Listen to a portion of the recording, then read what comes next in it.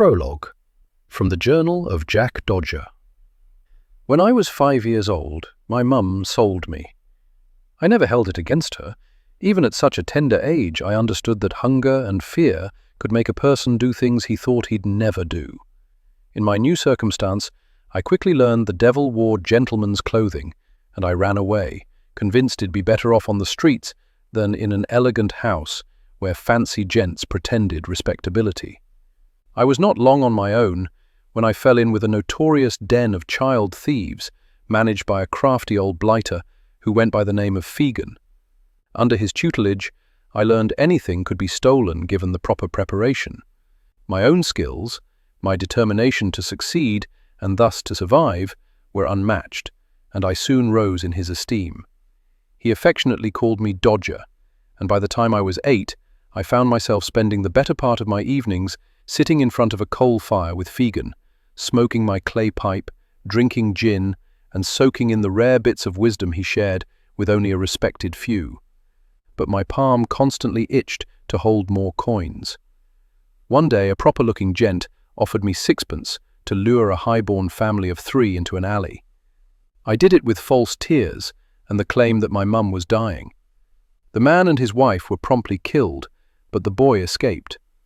Terrified by what he'd been party to, I was quick to chase after the lad, fearing the same fate as had befallen his parents awaited us. I followed him to another alley, where he collapsed, huddled, and cried. We didn't have time for such nonsense. To my relief, he didn't recognize me. The shock of it all, I supposed. I mucked up his clothes, his person, and convinced him I possessed the wherewithal to save him. The boy's name was Lucian, but that sounded too swell, so I introduced him as Luke. Fegan handed me 3pence for bringing in a new recruit. Not a bad tally for the day, even if it meant I didn't sleep well that night. To my everlasting irritation, although I was only 2 years older, I felt responsible for the lad. When he was caught stealing, I stupidly thought to rescue him. We spent 3 months in prison. The prison brand that marked us served to strengthen our friendship, and we became inseparable, until the night he killed a man. He was 14, awaiting trial, when the Earl of Claiborne declared Luke was his long-lost grandson. He was released into the old gent's care. Luke's good fortune quickly became mine. The old gent took me in as well. We were constantly at odds. He worked diligently to transform me into a gentleman, but I preferred to remain a scoundrel. It seemed a more honest way to go. When I was 19, a solicitor informed me that I had an anonymous benefactor who had grand expectations where I was concerned and wished to bestow upon me £10,000 so my future might be assured. I never questioned who my benefactor was, because I had no doubt he was Luke's grandfather seeking to rid himself of me without disappointing his grandson. I had lived on the streets long enough to know money was to be made investing in vice. I purchased a building and transformed it into an exclusive gentleman's club. And so it was that I became a man of means, far exceeding what I was certain my benefactor, or anyone else for that matter, had expected of me. But no matter how much money I earned, it was never enough. I was always hungry for the next coin. I would do anything at all to possess it. Chapter 1. London, 1851. The devil had come to call. Sitting beside him in her library, Olivia Stanford, the Duchess of Lovingdon, didn't know whether to be appalled or fascinated. He was an interesting creature, and while she'd heard many of the sordid tales regarding him, she'd never actually set eyes on him before that night. His black, unruly hair, curling teasingly across his broad shoulders, spoke of a desire to rebel against societal constraints. The harsh lines of his face had been carved by a life of decadence, misbehavior, and excess. Yet, he was beautiful in a rugged sort of way, like the manner in which a jagged coastline at dawn could steal one's breath with its magnificence. She lowered her gaze from a profile that had held her enthralled from the moment she'd walked into her library and met the deliciously wicked Jack Dodger. His gambling den provided entertainment for many men of the aristocracy. Sisters, wives, mothers heard slurred references to the debauchery that occurred within Jack Dodger's domain, when their brothers, husbands, sons returned home in the early hours, 3 sheets in the wind. The women, of course, discreetly exchanged stories over tea, and so Dodger's reputation, as well as that of his establishment, had grown among proper ladies who weren't supposed to know about such improper things. Women detested his existence, and the opportunity he provided for the men in their lives to stray from all that was good and respectable. Yet none could deny their ceaseless fascination with a man so devoted to sin. Sitting near him, Olivia became increasingly aware of the raw sexuality emanating from him. She imagined women followed him into his bedchamber without a single word being uttered. She could smell the tobacco and whiskey fragrance that permeated him, and, to her everlasting shame, found herself relishing the darkly masculine scent. Everything about him spoke of forbidden indulgences. He was truly the work of the devil. He even carried the devil's mark. The brand was clearly visible on the inside of his right thumb, because he didn't possess the good manners to wear gloves, and his long fingers were splayed across the arm of the chair. While marking criminals was no longer a practice, Olivia knew what the tea burned into his flesh signified. He'd spent time in prison for thievery. She had little tolerance for those who took what did not rightfully belong to them. In spite of his questionable past and occupation, she could not fault the quality of his attire. It had obviously been sewn by the finest tailor in London, but the red brocade waistcoat beneath his black jacket was entirely inappropriate for this somber occasion. The reading of her late husband's will. Why Lovingdon had insisted the notorious Jack Dodger be in attendance was beyond the pale. How did he even know the blackguard? As far as she knew, he'd never visited Dodger's drawing room. However, her brother, the late Duke of Avondale, had frequented it quite often, providing her with the enviable opportunity to add greatly to the repertoire of scandalous tales circulated amongst the ladies. But Lovingdon had been as pious as they came. The man hadn't even kept liquor in the house, and to her knowledge, wine had never touched his lips. She knew the same could not be said of Jack Dodger's. He had the fullest set of lips she'd ever seen on a man, a dark, dark red, as though they'd been soaked in fine wine, and she had little doubt they were accustomed to tasting all pleasures. His mouth was designed to lure the most virtuous of women toward forbidden passion. Why else would she find herself inappropriately wondering what it might be like to have him kiss her? She'd long ago stopped pondering the delight of kisses, perhaps because Lovingdon had been so dead set against them. Yet there she was, imagining those lips playing over hers, enticing her in ways that Lovingdon never had. Again, she wondered why he had wanted Jack Dodger at the reading of his will. Yet Mr. Beckwith, the Duke's solicitor, positioning his papers at the desk across from her, had insisted it was not only so, but that Olivia was to be in attendance as well. So there she was, as always, honoring her responsibilities, no matter how distasteful they might be. From the moment she was born, a devotion to duty had governed her life. It was the reason that, at 19, she'd married a man more than 25 years her senior, because her father had arranged the marriage, and a respectful daughter did not go against her father's wishes, regardless of her own passionate yearnings. Lovingdon had been honest from the beginning. Getting up in years, he was in dire need of an heir, and while marriage to him had not been all she'd hoped for, it was not as bad as it might have been. She'd earned his respect and had supreme reign over his household, and he'd given her a precious son, even if he'd been unable to give her his heart. She was quite confident that Henry, as the legitimate heir, would inherit everything of importance. She had hopes the will would stipulate that the London residence was to become the dower house, because she loved it so. But it was rather grand, and usually the dower house was a smaller residence.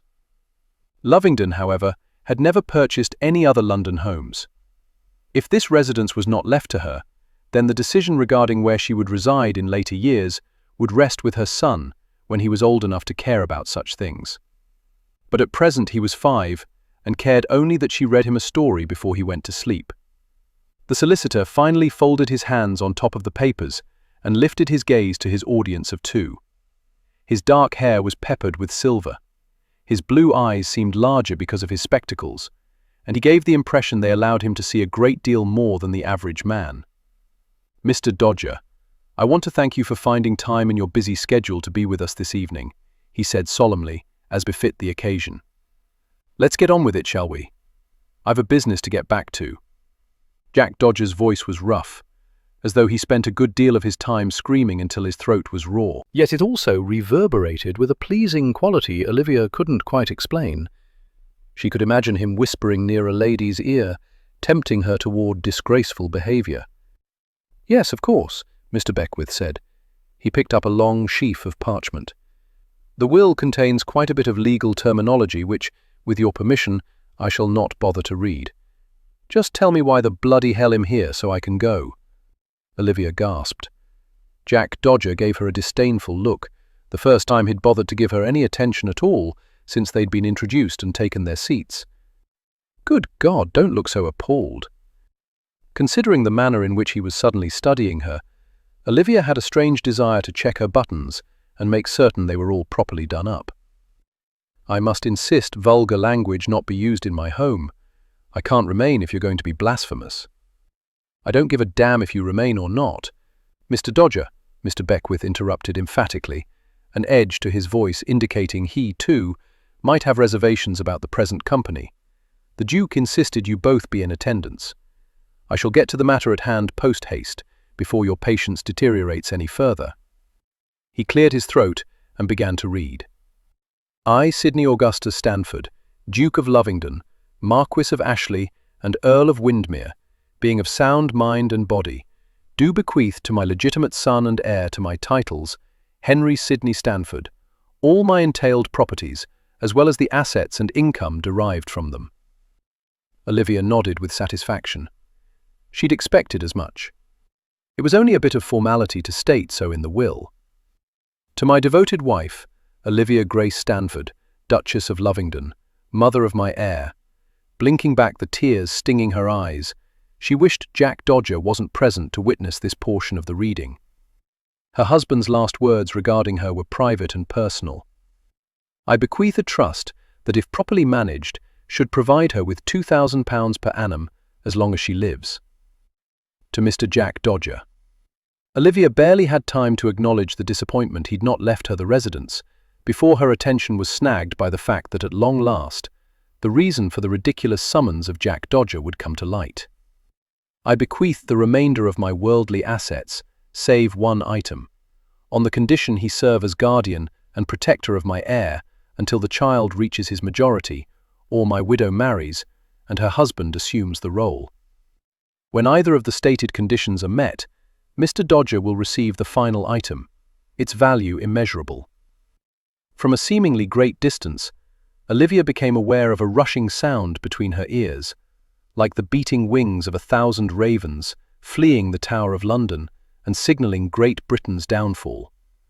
She was vaguely aware of paper crackling as Mr. Beckwith laid down the will. She couldn't have possibly heard correctly.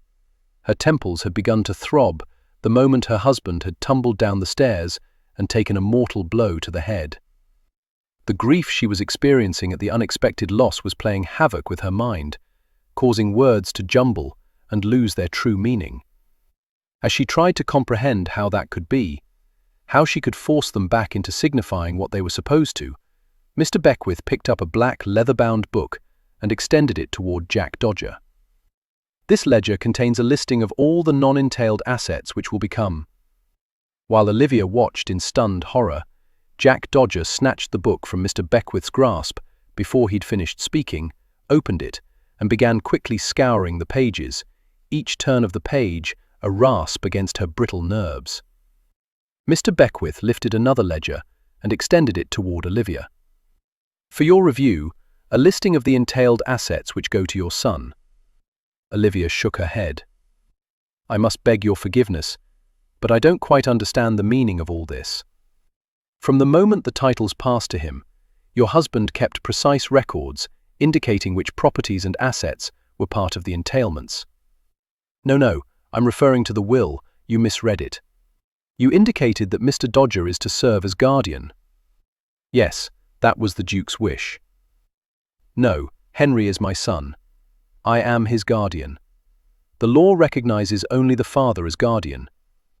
Upon the father's death, if the child has not yet obtained the age of 1 and 20, the father must appoint the guardian in his will." With no emotion whatsoever expressed, Mr. Beckwith sounded as though he were reading from a parliamentary document. "I'm sorry, Your Grace, but your husband's decision cannot be challenged." "Not be challenged?" Olivia came to her feet in such a rush that she almost lost her balance.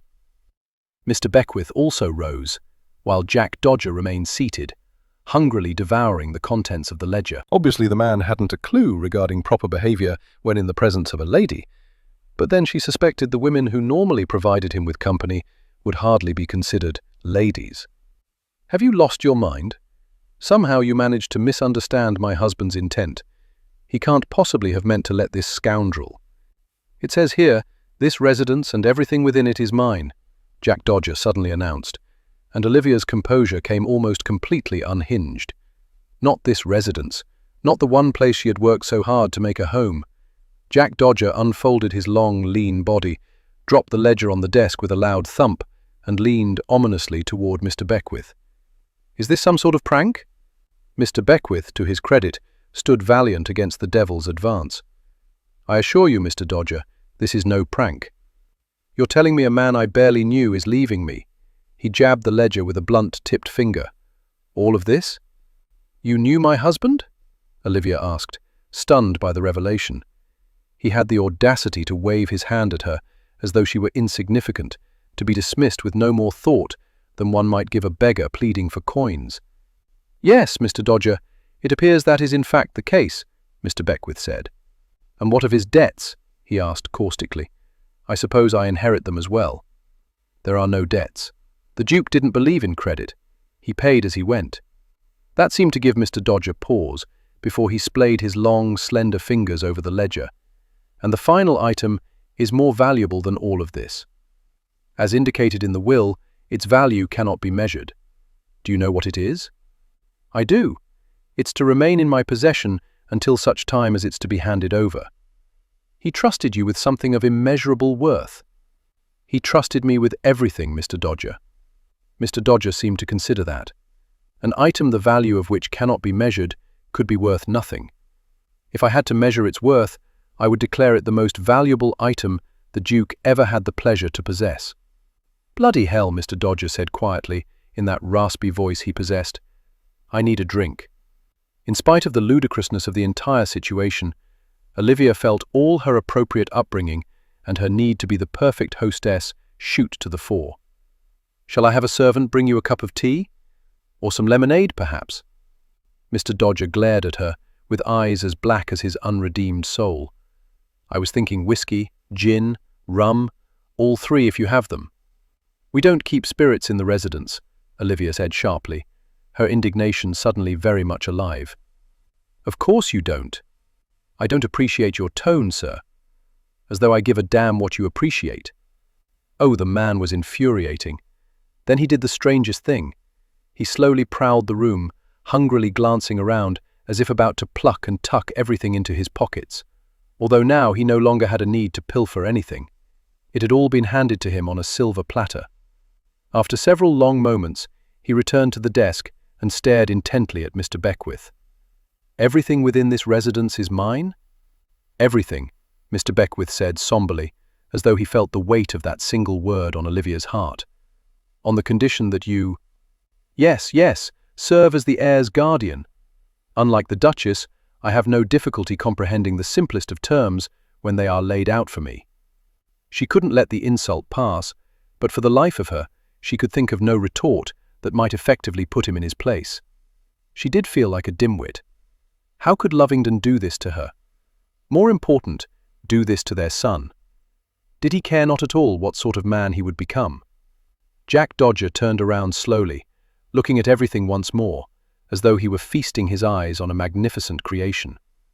Was the Duke a raving lunatic? The crack of Olivia's palm hitting Jack Dodger's cheek echoed through the room. Since she had never in her life struck anyone, she hadn't realized how much her palm would sting. It took everything within her not to yelp, or give any indication that she had probably hurt herself more than she had harmed him. "My husband was only recently laid to rest, and you speak of him with such disrespect. How dare you, sir?" Jack Dodger presented her with a slow, calculating smile that caused her stomach to plummet clear down to her toes. "The Duchess has spunk." Who'd have thought? She wanted to toss him out of the house, back into the streets from whence he'd come. She turned to Mr. Beckwith. His language is vulgar, his manners are atrocious. I simply will not allow this man to be responsible for the upbringing of my son. That's easy enough to remedy, Duchess, Jack Dodger drawled. Find yourself another husband. It seems to have failed your notice that I'm in mourning. I can't accept suitors. Then you don't want me out of your life badly enough, Duchess. Trust me, there isn't anything a person won't do if he wants something badly enough. Every time the word Duchess slivered mockingly off his tongue, the fine hairs on the nape of her neck prickled and her palm itched to slap him again. Before she followed through on the barbaric urge, she forced herself to address the solicitor. Mr. Beckwith, I'm sorry, Your Grace, but there is no prospect for negotiation on this matter if Mr. Dodger agrees to serve as guardian. Can you explain to me my husband's thinking? I have served the Duke for many years, Your Grace. It has never been my place to question his decisions. He seldom revealed his reasoning, and I cannot know everything that influenced him, but I'm certain in this matter he did what he deemed best. If she'd not been raised to be a lady, she would shriek at the unfairness of it all. And if I don't agree to the guardianship part? Mr. Dodger asked. A momentary spark of relief gave Olivia renewed hope that this hellish nightmare would come to a satisfactory end. Apparently, the man had the good sense to have misgivings about accepting the responsibilities thrust upon him.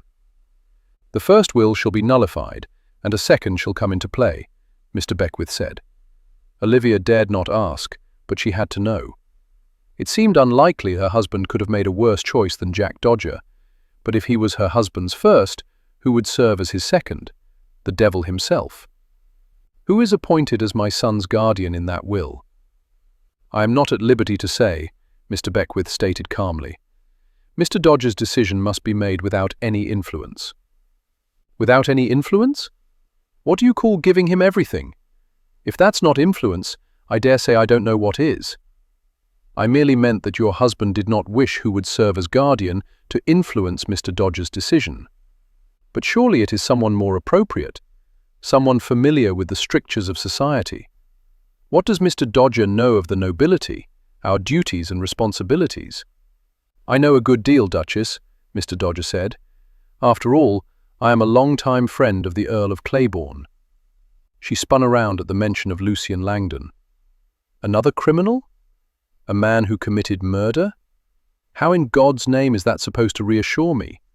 You can't possibly believe you are qualified to guide my son along the proper path to manhood.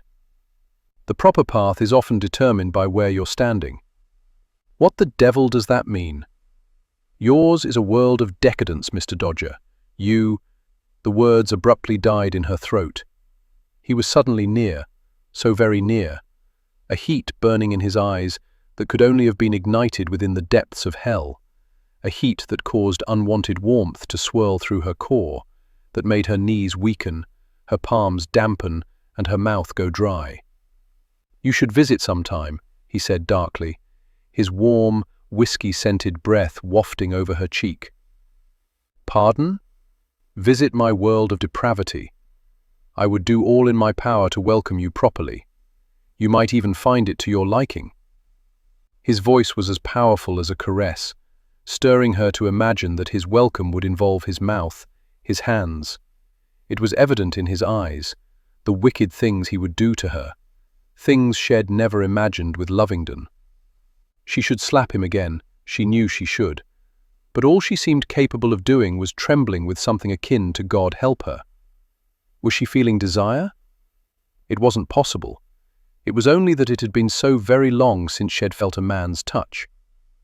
Once he had his heir, Lovingdon had made it plain he didn't hold with the notion a spare was needed. One son was all he required. In that regard, she and Lovingdon had been well matched. They both put duty above all else. Regretfully, she had come to discover that duty was a lonely taskmaster. "Have you ever sinned, Duchess?" Jack Dodger asked, in that strangely rough voice that hinted at passion barely tethered. Only in my dreams hovered on the tip of her tongue. She wondered if Jack Dodger had fulfilled other women's fantasies. She had no doubt he was fully capable. A harsh clearing of a throat caused them both to jump. She saw irritation flash across Jack Dodger's face as he moved back and slid his uncompromising gaze toward Mr. Beckwith. For a heartbeat, it appeared the solicitor was fighting not to retreat. He cleared his throat again, as though his courage resided in the deep rumble. "I believe, Mr. Dodger, your behavior toward the Duchess is not at all warranted, and certainly not what the Duke envisioned when he named you in his will." "I didn't think you knew what he envisioned. I know he respected his wife, sir, and he would be very disappointed if you didn't do the same. The man is dead. I suspect he's not likely to be disappointed in anything anymore." "You, sir, are despicable," Olivia snapped before Mr. Beckwith could give him a proper tongue-lashing. "Have you no respect for my late husband?" He turned toward her and she suddenly wished she'd kept silent. She truly didn't want to spar with him. She couldn't determine how to attain the high ground. Where he was concerned, she suspected it was impossible. He would always somehow manage to drag those around him into the gutter with him. "I respect only those who have earned my respect, and they are few in number. I can well imagine what a person must do in order to earn your respect." Some unidentifiable emotion, remorse, shifted in his eyes. "Actually, Duchess, I suspect you can't." He turned on his heel and strode toward the door. Dare she hope he was taking his leave, and in so doing, turning his back on this ridiculous first will. "Where are you going?" Olivia called out. "I want to have a look around, determine what all I'll gain by suffering through your presence." He stormed from the room without a backward glance. With a gasp of indignation, Olivia hurried after him. This house was hers until he agreed to the terms of the will. Whatever she could do to dissuade him from consenting, she would do. She'd show him who was willing to do anything. Although she did have to give him credit for being correct about one thing. Somehow, without her noticing, her husband had gone stark, raving mad. Considering Mr. Dodger's reputation, Charles Beckwith was inclined to follow the couple, but the Duke had left specific instructions that he was not to interfere as they settled their differences. Only a fool would have expected the Duchess to serenely accept so ludicrous a choice for guardian, and the Duke had not been known for being a fool. With a sigh, Beckwith leaned back in his chair to await their return, and began to mentally prepare himself for the next round with Jack Dodger. He knew it had the potential to be challenging. He had to carry out the Duke's wishes without compromising his own integrity. He was not in the habit of questioning those who paid so handsomely for his services, but he did wonder if the Duke had truly understood the ramifications of his actions. To Charles Beckwith, they seemed to serve but one purpose: to pave the way for disaster. Chapter 2. Ignoring the widow following at a rapid clip, Jack Dodger strode briskly through the hallways and rooms, searching for anything familiar, anything that might signal he'd been in this residence before. He'd learned long ago nothing came easy, and this entire situation seemed far too easy. Well, except for dealing with the widow. She was the very definition of the type of woman he avoided at all costs. Judging him through a kaleidoscope of righteous indignation, she was so damned passionate about his being so damned unworthy. It didn't matter that she was right. Her belief in his unsuitability irritated the devil out of him, and he preferred holding the devil close. It was the only way to ensure he was never again taken advantage of, never again hurt, never again left to live with regrets. The Duchess had certainly not taken well to the news delivered by the solicitor.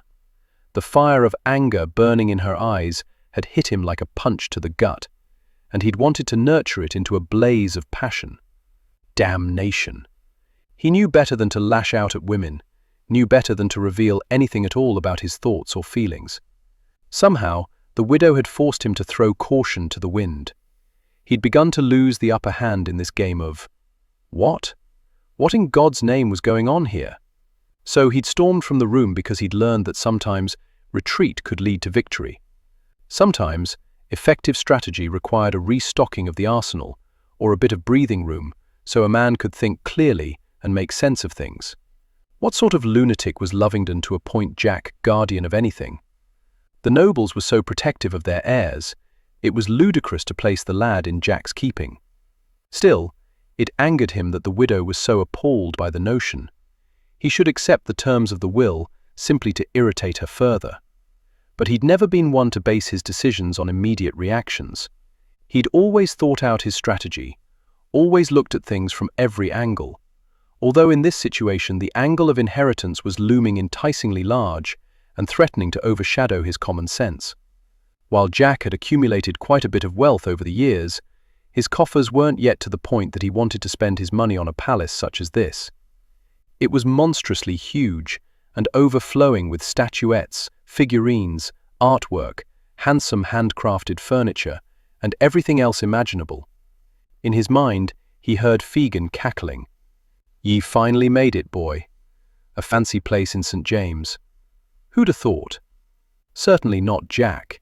He had a practiced eye when it came to identifying valuables, and the good Duke had accumulated a fortune's worth. It was also evident that the family, from the first Duke to the last, thought highly of themselves. Why else have all the portraits painted of various stages in their lives, from birth to old age? God, the nobility was an amazing lotto. Think anyone would care what they looked like? On the other hand, judging by the number of portraits hanging on the walls throughout, someone obviously did care. Maybe he'd sell them to the heir for a pretty penny.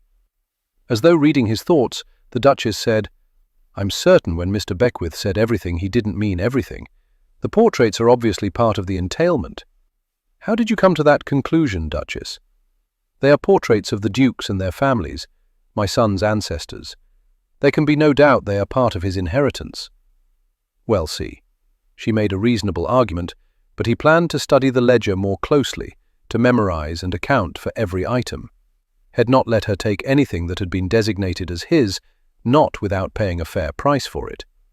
He had no intention of taking advantage of her, but neither was it in his nature to be charitable. "I wonder what funds were used to purchase your clothing," he murmured. "I beg your pardon?" He came to a stop outside the third dining room had passed, and she almost rammed into him. Her fragrance did, teasing his nostrils now just as it had in the library. Sitting there, he'd wanted to lean toward her and inhale it more fully. Her scent was a subtle lavender, not the cloyingly harsh musk that prostitutes use to cover the odor of their business and other men. Her face was set in a worried frown that drew her brows together over unusual amber eyes. From the start, their shade almost gold, just like the color of the coins he favored, had caught his attention. The top of the widow's head barely came to his shoulder. She was terribly young for a widow. She had to have been a child when the Duke married her. With their difference in age, he would have been an old man to her. Had she loved him? Or had she simply wanted the title and everything that came with it? "I was just wondering if your clothing was part of the entailment," he drawled. Anger flashed over her features. "My clothing, sir, is mine. You'll not take it from me.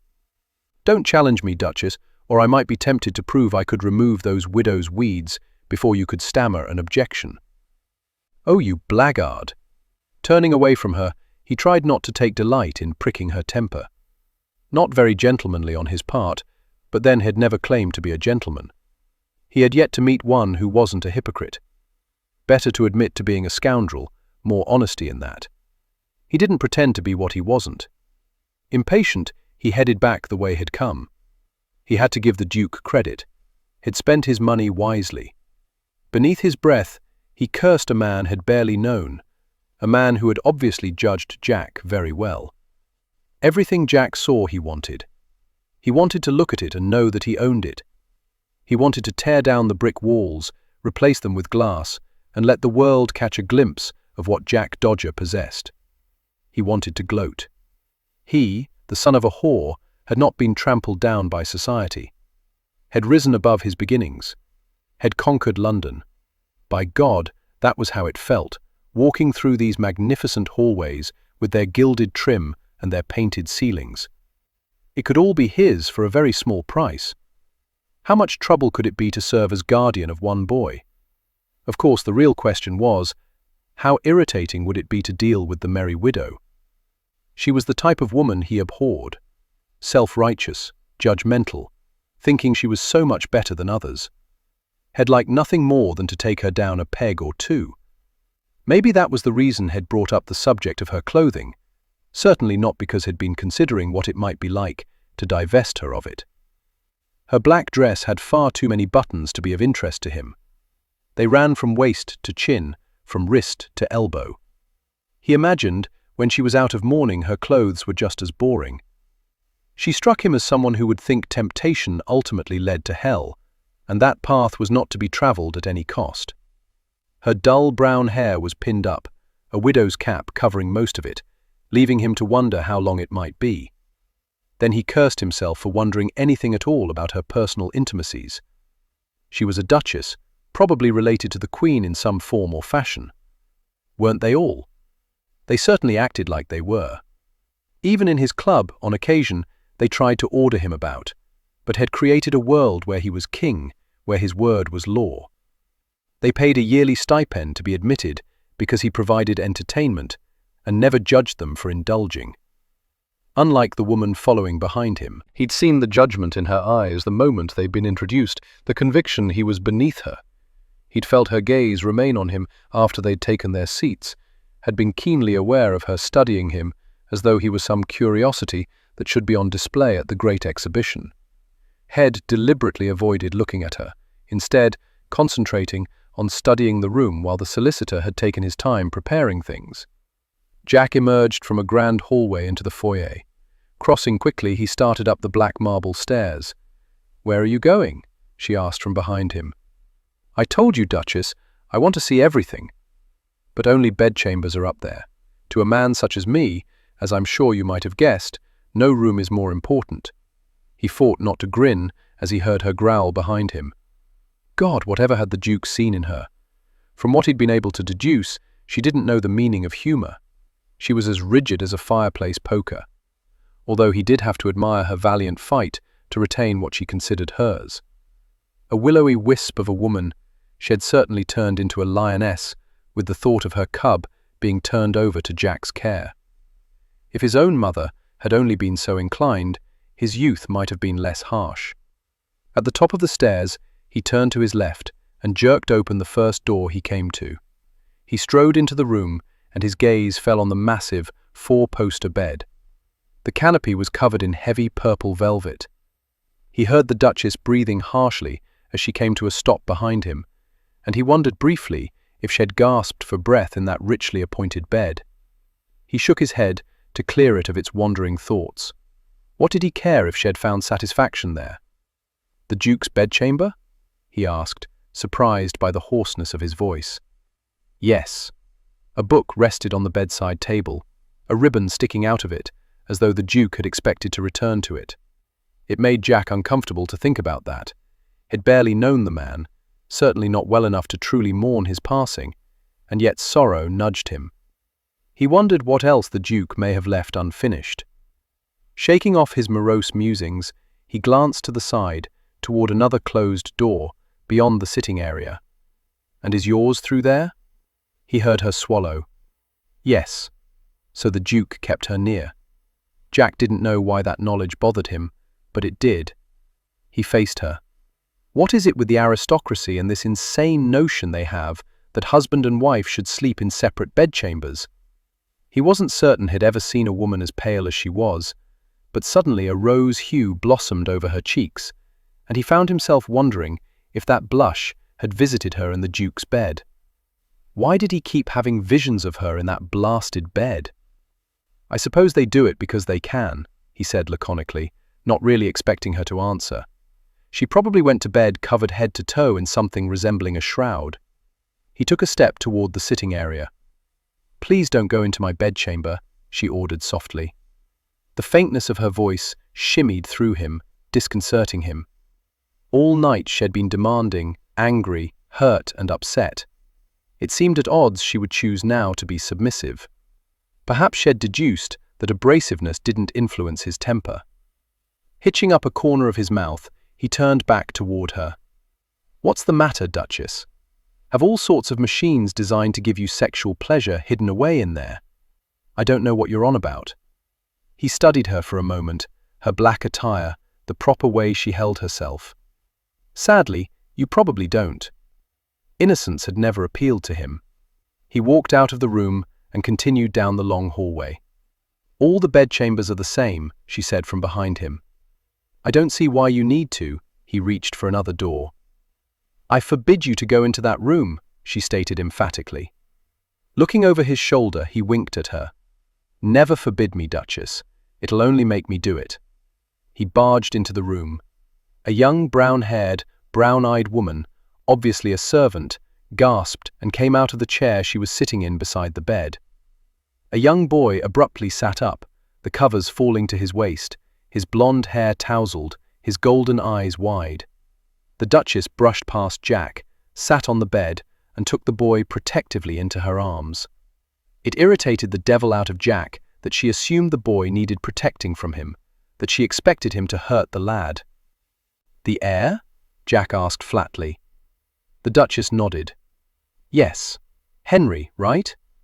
"Yes." "How old are you, lad?" "He's 5, the Duchess said. "Is he mute?" "No, of course not." "Then why didn't you let him speak?" "I asked the question of him." "You're terrifying him." "Am I?" He studied the boy. He was as slightly built as his mother, as pale. His eyes were huge and round, but Jack saw more curiosity within them than fear. "Are you afraid of me, lad?" The boy peered up at his mother. "Don't look to your mother for the answer, lad. Look to yourself.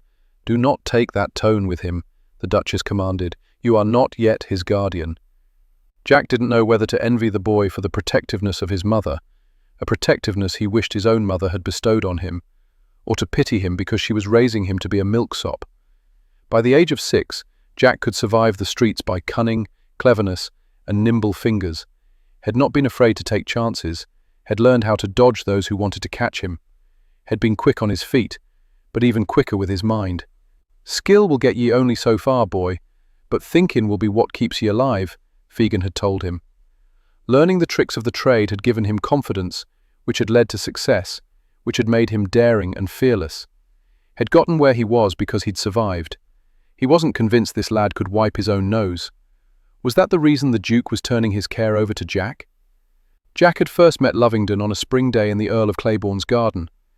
Jack had been left with the impression that the Duke was a sad man. Years later, the Duke had visited Jack's club a number of times, but nothing memorable had come of the occasions. At least nothing memorable from Jack's point of view.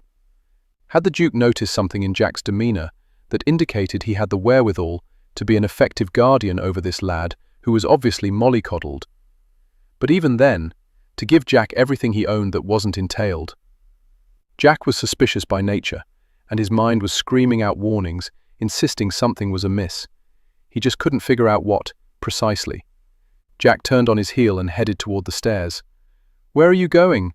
the Duchess asked, her shoes tapping rapidly behind him. Lord, she was quick to follow. If his legs weren't so long, he didn't think he'd be able to outdistance her. "Not that it's any of your concern, but I want to speak with Beckwith." Why was he bothering to explain himself? He explained himself to no one. He hadn't since he decided to make the streets his home. He hurried down the stairs, the Duchess nipping at his heels like a rapacious dog. He strode through the hallway that displayed possessions that had no doubt been gathered for generations. The liveried footman opened the door to the library. Jack walked inside and quickly spun around to face the Duchess, barring her entry. She stumbled to an abrupt, jerky halt, her breathing laboured, her golden eyes wide, her luscious lips parted. When her mouth wasn't puckered up as though she spent her spare time sucking lemons, she had a damned kissable-looking mouth. It irritated him that he noticed, irritated him even more that he wondered what kissing her would be like. "In private," he said, and slammed the door on her. Her infuriated shriek penetrated the thickness of the wood, bringing him a small sense of victory. Not trusting her to do as he bade, he turned the key in the lock. Fortunate that the Duke had kept it handy. He was no doubt accustomed to dealing with his wife's disagreeable moods, and this room probably served as his sanctuary for solitude. Jack sauntered toward Beckwith, who seemed innocently unaware of the turmoil roiling through Jack. The man was either a fool or as skilled at playing cards as Jack was. "It's been a little more than 14 years since you approached me with the news. I had an anonymous benefactor. That's the only reason I bothered to make an appearance tonight."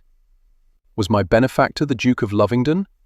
While it made absolutely no sense, that explanation was the only one Jack could come up with to explain this lunacy.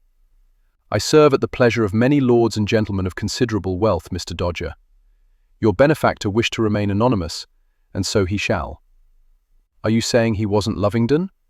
I'm saying until your benefactor gives me leave to reveal his wishes, I will hold his confidence to the best of my ability. What if I beat you to a bloody pulp? I suspect you'd find your ability isn't what you think it is. Beckwith had the audacity to grin, as though he was slightly amused. Jack didn't like being made sport of, or worse, having his bluffs called. Swearing beneath his breath, he swept his hand over the will and ledgers. This makes no sense. Is it important that it does? It's important I understand why a man I spoke to on only a few occasions deemed it appropriate to give me so much for doing so little. Being guardian of a lord of the realm is a grave, serious, and important task, Mr. Dodger.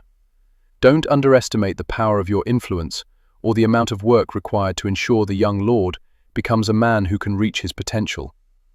Jack laughed harshly. Blast it all, man. That's my point exactly. The Duchess is correct. I am the last person who should serve as guardian and protector of her son. I abhor the aristocracy. That's unfortunate, especially as they are largely responsible for your unprecedented success. The Duke felt differently regarding your qualifications for guiding his son into manhood. However, he also understood you cannot be forced to do that which you have no desire to do. You have 24 hours to give me your decision. At the end of that time, if you have not agreed to the terms and conditions of the will as presented to you this evening, your opportunity to gain all of this, and the final item, will have passed, and the second will shall be brought into play. You speak as though this is an elaborate game. Beckwith smiled knowingly. Who am I to judge? Jack glanced around the room. Had only ever seen more books in Claiborne's library. If he read one book every day for as long as he lived, he'd never get to them all. The leather-bound books alone were worth a fortune. Jack returned his attention to the man sitting calmly at the desk. Nothing seemed to unsettle him. He was a man who took his power from those he served. In the second will, what does he leave to the widow? I'm not at liberty to say. Damn it, man, at least tell me if it favors her more than the first, which Jack had thought were pitiful leavings to a wife, truth be told, even for the hoyden who'd been traipsing along behind him. What does it matter? Beckwith asked. Jack rubbed his thumb along the line of his jaw. Had not let the keys to a kingdom far grander than anything he presently owned slip through his fingers. He picked up the leather-bound ledger that Beckwith had given him earlier and bestowed upon the man the infamous cocky grin for which Jack was so well known. How do I signify that I accept the terms of the will? Chapter 3. With the fog swirling around him, Jack walked along the quiet street. Had taken a hansom cab to the Duke's residence. He could find another to take back to his place, only he no longer needed it. He had a carriage and horses. He had a residence and servants, and doubts. With misgivings, had signed the document Beckwith had laid before him.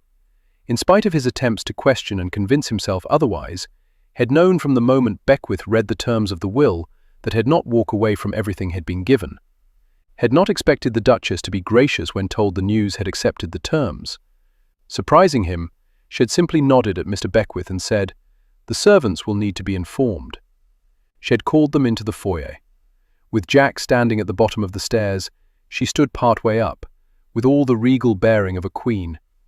He thought he now knew what a warrior looked like at the end of the day, when the hard-fought battle had not gone his way, when he had to look into the eyes of those had sent onto the battlefield and convince them that honor was to be found in simply surviving. She had been elegant and eloquent, as she explained the residence was now Jack's, and that they all served at his pleasure. Not one word had been uttered by the staff. Jack imagined they'd have questions aplenty once the shock wore off, but had been content to leave them and the Duchess while he adjusted to his change in fortune in solitude. While he admitted that he didn't consider himself the best choice to serve as guardian to her beloved and overprotected son, he could certainly think of worse. Perhaps the Duke himself had fallen into that category. Jack often walked along streets with grand houses, trying to remember what he'd never forget. The first fancy house in which had lived had been 5. The man had promised his mother he'd take good care of Jack. She had seemed to know him and trust him. Maybe had been one of her customers. All Jack remembered was that the man had fed him and bathed him and put him to bed, crawled beneath the covers with him, done things. Jack quickened his steps as though he were 5 again, running away. The man had wept afterward, said he was sorry, promised to never do it again. Jack detoured by a towering elm and pounded his fist into the trunk, relished the bite of the hard bark, and felt the pain ricochet up his arm. He didn't want to go there again, didn't want to return to being frightened and hurting, and ashamed. Although had run away, a terrified cadence to his steps, had thought he'd always remember where that house had been. But London had changed in 28 years. Jack couldn't even remember what the man looked like. He hadn't thought about him in ages, but now he wondered, what would guilt cause a man to do? Would he seek out and leave everything to a boy he'd abused? Was Lovingdon the man who'd bought him? What did it matter now? He was dead. Had left Jack a fortune. What did it matter if it was a fortune steeped in guilt and regret? Jack had only ever cared about accumulating the coins that ensured no one would ever buy him again. Now, no one ever would. "Tell me what you know of the Duke of Lovingdon," Jack demanded. Had been desperate for the taste of whiskey on his tongue, and since he was in the neighbourhood, had stopped at Luke's residence. It had been only a week since Luke's hastily arranged marriage, and the couple did not seem inclined to take a wedding trip. Sitting across from Jack, near the window that looked out on an impressive garden when it wasn't draped in darkness, Luke took a sip of whiskey. Head dispensed with his jacket, and his shirt was unbuttoned at his throat. His dark hair appeared to have been fingered recently, and Jack suspected it wasn't Luke who'd done the fingering. Yet in spite of his dishevelment, he had the look of a man in control, a man who knew his place in the world and was finally comfortable with it. Jack didn't like to admit it, but Lucian Langdon wore the title of Earl well. He was well respected in the House of Lords, Luke said solemnly. When he spoke, people listened. His passing leaves shoes that will be difficult to fill. "So you thought he was a decent enough chap?" Luke shrugged. "Seemed to be. I only spoke to him on a few occasions. Politics mostly. Advised me that I always needed to know why I felt the way I did about certain issues. He was prone to asking why of the younger lords. Insisted we not be sheep." "What of his wife?" Luke shook his head. "We should probably ask Catherine. She's much more familiar with the ladies of the aristocracy than I am. Until recently, I didn't walk in their circles." Catherine, his wife, was the daughter of the Duke of Greystone, had passed away recently, and her brother, who had been absent during her father's long illness, had returned to London and inherited the titles. It seemed of late the lords were dropping like flies. Jack wondered if Catherine's father would have approved of her marrying the Devil Earl. "Catherine doesn't fancy me. She won't help," Jack said. "Catherine has a generous heart. She'll always help someone in need." Luke leaned forward.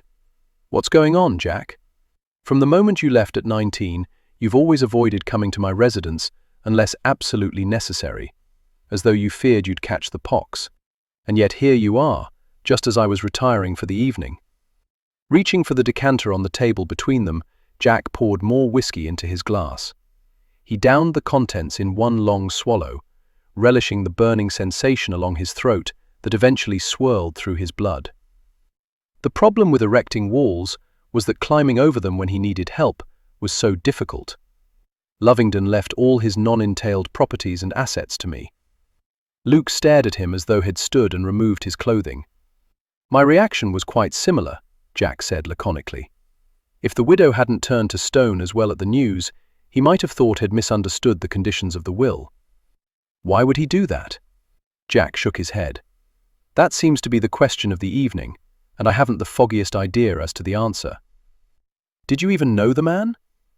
"Barely. I met him once in the garden here. I think he was visiting your grandfather. He came into the club a time or two." "Did he owe you a gambling debt?" Jack poured more whiskey, took another long swallow. "As far as I know, he never gambled, drank or whored. He simply observed. Some people are like that, voyeurs of sin. I never thought anything of it." Luke held up his hands. "Just like that, he left you everything."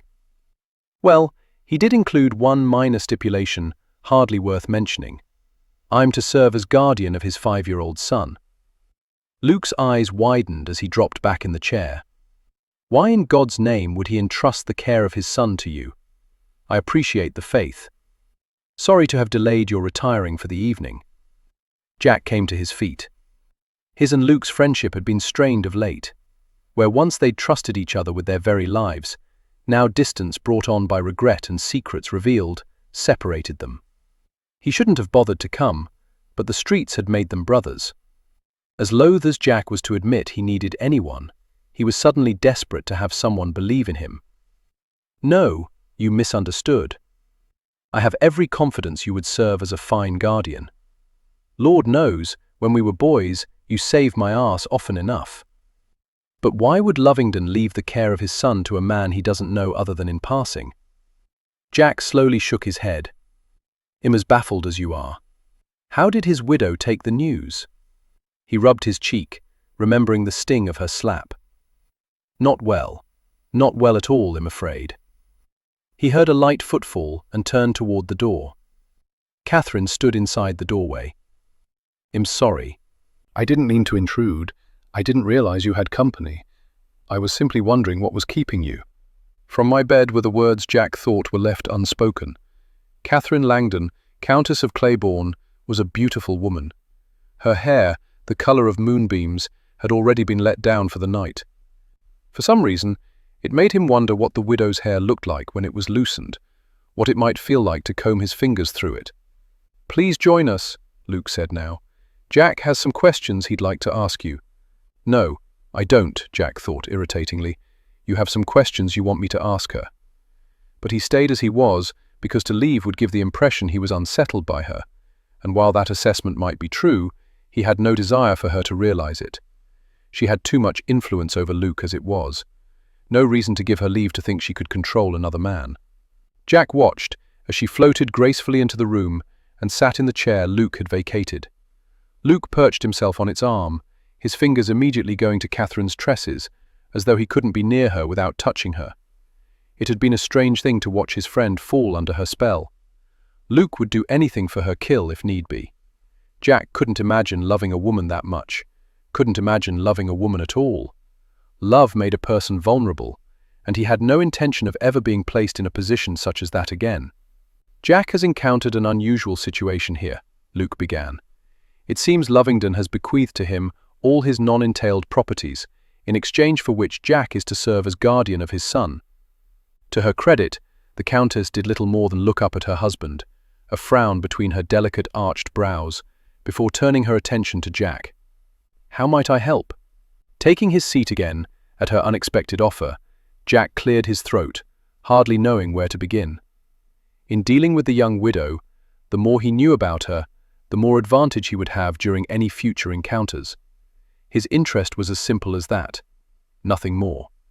I was wondering what you could tell me about his wife. Olivia? Has he another? No, of course not. I don't know her well. Her father was the Duke of Avondale. I believe she was 19 when she married Lovingdon. To be blunt, I think we were all a bit surprised that she'd marry someone considerably older. I don't believe she was wanting for suitors. I suspect the marriage had more to do with her father's wishes than hers. She affectionately patted her husband's thigh. We're not all fortunate to love the one we marry. She tilted her head thoughtfully. Are you going to serve as the lad's guardian? Of course. He can offer you nothing you can possibly need, Luke said. Need has nothing to do with my decision. As you're well aware, I never turn my back on the opportunity to be wealthier than I am. Besides, now we'll be neighbours. I've inherited his London residence. But serving as guardian is a great deal of responsibility, Mr. Dodger, Catherine said. I don't think it'll be as bad as all that. Besides, I'm only obligated until the widow marries, and then the duty will fall to her new husband. I know the Duchess well enough to recognize she places duty above all else and adheres to the strictures of society religiously. She'll honour her husband for the full 2-year mourning period. Then, in 2 years and 1 day, I'll have a bloke waiting for her on bended knee. You're going to arrange a marriage for her? Catherine looked positively aghast by the notion. Jack shrugged, knowing no matter what he did, Catherine would find fault with his plans. "I don't see any reason not to. I'm not in mourning. Besides, how difficult could it be to find the Duchess a new husband? And money could purchase a good many things, including forgiveness for violating the rules of etiquette. Society might require that a widow mourn for 2 years, but Jack didn't see the need for her to mourn for more than a couple of weeks, if that. A quiet ceremony, and off to the country the happy little family could go. And Jack would have his lovely new residence all to himself. "Wake up, darling," Olivia whispered softly. Henry blinked his eyes open. Had taken his fair complexion, his blonde hair from his father, but his eyes favoured hers. He was such a curious lad, always studying the world around him, trying to discern how things worked. Lovingdon had spared his son little time, but then few fathers did. It was the way of things for fathers to leave their sons' upbringing to others. Perhaps Lovingdon's lack of involvement had convinced him that little thought needed to be given to the selection of a guardian, but even then, Olivia couldn't justify his choice. Pressing a kiss to Henry's head, she inhaled the sweet, milky fragrance of the child. She could not possibly allow a criminal to raise him. The best way to avoid that was to get him as far away from Jack Dodger as possible. "I need you to get up and get dressed. We're going to the family estate in the country," Olivia told him. The country estate was part of the entailment. It belonged to Henry and would put him beyond the reach of his appointed guardian. Once she was away from this madness, Olivia would be able to think more clearly and find a way to ensure Mr. Dodger had no influence over Henry. He seemed to be a man fond of coins. Perhaps she could turn the funds from her trust over to him. She would do whatever was necessary, do without, make sacrifices, to ensure Henry had the proper guidance. Nothing was more important to her than her son. She turned to his nanny. "Helen, please pack a few things for Henry and yourself. I'm having a coach brought round to the front. We dare not tarry." She could hardly believe the desperate measures to which Lovingdon's death had brought her. Had been only 51. When she'd married him 6 years ago, he'd seemed so frightfully mature. But in death, he'd suddenly seemed so terribly young, taken before his time. She'd hardly had a spare moment to think about him, about what life would be like without him. And if she had, she'd have certainly never envisioned it taking the turn it had tonight. Still, she had responsibilities, and she would see to them as best she could. Duty did not have the luxury of taking time to mourn. Once everything was ready, and Henry was properly attired, Olivia took his hand and led him down the stairs.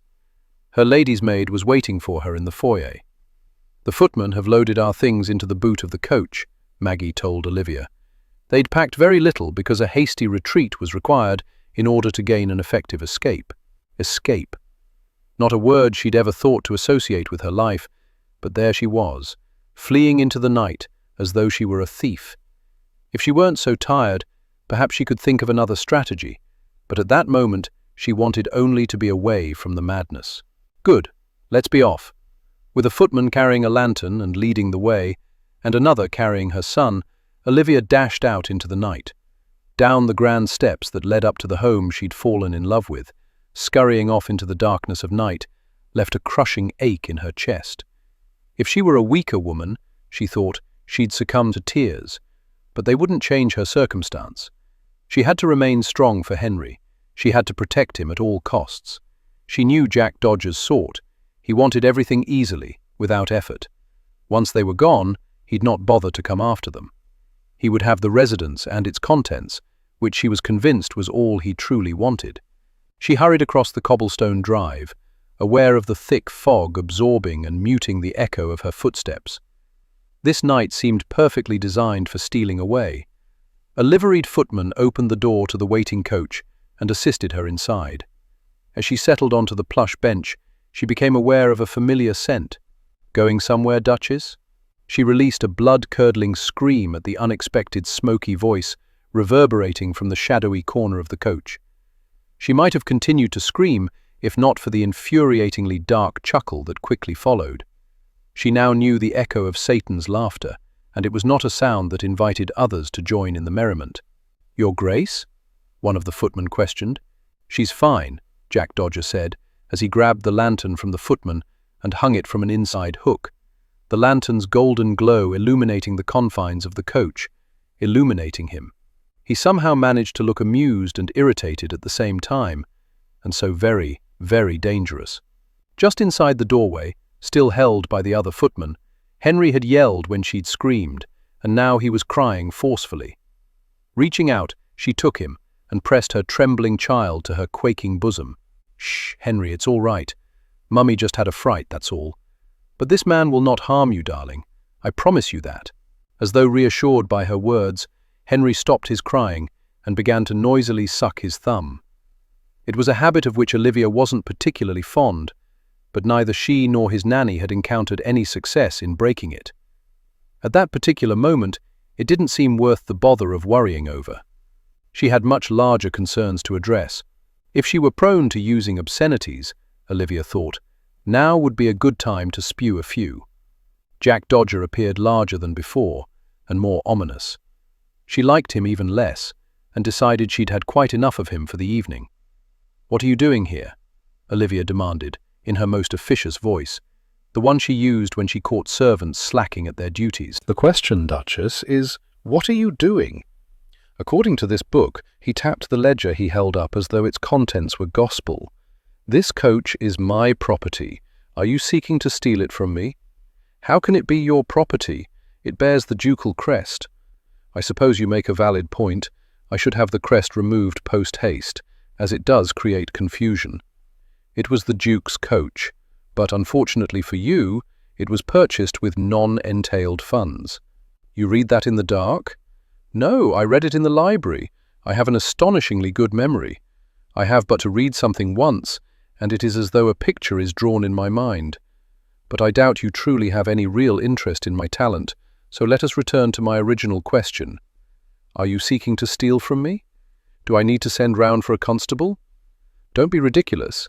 I was just taking Henry to the countryside." "In the dead of night?" Mr. Dodger asked.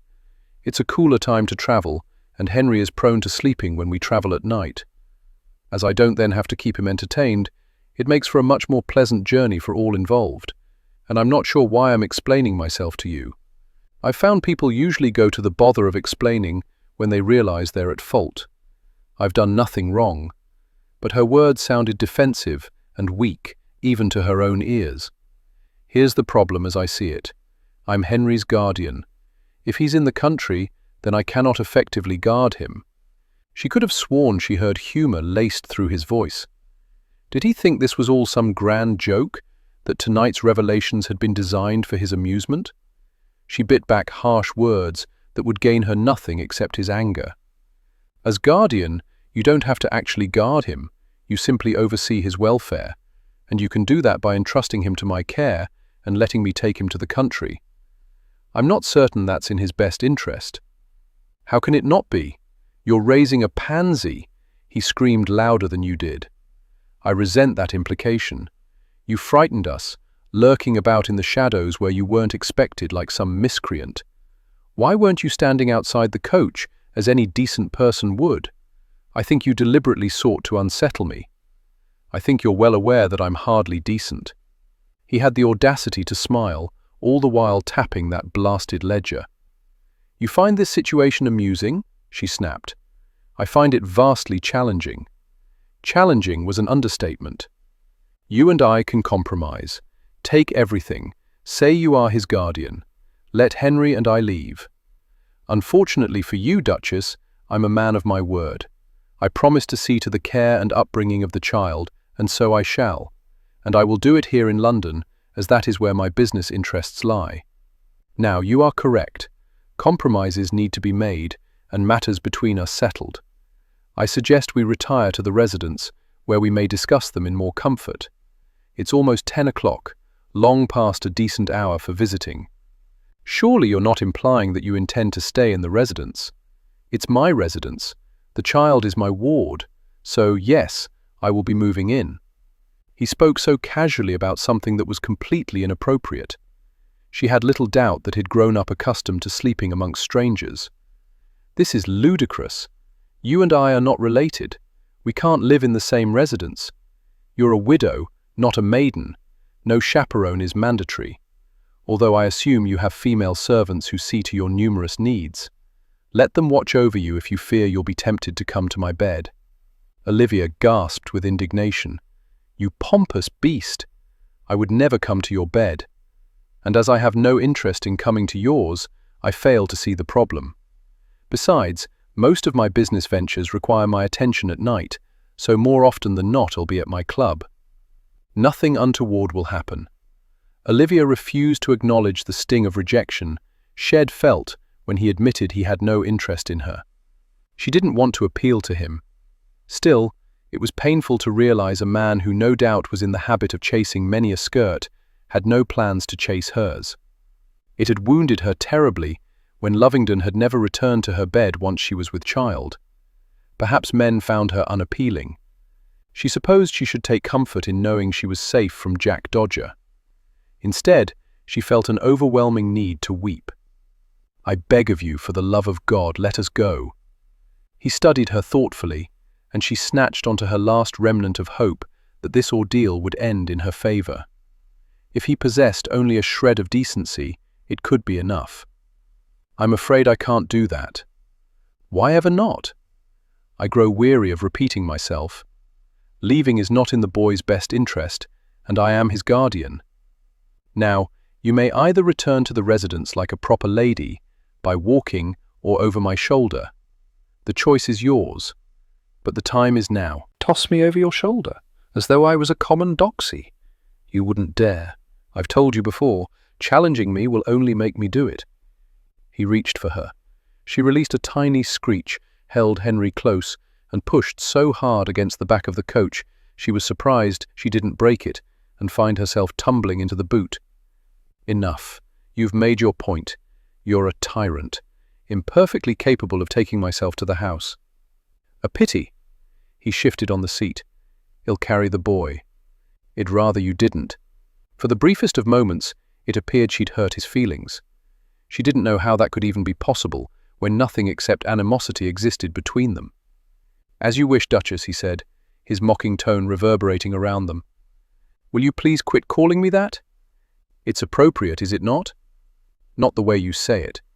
Perhaps you can teach me to say it properly, and in exchange I can share with you some improper things," he said in a low voice that caused her to tingle in places she'd never tingled.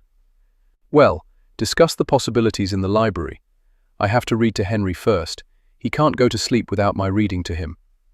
"That sounds like a ploy to put off the inevitable." "I'm offended you doubt my words. Still, ask any of the staff. They'll confirm that I read to him every night. Not that I should need the staff's confirmation." "I suppose you're right. I should treat you as an equal." "An equal? You're a commoner." "I was referring to the fact that we're both thieves, although I must admit to being more successful at it. It have not gotten caught." "I dare say you overestimate your abilities. At some point you did get caught. I noticed the mark upon your hand." "Yes, rather unfortunate business that. Lucky for you, they no longer brand criminals." She didn't see the point in telling him once again that she was not a thief. How was she to have known he'd inherited the coach? She needed to take a look at his ledger, or study her son's more closely. "You're incredibly irritating, Mr. Dodger." "It's part of my charm. Meet me in the library when you're finished reading to my ward." With that, he leaped out of the coach, causing it to rock with his movements, and announced to the servants who were still standing about, "The Duchess has decided to cancel her journey to the country. Please see that everything is put back where it belongs." Then he strode off into the darkness, leaving her on a spiraling descent into hell. Chapter 4. Lounging on a couch in the library, Jack drank his whiskey, grateful he'd had the foresight to bring a couple of bottles from Luke's. He planned to return to his new residence to discuss the arrangements with the widow, and he'd decided they'd both need a good shot of the devil's brew to fortify themselves for what was certain to be an arduous process of working out the particulars regarding the care of her son. He didn't expect her to agree with anything he suggested. He'd been quite surprised when he'd arrived and discovered the coach being readied for the Duchess' hasty retreat. It had been a long time since the devil had possessed him, and he was not in the habit of frightening women, but he'd not been able to refrain from settling himself in the coach and awaiting her arrival.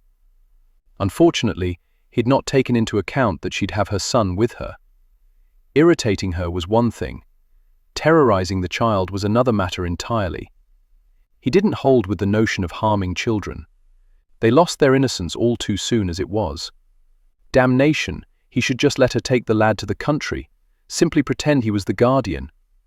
He'd spent a good deal of his youth pretending one thing or another in order to swindle someone out of something. When he picked pockets, he'd often dressed in fancy stolen clothes, so when he walked among wealthy folks, he appeared to belong with them, someone's child, just meandering about. All of Figen's children were skilled at mimicking their surroundings, appearing to fit in, even when they didn't. Was Beckwith going to check up on him, make sure he saw to his duties? Not bloody likely. He'd survived the delivering of his message, seen that the proper forms were signed. He'd earned his coin. Jack certainly had no plans to give him any more. He was out of their lives, at least until the time came for him to hand over the final item. Its value immeasurable. The words echoed through Jack's mind, as though sung by a chorus of angels. All of this and then something more. He glanced at the clock on the mantel, and then shifted his attention to a table where an assortment of clocks was arranged. The Duchess had been reading to her son for almost an hour. What in the hell was she reading? One of Dickens's novels? Then a horrid thought took hold. She was a clever wench, as she'd proven by sizing him up rightly enough. He'd cut off one avenue of escape. Perhaps she'd found another. "Damnation!" he rasped as he surged to his feet, spilling good whiskey on his favourite waistcoat. He cursed the waste and then downed the remaining contents of the glass before storming out of the library. A footman lounging against the wall in the hallway came to attention, fear of reprisal over his lack of discipline evident in his expression. Jack cared little about how straight a man could stand. He cared only that a man furnished results and was there when needed. "Have you seen the Duchess since she went upstairs?" Jack demanded. "No, sir." He cursed again. Escape was definitely a possibility. Jack remembered seeing enormous trees near the house. She could open a window, leap across to one, and shimmy down it with no trouble at all. Jack had done that often enough when he'd lived at Claiborne's. The old gent had forbidden them to visit with Figen if they slept beneath his roof. Jack had always assumed what the old gent didn't know wouldn't hurt him, and had refused to totally abandon Figen, so he'd straddled both worlds. In many ways, he still did. He rushed up the stairs, taking them two at a time. No other servants were about. He strode to the nursery, opened the door, and paused. She had escaped, they both had, she and her son, into slumber. Jack's stomach knotted as the vague memory of sleeping nestled against his mother fought to become more vivid. He didn't want to think about her tonight, didn't want to consider everything a mother might sacrifice for her child, didn't want to wonder about what the Duchess might sacrifice. Her devotion to her son had taken him by surprise. He'd somehow always assumed the aristocracy was above emotion. It wasn't often he misjudged a situation or people, but in this instance he may have.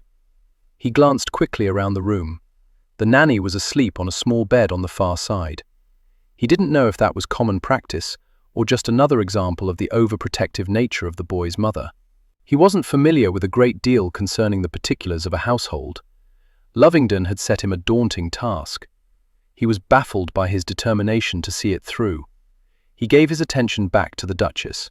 She was sitting up on the bed, her head at an awkward angle, the open book on her lap. The boy was curled on his side, sucking on his thumb, snoring softly. One of his mother's hands rested on his head, her fingers lost in his blonde curls, as though she could protect him with so simple a touch. Yes, he should let them go. What did he know about boys? Oh, he'd protected a few in his time and had the scars to show for it, not all of them visible. But he was accustomed to teaching boys how to survive when they had no one to protect them. Several boys worked at his club, running errands, fetching drinks for gentlemen, carrying their chips for them. Jack wondered if Lovingdon had observed the confidence growing in the lads he hired. They were always fearful, not trusting their good fortune, suspicious of his motives when he first took them in. But in time, they came around, began to walk with a swagger, speak without hesitating, understood their worth. Was that the reason Lovingdon had come to the club and not partaken of its offerings to watch, to learn, to decide who could best prepare his son for the world? A scoundrel like Jack Dodger? If the boy were a street urchin, perhaps. But the son of a lord? Jack hardly knew where to begin. So why had he not accepted the easy way out of his dilemma when the Duchess had offered it to him? Take everything and let them go. It made no sense to force them to stay, and yet he was reluctant to release them. Jack shifted his attention back to the lady in question. In repose, she possessed an unexpected, ethereal beauty as all her worries faded away while she drifted into dreams. He wondered briefly what it was like to dream. He never did. Possibly because he so seldom slept. He was obsessed with obtaining all the wealth he could, burning the midnight oil as often as possible. He knew the true value of money. It protected a person from having to do things he didn't want to do. Usually. He didn't particularly want to serve as the lad's guardian, and if the boy wasn't sucking his thumb, if he hadn't screamed louder than his mother, Jack might not have questioned the need for him to remain. A boy shouldn't be that frightened. No one should. What had caused him to have fears? And how did Jack begin to give him the confidence he required to honor his title? With late-night talks before a coal fire, while gin warmed his belly and a pipe warmed his lungs. He didn't think the Duchess would approve of that, which made the idea worth considering. Pricking her temper could become his latest vice. She irritated him for reasons he didn't understand.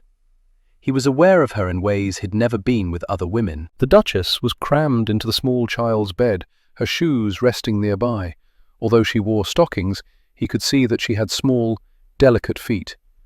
They made her seem vulnerable, and he had a sudden, irrational urge to protect her. He could well imagine Shed object to that notion. Shed probably purposely remained there until she fell asleep, hoping to avoid another encounter with Jack. Silly woman. Eventually, everyone had to face the devil and give him his due. Tomorrow Shed learned that lesson. For tonight, he'd let her rest in innocence, but not in this bed. Waking up after an uncomfortable night would only serve to keep her out of sorts and make her more difficult to deal with, and she was difficult enough. He doubted they'd ever agree on anything. With care, he slid his arms beneath her, one at her shoulders and the other at her knees.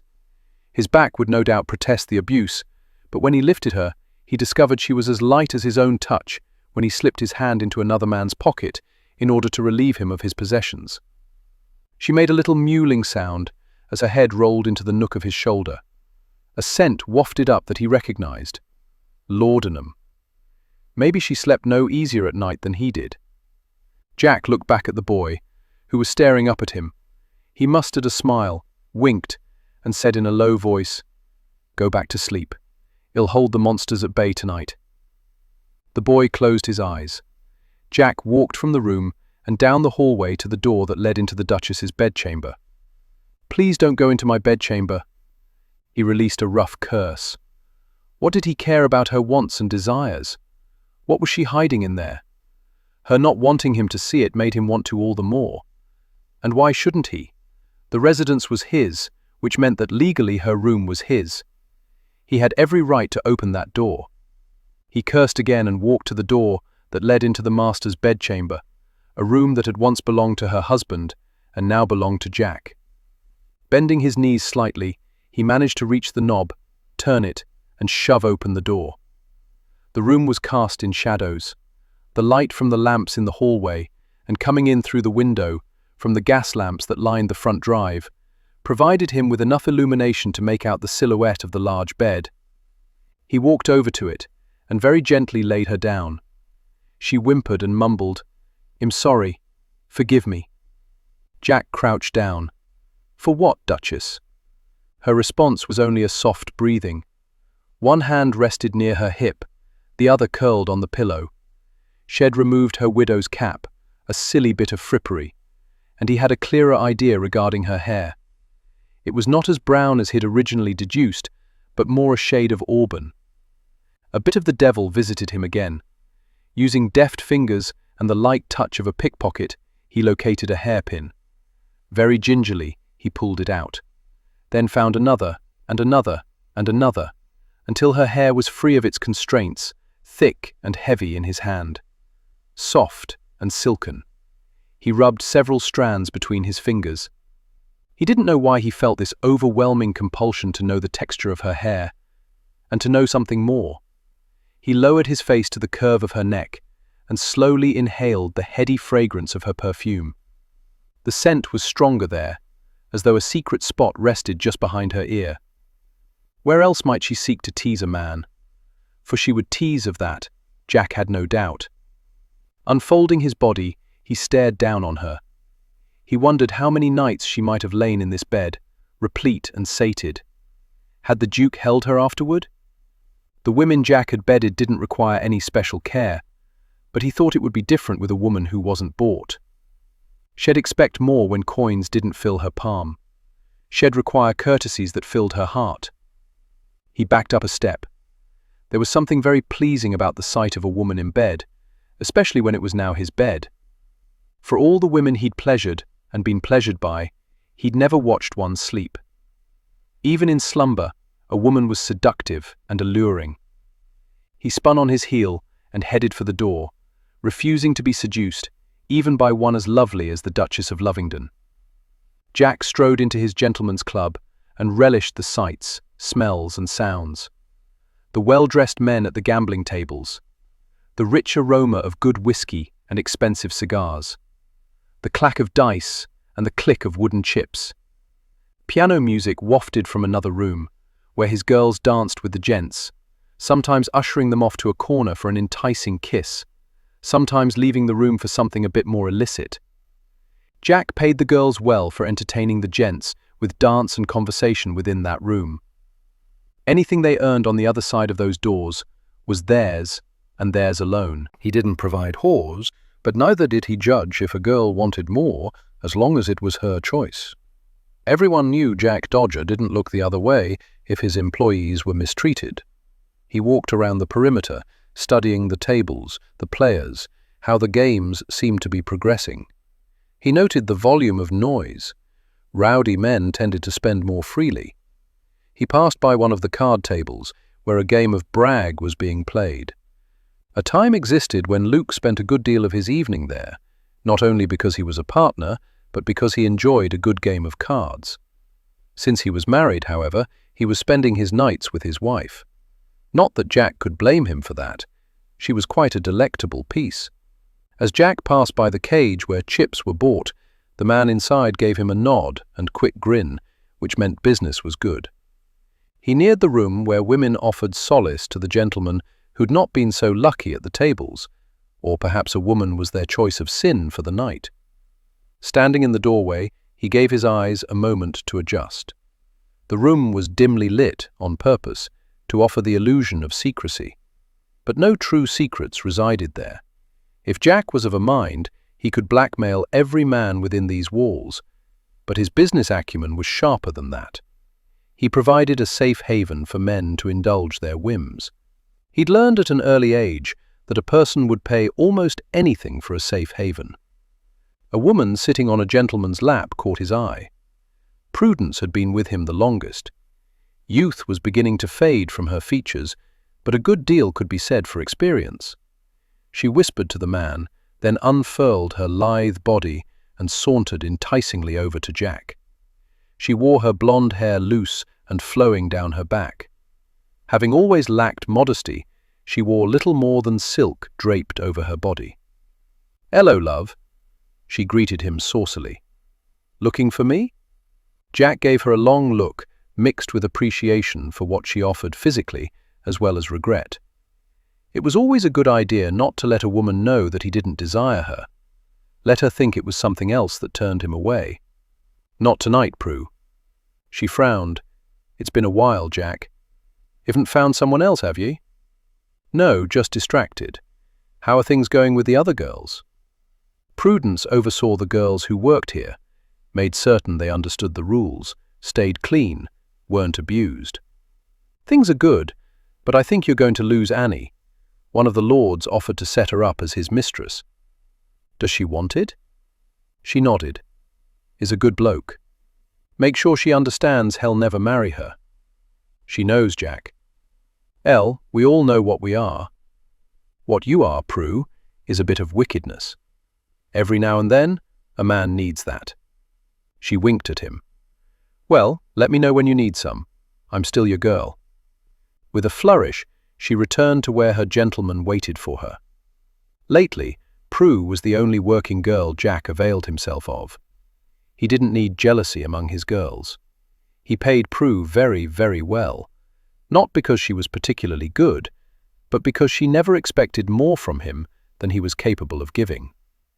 He turned away from the room where men enjoyed the company of women. Strolling back through the gaming room, he acknowledged a few of the gents. It was long after midnight, but still the room was crowded and spirits were high. Sin possessed no timepiece, which suited Jack well as he required little sleep. He shoved open the door that led to the back rooms where his business was managed. He stopped by an open doorway, leaned against the door jamb, and watched as Franny Darling made precise notations in his ledgers. She'd been one of Fegan's children as well, the only one whose skillful hands had matched Jack's. No one had ever brought in as much booty as the two of them had. Her red hair was pulled back into a bun, but it didn't seem to draw the skin tautly across her cheeks the way the Duchess has had. Like the Duchess, she also wore black, not because she was in mourning, but because she didn't wish to draw attention to herself. Jack had once bought her a dress of emerald green. He preferred bold colours and had thought she'd look beautiful in it. She'd blushed and thanked him profusely, but as far as he knew, she'd never worn it. She didn't like for gents to notice her, but notice her they did. Jack didn't think a single one of Fegan's lads hadn't fallen in love with her at one time or another. Even he wasn't immune to her charms. Looking up, Franny gave him the impish, shy smile that had won many a lad's heart. There you are. You were gone a rather long time. The meeting turned out to be far more complicated than I expected. Did you want to talk about it? Not particularly, but you need to be aware of some changes that are likely to occur. I'm not certain I like the sound of that. Stepping inside, he glanced around. Unlike the residence he'd just left, this room was sparsely furnished with a desk and 3 chairs. The walls were plain. One set of small shelves held the ledgers that provided a history of his business. Against another wall was a couch. He wasn't certain what she used it for. She certainly didn't sleep there. Her bed was in an apartment accessed through an alley and stairs at the back of the building. He had his own apartment there as well, as did most of his employees. Cost him a bloody fortune, but a happy worker didn't take from the till. "Why don't you sit down?" Franny said. Shaking his head, Jack took a step nearer and folded his hands around the top of the leather chair in front of her desk. "I spent too much of the night sitting." He jerked his head toward the open books spread across her desk. Franny was a genius when it came to ciphering, perhaps because Fegan would sit her on his lap and let her count the handkerchiefs and coins that the others collected through the day. He might not have realized it, but he'd given her a skill that served them all very well. "Did we have a profitable night?" "We always have a profitable night." "You're going to die a wealthy man, Jack." Her voice contained a sadness that he didn't miss. He knew she objected to the importance he placed on money. He grinned. "Wealthier than I'd anticipated. The Duke of Lovingdon left me a fortune." Her green eyes widened. "Why?" "Bloody hell if I know." His fingers dug into the leather of the chair. "Did you ever speak to him?" "Why would I?" "He visited here on occasion. You know I avoid the gaming area as much as possible." Fine liquor made their customers friendlier than they might have been otherwise, and caused them to misjudge their own appeal. The gaming area was not the place for a lady who wished to avoid the advances of men. He was also an acquaintance of Luke's grandfather. I vaguely remember meeting him at the Claiborne residence, showing him the locket. "What locket?" The locket contained a miniature of his mother. The night Shed sold him. Shed given it to him with the admonishment, "Never forget that I loved you, Jack." Loved. He'd never known what he'd done to lose her love. In time, he'd stopped trying to figure it out. He'd put all his mental abilities towards surviving. The day he'd met Lovingdon, he'd been in Claiborne's garden, studying his mother's features as drawn on the miniature, trying to determine if she would be disappointed in him if he didn't take advantage of all that the Earl was offering him. He'd hated being in that fancy house. It had reminded him of another. Jack shook his head. "It's not important. I thought perhaps you'd spoken with him at Claiborne's." "Not that I recall. I don't suppose it matters. What's important is for you to know I agreed to serve as guardian of his heir, so I may not be around as much as usual." "Why you?" "That seems to be the question everyone's asking, and again, I haven't a bloody clue. I think you'll make a remarkable guardian." Jack laughed. In spite of being raised on the streets, Franny possessed a bit of innocence when it came to Figen's lads. She always believed some goodness resided in them, even when it was buried so deeply they couldn't find it themselves. "Are you going to tell Luke about your change in fortune?" Franny asked. "I already did. I saw him earlier." He squinted. "I don't think he's quite forgiven me for my part in his parents' death." It had been only 2 months since Luke had learned the truth of that fateful day, 25 years ago. A day that had changed all their lives. "It's not your fault. You were only a child. You didn't know what the man had planned when he paid you to lure the family into the alley." That's what Jack had claimed, and it wasn't entirely a lie. He hadn't known specifics, but he knew evil when it stared at him. He'd ignored his suspicions because he'd wanted the sixpence. He lived with the regret every day. He hoped the same wouldn't be true of the bargain he'd struck tonight. He slapped the top of the chair. "It'd best get to my business, make sure all matters have been taken care of, so I'm free in the morning to oversee arrangements regarding my new possessions." "I suppose congratulations are in order," Franny said softly. Jack couldn't shake off an ominous sense of foreboding. "Condolences, most like." He winked at her. "Night, Franny." He strode down the hallway, stopped in his office to gather up his tobacco and pipe, and continued on to the door that led outside. He stepped into the night. The fog had grown thicker, hampering visibility. He wondered if he'd find fog in the country. He might have to eventually look over his ward's estates. Might prove interesting. London was all he knew, but he knew it very well. Leaning against the wall, he stuffed his clay pipe, struck a match, lit the tobacco, and began puffing until the tantalizing aroma was swirling through him. It was a much richer blend than he'd had as a lad. Still, it took him back to a time when life had been simple, reduced to collecting a certain number of handkerchiefs per day. Jack hadn't been content with the silk. He'd preferred watches, jewellery, and other sparkly items that brought a fair price from fences. He didn't always take his stash to Figen. He developed his own contacts. If Luke's grandfather hadn't taken him in, he had little doubt he'd have become a kidsman with his own den of thieves that would have eventually rivaled Figen's for notoriety. That had been his goal, anyway, to become the most famous, to be the one about whom ballads were sung and stories were written. He'd planned to teach boys in the artful ways of thievery, and now he was supposed to train a lad to be honest and upstanding, to sit in the House of Lords and help to govern a nation. Chapter 5. Henry Sidney Stanford, the 7th Duke of Lovingdon, knew his porridge was growing cold, and he detested cold porridge because it became all slimy going down his throat. But he was afraid if he tried to eat, he might choke and die. Of late, he was very much concerned with dying. He didn't really understand it. He knew only that his father had died, so they'd put him in a nice box, like his nanny did the toys he no longer played with. And he hadn't seen his father since. But his nanny had warned him that if he ate too quickly, he could choke and die. He wasn't going to eat quickly, but he was very nervous, and it felt like he had swallowed the ball his father would sometimes toss to him. It was because of the man who had been in the coach, the man who had come for his mother last night. He was in the nursery now, walking around looking at things. Every once in a while, he would peer over at Henry, and when he did, the ball lodged in Henry's throat would grow larger. "How long have you been his nanny?" the man asked. "Since shortly after he was born, my lord. I mean, sir," Henry's nanny answered, with a quick curtsy.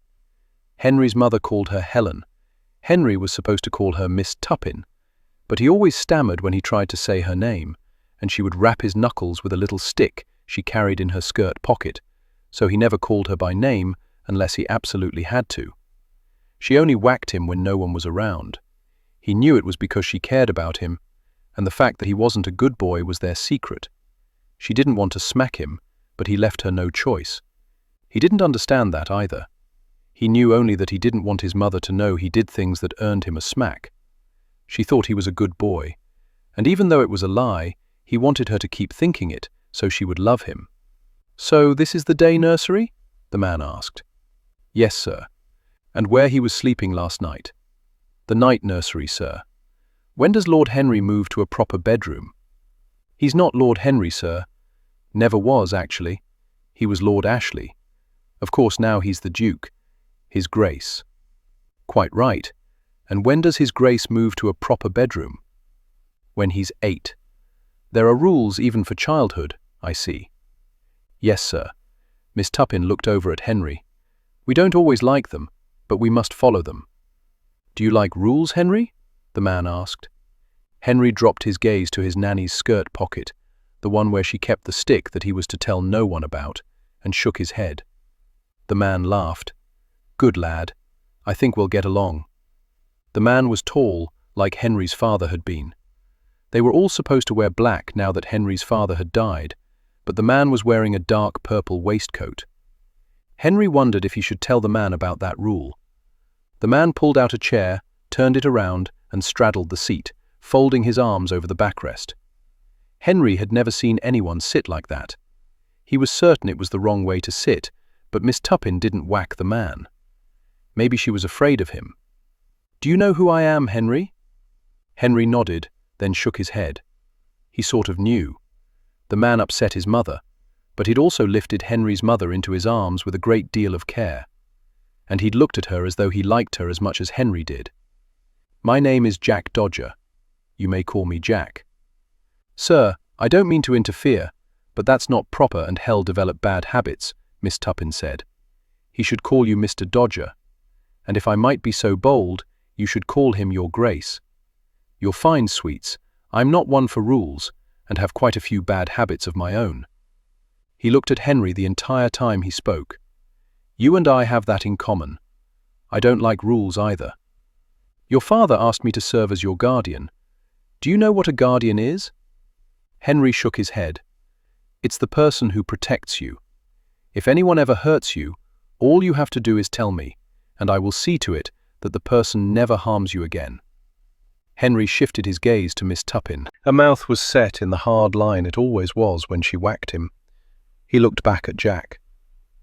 "I'm sorry your father died," Jack said. "Is your father dead?" "Probably. The truth is, Henry, I never knew my father. So, you see, we have something else in common. Neither of us has a father." "Will he come back?" Jack arched a brow. "Who, your father?" Henry nodded. Jack suddenly looked sad. "No, lad, he won't. But he's asked me to take care of you. So if there's anything you need—" He started to rise. "A puppy," Henry blurted. The man stopped. "You need a puppy?" Henry nodded quickly. Jack winked at him. "Well, see about that." He walked out of the room. Henry looked at Miss Tuppin. Her gaze was on the door, and she was chewing her bottom lip like she was thinking about something very hard. "Eat your porridge, Henry." Even though the porridge was slimy, he did as he was told, because her hand had slipped into her pocket. Olivia stretched beneath the covers. She still had a headache, her throat had become raw, and her eyes felt gritty. The laudanum had helped her sleep, but it had failed to relieve her of the symptoms of mourning. She wondered how long they would linger. Then the lethargy wore off, and she remembered the horror of discovering the terms of her husband's will. She sat up abruptly and held her aching head. Her hair tumbled around her. When had she loosened it? Had she gone to bed without braiding it? Then her gaze fell on her hairpins, lined up neatly on the bedside table. Only, it wasn't her bedside table. God help her. It wasn't her bed. With mounting horror, she glanced around the room. Her husband's bedchamber. Before last night, she'd only ever come in here once, a silly attempt to seduce her husband when he'd failed to come to her bed for more than a year after Henry had been born. She'd thought perhaps he wasn't aware she was fully recovered from birthing, and could return to her wifely duties. Instead, she'd discovered he'd not wanted her any longer. He had his heir. He'd looked at her with pity. She feared she'd looked at him with desperation. She wasn't even certain why she'd gathered her courage to go to him. It wasn't as though he'd been affectionate in bed. Perhaps because a brief touch was better than no touch at all. He'd not been a passionate man. He'd been nothing like Jack Dodger. That thought caused her heart to thunder. The manner in which he'd looked at her, as though he knew all her secret desires and was capable of satisfying them. The heat in his eyes made her shiver, not from cold, but from the longing to have a man gaze at her as though she were desirable. She'd always been the good daughter, the good wife, the good mother, the good woman. Duty above all else. But suddenly, too much was being asked of her. What was Lovingdon's purpose in bringing Jack Dodger into her life? And how had she come to be in this bed? Dear God, perhaps it wasn't her husband who had gone mad, but her. She didn't remember coming here. She was still fully clothed, save for her shoes. She remembered taking a small amount of laudanum to help relieve her headache, then reading to Henry. Afterward, she was supposed to meet with Mr. Dodger to convince him that letting them travel to the country was in the best interest of all. She'd simply wanted to take a moment to gather her strength before facing him. She'd closed her eyes. And now she was here. Had Jack Dodger sought her out? Had he brought her to his bed? Had he had his way with her? She didn't feel as though she'd been touched. She felt no tenderness between her legs. Surely, after nearly 6 years of not lying with a man, she would be aware if one had bedded her. There would be some indication. As there was none, she could only deduce that, if Mr. Dodger had brought her to this bed, nothing untoward had occurred. He'd kept his word. Imagine that. She didn't know whether to be relieved or disappointed. What sort of wantonness was taking possession of her? Drawing up her legs, she rested her forehead against her knees. She didn't want to face the day. She wanted to run away. To the country. To a field of green grass and yellow flowers. She wanted to take off her shoes and dance barefoot. She wanted to laugh. She couldn't remember the last time she'd laughed. She was all of 25, but of late she felt as though she was nearer to 100. She wanted to crawl back under the covers, go to sleep, and wake up to discover that the reading of the will had been a dream. But duty called. And Henry. Dear Lord, what if Mr. Dodger had decided to take his responsibilities seriously and seek out Henry? She had to check on her child. She scrambled out of bed and scurried to the door. Opening it, she peered out. No sign of the dreadful Mr. Dodger. She slipped into the hallway and hurried to the nursery. To her immense relief, Henry was sitting at the short table eating his morning porridge. "Is everything all right, darling?" she asked. He nodded. "The man said I could have a puppy." "The man? What man? A puppy?" "Mr. Dodger, Your Grace," Helen said. "He spent a few moments with the young Duke this morning." Olivia's heart fairly stopped. "Did you leave them alone?" "No, Your Grace. As a matter of fact, Mr. Dodger insisted I stay in attendance, so I could report firsthand anything you wished to know about his visit." "Oh, well." Her heart returned to its rhythmic beating. "That was rather considerate and unexpected of him. He's very different from what I expected." "What do you mean?" "Well, I don't think there's anyone who hasn't heard of Jack Dodger. He's rather notorious in some parts of London. But he seemed right nice this morning." "Did he use profanity?" "No, he just asked if the young dupe needed anything." She smiled. "And of course," he said, "a puppy, because he's been on about that for months now." Mr. Dodger said he would see about it. Cursing the man's ambiguity, she walked into the room and knelt beside her son. "Darling, that doesn't mean he's going to get you a puppy." But he said. His words meant that he might, but he probably won't, because there's such a lot of bother. I'd take good care of it." "I know you would," she sighed. "I'll talk to him about it." Henry gave her a sweet smile. She hugged him tightly. He was so precious. How he would change under Mr. Dodger's tutelage. Now I need to get ready for the day. She went to her room and tugged on the bell pull to summon Maggie. Her maid had already put away the things Shed packed for their hasty departure last night. Olivia spotted the leather ledger on her secretary. She had tucked it into her satchel because she had wanted to study it when they reached the country estate. She walked to her desk and turned back the leather cover. Everything was so meticulously written out, with detailed descriptions. Her breath caught. She reread the words written on the first page. She released a furious screech just as Maggie walked into the room. "Your Grace, where's Mr. Dodger?" she asked succinctly. "He's in the breakfast dining room. Help me to get ready quickly. I have a few choice words for him. The coach is my son's." Jack looked up from the page he'd been reading in his ledger, while enjoying a leisurely breakfast. The Duchess had arrived, and she was furious. And in her fury, she was breathtakingly beautiful. How had he failed to miss that last night? Or was it simply that a good night's rest had brought colour to her cheeks and washed away her weariness? Mentally shaking himself free of her spell, he came to his feet. "Good morning, Olivia. Did you sleep well?" "Don't take that tone with me." "What? Cordiality? I'd have thought you'd appreciate it." "Innocence.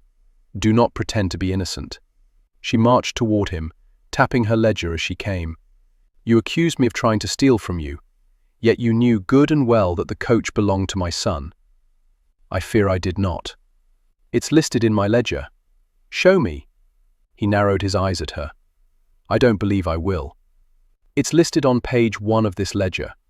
If you don't show me yours, I shall assume you purposely lied, and I shall so inform Mr. Beckwith, who will no doubt reconsider whether or not to honour the first will." Jack would take her to court before he'd have the first will set aside now. "Show me yours, and I'll show you mine," he challenged in a low voice. She studied him for a moment, as though she should read something else into his words, and for the life of him, he wasn't certain if she should or not. He wasn't accustomed to flirting with women in order to lure them into his bed. He paid for the women he wanted. Nothing else was required of him, except parting with his coins. With the Duchess, he had the uncomfortable feeling something more was going on between them, and that it could lead him down a path he didn't wish to take. As though making up her mind, she slapped the ledger on the table, turned back the cover, and placed her finger on the page. There. Slowly, he lowered his gaze from her triumphant expression to the words written so neatly. "Black coach with ducal crest." "Ah, I see. What precisely do you see?" "A mistake, obviously. The Duke put the conveyance in both ledgers. Knowing my husband as I did, I think that entirely unlikely. Lovingdon was meticulous and precise when it came to all aspects of his life." "Including bedding his wife?" Even as she glared at him, a rosy blush spread over her cheeks. Was she embarrassed by the question posed, or the accuracy of his deduction? "You provoke me on purpose to distract me. Any decent man wouldn't ask such a question of a woman. As we've already determined, I find decent boring." He heard her foot tapping the floor, and had the feeling she'd like to slap him again. Truth be told, he wished she would. He deserved it. Whatever had possessed him to pose such an intimate question? What did it matter how Lovingdon had treated his wife in bed? If Jack didn't know better, he'd think he was feeling a spark of envy. Her foot ceased its tapping. "I have shown you mine, now show me yours." "My ledger?" he asked. "Of course, you dolt. What else would we be discussing?" "I don't know, Olivia, but I can think of more interesting things to show each other than our ledgers." "You duped me last night, sir. I would know the reason for it." With a sigh, he turned back the pages in his book and pointed. "There. Honest mistake." She glanced down. "Black brougham? How do you confuse a brougham with a coach? The brougham is smaller, seats only 2. I didn't realize. I thought they were the same thing." "I don't believe you're that misinformed, but be that as it may, now that I know the coach is Henry's, I can use it at any time without fear of being arrested for thievery." "Actually, you can't. As Henry's guardian, I am also guardian of all his possessions." "But Mr. Beckwith gave me the ledger," she pointed out. "So you'll know what your son can expect to receive when he turns 21, not because care of those items has been entrusted to you." He didn't relish the defeat that caused her to sag. In truth, he knew she'd be a far better guardian over her son than he would. She'd fight to the death to protect him, while Jack would only fight until he was bloodied. His finances, however, were another matter entirely. Jack doubted she was well equipped to handle those. "You can't win. I hold all the power." It seemed his words renewed her determination to best him. She squared her shoulders and lifted her chin. "You are the most irritating man I've ever had the misfortune to meet." "Then obviously you've not met many, Olivia. I did not give you leave to address me with such familiarity." "Did you not? You instructed me not to address you by your title, which leaves only your name. Mr. Dodger. If I'd had a father, he'd be Mr. Dodger. As I didn't, there is no Mr. Dodger. You may call me Jack." Olivia couldn't. She absolutely couldn't pretend such familiarity with this man, and she didn't believe for one second that he had truly believed a coach bearing the ducal crest was his property. He was extremely skilled at unsettling her. Snatching up her ledger, she spun on her heel and walked to the other end of the table, where she set down the book that was certain to drive her insane before Henry reached his majority. The notion of thumbing her nose at etiquette and marrying post-haste was becoming more appealing by the moment.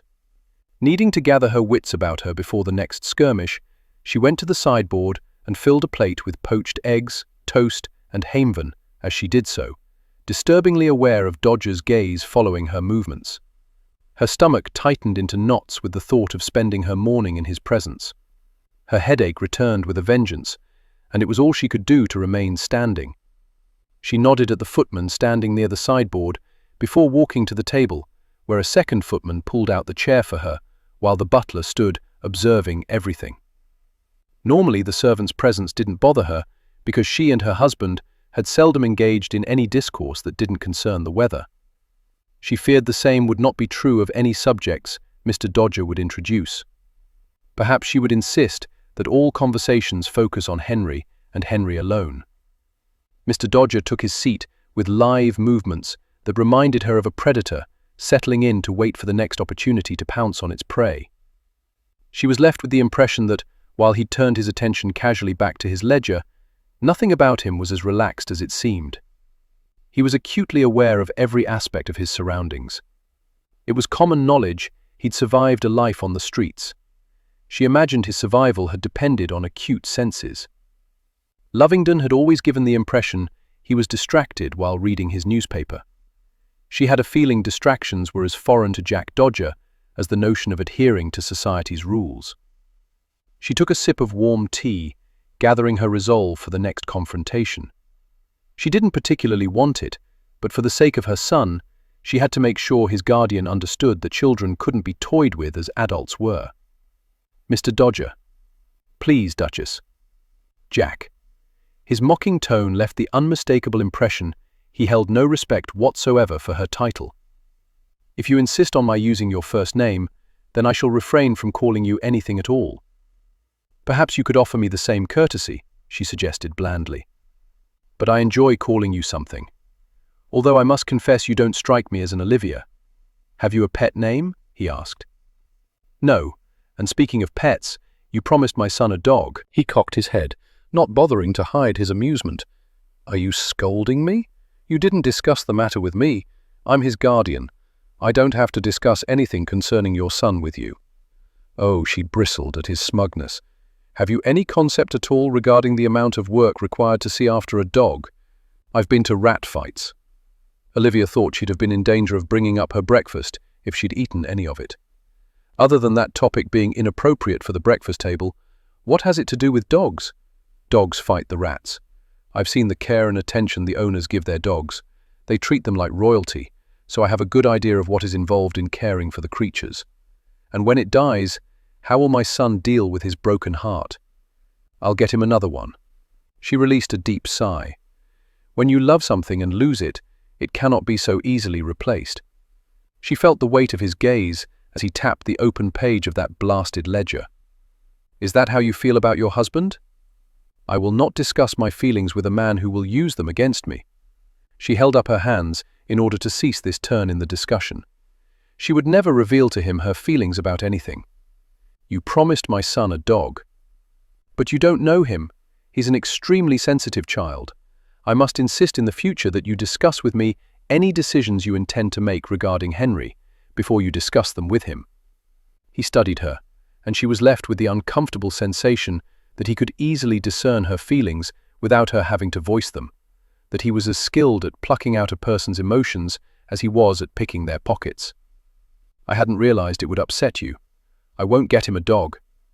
He returned his attention to the ledger, as though the matter was settled simply because he had deemed it so. Olivia didn't know whether to feel relief that there would be no dog, or anger because he could so easily dismiss a promise he'd made to her son. When she'd brought up the matter, she wasn't certain what she'd wanted the outcome to be. His acknowledging he didn't know the first thing about taking care of her son, she supposed.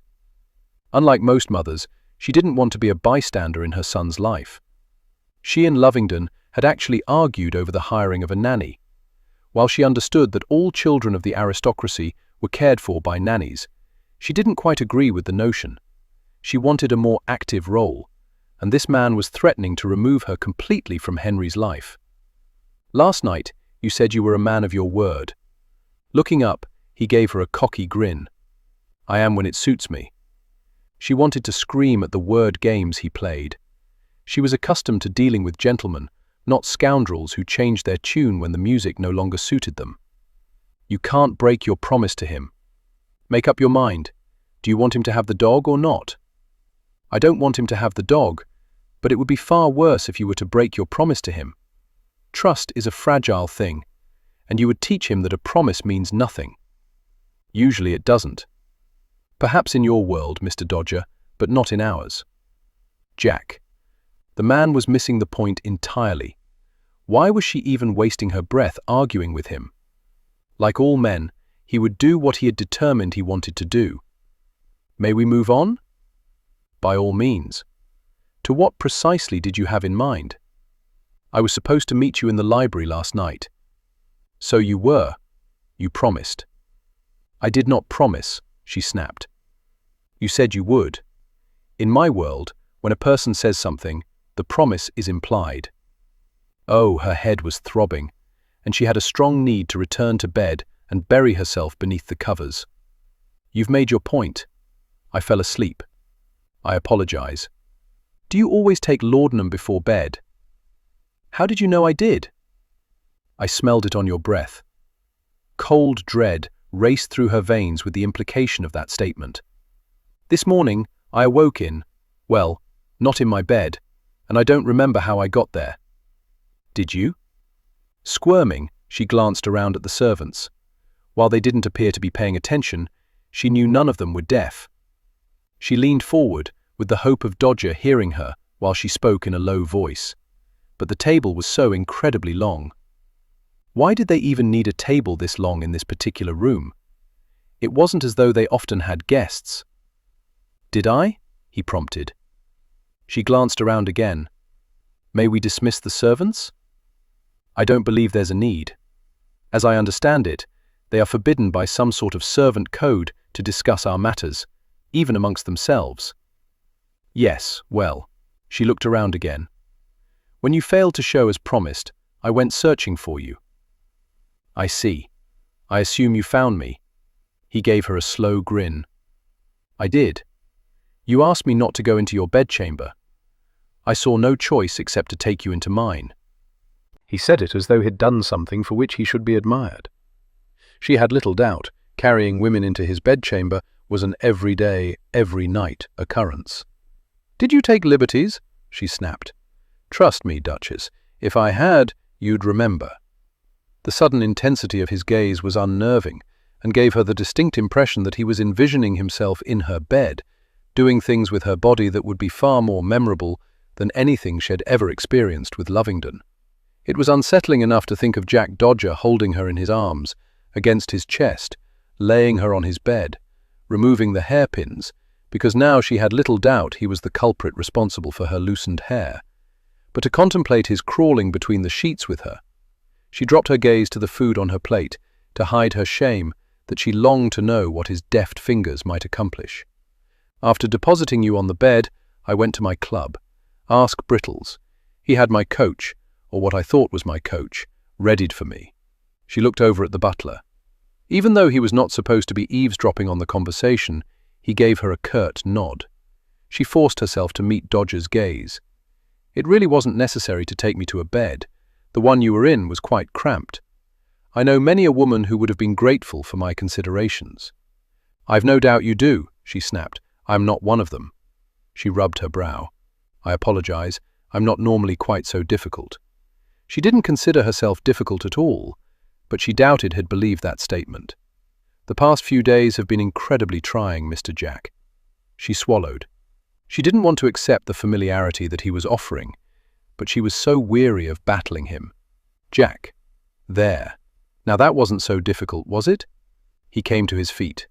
"As the past few days have been so trying, I suggest you enjoy a leisurely breakfast, and when you're done, come to the library and discuss this unusual situation that your deceased husband has placed us in." She watched in astonishment as he picked up his black book and walked out of the room. She could hardly fathom that a part of her actually regretted his leaving, but it was only because she was now alone, with nothing but her own thoughts for company. And what strange thoughts they were. For a moment, when she'd walked in, it was almost as though she'd seen her late husband there, greeting her. It was a trick of the morning light, pouring in through the windows. She wasn't accustomed to so much light in this room. Lovingdon had always preferred to keep the world out.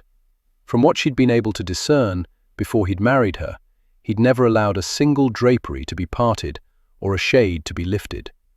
It had been a somber house, reflecting its owner's melancholy mood. He'd even asked her to restrict her desire for allowing in the sunshine to rooms he didn't frequent. She'd have thought Jack no. She couldn't think of him as Jack, would have preferred the shadows as well. Chapter 6. Jack stood at the window in his library, gazing out on his well-manicured garden. His garden viewed through his window from his library. He'd planned to study his ledger further, but he'd been unable to concentrate. He'd been unprepared for the way the sound of his name, rolling off the widow's tongue, had made him feel. He'd wanted to ask her to say it again. He'd wanted to move closer to her and talk in hushed tones so the servants couldn't hear. He wanted to know why she truly objected to a dog. He wanted to ask what she knew of broken hearts. Mesmerized by the play of sunlight dancing over the red in her brown hair, he'd remembered the way it had felt unfurling in his hand. He welcomed her disdain because it kept his own desires leashed. He pressed his shoulder against the sharp corner of the window casement, ignoring the cutting bite. She had bristled at his mocking use of Duchess, but her tone was no different. He heard the censure in her voice every time she called him Mr. Dodger. She knew what he was, as well as he did. The bastard son of a whore, his father unknown to him, probably a stranger to his mother. He heard the door open, but he stayed where he was. Her light footsteps grew louder as she neared, until he smelled her wispy fragrance. He didn't want to consider the joy that might be found in discovering the other secret spots where she applied it. She came to stand across from him, the damnable sunlight again catching her hair in ways that made him want to touch it, plough his fingers into it, and not be nearly as careful as he'd been the night before when removing the pins. "Do you really not know who your father is?" she asked quietly. That discussion was conversations ago, and he saw no reason to return to it, although it did occur to him that she might have been thinking about him as much as he'd been thinking about her since leaving the breakfast room. He suspected, however, that her thoughts focused on his faults, while he was reluctantly beginning to recognize her merits. "I think we would do best to stick with the business at hand. What do you know of the nanny?" Her golden eyes widened slightly in surprise. "Helen? She comes highly recommended. Both the Duke and I have been incredibly pleased with her service. Why do you ask? The boy seems far too quiet. Children are supposed to be quiet and well-mannered." He laughed softly at the memories of his own childhood. "Not the children I knew. You grew up in the streets, Mr. Dodger. My son grows up in a home. Yet he is fearful, while I was not. He is simply reserved, as his father was." Jack bit back the need to ask if he'd held on to that reserve when he'd taken her to his bed. Why was he so curious about the intimate details of their lives? She looked out the window. "Last night you said that you barely knew Lovingdon. How was it that you knew him at all? Did he go to your club?"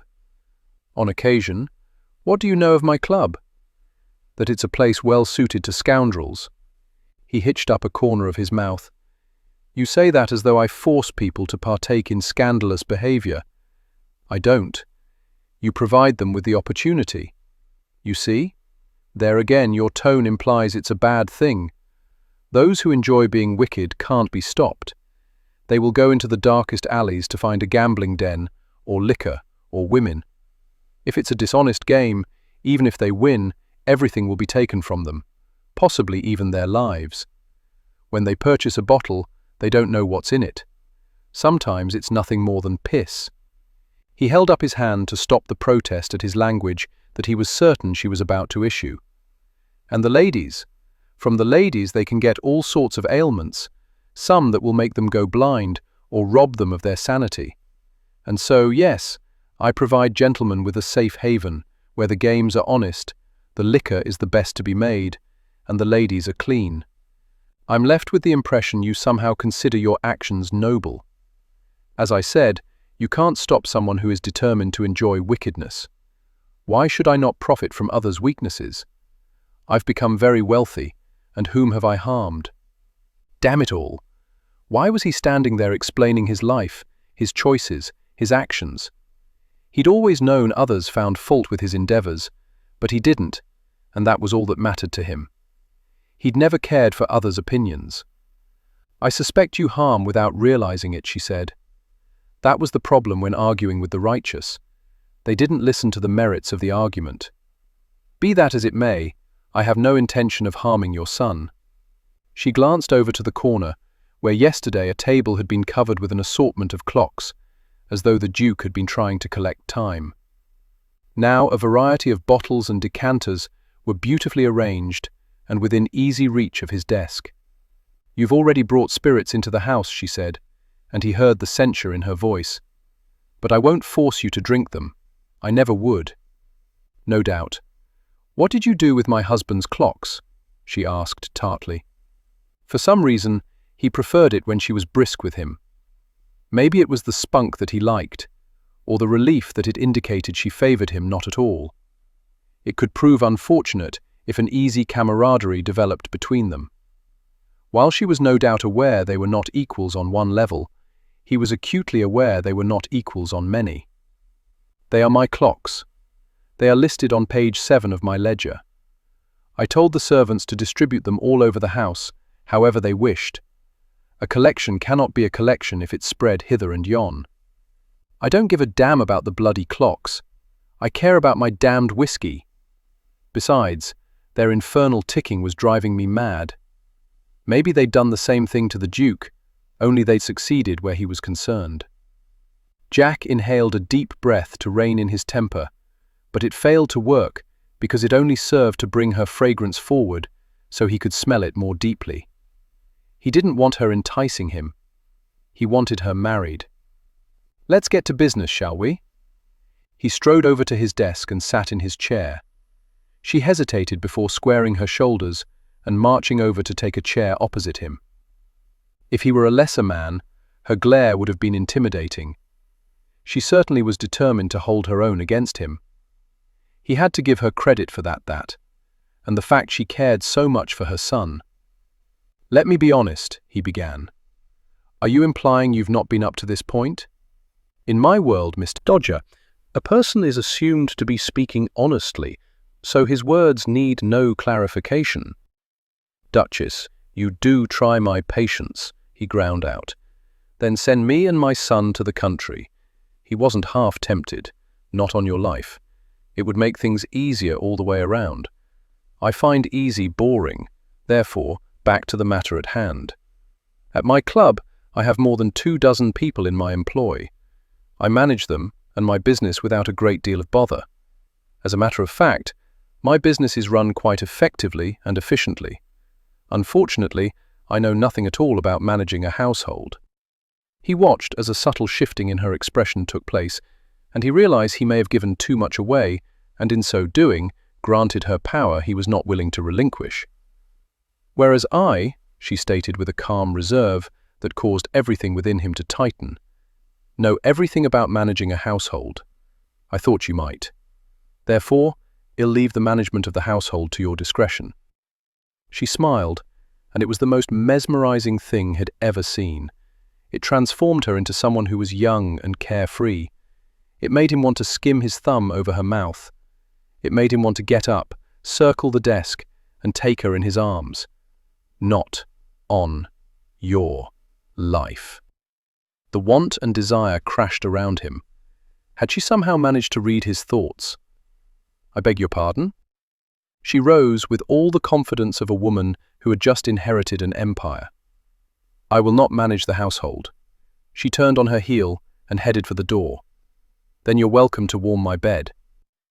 Even as Jack threw out the challenge, he wasn't certain what had possessed him to offer that alternative, although it certainly had appeal. If she brought half as much fire to his bed as she brought to her words, he thought they might have an incredible and unforgettable night. Very slowly, she turned around. "You can't be serious. I'm not a man with a charitable bent. Today, you have a roof over your head, clothes on your person, and food in your belly. The roof and the food are mine. The clothes are still questionable, as I've yet to locate them in my ledger. You're taking from me, Duchess, without giving anything in return. To let it continue is a poor business practice. If you wish to remain in residence, you must earn your keep." "Earn my keep? As though I'm a servant, or worse, your whore." She felt the fury shimmering through her. "You are a bastard." "According to the law, yes. How can you be so callous? I've just lost my husband, my home, and, for all legal purposes, my son. Have you no kindness in you at all? There is no profit to be made in kindness. Is that all you care about? Your gains?" Jack cursed harshly beneath his breath. Why was she making this so damn difficult? Shed angled her head accusingly, as though she could intimidate him into changing his stance. Her hair was a rich brown, with just enough red in it to make it interesting. He wondered what she'd look like dressed in red. Black made her appear too pale. But red, or purple, a deep purple like royalty. He shook his head. He never envisioned women in clothes, imagined them out of them, but not in them. What was wrong with him? The door clicked open to reveal the butler. Because the library was large, with several sitting areas arranged between the door and the desk, it took a few seconds for Brittles to cross the expanse, his footsteps eerily silent. It made Jack suspicious, the way the servants moved around so quietly. It wasn't natural unless a person intended to rob someone. Brittles stood at attention until Jack looked at him, then he bowed slightly. "I'm sorry to disturb you, sir, but an Inspector Swindler from Scotland Yard wishes to speak with you. Are you home?" "Of course, I'm home, man. I'm sitting right here." Before Brittles could respond, the Duchess cleared her throat and stepped into the fray. Saying you're not at home is a polite way to inform someone you don't wish to see him. Didn't think they lied in your polite world. "They're not rude in my world." Jack wanted to argue further, but he didn't want to keep Swindler waiting. He'd take the matter up with the Duchess later. He suspected they were going to spend a good deal of their time arguing about what each of them considered proper. He gave his attention back to the butler. "Of course I'll see him." As soon as the butler had left the room, the Duchess advanced. "What have you done?" "I chose not to lie and tell him I wasn't home. I thought you'd applaud my honesty." "No, I mean, why is an inspector from Scotland Yard here? Did you rob someone? Kill someone?" She took another step nearer. "What have you done that would require Scotland Yard to come to this household? If you're arrested—" Before she could finish delivering what Jack was certain was going to be a dire threat that involved her running off to tell Beckwith, the door was once again opened. This time, James Swindler strode into the room. It had always irritated Jack that Swindler had the uncanny knack to give the impression he belonged, regardless of the surroundings. He'd probably looked comfortable strolling through Buckingham Palace. He wore a beige wool jacket, cream-coloured waistcoat, and a dark green cravat that brought out the green hue of his eyes, causing them to become his most striking feature. He often dressed plainly in order not to be noticed. Today wasn't one of those occasions. Olivia was studying Swindler, as though trying to decide if he was the lesser of the two evils presently occupying the library. Because he knew Swindler would demonstrate impeccable manners, Jack brought himself to his feet, suddenly not in the mood to be found lacking. "Duchess, allow me the honour of introducing James Swindler from Scotland Yard." "Inspector." "Swindler," Jack said, "allow me to introduce the Duchess of Lovingdon, recent widow, and royal pain in my backside." Swindler bowed, no doubt impressing the widow with his courtly graces. It was surprising that a man as tall and broad wasn't clumsy. He had an inch or two on Jack in height, as well as in the width of his shoulders. "Your Grace," he greeted her formally, irritating Jack in the process, for reasons he failed to understand. What did he care if the widow was charmed? Swindler turned his razor-sharp green gaze to Jack. "Your missive said it was urgent. You sent for him?" the Duchess asked. Jack took a great deal of satisfaction in her shocked expression. "Sorry, Duchess, you'll be disappointed to learn he's not going to cart me away. And now that the formalities are over with, Swindler, do you want whiskey or gin?"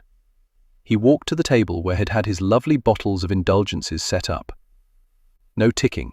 It's not even noon yet, Jack," Swindler said. "For a man who doesn't live his life by a timepiece, there is never an inappropriate time for indulging," Jack said, pouring whiskey into a glass for himself. "Unlike you, I do sleep," Swindler said. "It'll pass.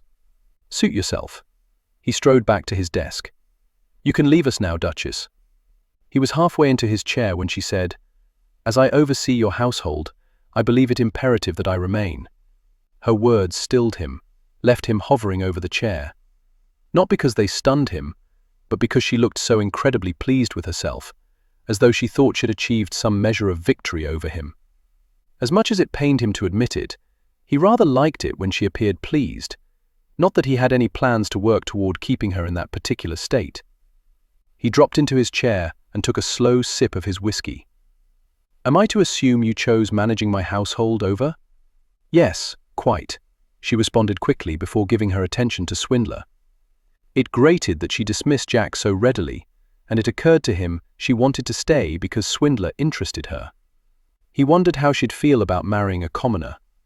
"Perhaps you'd care for some tea, Inspector," she said. "That'd be lovely, thank you." She glided elegantly to the far door, and Jack realized he'd not given nearly enough time to studying her backside. She had a narrow back. He wondered how much of the flare of her hips he could attribute to petticoats. Why didn't women wear clothing that gave a truer sense of their form? "Tea," Jack muttered irritably, knowing Olivia was too far away to hear. "When did you start drinking tea?" "It's a distraction when I have to question ladies who'd rather not be questioned." "I wouldn't think you'd want to be distracted." "Not me. Them. They get comfortable serving their tea and tell me things they might not otherwise." His tactic made a great deal of sense. Little wonder that even with Scotland Yard's less than sterling reputation, Swindler was known for getting the job done. Jack was certain the man could make a good deal more money if he went into business for himself investigating private matters. But unlike Jack, Swindler seemed to have little interest in wealth. "The tea will be here shortly," the Duchess said, as she returned to their area of the library and sat in a nearby chair. "I shall work not to be intrusive." She suddenly looked like a young girl, sitting on the edge of her seat, thinking she might learn that Jack was in some sort of trouble. He had little doubt she'd like to see him dragged away in irons. He'd lived through that experience once. He'd rather die than go through it again. He indicated a chair across from him, and Swindler sat. Jack leaned forward. "This residence belonged to the Duke of Lovingdon. He left it to me in his will. I want to know why." Swindler shifted his gaze to the Duchess, studied her for a long moment, and then looked back at Jack. "Does she not know?" She was more stunned than I. "I think the solicitor, a Mr. Beckwith, may know the reason, but he claims he's not at liberty to tell me." "I want you to go to his residence at midnight, kidnap him, take him someplace dark and dangerous, hang him up by his toes, and beat him until he decides he is at liberty to tell me."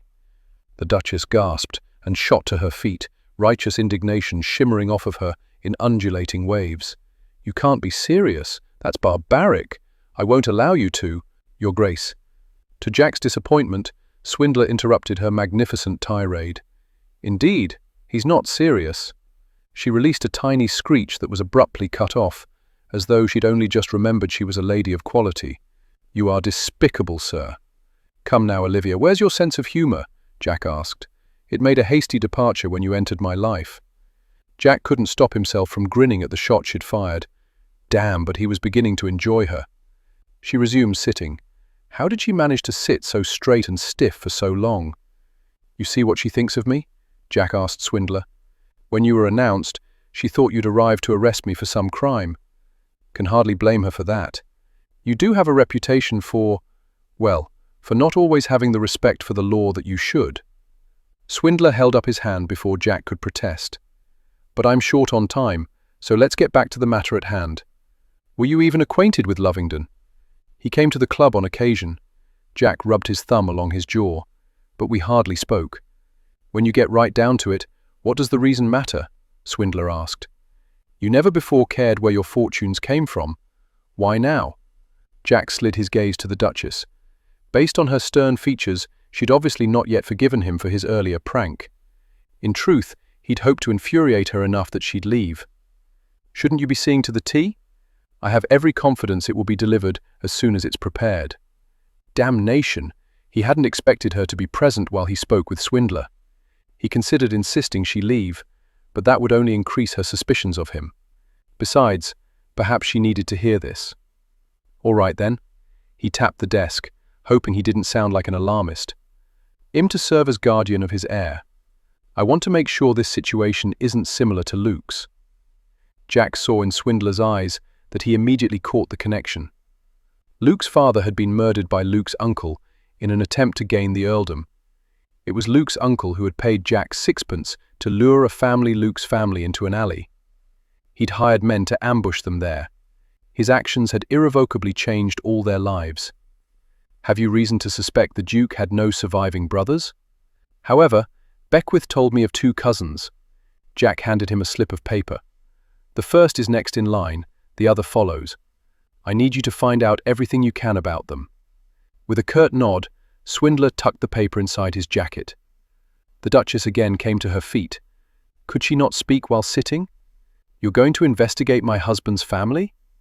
"Something is amiss here, Duchess," Jack told her honestly. "The Duke said I was to protect Henry." "Protect him from what? An overzealous mother? I hardly think that likely." She looked at him as though she thought he should take up residence at Bethlehem Royal Hospital for the mentally ill. "So you think my husband's cousins would murder my son to gain the title? Is that what you're suggesting?" "My dear sir, that is the stuff of novels, not reality." "Tell that to the Earl of Claiborne." It heard. Blinking, she sat back down as though her knees had given out on her. "I thought it was only gossip. You know how people are. You don't truly think Henry is in danger?" "I don't know what else to think, Olivia."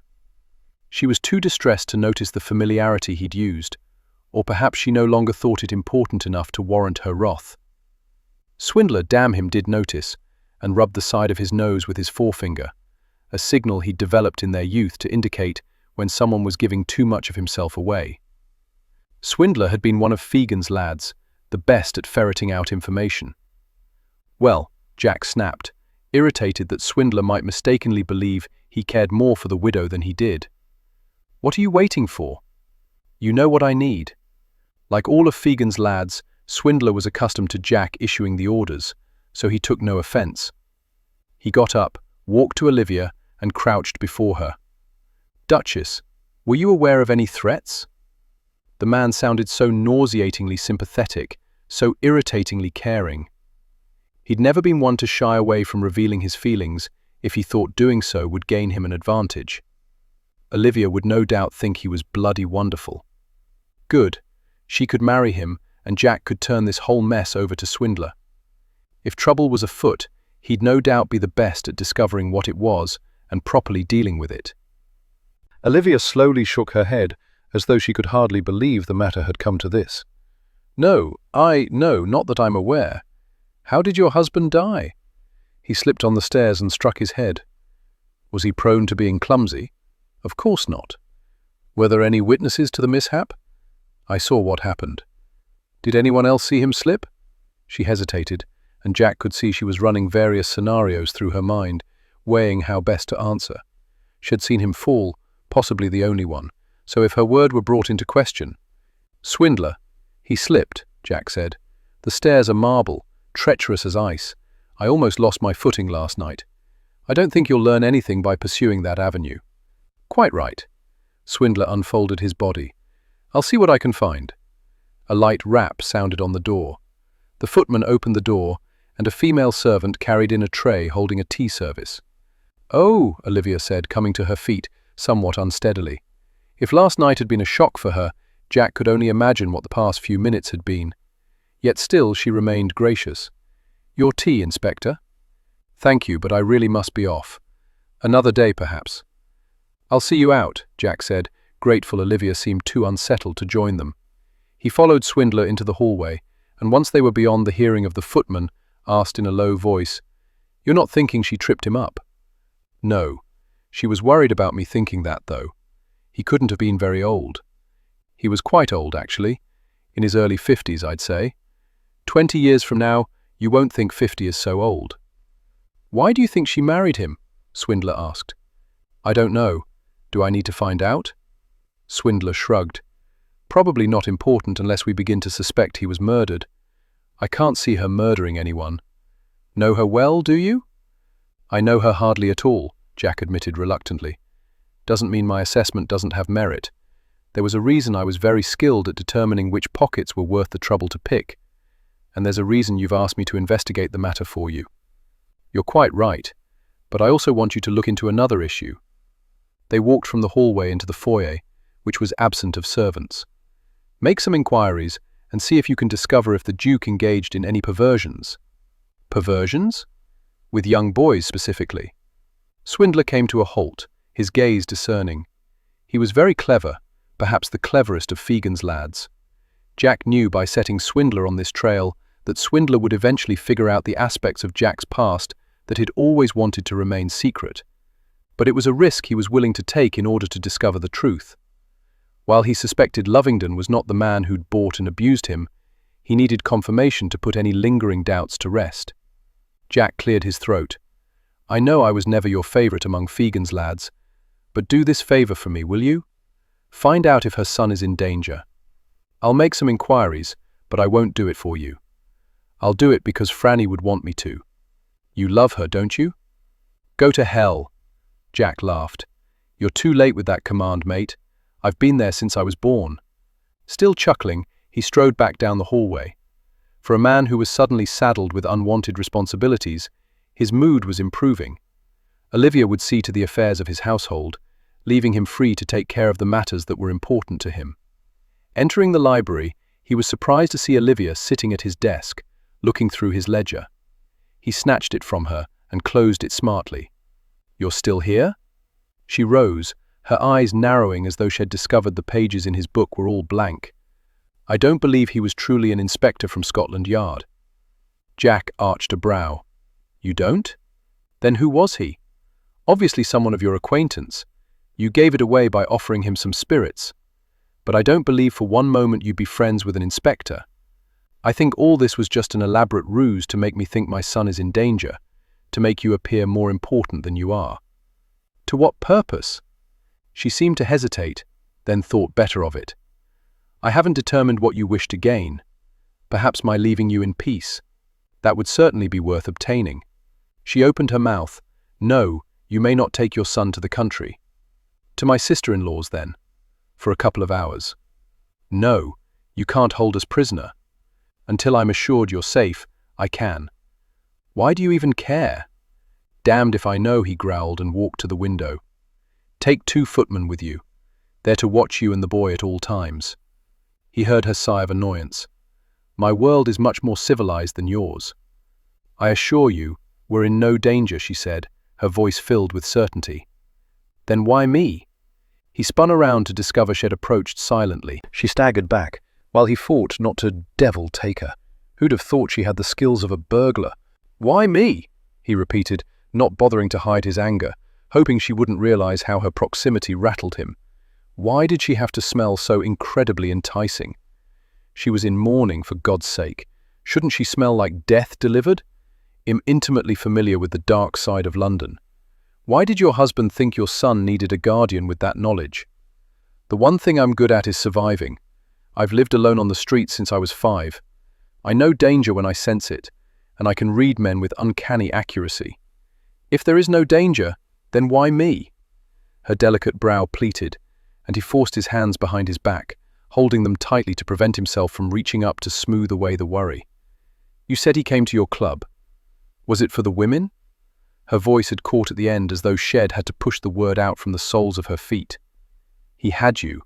Why would he seek comfort elsewhere?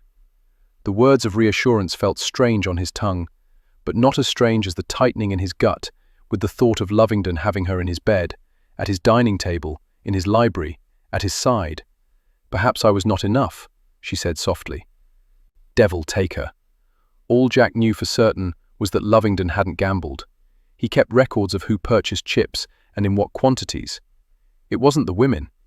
She gave him a sad smile. I'd have thought you'd be skilled at lying. Why should he care if she was unhappy?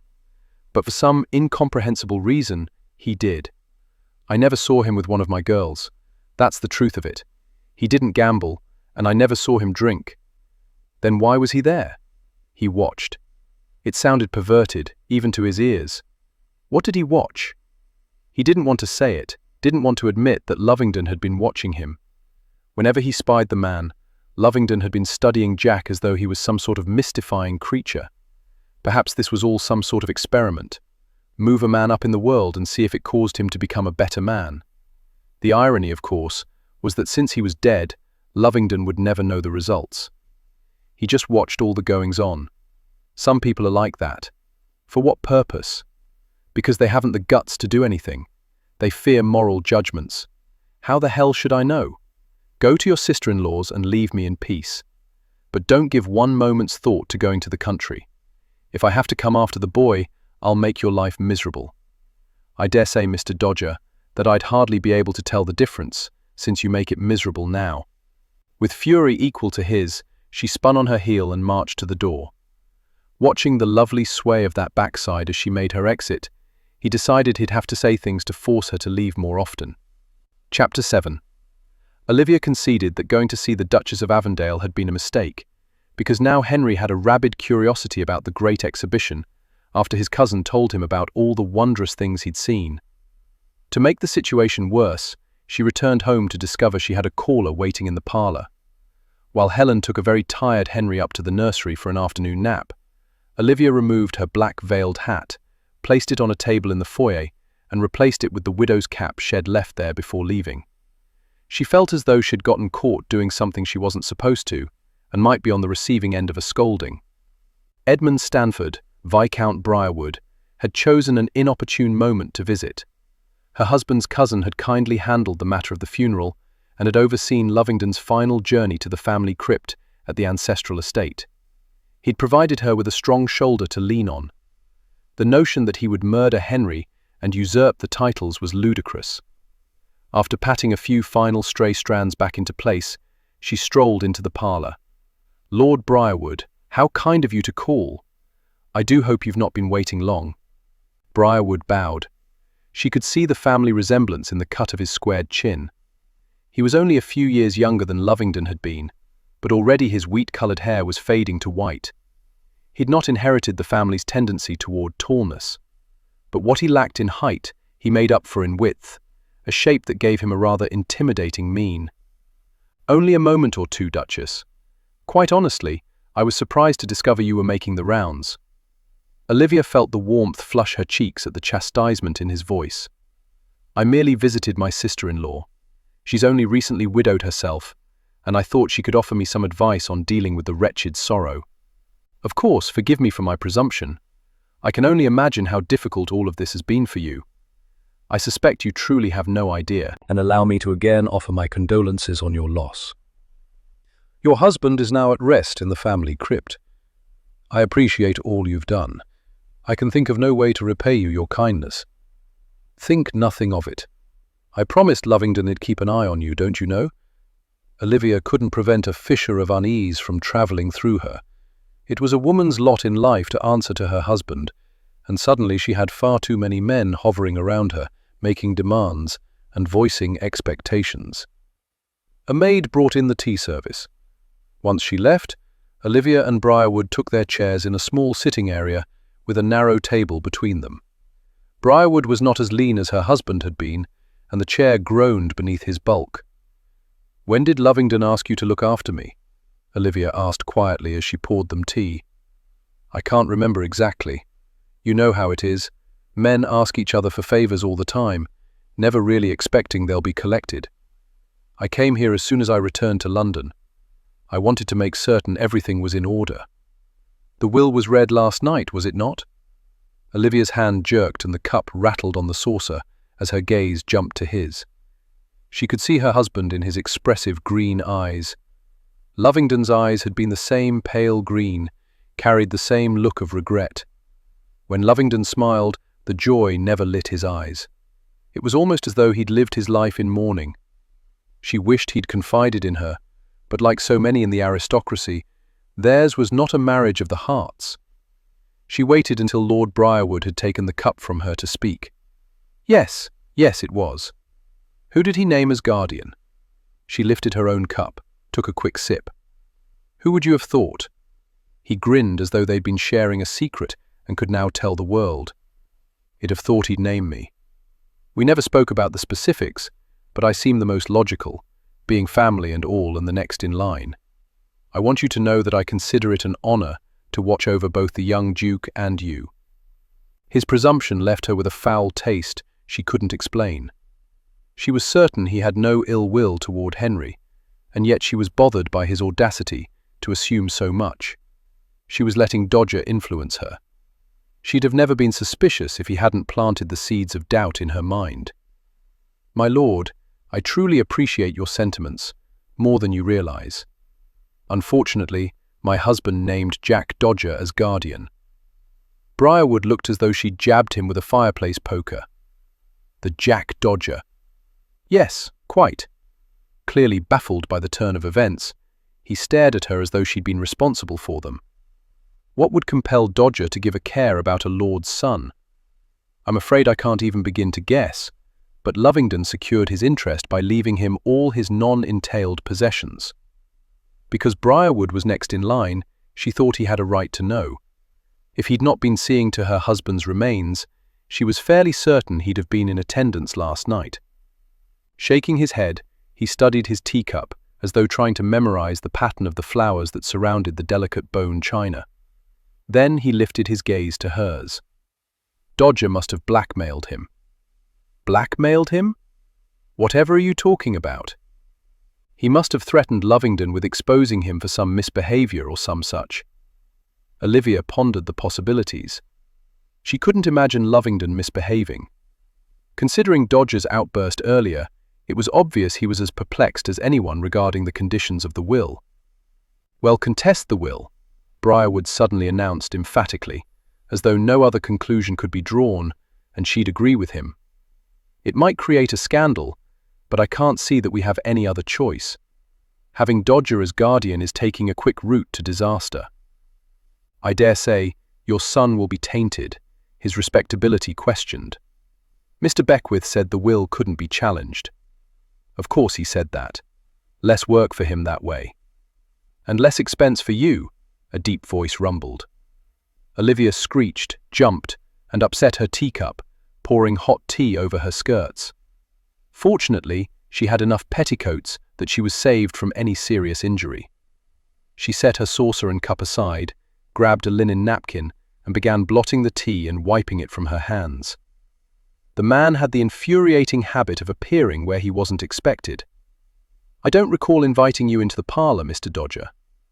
He held out his hands in the irritating manner that she was coming to recognize preceded irritating words. "I don't require an invitation as it's now my parlor. Afternoon, my lord." Briarwood had come to his feet, his eyes narrowed as though he trusted Dodger as little as Olivia did. "Dodger," he finally said. "You're acquainted?" Olivia asked, stopping her frantic patting. Dodger grinned with a touch of malice. "I told you, Duchess, I'm familiar with the aristocracy." He sat in a nearby chair, slouching back slightly, placing his ankle on his knee. She'd never seen a man sit in such an impolite manner. "Have a seat, Briarwood. We can discuss all the reasons why we don't want to do as you suggest." To her surprise, her husband's cousin did sit, but his back was straight, his posture excellent. Breeding was so important. She could only begin to fathom the difficulties Henry would face if he was taught behavior by Dodger. His peers would laugh at him, insult him, and afford him no respect. "Now, as I see it," Dodger drawled, "we have 3 reasons not to take this matter to the courts. The expense, because you will have to hire a solicitor. The terrible scandal that will be created, because something of this nature is certain to incite gossip. And the fact that the matter can be easily rectified if you but marry the Duchess." "Marry her?" Briarwood stammered, clearly shocked by the notion. "Yes, did she not mention that? I forfeit guardianship when she marries a man willing to take over the role. So, you see, you merely have to wed her." "I'm in mourning, Mr. Dodger," she repeated for what seemed like the 1,000th time, through clenched teeth. How was it that the man failed to grasp so simple a concept? The ceremony itself could be handled very discreetly with a special license. Just as Lord Claiborne arranged his marriage while his new bride was mourning the loss of her father. Then off to the country you go. In 2 years, you return to London with tales of your insatiable love, and all is forgiven. Ladies excuse all manner of indiscretion when love is at its core. "I'm not going off to the country. I thought that's what you wanted. I want to be rid of you. Marriage achieves that end. I have no desire to marry Lord Briarwood." She jerked her gaze to Briarwood. "My apologies, my lord. I'm certain you were not considering marriage, but I am only newly widowed, and if she ever married again, she hoped duty wouldn't be involved." On the other hand, Dodger was correct. Marriage would effectively get him out of her life. She cleared her throat. "I hope I didn't offend you if you would consider." "No, I'd not entertained the notion. That's not to say I wouldn't, only that I hadn't considered it up until this moment." He shifted his gaze to Dodger. "I believe you've effectively distracted us with this marriage nonsense. How did you manage to convince my cousin to name you guardian?" "I can take no credit for convincing him of anything. As to the reason he named me guardian, I haven't a clue. However, I have an inspector from Scotland Yard making inquiries. Do you know of any threats that might have been made?" Briarwood seemed more shocked by that news than by the notion of marrying her. "Threats? What sort of threats?" "Threats to kill the lad." "Why would anyone kill him?" "To acquire his titles.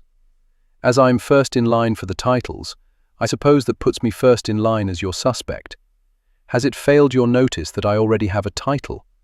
Viscount. Hardly the highest of ranks, and it is but 1, while young Henry has 3. Mine is a higher rank than you possess, and 1 is sufficient for me. I'd have thought you a man of more ambition." Briarwood leaped to his feet, none too agilely. "I resent the implication, sir, that I would greedily clamour for more and use illicit means to take that which does not rightfully belong to me. I shall be on my way." He bowed slightly toward Olivia. "Good day, Your Grace. If you have need of me, please do not hesitate to send word." She rose to her feet. "My lord, I apologize for Mr. Dodger." "Don't be daft, Olivia," Dodger rudely interrupted. "You can't apologize for something that's not your doing. Besides, my behavior requires no apology.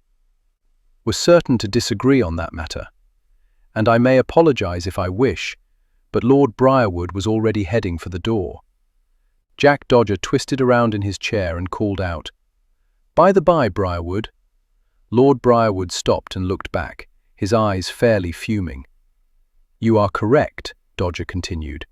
"If any misfortune befalls young Henry, you will be the first one Scotland Yard interrogates. Then I have no worries.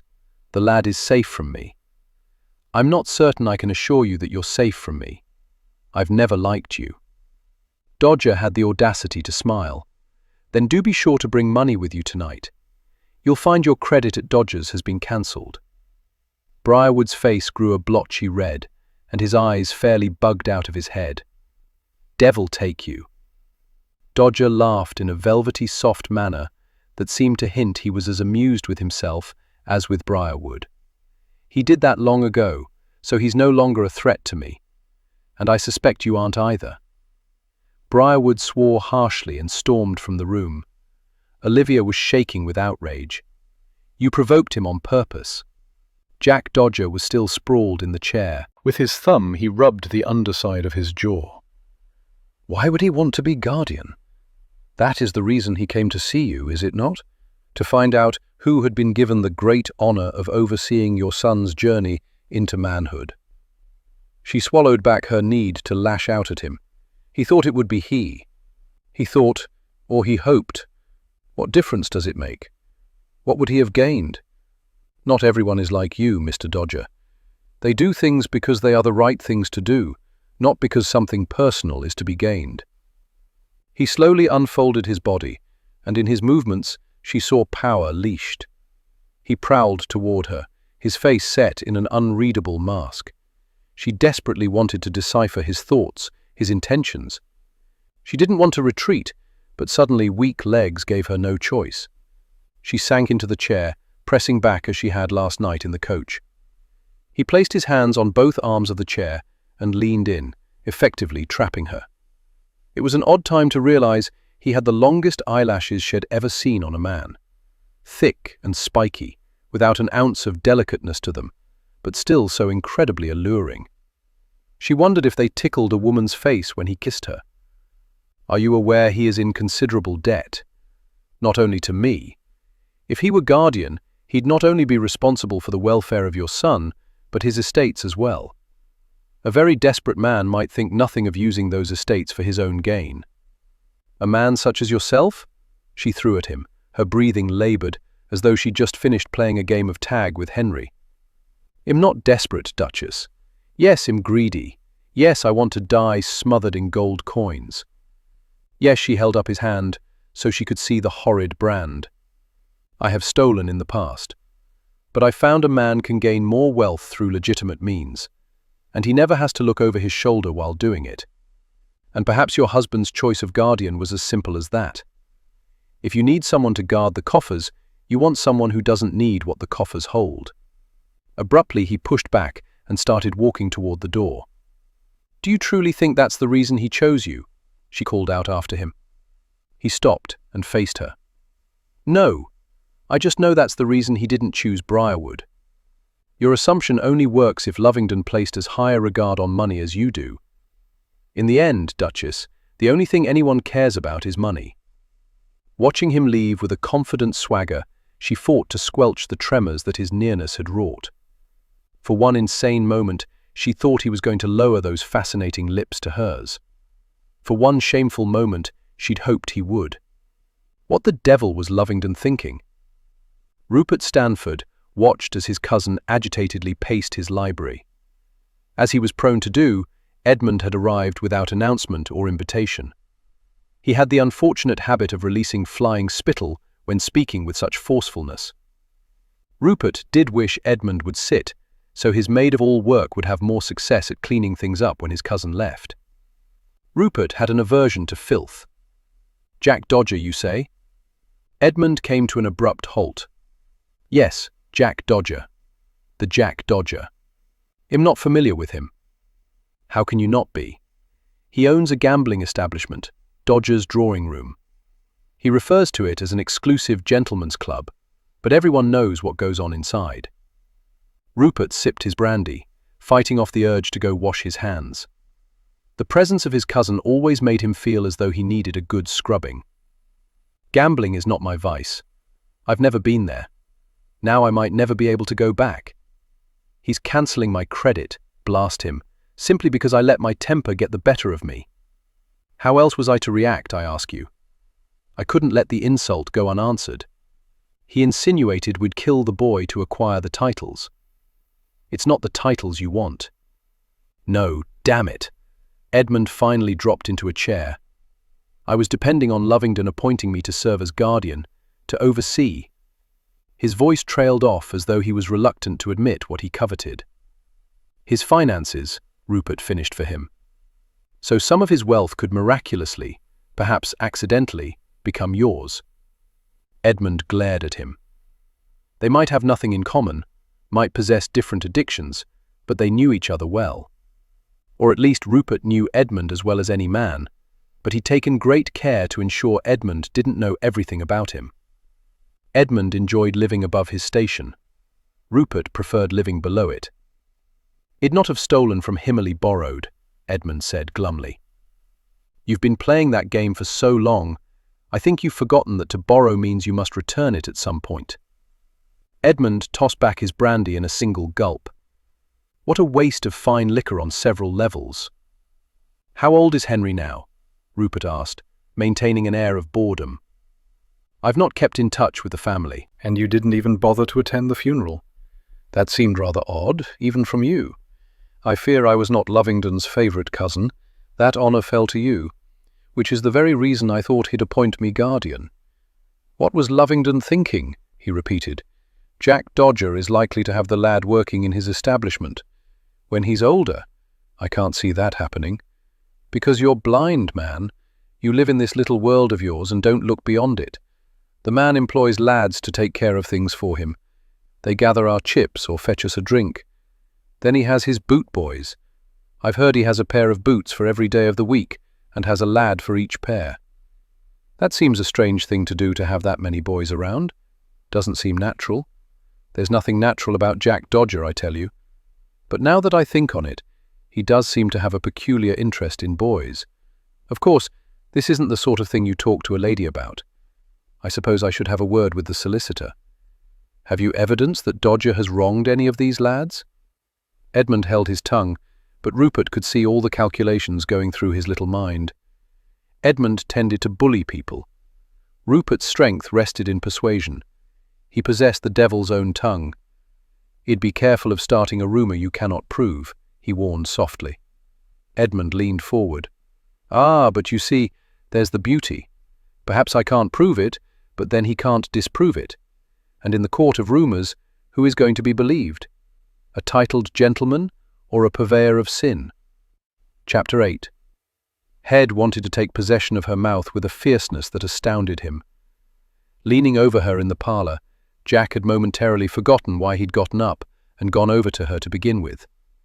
Briarwood had completely slipped his mind, and all he'd been able to do was absorb her fragrance, lose himself in the gold of her eyes, ponder what it would take to make her rapid breaths come more quickly, and anticipate knowing the taste of her when he ravaged her mouth.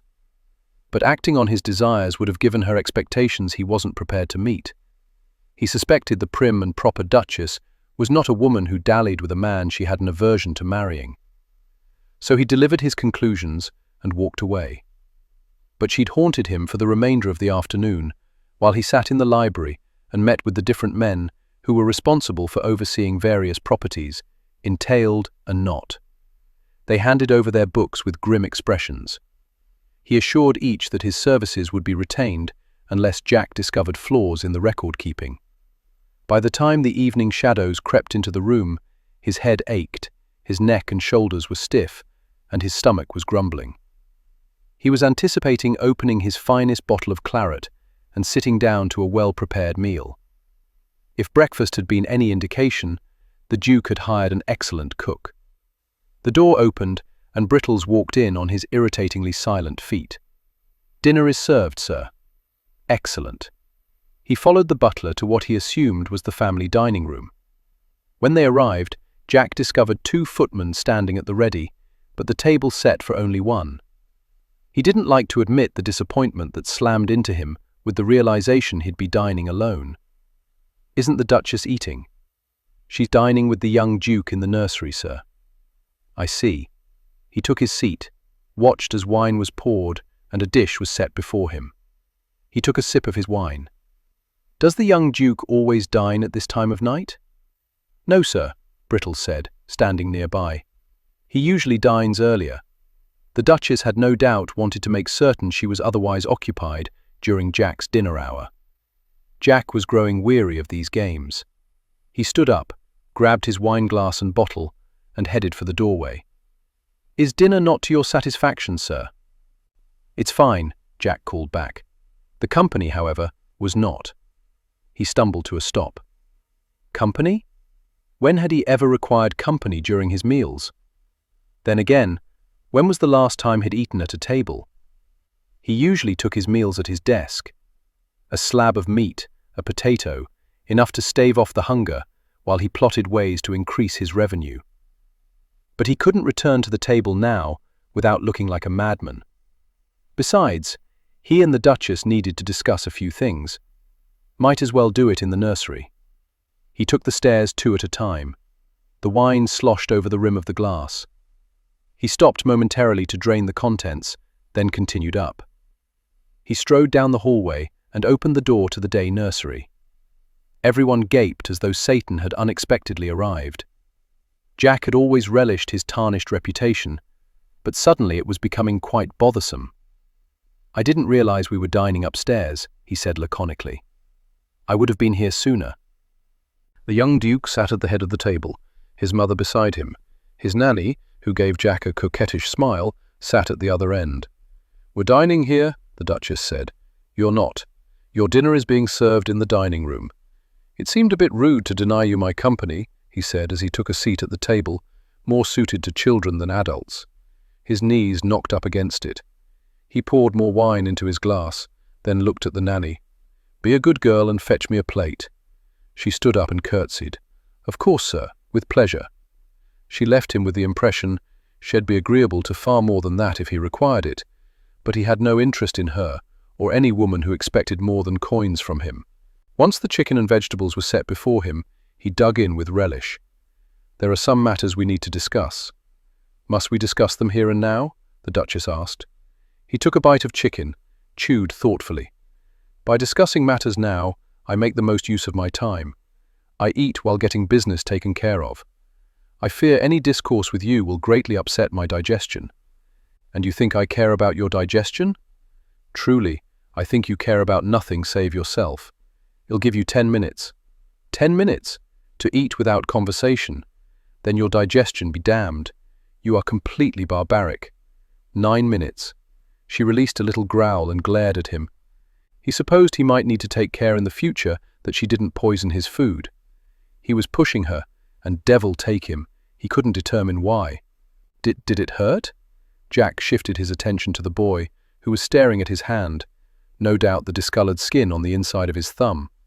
It was quite hideous, but Jack had always viewed being branded a thief as a badge of honor. His past had made him the man he was. He wasn't ashamed of it.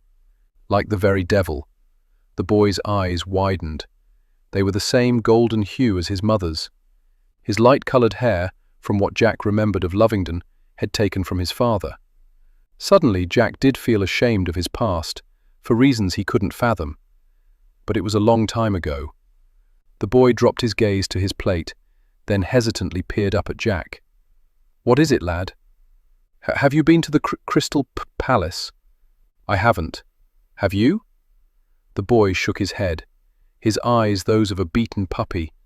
Then he looked at his mother. "Henry, I'm sorry, darling, but as I've explained, we can't go."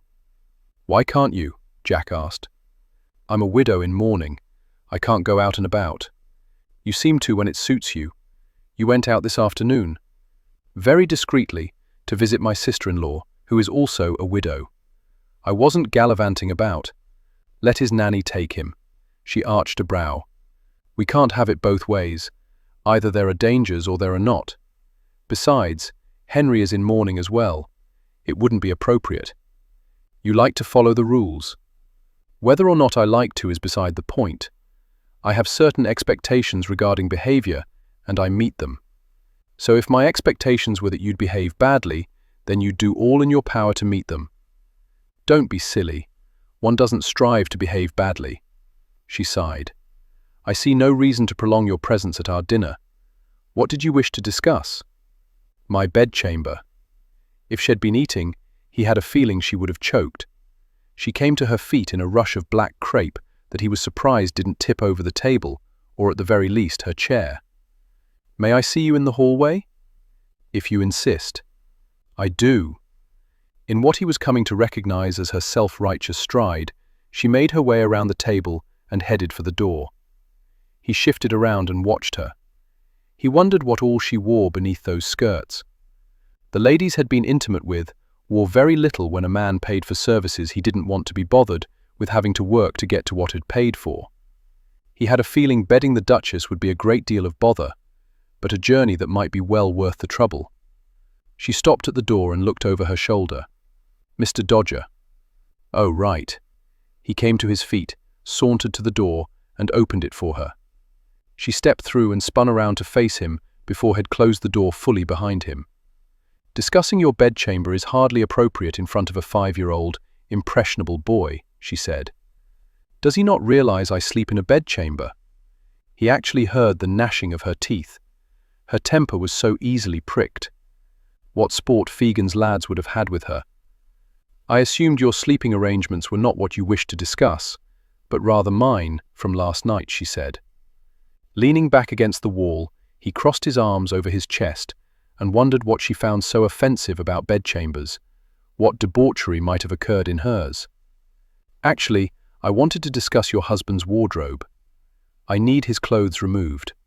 "Give them to the servants." I believe that's the usual practice, isn't it?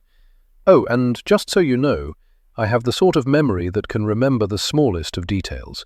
Be certain it's only the clothes that are removed.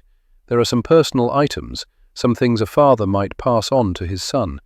If they're listed in your son's ledger, you have leave to take them. You can't possibly think Lovingdon listed every single item he possessed, or that he truly meant for you to have everything within this residence. There are letters I wrote him, mementos I gave him. They mean nothing to you. True, but they mean something to you. Therefore they have value. He saw her temper flare, and before she could object, he said, "Consider their worth. Well, negotiate. Meanwhile, I'm going to my club, but I intend to take up official residence here tomorrow." Her eyes widened slightly. "You're not planning to inhabit the bedchamber next to mine? It is the master bedchamber, is it not? And I am the master. I shall move myself to another room." "Why go to the bother? I've told you will not seek out your bed, although I have no objections to your coming to mine.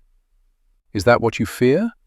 That with me so near you'll be unable to resist my charms? I have no fear of you and find you not at all charming. Besides, I would never lie with a man to whom I was not married, and I'd certainly never marry you." He shoved himself away from the wall. To her credit, she stood her ground. "You think your tart tongue will hold me at bay, when all it does is cause me to wonder how it would feel against my skin." Her lips parted slightly as a deep flush crept up her cheeks. The hell of it was, he'd meant the words to disarm her, but somehow they'd managed to undo him as well. He imagined her tongue gliding over his chest. Before he lost control of the situation, of himself, he turned abruptly to walk away, then stopped and looked back, fighting to keep the sudden, inexplicable tremors from his voice. "By the by, I prefer not to dine alone, so do be kind enough to join me for meals. Bring your son if you like." With a jerk, she snapped from her haze. "It's proper for children to eat in the nursery. Have you not yet learned I don't give a fig about what is proper? Have you not yet learned I do?" He supposed she deserved a small victory. "Have it your way. Well, compromise. I'll have one meal with my ward. Breakfast or dinner, you choose." "Are you not listening? He shouldn't have any meals with you." "Then how am I to educate him?" "You hire tutors. They can't teach him what I know." "I'm not certain he needs to learn what you know. One meal, Duchess. My word is final." He spun on his heel before she could voice another protest. She voiced it anyway, in the form of a screech and quite possibly a foot stomp, maybe even two. He didn't know why he was so insistent that they join him for a meal. Perhaps because when he'd walked in, they'd been smiling, and the smiles had disappeared with his entry. The boy had eyed him warily, and Jack didn't like that level of distrust in a child. Something had caused it, and he didn't think it was anything he'd done. Maybe because this morning he'd promised the lad a dog and had yet to deliver it. He didn't have a clue where to find one. On the streets, he supposed. He'd have to give it some thought. But not tonight. Tonight he had more pressing matters to deal with. Olivia was unable to sleep. She couldn't quite rid herself of the image of her tongue playing over Jack Dodger's skin. How exactly would it feel? Would it taste? Although she was alone in her bed, alone in her room, she still felt self-conscious when she brought her hand up and licked the back of it. She did not think he would be so silky or taste so pure. Would he lick her in return? She imagined that he would start at the tip of her toes and slowly slip along her flesh, perhaps stopping to detour around to the back of her knees, before journeying along the insides of her thighs. She flung back the covers, desperate to relieve the heat, but her thoughts wouldn't be cooled. She envisioned him at her hip, taking a leisurely sojourn toward her breasts. She clamped her hands over them as though that was all she needed to stop this maddening fantasy. But in her mind, he merely gave her his devil-may-care smile and pushed her hands aside. His tongue circled and tormented until he finally nipped at her shoulder. But he wouldn't stop there. He tasted her throat, and having his fill of one side of her, he began the journey downward to experience the other. Gasping, she sat up. Oh, God! She squeezed her legs together in an effort to quench the lovely ache throbbing between her thighs. She wanted to reach her hand down, Lord help her. She didn't know what she wanted. She was trembling with desire such as she'd never known. It was Jack Dodger's fault, speaking to her of intimate things, making her crave an illicit touch. Just once, for sweet release. She scrambled out of bed, stumbled and almost fell. Her knees were so weak. Righting herself, taking deep, gasping breaths, she glared at the door that led into the dressing room. Through it was the path to the master bedchamber, the room that held the bed where Jack Dodger would now sleep. He would remove his clothes. He would be so near. She should transfer to another bedchamber, but it would be an admittance of cowardice, and he'd lord it over her. If she was to have any hope at all of curtailing his influence over her son, she had to never retreat. She would stand her ground and curse him while doing it. She needed to get some sleep, so she'd be rested and better prepared for whatever tomorrow brought. Perhaps some warm milk would help. She considered ringing for her maid, but she was in the mood for wandering through the house when Dodger wasn't around. During those moments, she could pretend it was hers, pretend that Lovingdon had cared for her enough to notice how much she'd treasured the residence. But he'd noticed so very little. It left her with a deep sadness that they'd given almost nothing of themselves to each other. She blinked back the tears that threatened. How could she miss a man who, since she'd conceived, had been more a stranger than a husband? But at least thinking of him allowed her thoughts to wander away from Jack Dodger. She drew on her night wrap and left her room. She was halfway down the stairs when she heard the feminine laughter drifting up from the foyer, followed by a deep rumble that she recognized as Dodger's. After tossing and turning with unfulfilled desires for the past hour because of his innuendo, she wasn't in the mood to tolerate his flirting with the maids or taking advantage of his position over them. If she was to go unsatisfied this night, he could as well.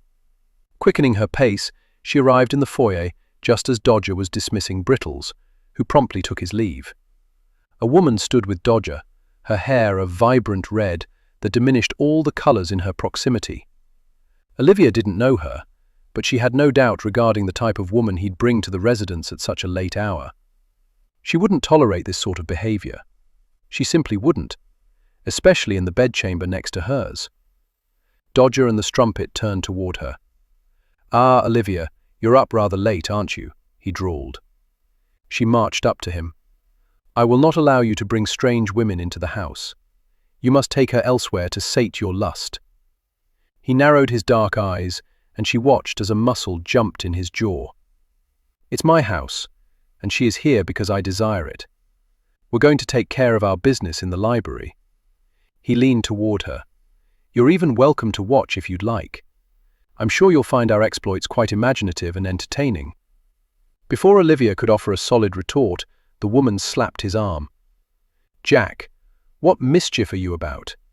"Stay out of this, Franny," he growled, never taking his gaze from Olivia. Olivia fought not to look away. An obvious familiarity existed between him and the woman, and she didn't want to consider that she might be more than a prostitute he picked up off the streets for an evening's entertainment, that she might be his mistress, someone who frequently warmed his bed. He possessed a magnetic virility her husband hadn't, and she suspected it took frequent beddings to keep his lust in check. With those thoughts, she could feel heat swarming to her cheeks, knew she was blushing, because satisfaction touched his eyes. What was she thinking to confront him? Olivia was playing with the devil. A dangerous thing to do when she didn't know the rules of the game. "You will apologize to my guest," he said. "Jack." "Not now, Franny." "Jack." The single word came out as a command, and to Olivia's surprise, her nemesis obeyed it. He backed up, and while the taut muscles in his jaw didn't slacken, the heat in his eyes cooled somewhat. "She owes you an apology." "She does not. What else is she to think when you bring a woman into the house this late at night? She's not to think you're a whore. Well, your behavior upon our arrival didn't help matters." She stepped in front of him and curtsied slightly. "Your Grace, I'm Franny Darling, his bookkeeper. He's asked me to take a look at the books." "Franny, your purpose here is not her concern." "Perhaps not, but you're giving the impression I'm here for a very different and improper reason. I deserve better than that." He cursed harshly beneath his breath. "You're right. I'm sorry." His contriteness was sincere, and Olivia wondered if the woman meant more to him than he would ever acknowledge. "However, I'm not the one who first insinuated you are anything other than what you are." "No, but you did nothing to correct the misunderstanding," Miss Darling said, sounding quite hurt. "I must apologize as well," Olivia began. "I assumed the worst. I'm sorry." She smiled. "Most do where Jack is concerned. It's a reputation he's worked quite hard to shape." "Franny," he ground out, "oh, do be civil, or he'll not look at your books." She gave her attention back to Olivia. "As unlikely as it seems, considering his success, he's terrible with numbers." "I'm not as bad as all that," he grumbled. When Miss Darling gave him a pointed glare, he muttered, "But I'm not as good as you. Can we get to work now?" "Of course," Miss Darling said. "It was a pleasure to meet you, Your Grace, and Jack is quite right. You're more than welcome to join us." Olivia was suddenly very much aware she was in her nightclothes, hardly the proper attire for entertaining. "I shall have some refreshments prepared for you." "That would be lovely, thank you," Miss Darling said. Olivia watched as they walked down the hallway, Dodger seeming to be very careful to leave a discreet distance between him and Miss Darling. She realized Franny Darling meant something special to him. She wondered what it would be like to have the attentions of a man as young, virile, and darkly dangerous as Jack Dodger. Franny Darling sat at the large mahogany desk in the Grand Library and studied the books and ledgers Jack had set before her with almost as much concentration as she studied him. He was lounging on a couch near the window, looking through a black ledger as though he was seeking an answer to a puzzle that baffled him. She'd known Jack for a good many years, had always been as an older brother might be, looking out for her, making certain no one ever harmed her or hurt her feelings. It was one of the reasons she'd been so surprised this evening when had purposely led the Duchess to believe something improper was afoot. It made her wonder why he cared what the Duchess' opinion of him was, and why he wanted it to be unflattering. While she had never known him to be afraid of anything, she was well aware he studiously avoided any entanglements that might involve the heart. He never spoke of his past, his origins, or his mother, but Fegan had once told her that Jack's mother had sold him. "Imagine how you'd feel if someone you loved put a value on ye," Fegan had said. Franny couldn't imagine it. She also believed that something horrible had happened to Jack when he was in prison with Luke. Before he spent time in prison, Jack had laughed often, and when he did, Fegan's children laughed with him. But when he returned to Fegan after his incarceration, his laughter had changed. It no longer contained even a sprinkling of joy. Shed asked him about it once, but had refused to talk about what he called the dark times. Luke, too, was silent on the matter. But when the two of them looked at each other, Franny knew that whatever had transpired affected them both, brought them together, and separated them from everyone else. Jack had erected walls, and in some ways she thought he was still in prison, one of his own making, but a prison just the same. She also wondered what his true feelings were regarding the Duchess. He'd been sitting on the couch nonchalantly, as though he hadn't a care in the world, but when a knock sounded on the door, He'd looked up, and she'd seen a trace of anticipation cross his face, revealed for only a heartbeat, and quickly shuttered. He'd had less success disguising the disappointment that registered on his face when only a serving girl came in with biscuits and tea. Franny had a feeling he'd been hoping the Duchess had decided to join them. Not that he'd ever admit it. He gave nothing away that would make him seem vulnerable. With a yawn, she stretched her arms and arched her back to ease the kinks out of it. She'd been scouring the books for more than 2 hours now. As though accurately judging that she was calling it a night, Jack got up, walked to the desk, and sat on the corner. "What do you think?" "Not too shabby, but you're right. The money isn't being invested as wisely as it might be.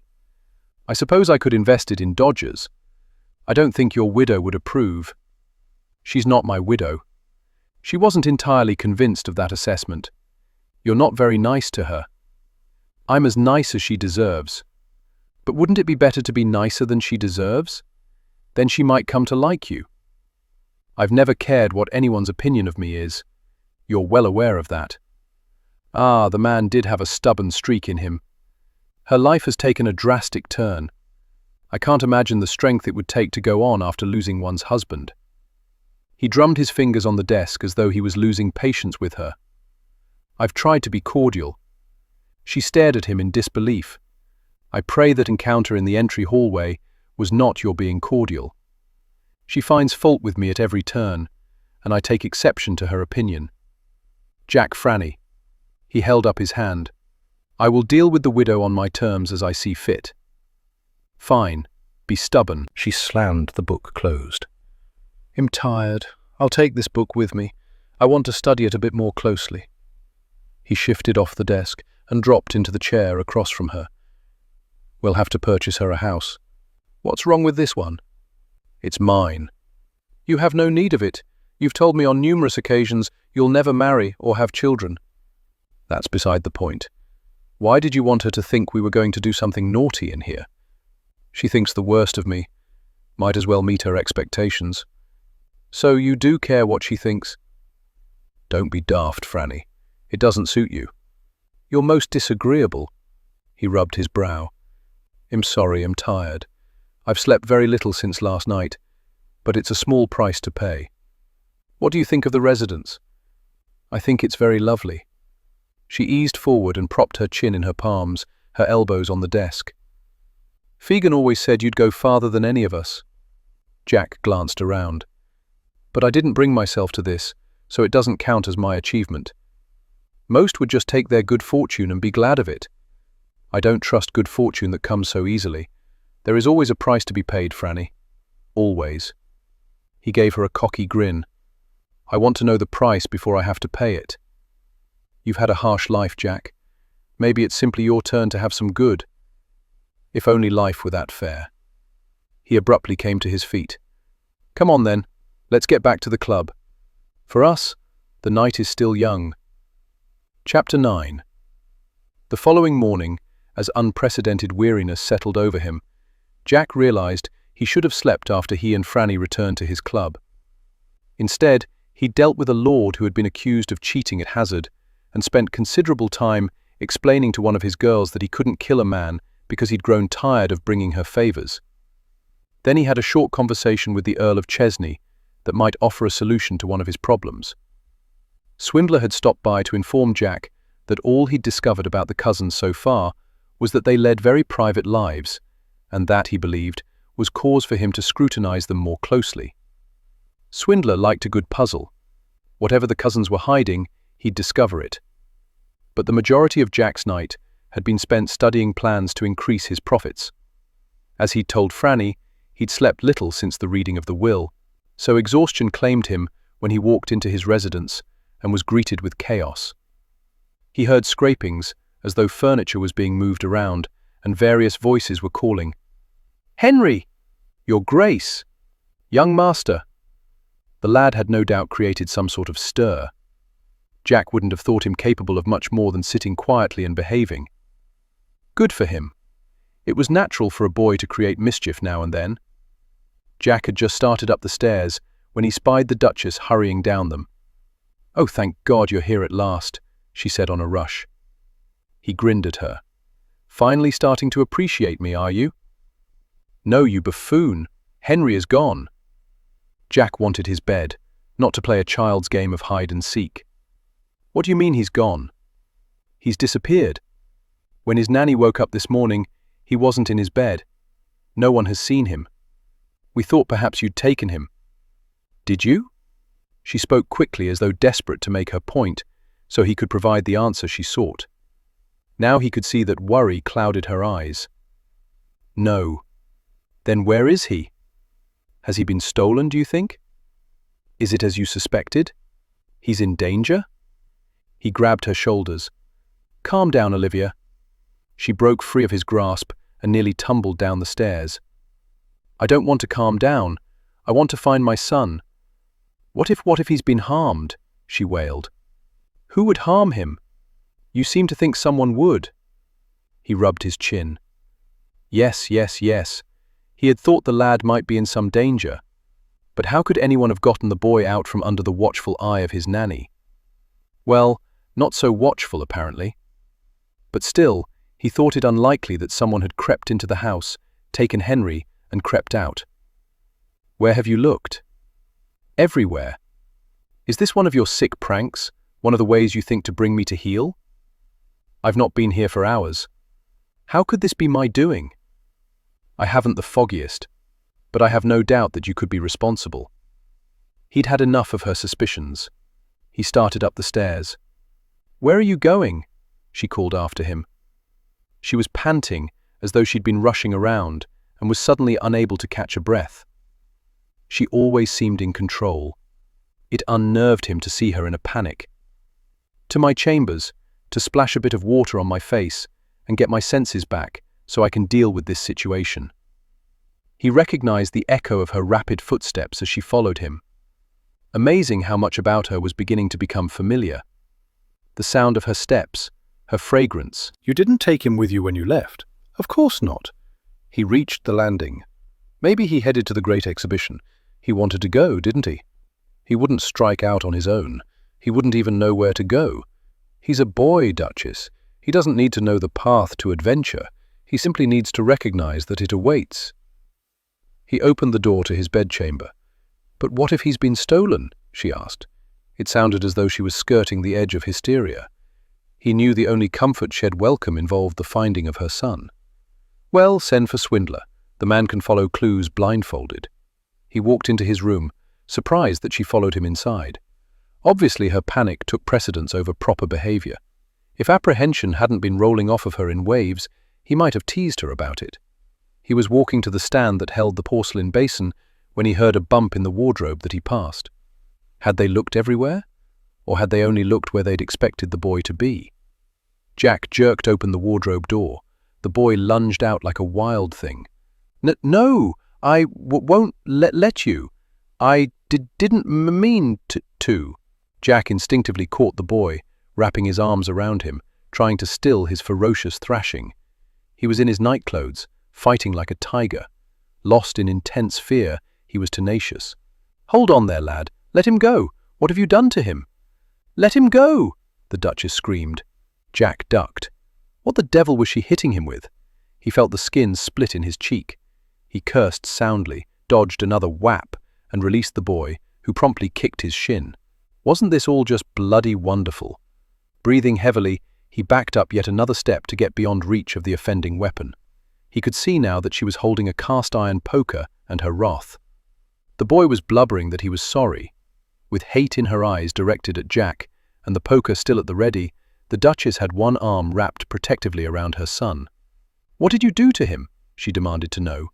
Jack touched the back of his hand to his aching cheek, brought it away, and stared at the blood.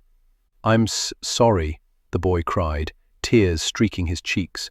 I won't do it again. I promise." "What are you on about, boy?"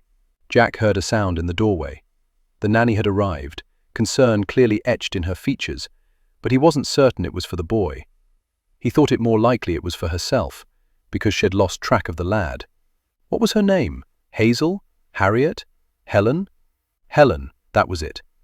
"I'll take him, Your Grace," she said, reaching for the boy. "No, you won't," Jack said sharply, and everyone stared at him. At least they'd stopped their yelling. "Not until I understand what's going on here. It's obvious he's terrified of you," the Duchess snapped. "I can see he's frightened," Jack stated calmly, when he felt anything except calm. "What did you do wrong, lad?" The boy vigorously shook his head. "What do you think I'm going to do to you?" The boy shook his head again. "Leave him be," his mother stated, turning toward the door, her arms wrapped around the boy. "No." The threat of some sort of retribution must have been clear in his voice, because she stopped and glanced back at him. "You seem to forget that I'm his guardian. I will have the answer to my questions if we have to stand here all day." He remembered how Swindler had crouched before the Duchess the day before, and while it went against Jack's instincts to cower before anyone, he crouched, putting himself on eye level with the lad, trying to be as non-threatening as possible. "Are you afraid of me?" The boy nodded. "Why?" The boy looked up at his mother, looked at his nanny. "Don't look to them for the answer, boy. Look to yourself. What do you think I'm going to do to you?" The boy began to study his toes. "Do you remember what I told you yesterday morning? That your father asked me to protect you. I didn't know your father well, Henry, but I know he cared for you very much, and I do not take lightly the request he has made of me. I told you he'd never let anyone hurt you. So why are you afraid of me?" He watched as the boy swallowed. His lower lip quivered. You'll burn my thumb." "Why would I do that?" Because I forgot and sucked it when I was sleeping." So had awakened, discovered his thumb in his mouth, and went into hiding. The picture was beginning to take shape. "Who told you it'd burn your thumb if you stuck it in your mouth?" "My nanny," he whispered as though he were bearing the weight of a heavy secret. With his gaze on the nanny, who looked as though all the blood had drained from her face, Jack slowly unfolded his body. "It'll not be used to terrorize children into behaving. You're let go. Pack your things and be gone within the hour." "But sir, I saw no other choice. He's the young Duke now. He shouldn't suck his thumb." "It's his thumb." "I don't give a damn if he sucks it until he's a grown man." "Pack your things." Helen looked to the Duchess. "Your Grace, have pity." The Duchess opened her mouth. "Disagree with me on this, and you can pack your bags as well," Jack stated in a firm voice that left no room for argument. She looked at him, and for the first time, no anger or hatred was reflected in her eyes, only horror and a deep sorrow at what they'd discovered. She turned back to the nanny. "He's right. What you did was monstrously wrong, unfair to Mr. Dodger, and unbearably cruel to my son. I can neither forgive you nor speak in your defense. I fear Mr. Dodger was too generous in giving you an hour. I want you gone in half that time." The nanny released a hideous sob before turning and fleeing down the hallway. Jack lowered his gaze to the boy. "I will never hurt you. Do you understand?" The boy blinked, nodded. "Good. You're bleeding," the Duchess said. "I've bled before. Now, I want a bath, so get the hell out. Mr. Dodger." "Get out," he ground out through clenched teeth, interrupting whatever the hell the Duchess was going to say. "Because you, Duchess, am likely to hurt." She ushered the boy out, reached back to grab the knob, and stilled. "I wasn't going to disagree with your decision to dismiss Helen Evan before you threatened me." Did she think that confession would ease his temper? Before he could think of an appropriate response, she quietly closed the door. Jack tore at his cravat. It wasn't enough. He strode to a small table beside the couch in the sitting area. He picked up a vase and slammed it into the hearth, shattering it into 1,000 pieces. It didn't make him feel any better. He'd garnered the low opinion of men for years. Why was he so bothered that a silly Duchess thought him capable of harming her son? Her opinion didn't matter. She was nothing to him. He didn't care what she thought. At every turn, she expected the worst. What had her husband been thinking, to name Jack guardian? Staring at the broken vase, he thought of the boys who worked for him, of the night he'd almost killed a man in his club because he'd touched one of the boys in a way that no man should ever touch a boy. Had Lovingdon been there that night? Did he know that protecting young boys was Jack's weakness? Could it be that simple? He asked himself in a low whisper. The door to the dressing room opened. For a second, Jack had expected to see the Duchess coming from the room, and much to his chagrin, he'd felt a momentary surge of anticipation. But it was his manservant, Styles. Jack had met him briefly the day before. He wasn't much taller than the Duchess, and he was up in years, but he still stood proud. "The Duchess said you were in need of some attention and a bath," he said formally. "Attention?" He bowed his head slightly. "You're cut, sir." Jack again touched his tender cheek.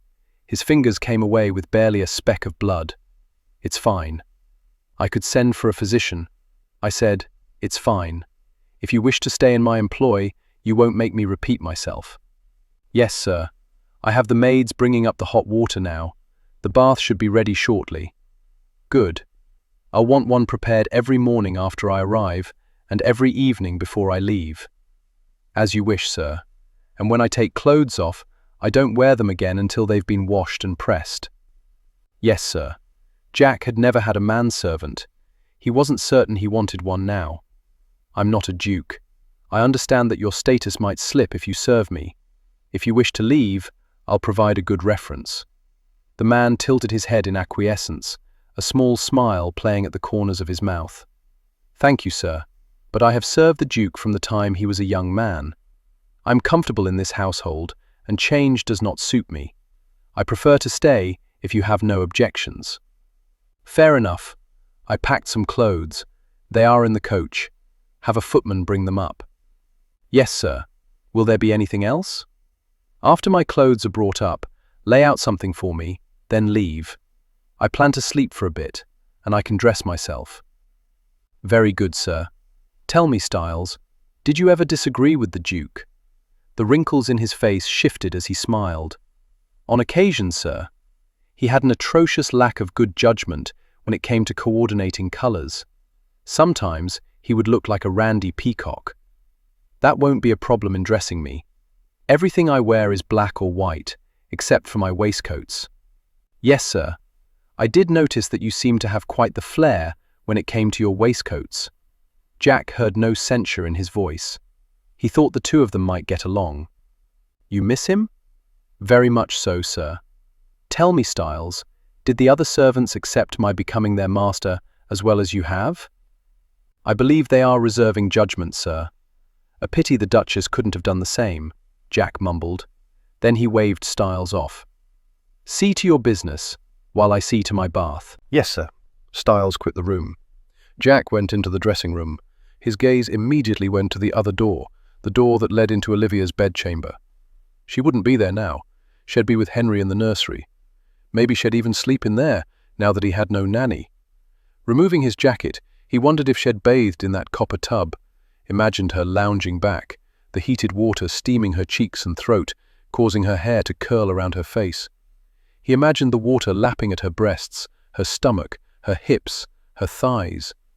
He imagined her sitting with her knees, serving as small islands in the middle of the tub. He groaned with his body's reaction to the erotic images bombarding him. Damned good thing had instructed his manservant to leave. He didn't need to be parading about when his body was standing at full attention. He removed the remainder of his clothes, stepped into the tub, and sank beneath the water. It was lovely, absolutely bloody lovely. Resting his head against the back of the tub, he closed his eyes.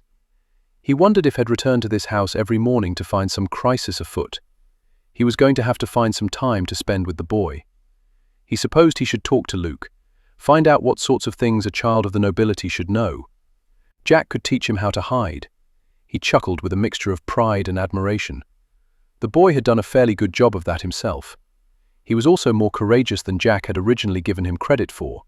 To hide so close to the lair of the one he feared. Yes, there was more to the boy than Jack had first realized. He still needed nurturing to become a man, but even with his stammering, he had a good start. If his mother would just give him leave to let go of her skirts. His mother. Lord, when she was angry, she was something to behold. Jack slid down further in the tub. Not since he was a boy had he had anyone wash him, though he could certainly imagine her gliding the cloth over him. But as she wasn't here, he'd have to do it himself. Pity. He released a long sigh. He seemed unable to stay angry with her for long. He admired her tenacity when it came to protecting her son. He thought she was probably a woman capable of great love. He'd be content if she'd simply give him the benefit of the doubt from time to time. Olivia didn't want to think that at that very moment, Jack Dodger was in her dressing room bathing. How would she climb into the tub and sink beneath the water, knowing that his bare person had touched the same copper as hers? She should share a dressing room only with someone she knew well. While they wouldn't be in the tub at the same time, it still seemed rather intimate and decadent, and thinking about Jack Dodger's bareness was not what she needed to be concentrating on. She needed to focus on finding Henry a new nanny. Henry was nestled against her side as they sat on a settee beside the window in the day nursery. Had tucked his thumb inside his hand and curled his fingers around it, as though determined not to suck on it. Yet, if ever a time was right for sucking it, this morning seemed to be it. She knew he needed to break his habit, but she could hardly fathom that Helen had used so cruel a means to try to stop him from slipping his thumb into his mouth. But as unsettled as she was by Helen's actions, she was even more amazed by Dodger's. Her opinion of him had shifted during those tense moments, shifted in his favor. She'd been on the receiving end of his blistering glare, but it had never burned as hotly as it had when he'd directed it at Helen. Olivia was surprised the young lady hadn't burst into flames. Olivia had feared Dodger would be as cutting with Henry as he was with her. She'd expected him to give no care to her son's feelings. She'd expected him to be as harsh and unforgiving as he seemed to be with all things. Had surprised her. She'd judged Jack Dodger based on conversations she'd had with other ladies. They'd spoken of men coming home in the early hours reeking of drink and women, and Olivia had assumed Jack Dodger drank heavily and fornicated often. One lady had mentioned that her husband had sold her jewelry to acquire funds for his gambling habit, and Olivia had assumed Dodger spent an abundance of time at the gaming tables. He lounged while sitting, and she considered him slovenly. But he dressed impeccably, and even now he was bathing. She'd considered him mean-spirited, and yet had not fought back when she'd struck him with the poker. Had simply moved beyond her reach, when she had little doubt he could have effectively wrestled her to the ground. As bluntly as had spoken to Henry to get to the root of the problem, had somehow managed to elicit the child's confidence, and he had confessed everything. She'd considered him unlikable, but the woman last night, Franny Darling, had teased and cajoled and even slapped his shoulder playfully. She'd chastised him and had not retaliated, had taken it as his due. She'd considered him a man who would do anything for a coin. Her son's finances were now in his hands, and he could surely divest him of everything, yet had indicated he wouldn't. A ploy, perhaps, to cause her to lower her guard. If she trusted him, then he could get away with a good deal more. If she trusted him, might she find herself enjoying his presence? No, never. The only thing they had in common was her son, and they disagreed on every aspect concerning him. Well, almost every aspect. She did agree with Dodger that Helen had to be dismissed. It was an appalling bit of behavior on her part to use Dodger to frighten her son into behaving. How had she missed that Helen was capable of doing such a thing? Had she made other veiled threats to Henry? He was such a quiet, good boy. Shy, to be sure, but Olivia had always assumed his stammering was responsible because it embarrassed him. Lovingdon hadn't been concerned by it. It's the Lovingdon curse. Hell grow out of it. I did. So Olivia tried not to worry about it. He was like his father in so many ways. He had his blonde hair, but her amber eyes. He had long limbs, and she knew eventually he would grow into his father's height. But with Dodger as his guardian, she didn't see how he would acquire his father's dignity. The door burst open, startling both her and Henry, and Dodger strode in with a confidence she didn't think even Lovingdon had possessed. "Henry, let's go," he said. Henry started to ease away from her, but she drew him back. "Where are you taking him?" "As I am his guardian, I don't have to explain my actions to you, but as you're his mother, and no doubt concerned about his welfare, I shall tell you. I'm taking him for a ride in my broom. I thought you were going to sleep." After hearing something shatter, She had had a quick word with Styles after he'd left Dodger's room to make certain everything was all right. He was going to have the remnants of a vase cleared away after Dodger awoke. He narrowed his eyes at her. I was, but I decided I needed to see to this matter instead. What matter is that? She heard a deep purr, like that of a large cat contemplating its next victim. Olivia, you do try my patience. Come on, boy. Olivia could feel the tremor that went through Henry before he pulled away from her and got to his feet. I can't let you take him anywhere without me, she said as she rose. I'll come with you. Shouldn't you be interviewing nannies? I'm going to have one of the chambermaids assume the role until I can gather some recommendations. He gave her an impatient glare. I've had the brougham readied. I'm on a schedule today. I don't have time to wait for the coach, and as you so kindly pointed out, my vehicle is more suited to two. Henry can sit on my lap. I will fight you tooth and nail if need be, but I will not let you take him without me. Something shifted in his eyes, as though he'd welcomed the challenge. She wasn't altogether certain it would end in fisticuffs, but the thought of them wrestling. All right, let's go then. Be quick about it. I haven't all day. Grabbing Henry's hand, Olivia wondered what she was getting herself into. Henry sat on his mother's lap. He'd always liked riding in the brougham with his father because the front of it was a window that made it very easy to see everything. He could observe the world, and it was all so fascinating. Although the carriage did seem very small with Mr. Dodger sitting in it. He wondered if his mother had realized how much room Mr. Dodger would take up and how crowded they'd be. He could feel the tension in his mother. She was barely breathing. It was what Henry did when he got frightened at night. He lay in bed, barely breathing, as though somehow bad things couldn't find him if he didn't breathe. He wondered if his mother was afraid of Mr. Dodger. He wondered if he should be afraid of him. Mr. Dodger had told him he wouldn't burn him, had told Miss Tuppin he didn't care if Henry sucked on his thumb. That had made Henry feel better, but it had also made him want to stop sucking on his thumb, so he was keeping it tucked tightly behind his fingers to prevent his putting it in his mouth. Mr. Dodger didn't wear a top hat like Henry's father had done, but he wore a nice black jacket, and his waistcoat was a dark green with gold buttons, not the purple one he'd worn yesterday. He looked tired. Once he yawned without covering his mouth, which had made Henry's mother sniff. Even Henry knew a gentleman was supposed to put his hand over his mouth when he yawned. After his mother made her sound of displeasure, Mr. Dodger had winked at Henry as though they were sharing a secret. It made Henry think that Mr. Dodger knew the rule about yawning too, but thought it would be more fun to make Henry's mother sniff. While he didn't think his mother liked Mr. Dodger, he thought maybe Mr. Dodger liked her. The carriage pulled into a cobbled drive, and Henry could see a large residence looming before them. That's Lord Chesney's residence, his mother said. It's far too early in the day for a social call. We're not here for a social call, Mr. Dodger said. Why are we here? His mother asked. Because the young Duke needs to see him. Whatever for? Mr. Dodger was looking forward, but it seemed to Henry that he was suddenly happy. He noticed just the smallest shift in the shape of his mouth, as though he might have the tiniest of smiles.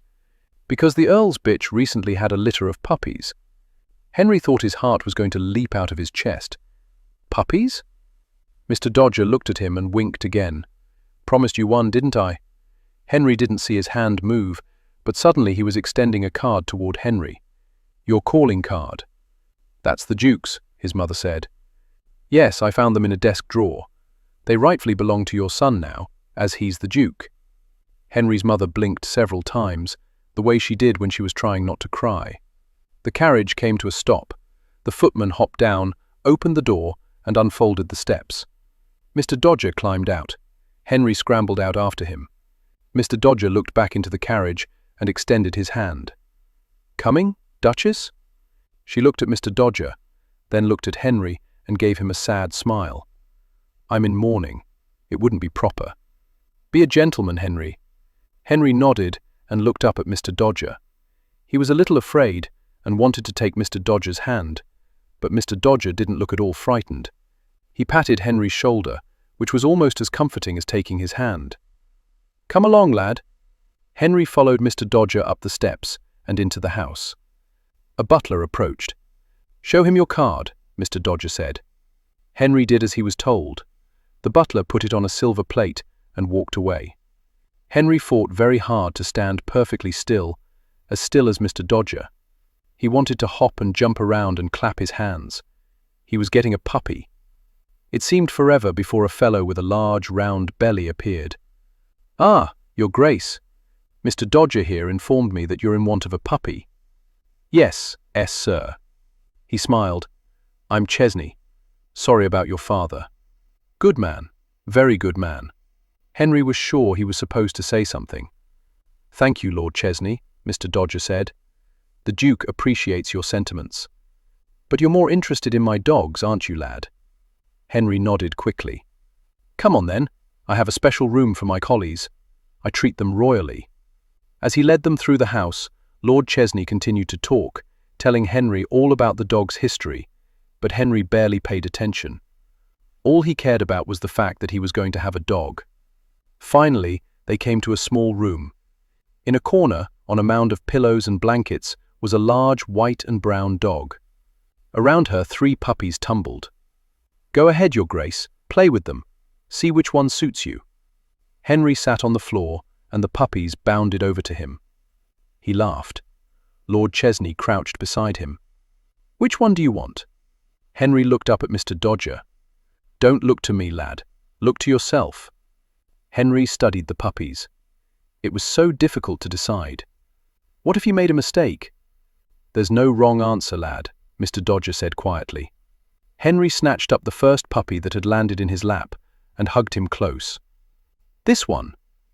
"That one, it is," Lord Chesney said with a laugh, standing up, his knees creaking as he went.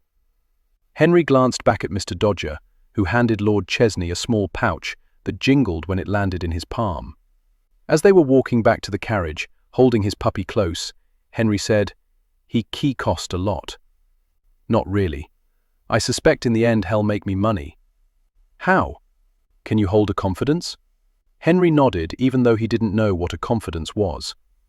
Mr. Dodger grinned broadly. "When his pockets are full, Lord Chesney plays very loosely at the gaming tables. Tonight, he'll spend what I just gave him and then some, so it comes back into my coffers." Henry wasn't exactly sure what Mr. Dodger was talking about. "Will he take the dog back then?" "Hell no. The dog is yours." "Thank you, sir." "You're welcome, lad." He knew his mother wouldn't agree, but Henry thought Mr. Dodger was a very good guardian. Chapter 10. Olivia stood outside the library door, waiting for her courage to return. Henry adored his new puppy. Had named it Pippin. She didn't know where had gotten the name, but he already loved the animal so much that it was as though they'd been made for each other. She had one of the chambermaids watching Henry while she offered an olive brancher in her situation, a meal. As soon as they'd returned home, Dodger had gone to the library, no doubt to study the books further, had asked for no refreshments, nor called for any of the servants. It was early afternoon. As she thought of his assortment of bottles, she tried not to wonder if he'd indulged, if no one had heard from him because he was lying on the floor in a drunken stupor. She seemed unable to think about him without expecting the worst, and to her shame, she had to acknowledge her low opinion of him was unfounded.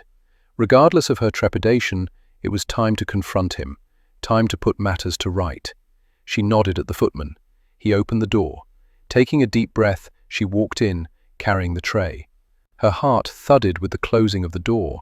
She had expected Dodger to make some scathing comment, and was surprised to find he wasn't sitting at his desk, but in a chair near the window. Although sitting wasn't the correct word, he was fairly sprawled in it, with one leg stretched out, the open ledger in his lap, his head at an awkward angle, his eyes closed. Yet even in slumber, he didn't appear innocent. As quietly as possible, she walked over the carpet and set the tray on the desk. Curiosity getting the better of her, she cautiously approached the man whom Lovingdon had deemed worthy of guarding his son. She was not yet ready to proclaim that he was the best selection, but she was willing to reluctantly admit he might not be the worst. He really was in dire need of having his hair trimmed. She considered what it might be like to thread her fingers through his unruly curls. The disheveled strands should have given him the appearance of a child, but nothing about him reflected the innocence of youth. She suspected he hadn't been innocent, even when he was born. His face contained a cragginess that remained, even in sleep, as though the harshness of his life never left him at peace. She wanted to reach out and ease the furrow between his brows. A strange thing to desire. She felt a trifle wicked standing there, watching him without his knowing. His hand flicked, and she almost screeched.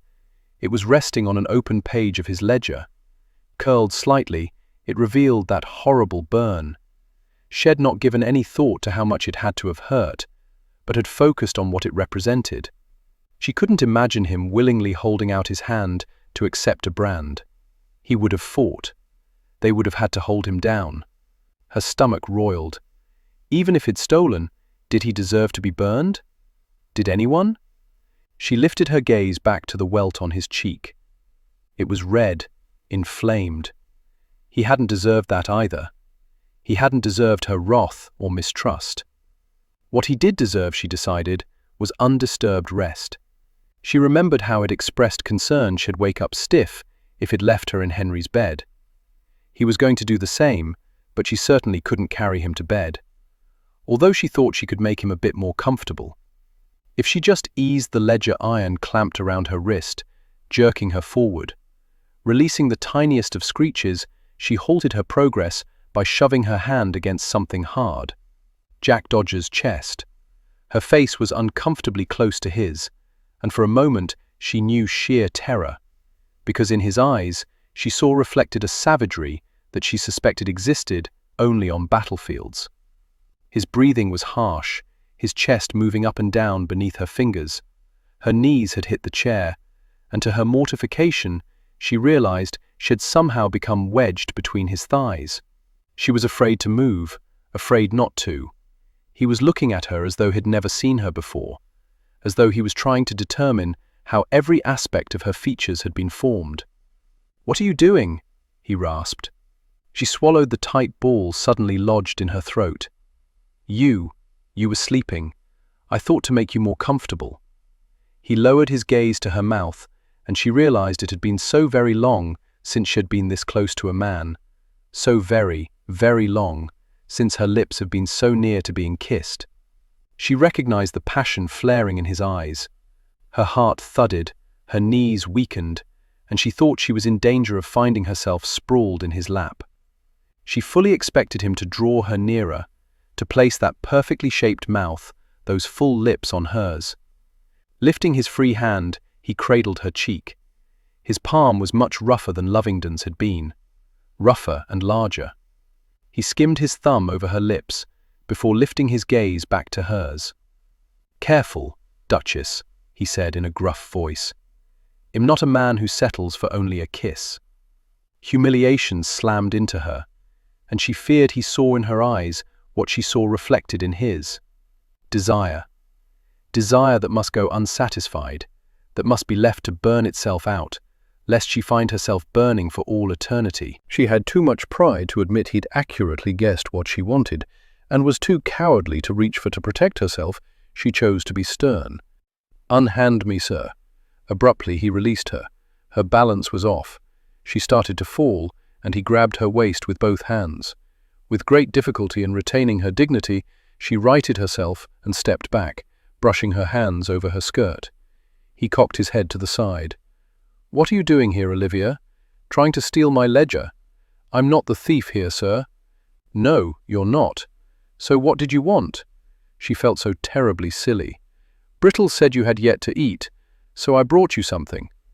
He gave her a look that made her think he was considering devouring her. She spun on her heel and went to the desk, moving the tray closer to the chair on the other side. "It's lamb and potatoes. You really should eat." "Should I?" She cleared her throat. "I prepared the tray myself." "I haven't servants to prepare trays?" "You're making this so blasted difficult." Jack studied her, tried not to think about how his hands had spanned her waist. He didn't want to remember how he'd awoken to find her hovering over him, how close her lips had been to his, how with the slightest of movements he could have known the taste of her. He was not in the habit of denying himself pleasures, but she was dangerous in ways he didn't care to examine. "Are you trying to make amends?" he asked. She looked over her shoulder at him. "I'm trying to be a bit more pleasant." Pleasant, is it? He got out of the chair, went to the table in the corner, and lifted the top from a decanter. Would you care to join me? No, thank you. You do like your spirits, don't you? Been drinking gin since I was 8. See no reason to stop now. He walked to the desk and removed the lid covering the plate.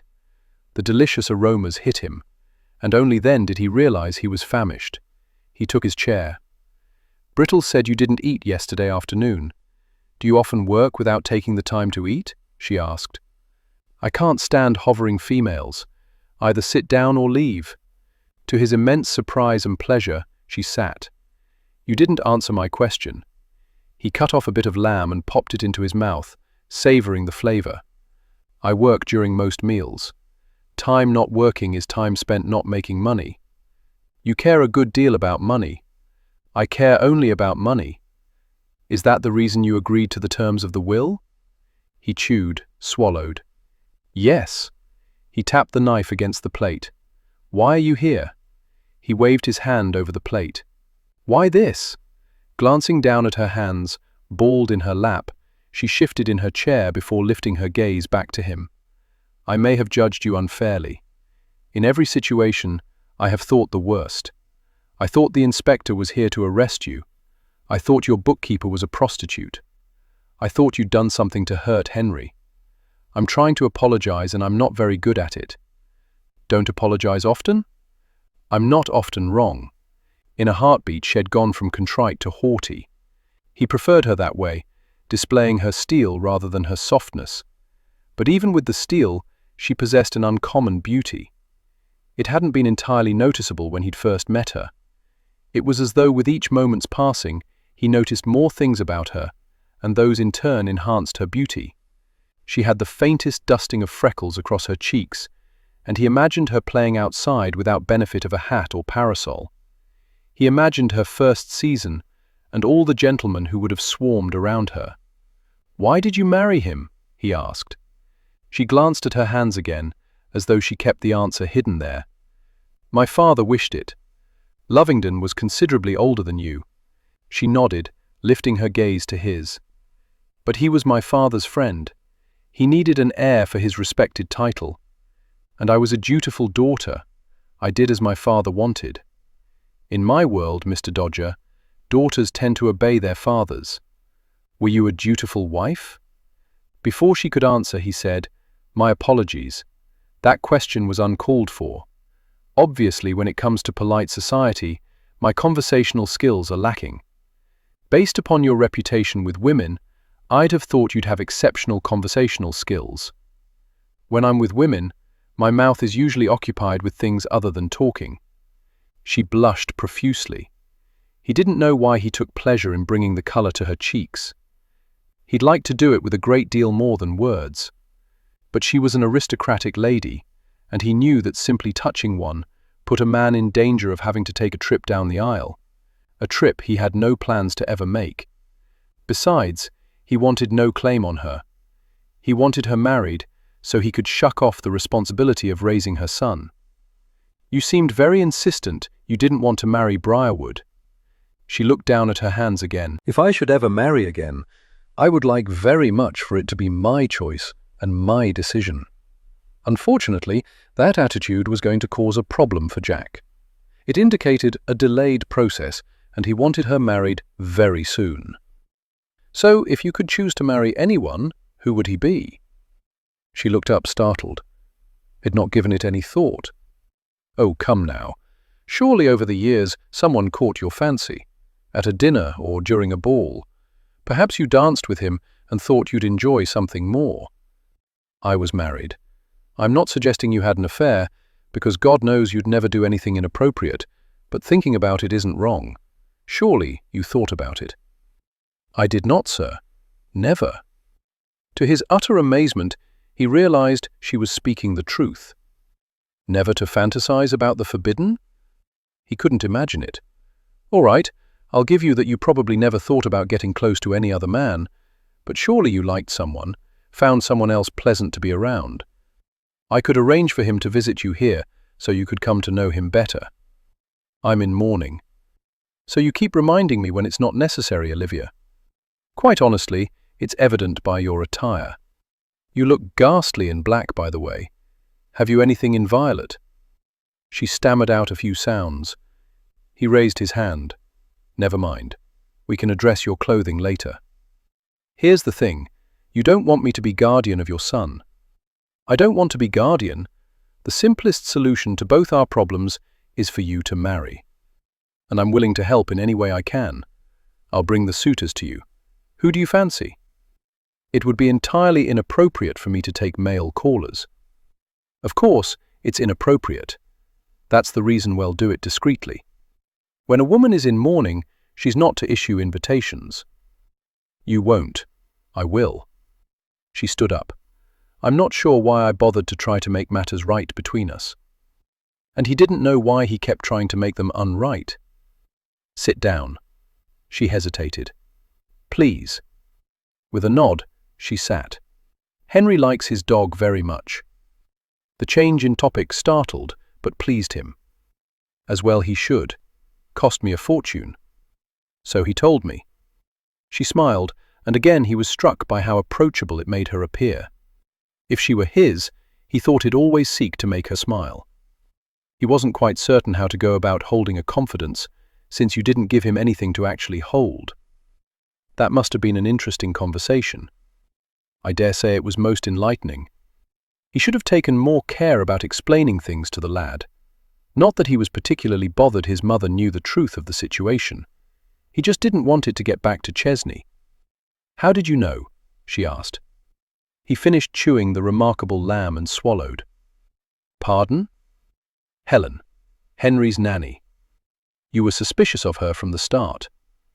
Henry told me she kept a stick in her pocket and would whack him on the hand if he displeased her. Those aren't his precise words, of course, but they are the gist of what he confessed." "How did you know she was frightening him?" Something was shifting between them, something he wasn't quite comfortable with. But he was also weary of the bickering. Until he could get her married off, they'd be living in this house together. Might as well do it amicably. "When I was very young, for a short time, I lived with someone who hurt me. While I was frightened, I stammered. I'm certain people stammer for all sorts of reasons, so perhaps one thing had nothing to do with the other. Plus he is a boy, and they are not by nature so terribly well behaved. What you said about Lovingdon earlier, about taking your task as guardian seriously, things between us might not have been quite so difficult had you voiced it to me sooner. Quite honestly, Duchess, I'm not certain I realized it myself until I spoke the words. I'm as baffled as you by your husband's choice of guardian, but I like this house and everything in it. I intend to keep them. As long as you're good to Henry, I shall strive to be more gracious." He wasn't quite certain he wanted her gracious. He preferred her with a bit of fire in her. "You're the late Duke of Avondale's sister." She seemed surprised he knew that information. "Yes. My father died a month after I was married. My brother inherited the title. He recently died, leaving the title to his son. I have no other immediate family." "Do you?" Shed uncharacteristically shared so much personal information with him in one go that it took him a moment to realize what she was asking of him. And when he did realize it, he laughed and lifted his glass in salute. "No, not in the traditional sense anyway." He downed the gin, laid the knife and fork on the plate, and covered the dish. "Thank you for bringing me the meal. I'm glad you enjoyed it." She rose. "I do hope you'll have a physician look at your cheek. I would hate for it to get infected." "I suppose you're right. A scar would ruin my good looks." "You're assuming you possess good looks in the first place. Are you implying I don't?" "I'm implying it's conceited to state you're handsome." She lowered her gaze again, then lifted it. "I'm sorry I hurt you. I thought that the boy was in danger.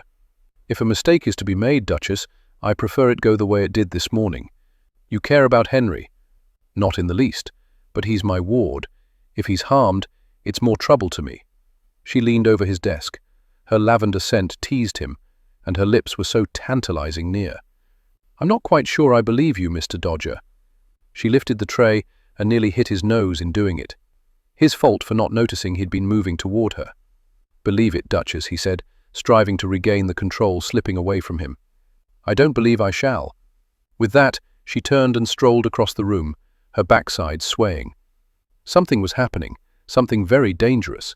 He was beginning to let down his guard, and he couldn't afford to do that. It could spell disaster for him. He'd spent a lifetime erecting the walls around his heart. He wasn't going to let a lovely widow tear them down. Chapter 11. With her back pressed against a mound of pillows and her arms wrapped around her drawn-up legs, Olivia sat in bed, stared at the ornate door leading into the dressing room, and strained to hear even a whisper of Jack settling in for the night. Every once in a while she'd grow dizzy and realize she'd been holding her breath. Late that afternoon, he'd sent her a missive, informing her he'd not be available for dinner and she was free to dine with Henry. She didn't like that he thought he was in charge of her schedule. She also found it interesting he'd chosen not to find her and tell her in person. Was he avoiding her? Could it be that he was not comfortable with their relationship shifting away from adversarial? She hardly knew what to make of the man, but she was certain of one thing: he'd not intrude on her here. In spite of everything the ladies had ever said about him, she was discovering he did have some semblance of a moral compass. One that was a bit skewed, perhaps, but still, on occasion it seemed capable of pointing in the correct direction. At least where Henry was concerned, she was certain he'd honor his word and not seek out her bed. She struggled against the tinge of disappointment.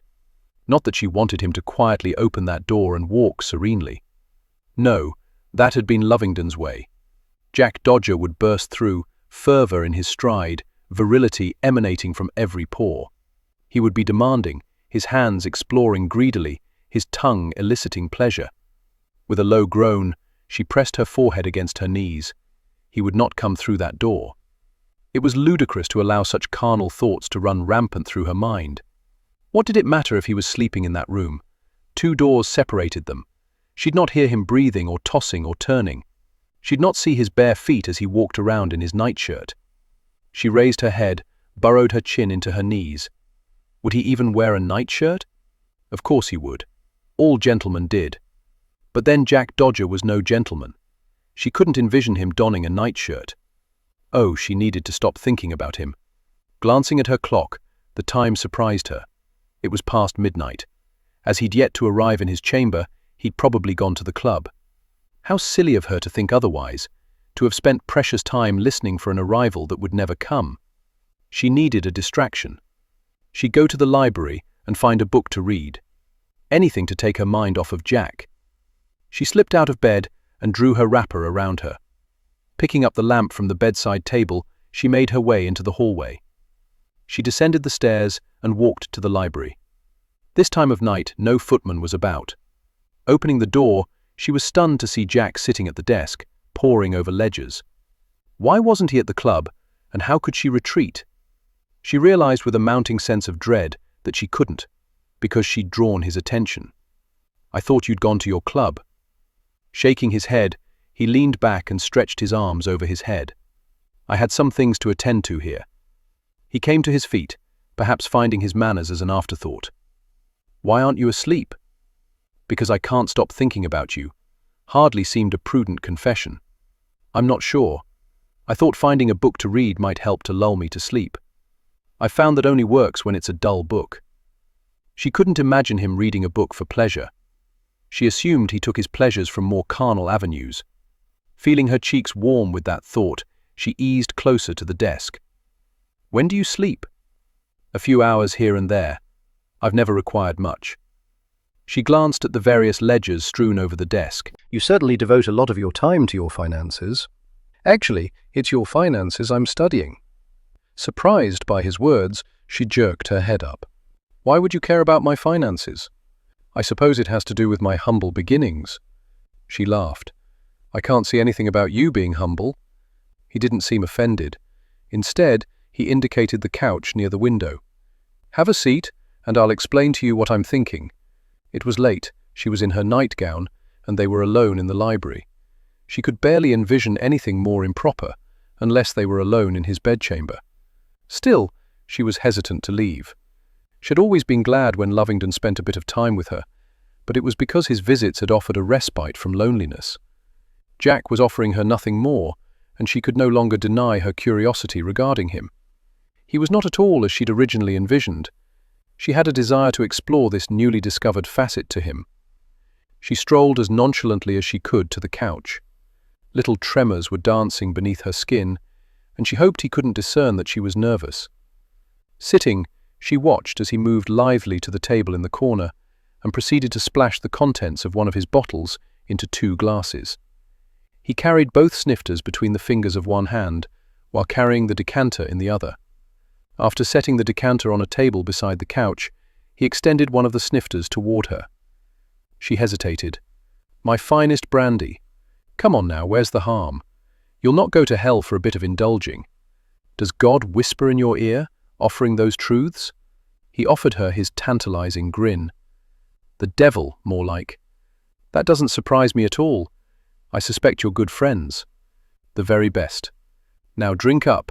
It'll help warm you." "I'm not cold." "You're shivering. Must you always be so observant?" She took the snifter from him and drank. The liquid burned her throat, her lungs, brought tears to her eyes. He reached over and patted her back, the heat of his hand burning through the material of her clothing. What would it be like to have flesh upon flesh?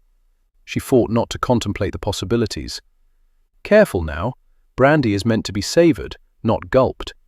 She took a deep breath as the warmth settled in the pit of her stomach.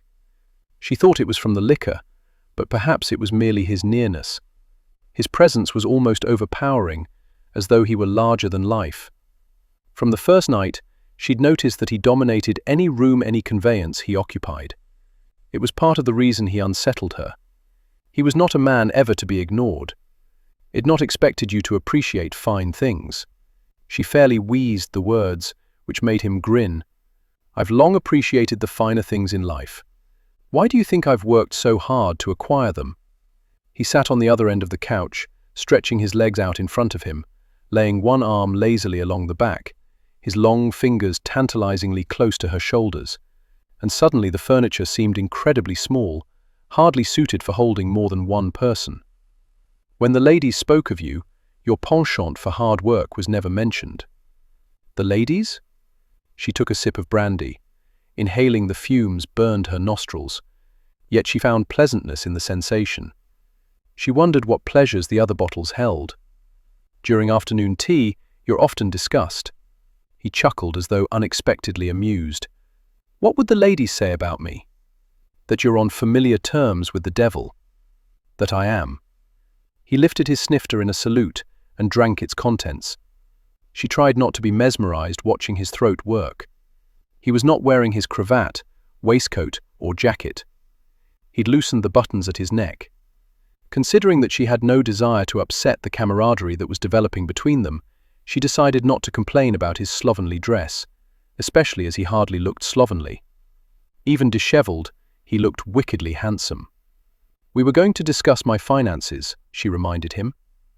"Ah, yes, your finances. You may recall that your late husband placed money into a trust that will provide you with 2,000 per annum." "Of course, I recall. With a bit of careful investing, I believe I can arrange it so you make 5,000. "Per annum?" The words came out on a whisper of disbelief. "Per annum. Why would you do that?" "Because it'll make it easier to marry you off." Snatching the decanter off the table, he reached across the short space separating them and refilled her glass. She took a sip, studying him over the rim. The flavor of brandy was growing on her. "You seem quite obsessed with the notion of marrying me off. It solves numerous problems for me." If you didn't want to be a guardian, why did you agree to it? Surely, in the short time you've known me, you've learned I consider nothing too unpleasant to undertake when it places more coins in my palm. After observing you with Henry today, I'd gotten the distinct impression that you liked him. I do. Charming lad. Doesn't mean I don't prefer my freedom. She took another sip of brandy, then another. Feeling herself growing lethargic, she brought her feet up to the cushions. It was her guilty pleasure, sitting so unladylike in her bedchamber when she read before the fireplace. The brandy made it seem as though now was the time for guilty pleasures. "Your freedom you can easily gain by simply getting out of our lives," she reminded him. "I find it difficult to believe that you, who are so keen on being dutiful, would suggest I shirk my duties." He poured more brandy into her glass. "Are you trying to get me foxed?" He laughed, a deep, raspy sound that made her skin tingle. "What do you know of the delights of spirits? I know on more than one occasion my brother returned from your club, barely able to walk. I think you would take great sport in bringing me to my knees and spreading rumors about my scandalous behavior." His eyes darkened, and his gaze was unflinching as he studied her. She was left with the impression she'd said something he found intriguing.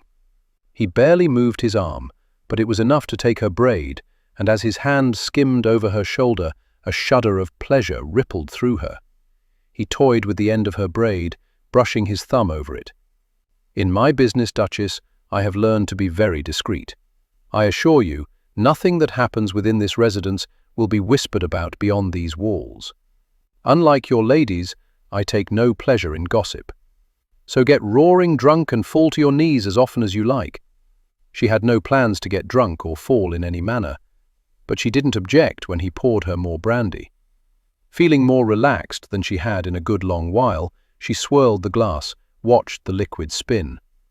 "So how would you do it?" He seemed startled by her question. "Do what?" She wondered what he'd been thinking about. "Increase my yearly income." "Ah, yes, I'd forgotten that's what brought us here. I would increase your income by investing your money." "In something improper, I presume?" She saw a measure of respect light his eyes, and she couldn't help but feel a bit thrilled that she'd guessed what he'd planned to do with her money. "Let's just say, for the sake of propriety, you'd be investing in providing entertainment. I don't know that you'd need or want to know the specifics." She shook her head. "It would make me a hypocrite. A wealthy hypocrite." Smiling, she took another sip of brandy. It was tempting. Spirits, she was deciding, weren't nearly as awful as she'd originally thought. They were, in fact, quite delightful, and they made her feel very happy. More happy than she'd felt in a good long while. "There is more to life than wealth," she told him. "Those who make such reckless proclamations are usually wealthy." "You're wealthy?" "Because I recognize it's the only thing that matters, and I put all my efforts into acquiring and holding on to it." "That's sad. Terribly, terribly sad. Have you no one special?" For a moment, the way he was looking at her, she thought he was going to tell her about someone he loved. "Do you want me to invest your money or not?" he asked sharply. It seemed inherently wrong to have her money invested in things of which she didn't approve, but the thought of 5,000 per annum, a sum that would make her quite independent, was a temptation too great to resist. She downed the remainder of her brandy, able for some reason to tolerate it in larger quantities, and nodded. "Splendid." He refilled her glass. "Now on to the next subject." "And what would that be?" "Your husband." "Lovingdon?" "No, your future husband." He reached for her feet, stretching out her legs and placing her bare feet on his lap. "What are you doing?" she asked, alarmed by the intimacy, but lost enough in lethargy not to want to pull them back. "Offering you a little more indulgence." "I think you seek to corrupt me." "With a bit of brandy and a foot rub?" "Oh, I am the devil." Smiling at him over the rim of the glass, she said, "That's what I thought the first night. That the devil had come to call. And now? I'm not quite sure what to make of you." Suddenly she felt very comfortable with him, as though all her inhibitions had floated away. She thought she might even be able to trust him with her deepest, darkest secrets. Jack's large, rough hands began to knead the soles of her feet. It was absolute heaven. Looking at him through a brandy haze, she decided he was quite charming. "Since you won't tell me who you fancy, tell me what qualities you prefer in a man, and I'll scout around, see what I can find," he said. Olivia couldn't help it. She giggled. "You make it sound so simple, isn't it?" He ran the pad of his thumb up the center of her sole, causing her toes to curl. "What qualities do you want in your next husband?" She shook her head. She didn't want to discuss these things. She didn't want him to know. "Come on, Olivia," he said in that soft, raspy voice that did strange things to her insides. "What is it you want from your next husband?" Closing her eyes, She let more brandy slide down her throat. The heat of it seemed to rise through her head, urging her to confess. It made her feel daring, bold, and not so ashamed of what she wanted. Running her tongue over her lips, she gathered up the last remnants of brandy. She opened her eyes to discover that Jack had moved nearer, near enough that he could tuck behind her ear strands of hair that had escaped her braid. "Tell me, Olivia. I don't want him to cast me aside once he has his heir." She held her snifter with both hands and looked into the glass as though it held images from the past. Lovingdon did that. He never touched me again once he realized I was with child. It took every ounce of courage she possessed to lift her gaze to his. She didn't expect sympathy from a man like Jack Dodger, and he didn't disappoint her in that regard. She wasn't quite sure what his thoughts were, but based on the hardness of his jaw, she suspected it might be a good thing that Lovingdon was dead.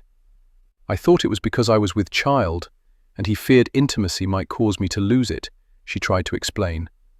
"I thought after Henry was born, everything would return to the way it had been. But it didn't." He trailed his finger along her cheek. "The man was a fool. I was the fool. I went to his bedchamber once, thinking to seduce him. She'd felt so silly then, had never thought to tell anyone. But tonight, in the shadows, with the brandy coursing through her veins, embarrassment was a distant memory. He rebuffed me. He tried to be kind. He told me there was a girl in his youth, and when she left him, his heart went with her. That had betrayed her, and could not keep betraying her. I truly didn't know what he was talking about. I was so mortified I didn't really listen." He swept his thumb across the sensitive flesh of her throat. "Who was she?" "I don't know. It's often that way among the aristocracy. Political alliances or financial gains hold more sway than matters of the heart." She shook her head. "I was married to Lovingdon for 6 years, and I hardly knew him at all. It seems as though I should miss him more, that there should be a gaping hole. All I feel is a sense of emptiness, that something's missing, but I think it was missing long before he died." The brandy made her daring. She eased toward him slightly and whispered, "I'm not even certain I've actually truly been kissed." It was uncanny how still he suddenly became, still and tense, his gaze intensifying as it held hers. "I've told you before I'm not a man who settles for only a kiss." Had also warned her never to challenge him, because it would only make him do it. She was 25, and she had only ever received a kiss while standing at the altar. Lovingdon had not been cruel, but neither had he been passionate. Had treated her with kindness, but had never stirred her emotions as Jack Dodger did. Jack infuriated her. He mesmerized her. He terrified her. He made her curious. Licking her lips to steal the remnants of brandy, she saw his eyes darken. His reaction shored up her courage. "I forbid you to only kiss me. I've warned you not to forbid me," he growled. Before her next heartbeat, had slid his hand around her neck, holding her still as he slashed his mouth across hers. He was not gentle or polite. He was almost savage with his desire to deliver what she had requested. She relaxed into him, offered up no objections when his tongue urged her lips to part and slid smoothly into her mouth. Heat spiraled through her, melting her bones as though they were little more than tallow. He touched her with nothing except that one hand and his mouth, yet it seemed as though he caressed her everywhere, inside and out, shallow and deep. How could a kiss be this powerful, elicit such yearnings? His hand clutched the back of her head, as though he would hold her there forever while his mouth ravaged hers. She wondered if he tasted the brandy on her tongue that she tasted on his. It was suddenly a richer flavor, more intense, more enjoyable. She wanted to lap it up, become drunk on it. She had always been so good about exhibiting proper behavior, and suddenly she was relishing the forbidden, understanding its appeal. His bristly beard abraded her skin, but it only served to enhance her enjoyment. Intense pleasure swirled through her. Oh, she had never felt anything like this before. She wanted to curl around him, hold him close. She scraped her fingers along his scalp, the thick tendrils of his hair soft against her skin. She heard a low moan, barely realizing that it came from her. Her entire body seemed to be awakened, as though all these years she had been unaware that it had been asleep. If at all possible, he deepened the kiss, as though he couldn't have enough of her, as though he desired her. The notorious Jack Dodger wanting her. It was a thought almost too heady to bear. Her husband had kissed her at the altar because duty required it. Even though she'd challenged Jack, she felt no sense of duty in his reaction to her. She felt only an overwhelming power, barely leashed. Her own reaction to his greedy demands shocked her. She didn't want him to stop. She never wanted him to. Suddenly he broke away and heaved himself to his feet, leaving her bereft, reaching for him before she even realized what she was doing. Breathing heavily, his back to her, he said, "I'll prepare a proposal for you, outlining what I intend to do with your money. You can discuss it with Beckwith, in order to be assured your best interests will be served." Gaping, she stared at him in stunned disbelief. The kiss that had left her trembling from head to toe meant nothing to him. He could play his mouth wildly over hers, and then get up and calmly discuss her finances. What a fool she'd been to give in to temptation, only to have it thrown in her face. Tears stung her eyes as she fought desperately for composure and some hint as to how to make a graceful departure from his presence. Abruptly, he spun around and was leaning over her, his arms braced on the couch, hemming her in, his eyes smouldering with passion barely controlled. "I cautioned you that I was not a man who would settle for only a kiss, so be forewarned, I will collect what I am owed. I'll hold to my promise and not go to your bed, but by God, you will come to mine. I'll leave the choosing of the moment up to you, but choose a moment you will." With a force that tipped the couch, he shoved away and headed for the door. "I'm going to my club," he threw out, as though she'd asked about his intentions. But she hadn't the strength to form words. She could barely stay sitting upright. Her entire body felt weak. Tremors cascaded through her as she gasped for breath. All she'd wanted was a kiss, and he delivered a great deal more. She squeezed her eyes shut, his velvety threat echoing through her mind. Oh, the arrogance of the man. She'd never go to his bed. Never. But even as she thought the words, she feared they were a lie. Jack stormed into his club, a man with a purpose. He'd thought leaving the Duchess would be enough to tamp his desire. He'd been wrong. Even now, it was roaring through him with an ungodly vengeance, refusing to be ignored. For the first time in his life, he wanted more than he'd ever had. He wanted to hear a woman's cries as she gave herself over to pleasure. He wanted to be the one who brought the cries rising out of her throat. He wanted to touch her in ways that pleased her. He wanted to taste her, start with her mouth, and work his way down to her toes. He made his way to the room where the girls worked. Standing in the doorway, he scanned the crowd until he caught sight of Prudence lounging on a man's lap. He knew how intense his gaze could be, how he could force a person to feel it and gain his attention. Finally, she looked over at him. He jerked his head in the direction of the offices. She gave him a quick nod before turning back to her customer to smooth any feathers that might be ruffled by her unexpected departure. Jack barreled through his establishment, ignoring those around him. Something in his face must have shown that he wanted them to disregard him as well, because no one approached or vied for his attention. Jack shoved open the door that led to the offices, walked by Franny's without peering in, and strode into his own, closing and locking the door in his wake. He went to the wall and took down an oil painting of a woman sitting beneath a tree.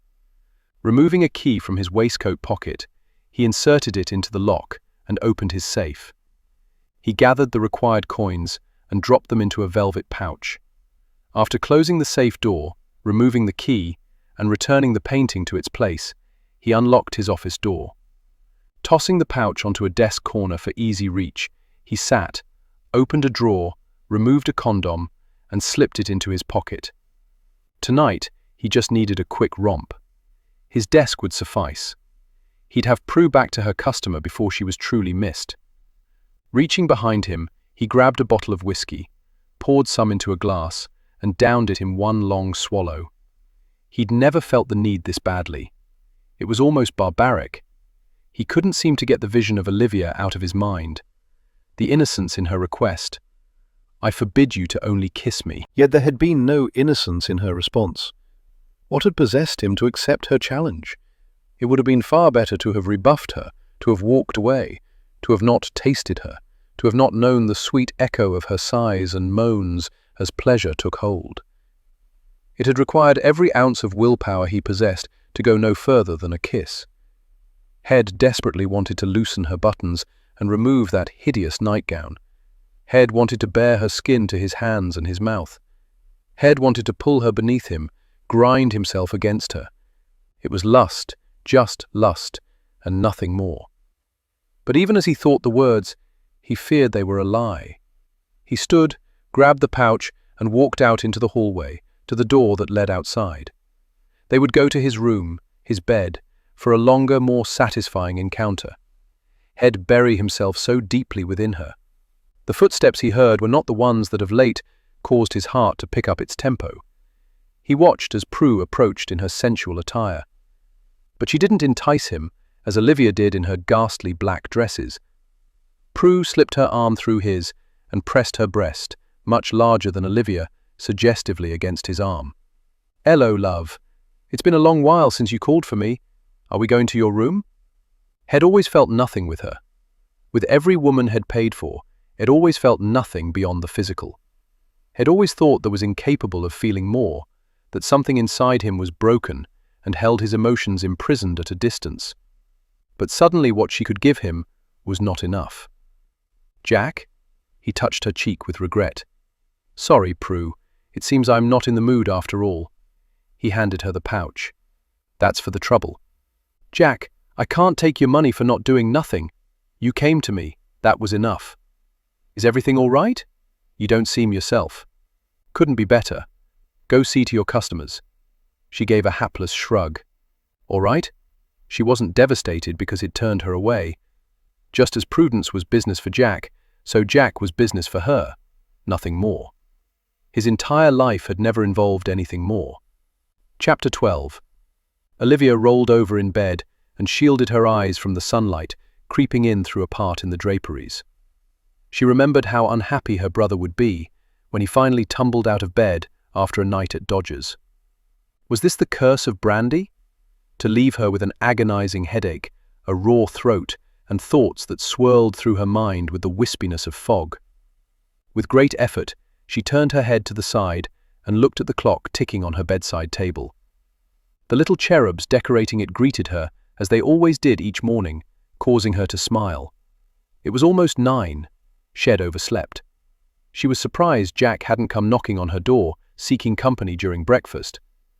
Perhaps he'd not yet returned from his nightly prowling. Jack, the memories of his mouth having its way with hers assailed her. How would she face him? But face him she would. Last night was an aberration, the brandy loosening her morals. She'd avoid spirits in the future, and she'd make it perfectly clear that she'd avoid his bed. He was owed nothing. Had accepted the dare of receiving only a kiss, and he would just have to live with it. She was certain he'd have no trouble whatsoever finding solace elsewhere. Why did that thought cause an ache near her heart? Would he go to Franny? Would she welcome him with open arms, give to him what Olivia was afraid to offer? Would Franny know the delight of greeting the morning nestled within his arms? With a lethargic sigh at her stupidity for tormenting herself, Olivia eased out of bed. The floor felt cool against the soles of her feet. Perhaps today she wouldn't bother with shoes. She giggled at the thought of a duchess without shoes. Or she thought she giggled. She hadn't heard any sound. What was wrong with her? She staggered toward the door that led to the dressing room. Someone had moved the blasted thing. It seemed so far away of a sudden. Halfway there, she realized she'd forgotten to pull the bell for her maid. How could she get ready for the day without Maggie? Perhaps she'd go back to bed, sleep a bit more, and start the day over. Instead, she opened the door to the dressing room. Steamy warmth greeted and comforted her, even though she was hot. And growing hotter with embarrassment, shame, and awareness. Standing in front of the mirror, lather on a portion of his face and a razor in his hand, was a man. Images darted in and out of her mind, slender back, broad shoulders. his buttocks pale and rounded and firm. Long legs, solid thighs. She was fascinated, watching his muscles ripple with his movements just before he stilled. She had never seen anything quite so exquisite before. He was naked, completely naked. Droplets had gathered on his back, as though had toweled off but been unable to reach those few. She had an insane urge to pick up a towel and glide it over his skin, absorb the remnants of his bath. "You bathed yesterday," she rasped, the words sounding as though they came from a great distance. Holding her gaze in the mirror, he said, "I bathe every morning." Apparently the man had no shame. Why was she not surprised? With a challenge in those dark eyes and a come-hither grin, he turned to face her. She was familiar with the shape of a man's anatomy, even though her husband had bedded her with propriety. Had always worn a nightshirt. She had felt, but never seen, and even if she had seen, she didn't think her husband had been quite that enticing. It was the only word she could think of to describe what Jack Dodger so proudly displayed. Every facet of his being was little more than an invitation to indulge in wickedness. "Oh, my word," escaped from her mouth on a shaky breath. Suddenly the room was spinning, black edges rushing toward the center of her vision until she saw nothing at all. "Damnation!" His razor clattering in the bowl as he released it, Jack lunged for Olivia, somehow managing to grab her before she hit the floor. How was it that a woman once married could be so squeamish at the sight of a naked man? But as he shifted her into his arms and her head lolled against his bare shoulder, he realized something else entirely might have been responsible for her swooning. "Good God, you're burning up." Not weighted down by anything except her cotton nightgown, she was lighter than she'd been the first time he'd carried her. He laid her on her bed. Reaching for the bell pull, he hesitated. How was he going to explain his lack of clothing if her maid responded quickly to the summons? Grabbing a towel as he went through the dressing room and wiping the lather from his face, he hurried to his room. Jerking on his trousers and slipping into a shirt, he wondered if she'd been fighting an illness from the beginning. He didn't like thinking he might have made a sick woman's life miserable, or that he might even have been responsible for bringing on the illness. Last night, she had seemed fevered only by passion. Surely he'd have noticed if she was ill. Buttoned and tucked, he decided the rest could wait. He could explain being partially dressed much more easily than he could explain nakedness. In long strides, he returned to her bedchamber and yanked on the bell pull. She was still dead to the world, but not dead. He patted her cheek. "Livy? Come on now, sweetheart." "Sorry," she mumbled. "So sorry." "As well you should be, barging in on me like that." For one glorious moment, had thought she had made the decision to come to his bed. His body, damn its weakness, had immediately responded. His gentle pats weren't stirring Olivia. Was that a rattle in her chest? Lowering his ear to her bosom, he heard a rasping sound, but it didn't sound ominous. More disturbing was that through the thin material, he was suddenly very much aware of the softness of her breasts against his cheek. The intimacy made his mouth go dry. Her breasts were smaller than Prue's, but damn if they didn't incite his desire into rebellion, nearly shattering his control. The door opened, and Jack sprung back guiltily, shaping his features into a wall of uncaring. The maid gasped. "What are you doing, Mr. Dodger?" She fainted. "I've been trying to revive her. We need to send for my physician." "She has her own." The maid rushed over and began tapping her fingers against Olivia's cheeks. "I've tried that already," he told her. "She's on fire." She looked up at him, and he realized until that moment she had believed he'd done something to make her mistress faint. Or perhaps she was holding him responsible for her fever. He was blamed for so many things, what did one more matter? "Stay with her." He began striding from the room. "I'll fetch a physician." She might have her own, but he wouldn't send for him. Jack wanted someone he trusted. He didn't care to explore the sudden terror ripping through him at the thought of her possibly dying. Olivia awoke to the sight of an angel hovering over her bed. His blonde, curling hair formed a halo around his face. In some distant part of her mind, she realized she should be frightened that a stranger was in her bedchamber, and yet his smile was so kind, so reassuring. that all she could do was offer a weak smile in return. "Hello," he said softly. "Who? I'm Dr. Graves. Mr. Dodger sent for me. How do you feel?" She remembered now, remembered what she had seen. He was naked. Was he? She heard a harsh sound, someone clearing his throat. "I suspect you were probably dreaming," the doctor said. She fought to shake her head. No. It'd never dream him looking as magnificent as that. She thought he looked as though struggling not to laugh. "Yes, well, we have more pressing concerns." "Do you hurt anywhere?" "Everywhere, so tired." "I suspect you are. How long have you been feeling unwell?" "Forever. But not so hot. So mayhaps the fever just came upon you." She nodded, or thought she nodded. "Why don't you go back to sleep now?" he said. Sighing, she closed her eyes. "Henry, he's fine. The man was wonderful. He knew the answers to the questions before she asked them, and his hands were incredibly gentle as he prodded here and there. So gentle. Lovingdon had never really been tender. Bedding her had always been more about getting down to business, had spoken no sweet words before and whispered none in the dark afterward. Sometimes she'd had the impression that he was apologizing for inflicting himself on her. He'd always come into her room, slipped into bed, slipped into her, and then slipped out, leaving her with an aching loneliness. Always so lonely. "Well," Jack snapped as soon as Graves finished his prodding, "I suspect something akin to influenza."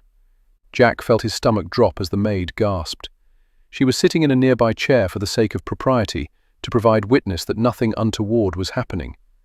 Originally, she'd objected to Jack's presence, but it had only taken reminding her that he now paid her salary to silence her. Ah, yes. With the dispensing of coins came power and a tendency for people to look the other way. "Will she die?" Jack asked. Graves looked at him. "She's young. I can't attest to her strength because she's so thin. Aristocratic women tend to eat little.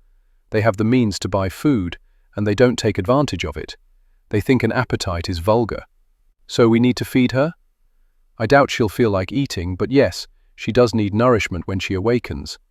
I've given her some laudanum, so she'll sleep for a while in comfort. I'll leave a poultice to help draw out the fever. Cool baths might also help, but then you have to take care that she doesn't get chilled. How can she not get chilled in a cool bath? You see the dilemma. The best thing is probably just to let it run its course." Jack felt the anger and frustration building. "I called for you because you're supposed to be so damned good at administering to the sick, and the best you can offer is, let's see how it goes. As much as I wish it were otherwise, no remedies exist for what we're dealing with here. I'm sorry. It's summer, for God's sake. I thought people got ill in winter." "More people are usually sick in winter, but illness doesn't take a holiday. When conditions are ripe, people get ill. She's in mourning, probably not eating, not sleeping. Grief takes a toll. Only if love was involved. Did that mean she loved her husband? Her husband who'd left her a mere £2,000 a year? Her husband who'd never properly kissed her? What caused people to love? How did that emotion come about? Jack had loved his mother, but he'd be hard-pressed to think of anyone he'd loved since. He had a tender regard for Franny, but it was not love. "I'll see to her needs," her maid said. "You can't do it 24 hours a day," Jack snapped. "Well, hire a nurse. The good news is that it should pass rather quickly. The fever should break in 2 or 3 days," Graves said. If it's going to break at all was left unsaid. "I'll return to check on her tomorrow." Graves picked up his ominous black bag. "Come back tonight," Jack ordered. "I have a lot of patients. I'm going to build you a damned hospital. Because you lost a wager. It doesn't make me owe you." The hell of it was that Jack knew if Luke asked, Graves would not only come back, he'd never leave. Every one of Fegan's children was more loyal to Luke than to Jack. They'd been jealous of Jack's relationship with Fegan. He was the son Fegan had never had, the one he confided in if something needed confiding. They all worried that Jack knew their deepest, darkest secrets. Unfortunately for them, he did. But he'd never lorded it over them, never threatened them with exposing what they wished to remain hidden. As much as he was tempted, he wouldn't use what he knew now either. For the sake of the boy who had already lost his father, Jack swallowed his pride. "Please. I'll try. That's the best I can promise. But really, I can do little for her, and so much more for others." Jack nodded, studying Olivia's still form, preferring her marching around the residence, chastising him for one thing or another. "Do you ever feel like you're playing God, picking and choosing who gets your attention?" "I won't dignify that question with an answer.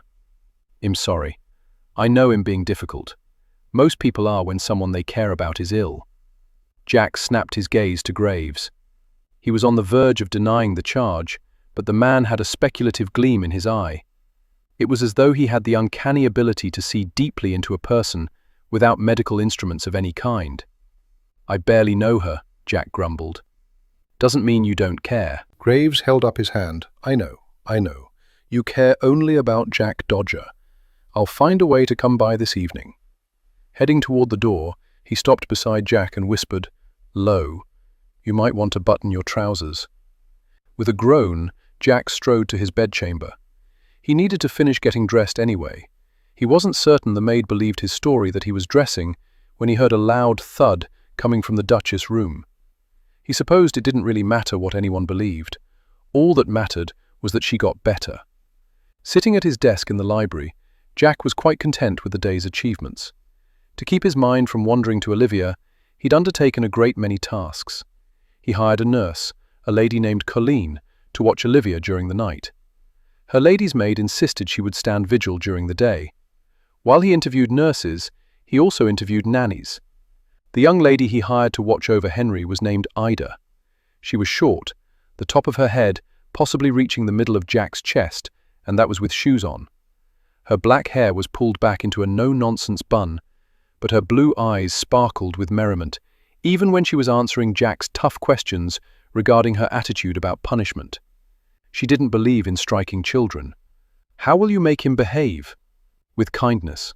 Surely not a conventional approach, but then Jack had never cared much for following conventional wisdom.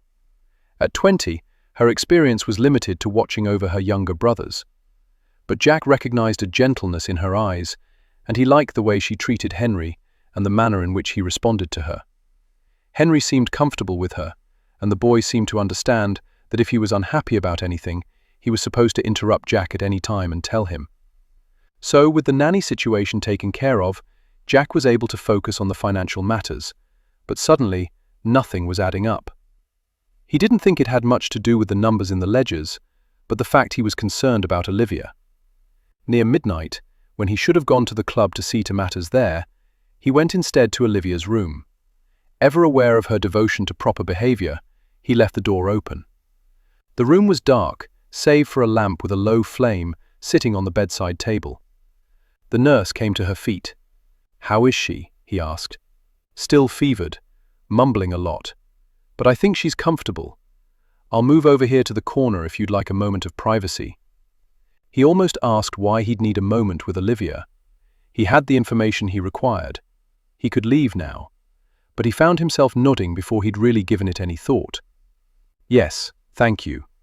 He took the velvet-covered bench near her vanity, set it beside the bed, and sat. So great was his concern for Olivia earlier, he'd barely noticed the room. The room shed asked him not to enter. Glancing around quickly, he couldn't see anything unusual, anything that might embarrass her or that she might want to hold as a secret. Perhaps it was no more than that this room was her sanctuary, and she didn't want the likes of Jack Dodger invading it. She shouldn't have taken ill then. He considered taking her hand, but the action somehow seemed more intimate than the kiss. He didn't even know why he was there. He could do little enough for her, but he felt a need to do something. He hated feeling as though he had no control over the situation. It didn't help that the infernal clocks were ticking. He looked to the bedside table. A clock with winged cherubs was marking the passing of time. But that wasn't enough to set up such a ruckus. Twisting around, he looked to the corner and discovered the clocks he had removed from the library were resting on a small lace-covered table. Why were they so precious to her? He shifted back around and studied her. She seemed to be resting comfortably. He slid his gaze over to the nurse. She was sitting near the fireplace, her profile to him, concentrating on her knitting. He suspected that she'd notice if he did anything not of a gentlemanly nature, but she was far enough away not to hear any words whispered. Not that he wanted to whisper anything to the Duchess. There was a considerable amount that he wanted to yell at her. She was really inconveniencing him. It was damned irritating. She needed to get well, and quickly. He didn't have time to waste looking in on her, and her son was worried, so Jack had to take moments away from his work, moments he couldn't spare, to reassure Henry. He needed to take care of matters here and at his business. He didn't have the patience for this nonsense. Still, he placed his elbows on his knees and leaned forward slightly. "No need to worry about your son," he said in a low voice. "He has a proper nanny now. The Countess of Claiborne helped me locate her." That had been irritating as well, asking Catherine for help. Jack was accustomed to taking care of matters on his own, but he was not as familiar with this world as he was with his. He didn't want to disappoint Olivia by choosing poorly. That too was irritating, that he cared about pleasing her. "You'll approve of her, the new nanny. Her name is Ida. Henry likes her well enough." Olivia's eyes fluttered open. He could claim he hadn't meant to awaken her. After all, he was skilled at lying. But he had wanted her awake, had wanted to see for himself that life remained in those golden eyes, had wanted to gaze into them again. "How are you feeling?" he asked. Her eyes closed briefly, as though it took all her strength to respond. "Tired." He thought about touching her forehead to test the extent of her fever, but he could see the flush in her cheeks, the dew on her skin. He had no doubt she was still fevered. "Henry?" she croaked. "He's fine. He's asleep now." "Time?" "A little after midnight. I can give you the precise time if you like. You've got all the damned clocks in here." One corner of her mouth shifted up into a weak smile. "Gave them to him." "You gave Lovingdon all the clocks?" She nodded slightly. No wonder she'd been upset that Jack had thought so little of the precious collection. He always said time was his enemy. Tears welled in her eyes. Tried to make him see it wasn't, but he claimed there were things he needed to do, things to set to right. "What things?" She shook her head slowly, closed her eyes and opened them. Wouldn't say. His secrets. Jack couldn't help but wonder if any of those secrets concerned him. He looked around the room again. Nothing looked familiar, but it could have changed as much as London had. The man who'd taken him in had given him a room next to his, but Jack didn't think this was it. "So sorry," she rasped. He looked back at her, for the briefest of moments, fearing she had the ability to read his mind, to know the dark roads down which his thoughts had travelled. So his tongue was a bit sharper than he'd intended when he finally spoke. "What do you keep apologizing for? What did you do that requires eternal apologies?" "Lovingdon. I killed him." Chapter 13. Jack stared at Olivia. She'd closed her eyes as soon as the words were spoken, as though her admission had taken all her remaining strength. Did she think she was dying, in need of a deathbed confession? Why had she said such a thing? Had she suddenly climbed out of bed, removed all her clothes, and run through the London streets stark naked, Jack wouldn't have been more surprised. A sound startled him, and to his everlasting irritation, his body jerked. The nurse was standing at the foot of the bed. Did they all have to creep around?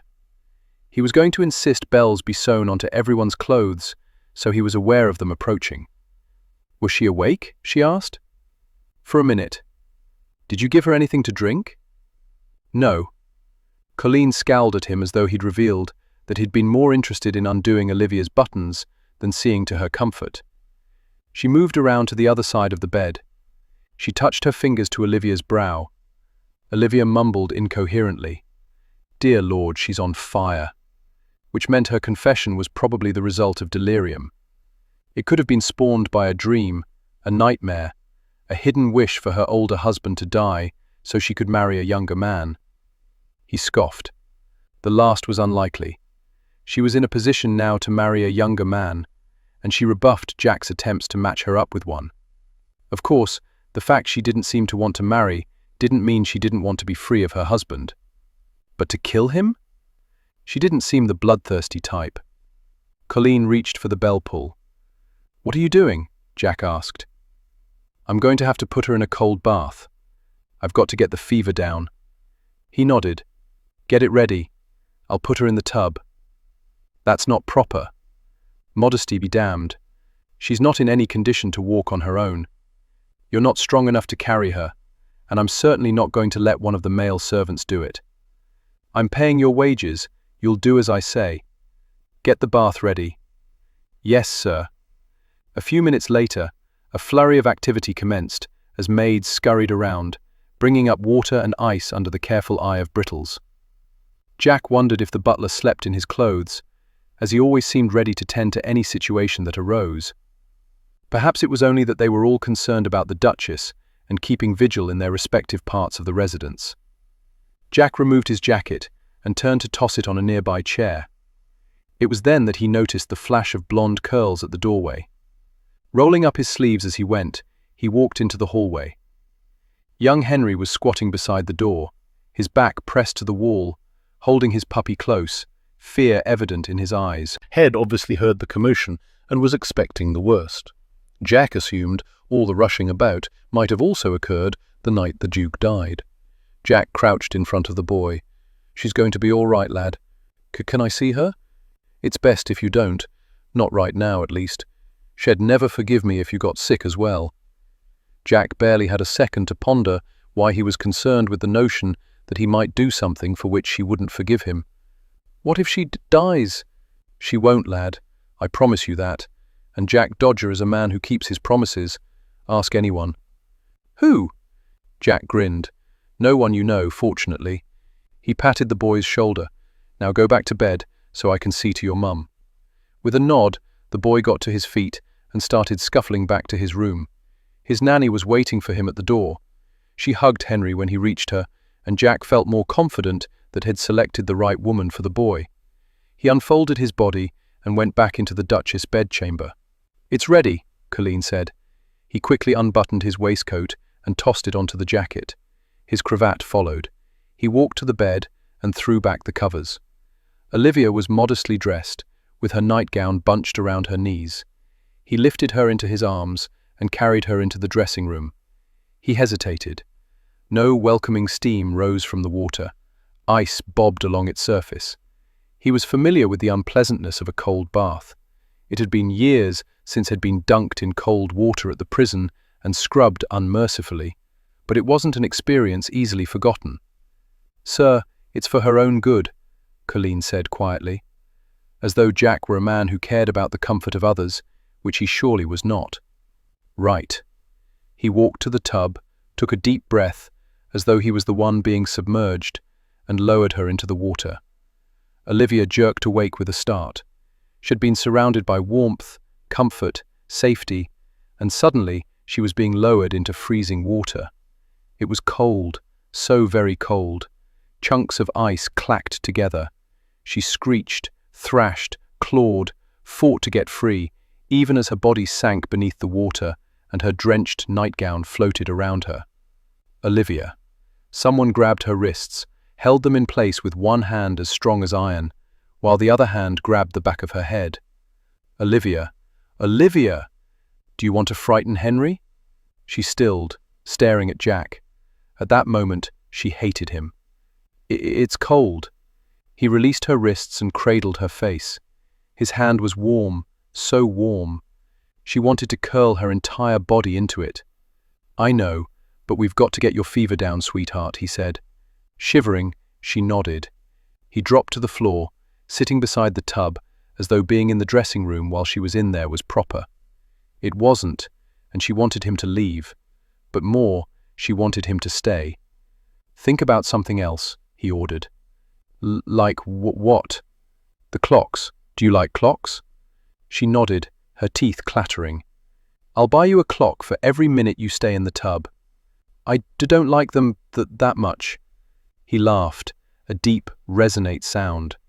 "I'm glad someone's having fun," she stammered. "I'm not." She glanced around the room. The only other person was the nurse. What was her name? It danced at the edge of her mind. The nurse lowered herself to the other side of the tub. "Only a couple of minutes, Your Grace." Olivia nodded. She was miserable, so very miserable. Think about how lovely it'll be when you get out, Jack said. Olivia jerked her head up and down.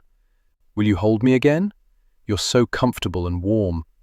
She released a half laugh. Silly to want to be warm when that's what got me here in the first place. When you get out, you're going to have some warm soup, he said. You don't eat enough. How would you know? I've carried you 3 times now, and you're a wisp of a woman. She was certain he'd managed to insult her, but she really didn't care. It's hurting. She grabbed the edges of the tub. Here. He slipped his hand beneath hers. Squeeze my hand. I might break bones. It's not like they won't mend. Come on, squeeze. She did, squeezing his hand, squeezing her eyes shut, squeezing.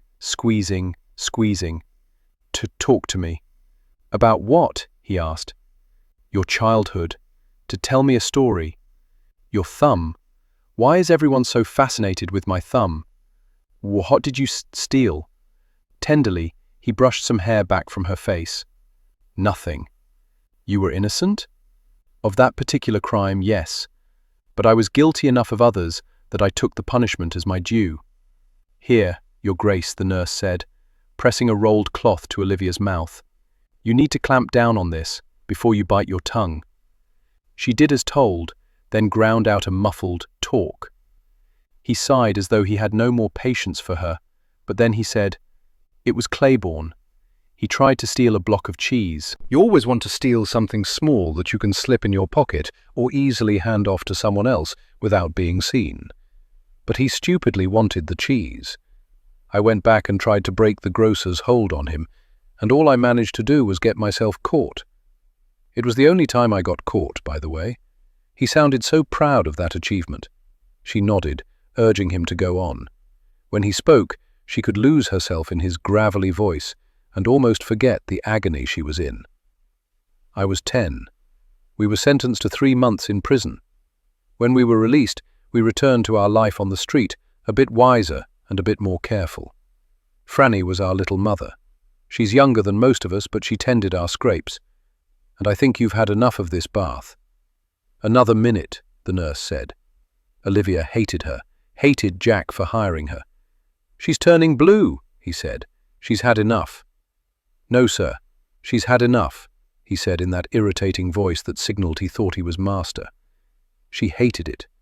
She loved it as one arm went beneath her knees, the other behind her shoulders, then he lifted her out with a grunt. Perhaps she wasn't so light after all. He set her on a chair. Grab the towels. I'll see to her, sir, the nurse said. Jack stepped back, and Olivia saw that his shirt was almost as soaked as she was. I'm going to my club, he said. Send word if I'm needed. Olivia almost reminded him that she needed him to hold her, to warm her, but the cloth was still in her mouth, and she was afraid if she removed it, she'd bite off her tongue. The nurse was trying to help her out of her nightgown, and she was fairly certain she'd be warm again soon. But still she couldn't deny the disappointment that it wasn't Jack who was going to be warming her. As Jack tore off his wet clothes, he was determined to leave the residence as quickly as possible. Had not promised Olivia that he'd hold her, but he couldn't get her request out of his mind. He reminded himself that she was sick, delirious, possibly not even aware of what she was saying. The very last thing she probably wanted was to be held by him. Jerking on his dry clothes, he could see her shivering in the tub. Forcing her to stay in the frigid water had been the hardest thing he'd ever done. Chill bumps had erupted over her skin. Her dark nipples had hardened. He knew they were dark because they'd been almost visible through her drenched nightgown. Thank God. She was too ill to notice he was well aware of every aspect of her soaked state. As soon as she'd started thrashing, he'd wanted to take her back to bed. But he'd promised Henry she wouldn't die, and if the nurse thought a cold soak was needed, a cold soak she'd get. He rubbed his brow. Whatever had possessed him to make such a promise? He jerked open his door and stormed into the hallway. Did she die? Jack swung around. Henry stood there in his nightshirt, appearing so small and afraid, his eyes huge. No, lad. He walked over and crouched in front of him. She's going to get well. Where's your nanny? Sleeping. Henry looked at the door, peered back at Jack. "You can't see her yet, lad. Do you want to sit outside her room for a bit?" He bobbed his head. Jack sat on the floor with his back to the wall. Henry crawled onto his lap, pressing his face to Jack's chest. "She'll be all right, lad. She'll be all right." They sat in silence for a moment before Jack said, "You can suck your thumb if you want." Henry shook his head. "Here." Jack reached in his jacket pocket, removed his locket, and handed it to Henry. "Hold it for good luck." Henry's small hand fisted around it. "Do you know Lord Claiborne?" Jack asked. Henry glanced up at him. "No." His voice was so soft, as though he feared disturbing his mother, that Jack almost didn't hear him. "Well, I suspect you will someday. I lived with the previous Lord Claiborne for a time. One day I was trying to decide if I wanted to run off. I was standing at the back gate, looking at my locket when your father approached." Henry's golden eyes widened. "This was years ago," Jack said, "before you were born. He thought he'd stolen it, but I told him my mum had given it to me." Jack remembered that day as though it were yesterday. "I'll give you a shilling to let me look at it," Lovingdon said. "Why do you care? A girl I once knew carried a locket that looked very much like that one." Jack didn't like him. He didn't trust anyone with green eyes. They reminded him of the man who'd hurt him so long ago. But where was the harm in taking a coin? A crown? The man smiled. "You are a bargainer. But it's a deal." He gave Jack the crown, and as soon as he held it in his hand, he wanted to run. Take the coin and dash off. Instead, with a tightness in his throat that he thought might suffocate him, he handed over his precious possession. The Duke very slowly opened the locket and studied the miniature for what seemed an eternity. Then he closed it and handed it back to Jack. "A very pretty locket, but not the one I was remembering." Jack tucked the locket away and gave him a cocky grin. "Thanks for the crown. Are you thinking of leaving?" "I don't see it's any of your business. The Earl is offering you an opportunity here that few such as yourself are given. If you don't want to learn from him, perhaps you'd be willing to learn from me. You're not offering nothing I want. Besides, you're wrong.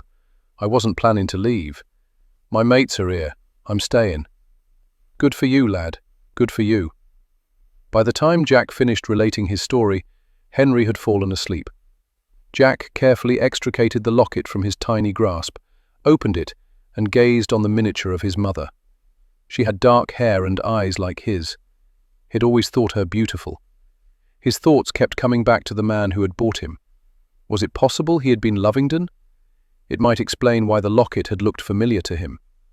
The man who bought him had been standing nearby when Jack's mother had given it to Jack as she said goodbye. No, Jack refused to believe Lovingdon was that man. He'd go insane with the thought of him touching Livy, of being Henry's father. Another reason existed behind the will. But how in the hell was Jack going to determine what it was? And why did he have the feeling it was important to find out? He should just let it go, but he couldn't shake the suspicion all was not right, and he was overlooking something terribly important. Lovingdon had told Olivia he had something to set to right. Jack wondered if he'd inherited that task as well. He just didn't know what it was yet. Time crawled by. Sometimes Olivia was cold, shivering, and other times she was so hot she thought she'd burn up. Jack never returned to see after her welfare. She assumed he'd lost interest, once he realized she'd survive and be around to manage his household.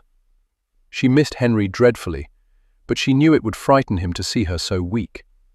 Every morning and every evening, the angelic physician came to see how she was doing. His arrivals allowed her to keep track of the passing of the days. It was on the third night that her fever finally broke, and he seemed most pleased when he arrived in the morning and saw her sitting up in bed. "You're not my normal physician," she said. She was exhausted but feeling much better. She was freshly bathed, wearing a clean nightdress. The bed linens had been changed. The windows were open, the sunlight streaming in, and the odor of illness was dissipating. "No, I'm not. I'm a friend of Jack Dodger's," Dr. Graves said. "You seem too respectable to be a friend of his." Dr. Graves smiled. "I knew him when I was a lad." "Did you grow up on the streets as well?" I did. How is it that you learned compassion? He narrowed his eyes at her. Are you really asking, how is it that Mr. Dodger didn't? You just seem an unlikely pair. Children are seldom given the luxury of choosing their childhoods, but I cannot fault the friendships formed in mine. They have stood me in good stead. She plucked at a thread on the comforter. It's just that he hasn't even bothered to see how I'm faring. Oh, he's bothered.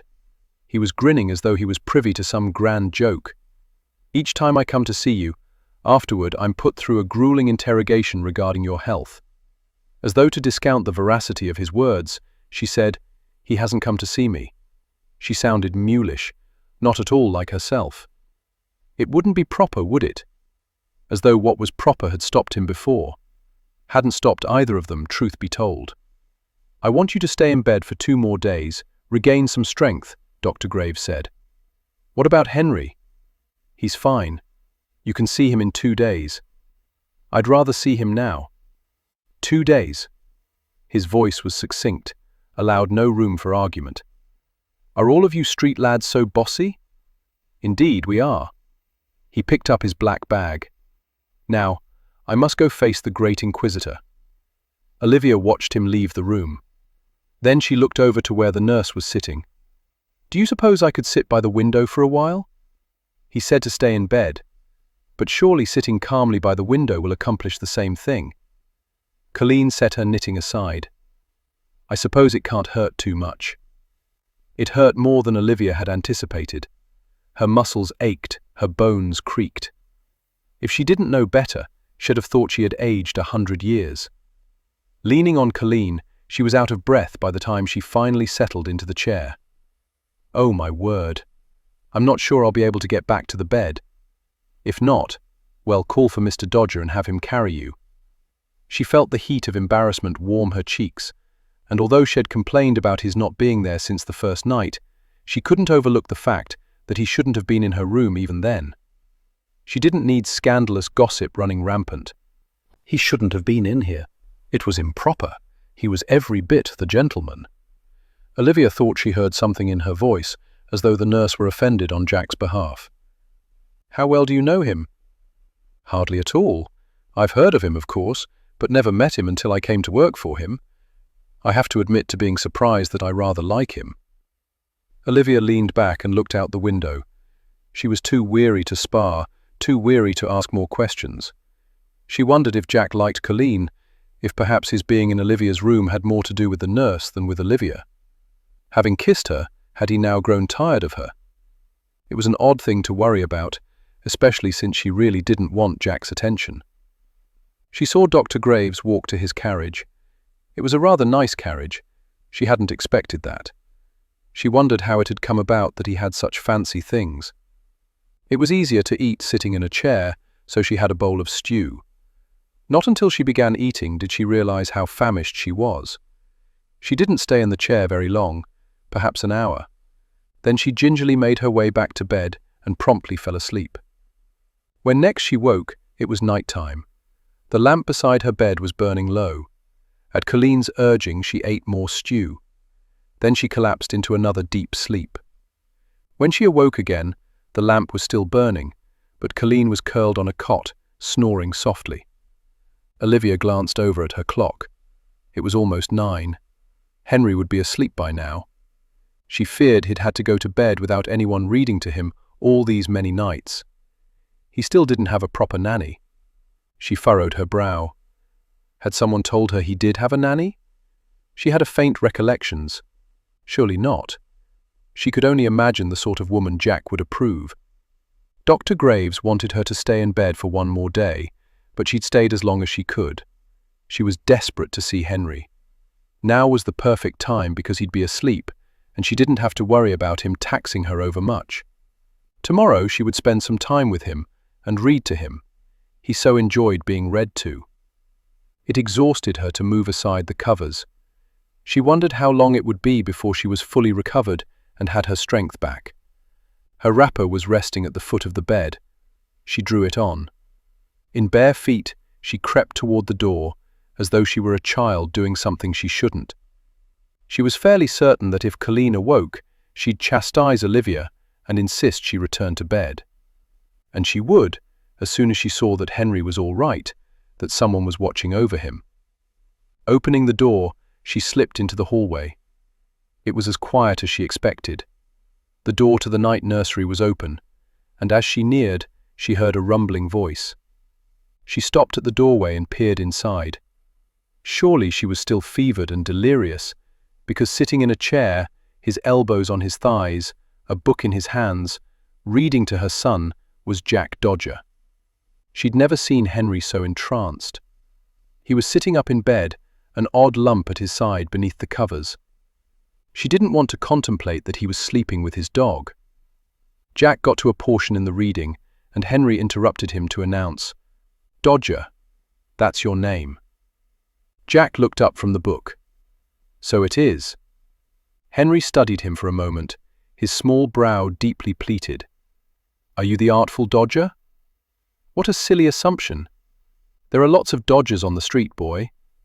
Do you know what a Dodger is?" Henry shook his head. Olivia had never seen him so animated, so unafraid.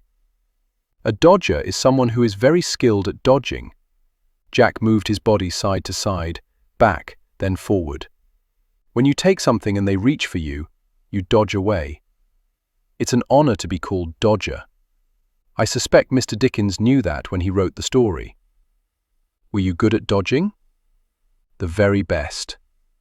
Oh, the audacity! But Olivia held her tongue because she didn't want to make them aware of her presence.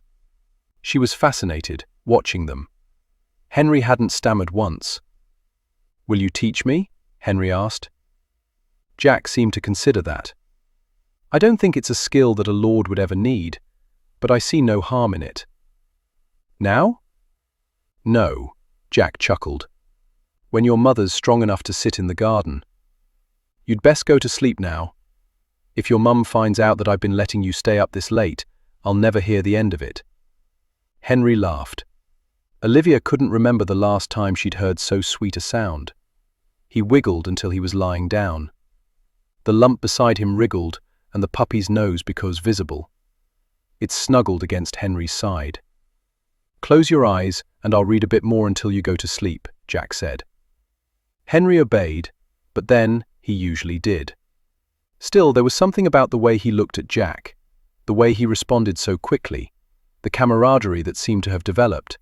Her son's reaction could almost be considered hero worship. What had transpired while she'd been ill? She heard Jack's voice carrying on with the story. She crept down the hallway to her room, grateful to have been undetected. She hardly knew what to make of all this. In some ways, it seemed terribly wrong that Jack would usurp her position and give so much attention to Henry, and in other ways, it seemed so terribly right. Chapter 14. The next morning, Olivia awoke to sounds coming from the dressing room. No doubt they were preparing a bath for Jack. An image jumped into her mind, an image that she had been struggling not to remember. Jack Dodger, stark naked. She couldn't have chosen a more opportune moment to swoon. Oddly, it left her with a bit of dignity. If she'd spun on her heel and left the room, Jack would have laughed at her retreat. And if she'd stayed, staring him down and trying to shame him into leaving, they'd probably still be standing there. Or worse, she might have invited herself into his bed. The dressing room grew quiet, and she imagined Jack sitting in the copper tub, warm water lapping at his body. She had an unusual desire to go into the room, lather her hands with soap, and stroke them slowly over his chest and shoulders, along his back and down his arms. He appealed to her in ways he shouldn't, made her desire uncivilized behavior. She had always been good, and suddenly she found herself wondering what harm would come of her being bad. "You're awake." Olivia was startled from her misbegotten musings. She had forgotten about the nurse. Colleen smiled warmly and pressed her hand to Olivia's forehead. "The fever hasn't returned. As soon as Mr. Dodger is finished with his bath, I'll have one prepared for you." Olivia could do little more than nod at the thought of crawling into the tub after Jack had used it. "I don't think my services will be required any longer," Colleen said, reaching for the bell pull. "I appreciate your seeing after me. It must take a great deal of courage to put your own health at risk, caring for others." "I like to help," and I had the opportunity to meet Dr. Graves. Rumors are Mr. Dodger is building him a hospital. I'm hoping to work there." Jack was building a hospital? The man was a source of constant discoveries. "I don't know if it'll have any influence, but I'll put in a good word." Colleen curtsied. "Thank you, Your Grace. You're most kind." Olivia didn't feel kind. She felt put upon waiting for Jack to finish with his bathing. But then, he had so very much to bathe, she supposed it was understandable that it would take him a while. While he may have been equal in height to Lovingdon, he was considerably broader. Yet, not an inch of him had gone to fat. He was taut and lean. She had only ever seen the naked male form as a statue, and even then, modesty prevented her from allowing her gaze to linger over long. She had had a devil of a time tearing her gaze from Jack. Her maid soon joined her. Colleen left.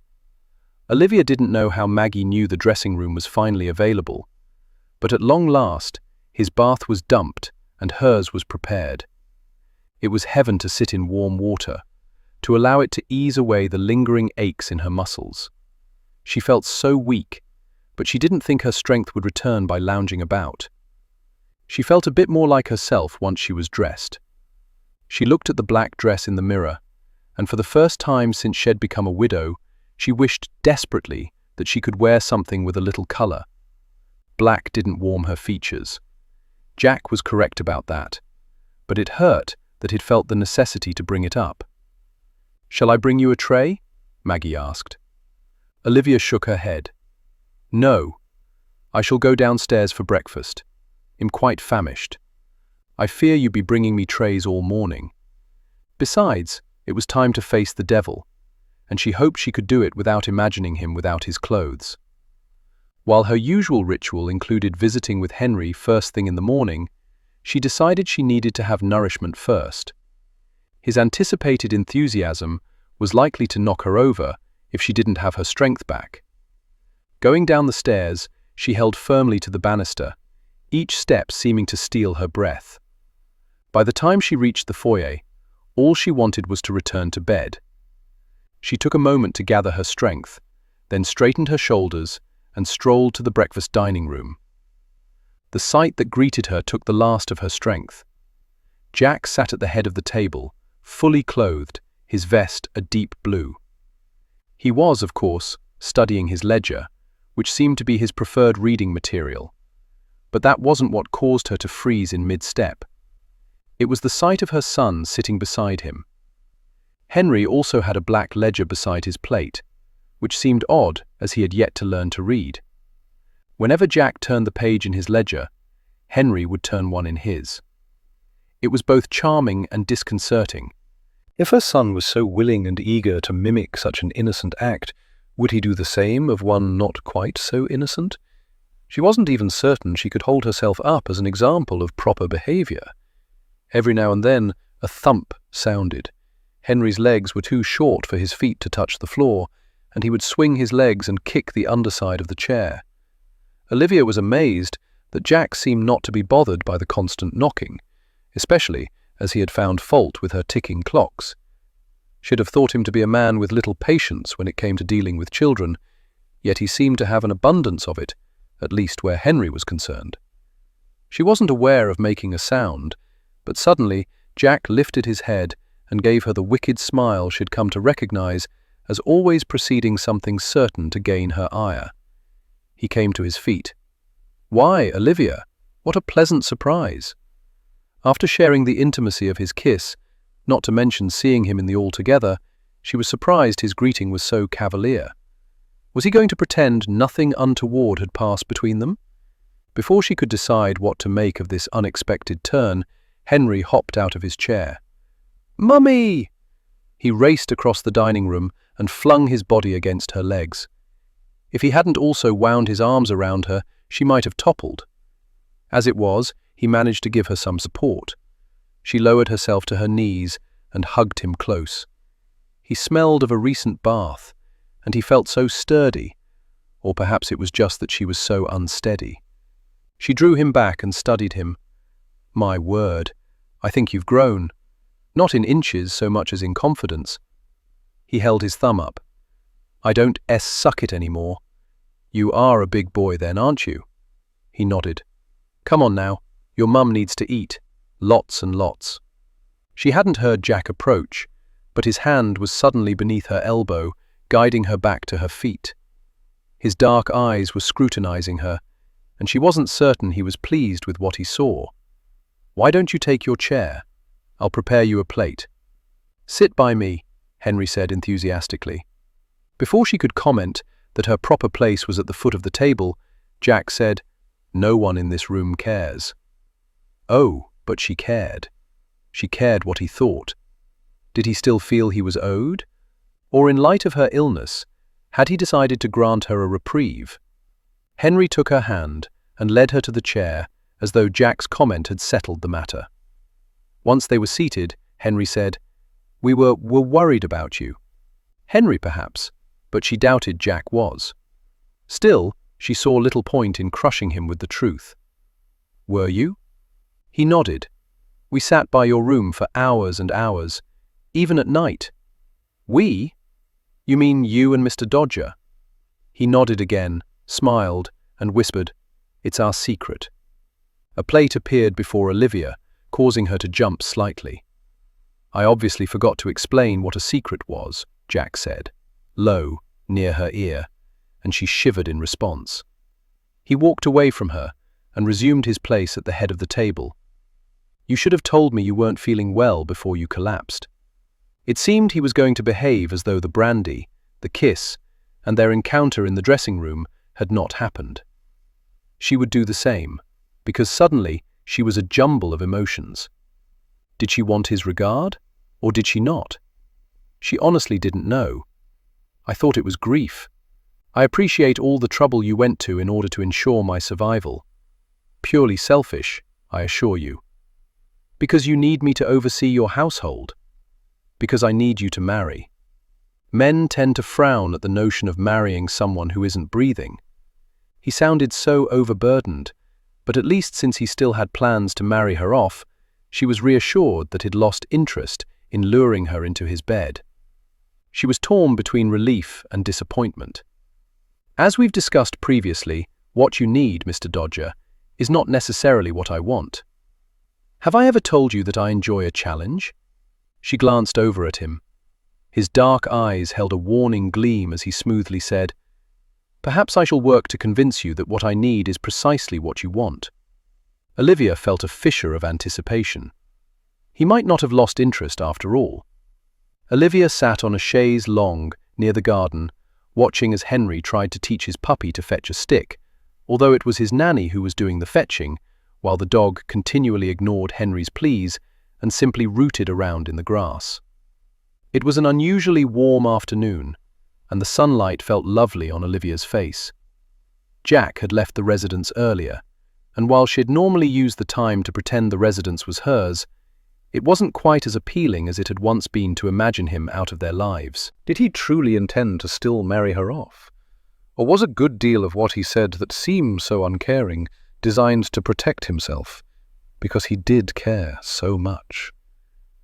He was an enigma, and she was beginning to think solving the puzzle of Jack Dodger could be quite an enjoyable challenge.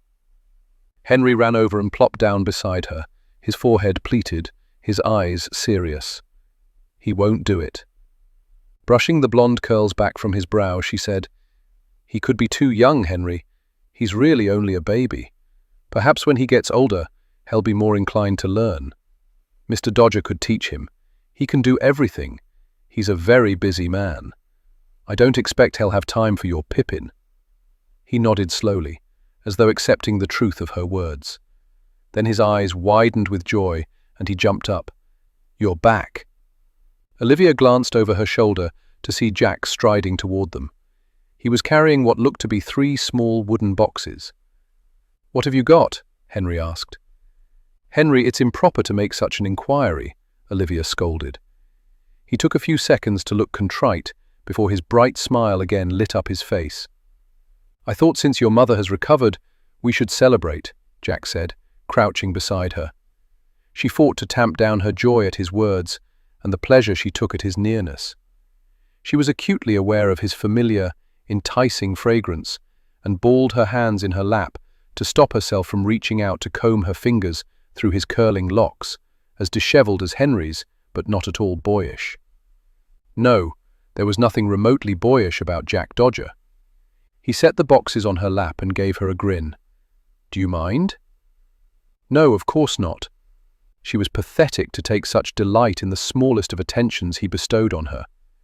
He called to the nanny, and when she neared, he said, "You'll want to see this."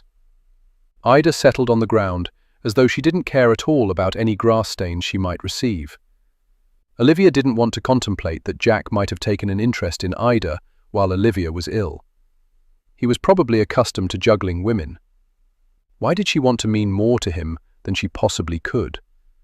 Was it because he was beginning to mean something to her, other than her son's guardian? "Do you know what a kaleidoscope is?" Jack asked as he took the first wooden box. "No, sir," Henry said, while Ida shook her head. Jack arched a brow at Olivia. She nodded, although I've never actually seen one. "Then you're in for a treat." He urged Henry to settle in front of him, with his back to him. But Henry was too curious, and as soon as he was in place, he twisted around to see what was going on. With an amused chuckle, Jack opened the case and removed the cylinder. "Now this one is clear. You look through here," he pointed to the eyepiece, "and as you turn the other end, whatever you're looking at becomes very different." He guided Henry's hand, teaching him to hold it, turn it. Henry laughed with delight. He jumped up. "I want to go look at Pippin." Chuckling with obvious satisfaction at Henry's enthusiasm, Jack handed a box to Ida. "For you." She smiled with delight. "Well, thank you, sir. I'd best see to the young master." She got up and hurried after Henry, who, unable to get Pippin to sit still, had moved on to look at flowers. "I approve of her," Olivia said quietly. Jack turned his attention back to her, a sparkle in his eyes. "Damn. Means hell will be cold when I get there. I'm not fond of the cold. I assume you're hinting you thought that abominable place would freeze over before I ever agreed with you." "I did. Do you worry about ending up there?"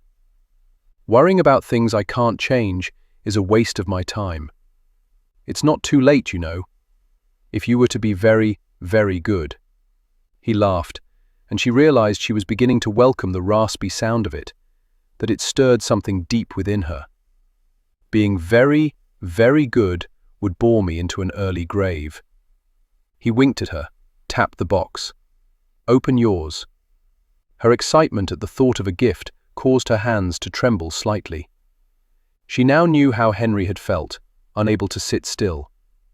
His joyous laughter echoed over the garden, and she wondered what delights had found. "Yours is a bit different," Jack said, his long finger trailing over the rich, dark wood of the cylinder. He turned the larger end toward her. "It has bits of colored glass in it, mostly red and purple. When you turn it, you get different images." As she lifted it to look through it, he slipped one of his arms around her shoulders, placing his hand over hers where it held the turning mechanism, as though she needed assistance for so simple a task. A week ago, she might have shoved him aside. Now she welcomed his nearness as she might a warm blanket on a snowy winter night. His cheek was almost touching hers, as though he could see what she was viewing. "Do you like it?" he asked in a low voice. She wasn't certain if he was referring to the kaleidoscope or the way he was almost holding her. In either case, the answer was the same. Very much. Turning her head, she realized that she placed her lips only a whisper's breadth away from his. Considering the madness that had consumed them when they'd kissed before, she thought it prudent not to close the distance between them. "Did you want to have a look?" His gaze dropped to her mouth before he leaned ever so slightly toward the kaleidoscope, his hands over hers, guiding it toward his eye. "The colors remind me of you," he murmured, "fiery, passionate. Each turn reveals a different facet. I'm not certain I'm that interesting." He leaned back. "Then you don't recognize your own appeal. How are you feeling? Strong enough for a walk about the garden?" "With you?" Jack studied her, not certain if she'd welcome his company, but he had some questions he wanted answered, and he thought the garden might be a better place for answering them. He'd hoped the toys he'd brought would cause her to lower her guard. "Yes, I promise to be on my best behavior." Your best could still be quite bad. It could indeed. He'd felt badly that she'd gotten sick, and had wondered at first if his actions the night before she'd collapsed, plying her with brandy and then a kiss, the memory of which still had the power to make his body respond, had any bearing on her health. He couldn't ask Graves without explaining what he'd done. Not that he was ashamed, but he wasn't accustomed to sharing the personal intimacies of his life. "Out of deference for your recent illness, my best will be good. I was thinking I should be there in case you faint again." "I'm not likely to faint. Still, I would welcome your company." Words he'd never expected her to say. He wasn't certain what to make of their newfound camaraderie. He just knew things had changed between them, whether as a result of the kiss, or her illness, or simply an acceptance that, for now, they were part of each other's lives. He didn't know. He still wanted to marry her off, but he also still possessed an almost uncontrollable desire to have her in his bed. While she put away the kaleidoscope, he unfolded his body. When she was ready, he helped her to her feet, immediately releasing his hold on her hand once she was steady. Taking her into his arms wouldn't gain him what he needed at that moment. "Have you even seen all of your garden?" she asked. It was the first time she'd referred to anything there as truly belonging to him. Somehow, it gave credence to his possessing everything, and he was left to wonder if she'd finally accepted the conditions of the will. "I have, actually," he said. "I'm rather fond of gardens. You'd have thought you'd find them frivolous." He escorted her to the narrow, cobblestone serpentine path that led away from where Henry and Ida were still exploring their new toys. The hedges and flowers were abundant here, forming a sense of seclusion. "I grew up in the rookeries. They're filthy, crowded, not prone to offering much in the way of green grass or vibrant colors or pleasant fragrances. So yes, I tend to appreciate gardens. And my mother sold flowers, so being near them has a tendency to remind me of her." Strange. He'd never thought of you as having a mother. Unlikely as it is, even Satan's spawn must have a mother. She jerked her head around to look at him. "Sometimes you have such a low of opinion of yourself that it takes me by surprise." He grinned at her. "Why would you think he'd consider it a disadvantage to be a relation of the devil?" She rolled her eyes. "I suppose you wouldn't. Bless your mother for putting up with you." "She didn't, actually. Not for long, anyway. She sold me when I was 5.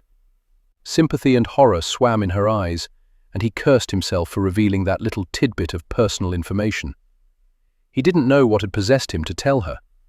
He'd only ever told Luke. And of course, Fegan had known. Fegan knew everything. "Don't look so horrified, Olivia. It was a long time ago. Why would she do that?" "I don't know. I did something to displease her, I'm sure. I can't imagine you could have done anything to cause her to so callously sell you." "Yes, well, I suspect there's a good deal you can't imagine. It's a very different world in the rookeries. To whom did she sell you?" "It no longer matters. Surely you misunderstood her intentions." "It's a bit difficult to misunderstand anything when the coin purse passes in front of your eyes." He was beginning to sound defensive. "Let's move on to another subject, shall we?" "Yes, of course. I didn't mean to intrude on your painful past." Inwardly, he cursed again for sharing as much with her as he had. Whatever had possessed him to show such poor judgment? "I understand you're building a hospital for Dr. Graves." "You're far more charitable than I realized," she said. "No, I'm not. I lost a wager." Her eyes widened. "You wagered that you would build him a hospital?" He shrugged. "And what was he to build you?" "A tavern." She laughed. "Of course. What was the wager?" "Luke. Claiborne had always loved Franny. I knew he intended to marry her. One night, Graves mentioned he thought Luke would marry Lady Catherine Maybury, and I, always on the prowl for easy money, said, 'He'll take that wager.' Luke married Catherine 3 weeks later. Now I'm obligated to build this hospital." "How did he know?" Jack shrugged again. "Those of us raised under Fegan's tutelage are skilled at deducing. In this instance, Graves was more skilled than I." "I'm sorry. Who is Fegan?" He was the kidsman who ran our band of child thieves. Playbourne was one of these children? She asked. He nodded. And Graves and Swindler and Franny. That first night, you said you respected only a few. They are the few. In spite of the odds, they've done well for themselves. As have you. I've not done too shabbily. They were circling a portion of the garden where roses climbed the wall and flourished. The abundance of roses made their fragrance almost overpowering, certainly served to make it so he could no longer enjoy Olivia's perfume. They were also clearly beyond the hearing of anyone inside or outside the residence. As they strolled along, he watched her surreptitiously out of the corner of his eye, waited patiently as he observed her thoughts shifting away from him. The furrow in her brow eased. Her eyes took on a soft glow, her lips curled up slightly as she became lost in the marvels of the lilies that now greeted them at this turn. So tell me, why did you kill your husband? Olivia staggered to a stop and stared at him. She couldn't possibly have heard correctly. He gave her an indulgent smile. You mentioned it while you were fevered. She suddenly felt nauseous. Who heard? Only me. The garden was spinning around her. She wasn't moving, but somehow she stumbled. He grabbed her elbow. Here, sit down over there, he ordered, and led her to the wrought iron bench that Shed put in this area of the garden, because it normally brought her a measure of peace and contentment to sit there. She sank onto the bench. It was small, and, as insane as it might be, she wanted him to sit beside her and hold her. Instead, he crouched in front of her, just as Inspector Swindler had done, as though that particular position would somehow elicit a confession. Were you delirious when you said that? He asked. He was giving her an easy way to escape her predicament, and if the weight of it weren't still bearing down on her, she might have taken it. But Shed told no one, and it was so hard to live with. Blinking back the tears burning her eyes, she shook her head. Tell me, he urged quietly. You'll think him awful. He reached into his jacket, removed a handkerchief, and extended it toward her. In many things, Livy, a hypocrite isn't one of them. I've done far worse things than you could ever do. She took the handkerchief, dried her tears, and sniffled. You called me that when I was ill. It seemed to suit. She swallowed hard, sniffled again. No one has ever called me anything other than Olivia, at least when using my name. They've called me Your Grace, of course, and Duchess, but never Livy. I rather like it, and now am rambling. His gaze was penetrating, and she felt as though he could see straight into her heart. If it makes it any easier, I don't believe for a moment you killed him, not with malice anyway, he said. But the reason he's dead. How so? She squeezed his handkerchief, pulled it taut. We were going to a dinner. Henry had seemed particularly distressed that we were leaving, so I'd taken some extra time to reassure him. As a result, we were running late. Lovingdon made some comment about how it was difficult to believe I'd let time get away from me when I had this obsession with purchasing clocks. It was so unlike him to say anything unkind. His words stung. Even now, thinking about them, they hurt again. The clocks had always been for him. He'd always smiled when she gave one to him and said, "Oh, now I have more time." Only he hadn't. He hadn't had nearly enough. I can certainly understand why you killed him, Jack said. She scowled at him. You're making light of my pain. He shifted. Because it makes me uncomfortable. I don't like to see you hurting. Who'd have thought you'd care? I think there's a very different side of you that you share with only a few. I don't share it with anyone. He clasped his hands in front of him. He was holding them tightly. She could see the skin stretched taut across his knuckles, and she wondered if he was fighting not to reach out and touch her. It seemed when the situation warranted, they could both be extremely strong. At that moment, she wanted nothing more than to fall into his arms, yet she kept her distance. So you were running late, he prodded. She nodded. We were hurrying down the stairs, and I thought I heard Henry cry. I turned to go back to check on him, and Lovingdon grabbed me, told me to let Henry be, that he was fine. But I was still upset over the silly clock comments, so I jerked free, and when I did... Oh God, she could see it all so clearly, each second seeming to last a minute. The startled look on his face, his arms windmilling, his foot going back, searching for the step he expected to find there, searching for balance, not finding either. He fell backward.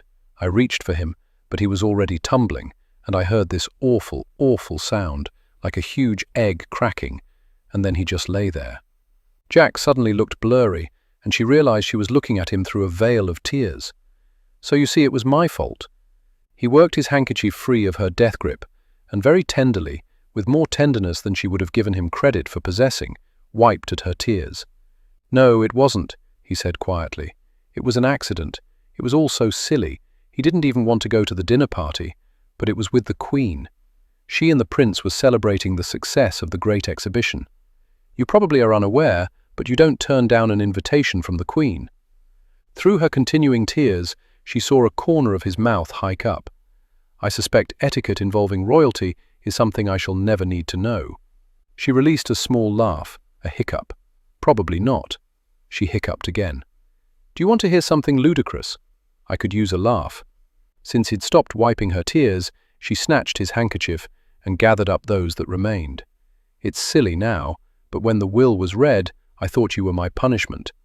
I thought maybe Lovingdon had somehow known I'd be responsible for his demise, and so he left this ridiculous will to punish me. I'm sure it must have felt like it at the time. It was just so unexpected.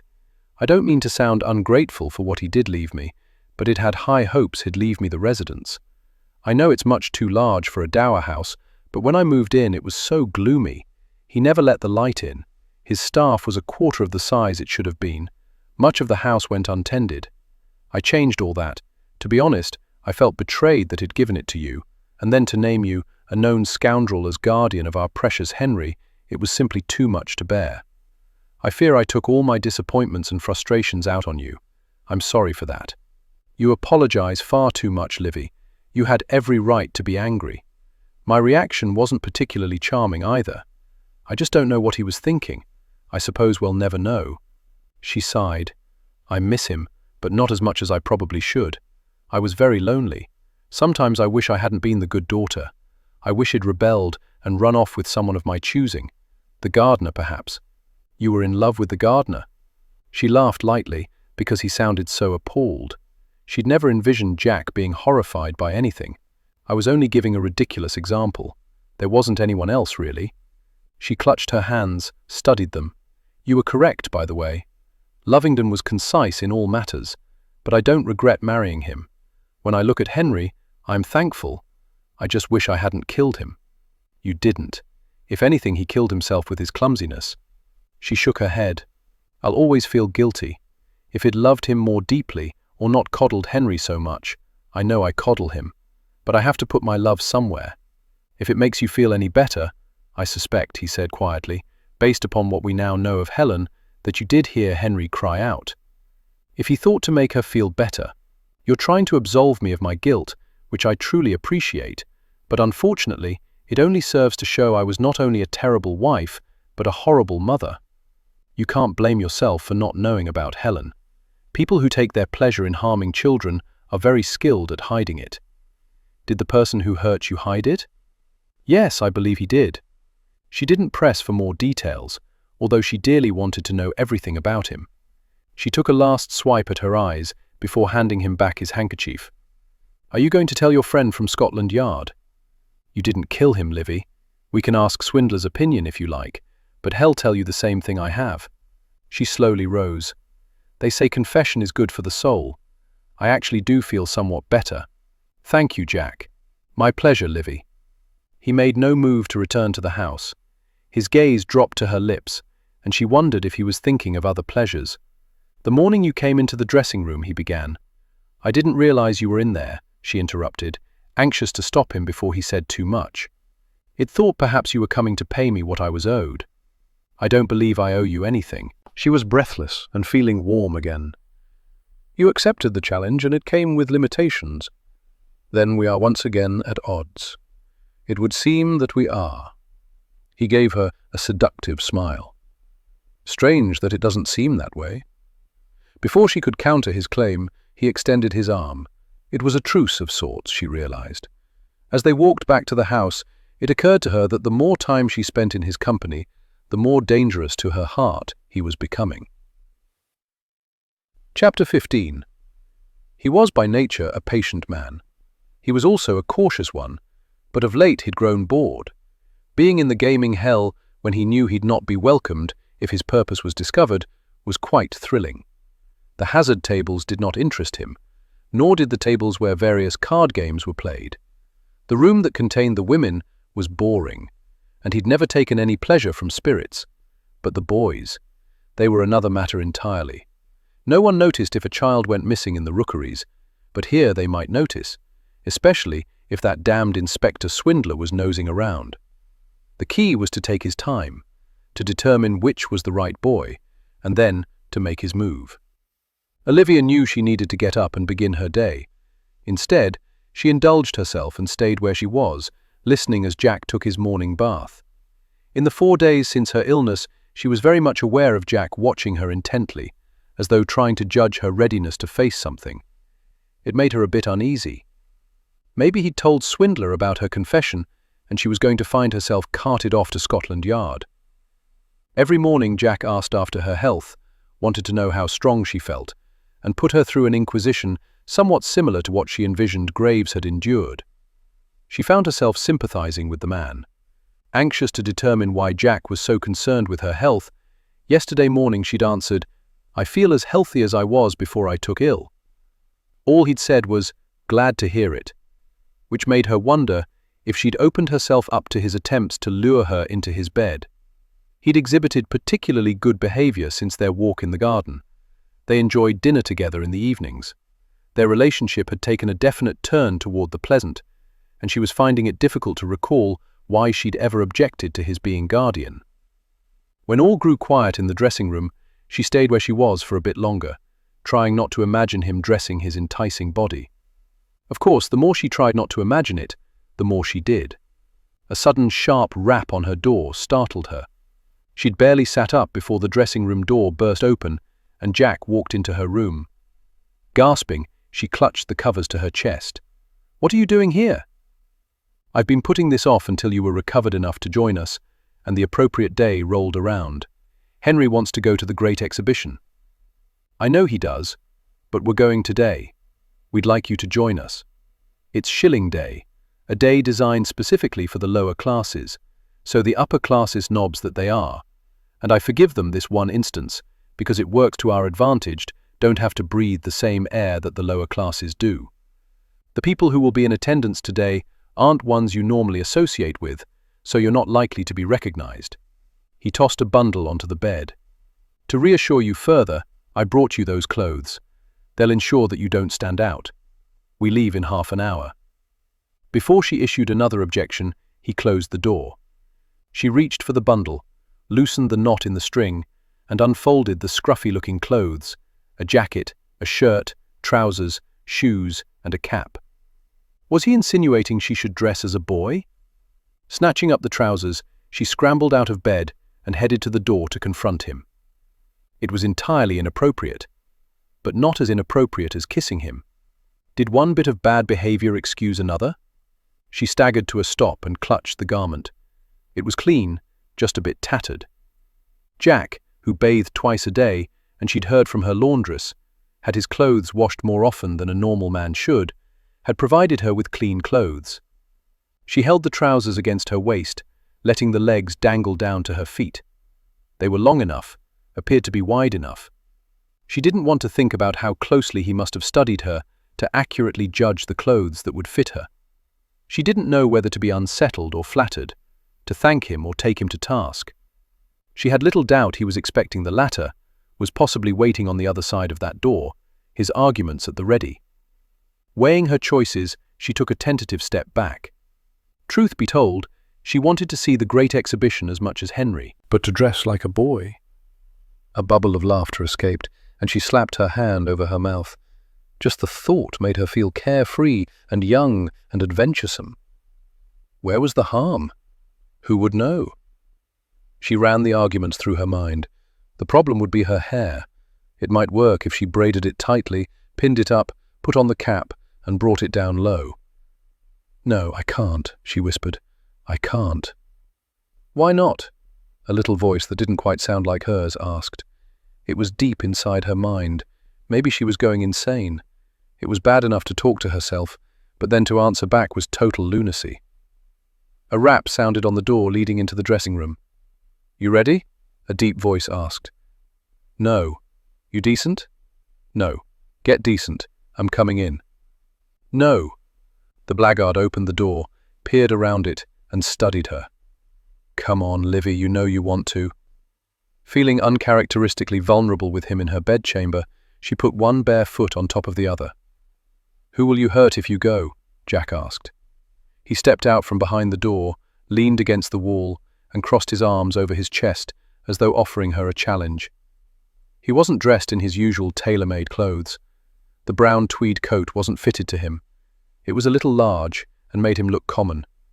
She'd never realized before how uncommon he appeared. It occurred to her now that if she hadn't been aware of his background when he was properly dressed, she might have mistaken him for an aristocrat. He had that air of entitlement about him. It wasn't very well hidden with his drab clothing.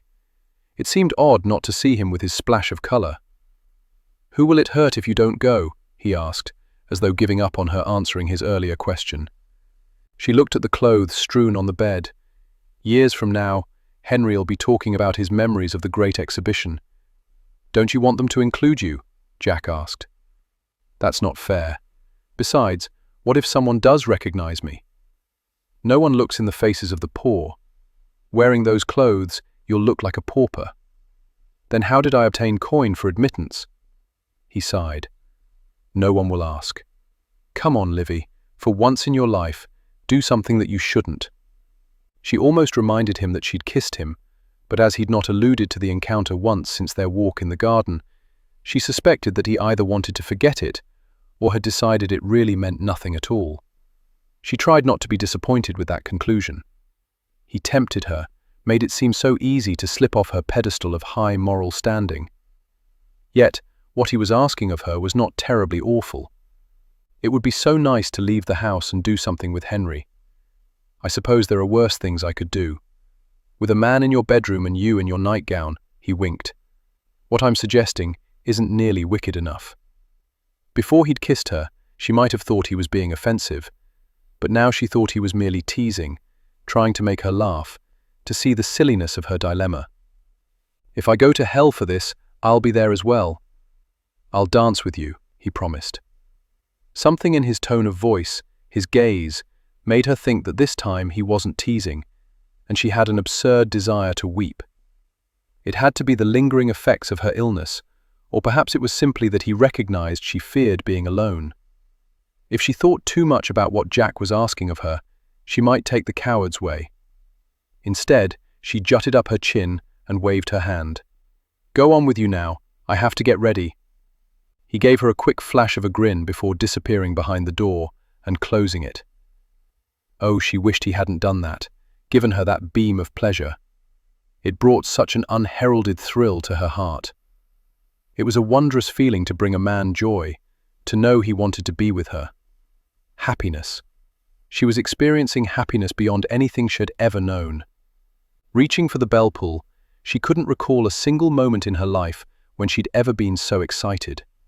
The clothes were a mistake, a dreadful mistake, because Jack was forced to admire the lovely shape of her bottom as they stood in line waiting to enter the Crystal Palace. She must have had her maid bind her breasts, because she was as flat as a board in that shirt. Or maybe it was the way the jacket hung over it. The too short jacket that let him see her trouser-clad bum. They looked like three mates searching for adventure, or at least she and Henry looked like lads. Jack looked more like their father. Felt like it too. He felt old and cynical.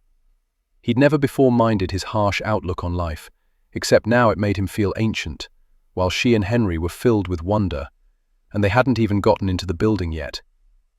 He'd never seen her eyes filled with such merriment. Every now and then she'd bend down and talk to Henry while pointing out something. As much as he knew he shouldn't, Jack wanted her to share it with him, to touch his arm, rise up on her toes, and whisper her delights in his ear. Even when she was dressed in ill-fitting clothes, she was delectable. But she also still looked like someone from a higher station in life. He could put dirt on her cheeks and mud on the end of her cute little nose, and she still wouldn't look as though she belonged in the quagmire that had been Jack's life. If someone bumped into her the way he'd just knocked into Jack, she'd either apologize or do that little sniff she did when she was displeased. She wouldn't shove damnation. Searching the pocket of his coat, he glanced around quickly. Not a thief in sight. Bloody hell. "Here now, mate. Watch your language. Got a lady here." Jack jerked around to the man who'd spoken. He was considerably older, his wife unattractive, but blast it, he looked like he cared for her, that they really were a couple. "What's wrong?" someone croaked. He slowly turned his head to Olivia. "What's wrong?" she repeated in a voice that he guessed she thought mimicked that of a lad, when in truth it didn't come anywhere close. If it weren't for the fact they were striving not to be noticed, he might have teased her about it. "Got my pocket picked. A hell of a thing to have to confess." "What was in it?" she asked, concern returning her voice to normal, which earned her an eyebrow raise from both the gent behind them and his lady fair. "A locket that contained a picture of my mum." "Why would you carry something that valuable?" "I always carry it," he stated succinctly, not in the mood to have his foolishness pointed out. "I must have had it lifted half a dozen times over the years, but I was always quick enough to catch the blighter who was trying to snatch it." He wanted to curse again, but didn't want to get into a fight with the bloke behind him. The man might be older, but he had more bulk to him, and a meaty fist that Jack knew could do some damage. If it was only him, he could dart away easily enough, but he had to worry that Olivia or the boy might take a blow intended for him. "So, someone with your skills lifted it," she said, more than asked. He almost told her the truth, that skill had nothing to do with it, that he'd been distracted by her, not paying attention, which must have been obvious to whomever had identified him as an easy mark. But he decided that confession would make them both uncomfortable. It's of no value to him. He'll have to fence it. He'll find it. She stepped around Henry, who'd been standing between them, serving as an innocent buffer. She touched Jack's arm, and even though he was wearing a jacket and a shirt, he felt the warmth of her palm, as though nothing separated them. If he didn't know better, he'd think she was fevered. Or maybe he was. He wanted to jerk away. He wanted to move closer. "I'm sorry," she said softly, a whisper of comfort that had the power to penetrate his carefully built wall. "Not your fault, my foolishness." His throat felt raw, his voice scratchy. What in the bloody hell had made him think that going on an outing with her was a good idea? Had he completely lost his mind? He wanted her more now than he had the night he'd kissed her. Her innocent lack of awareness regarding his desire for her tormented him. "Do you have another picture of her?" she asked. "No. It doesn't matter. It's not important." Although her hand wasn't moving, he felt as though it was stroking his shoulders, his chest. He could imagine it, wanted it with a fierceness that was almost his undoing. "Why aren't they opening the doors?" he asked irritably. Her hand slipped away as she looked toward the glass building. He wanted to snatch it back, hold it tightly, and never release it. He had lost his mind. He no longer had any doubt. "Looks like perhaps they are," she said. "I see some movement at the front." She looked back at him, held his gaze, and for a horrified moment, he thought she could see the turmoil she caused within him. He suddenly wanted more than he could have, so much more.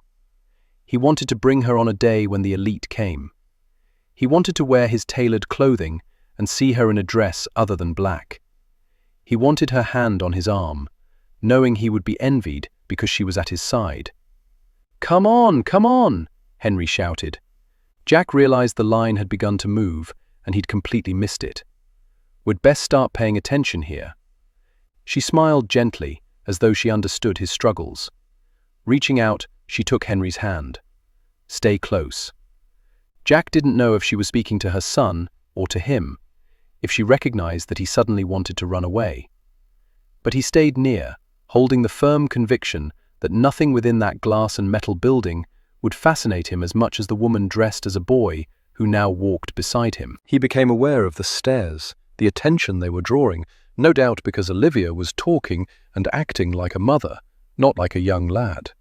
As though she also became aware of the interest, she glanced around. She looked at Jack, and he could see the panic on her face that people were beginning to notice her, notice that she wasn't a boy. Before he could reassure her that it was of no consequence, she said, "Bloody hell," in that deep-throated gargle she seemed to think was the way a young man would talk. "Bloody hell," Henry repeated. Olivia couldn't have looked more horrified if Jack had lifted her up and planted a kiss on those parted lips.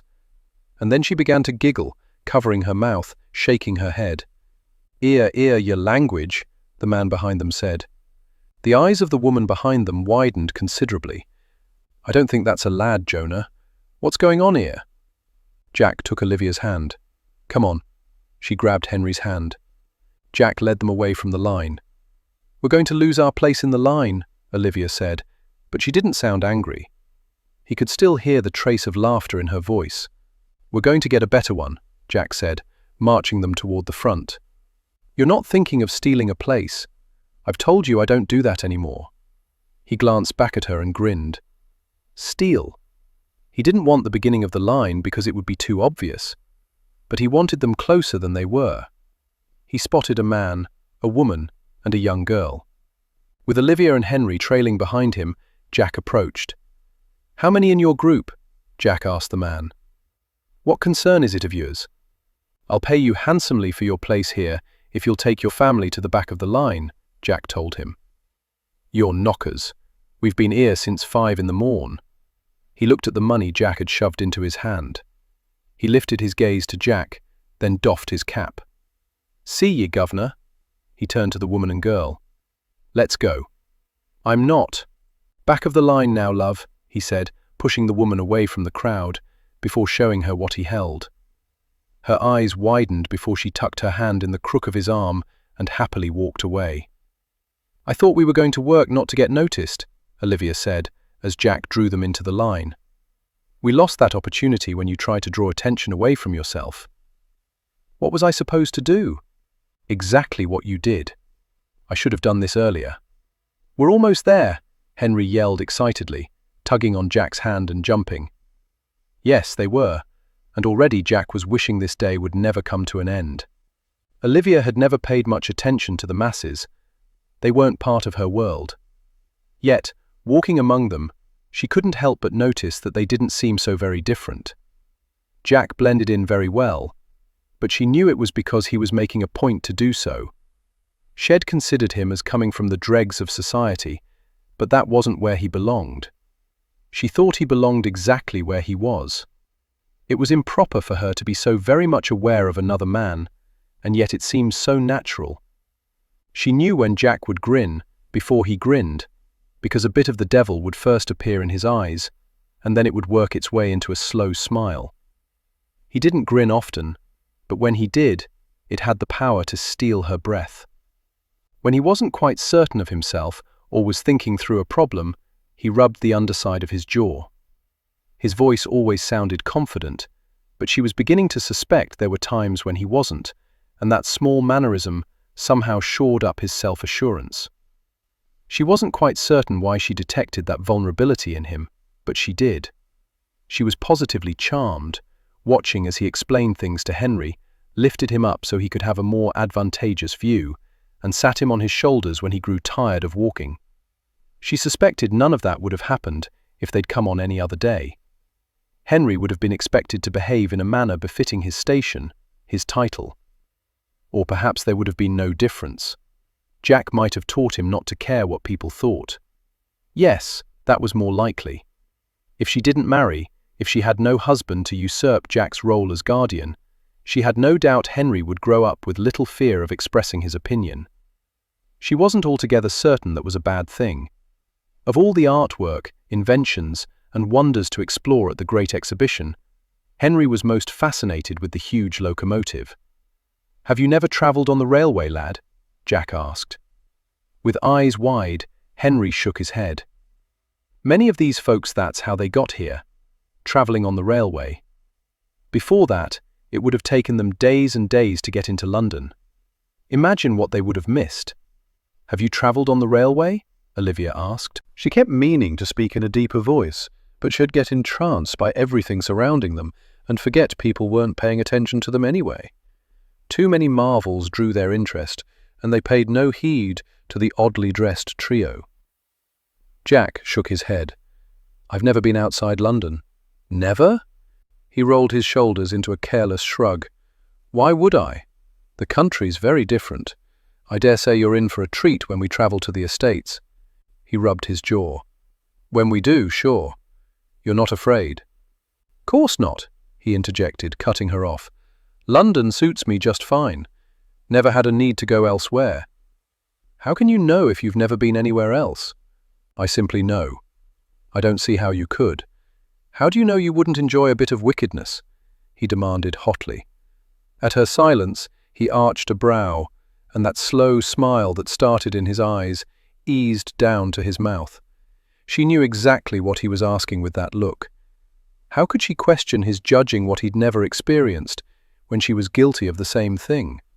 She'd never sinned, and God help her, she was beginning to realize she'd never truly desired her husband. In the beginning, she'd thought of him before she went to sleep, missed him, felt the loneliness of his leaving her bed. She hadn't anticipated seeing him at breakfast in the morning. She hadn't thought the afternoons without him were too long, and the evenings in his company too short. She hadn't thought of him with yearning. She suspected, if she wasn't very, very careful, that, when it came to Jack, she could find herself yearning for more than a kiss. She grabbed Henry's hand. "I think we've dawdled here long enough." Henry glanced back. "Can we go on the railway?" "Some day, lad."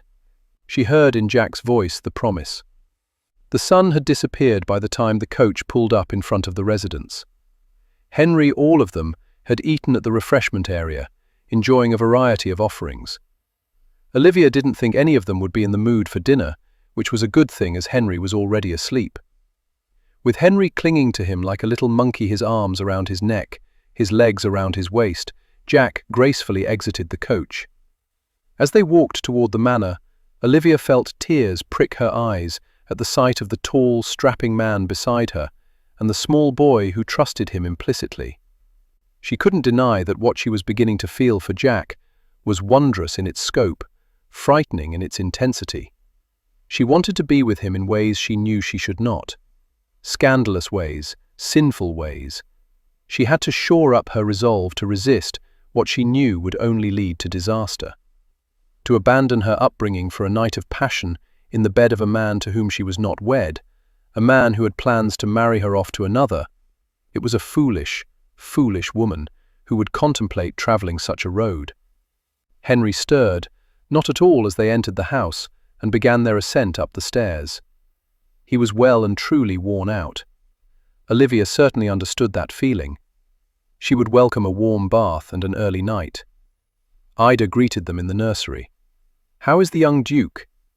"Dead to the world," Jack said as he laid Henry on his bed, with a gentleness that surprised Olivia.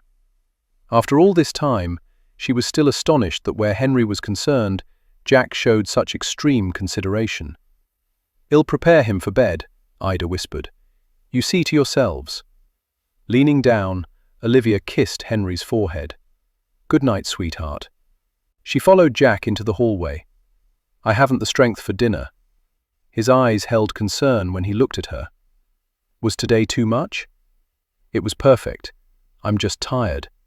If you don't mind, I'll use the dressing room first. I have to go out, and where I'm going my present appearance will serve me well." "Where are you going?" "I want to find my locket. Do you think you'll have any luck?" "I know where it's likely to be pawned. You'll find it." He had such confidence in everything. She placed her hand on his arm. "Thank you so much for today." He splayed his fingers beneath her chin, and they curled around her neck. Her breath hitched with thoughts of him drawing her near and giving her a scalding kiss before marching off to attend to his business. His gaze took a leisurely journey from her toes back to her eyes. "I have to confess that I'd not expected you to look so delectable in trousers." She felt a spurt of giddiness. "Damn, if you don't make me wish I was a man who'd settle for only a kiss. I suppose I could forbid you." Only one corner of his mouth lifted, as though he were faintly amused by her shameful wantonness. "For now, where is the harm?" he asked in that smoky voice that did strange things to her insides. It'll just add to your debt.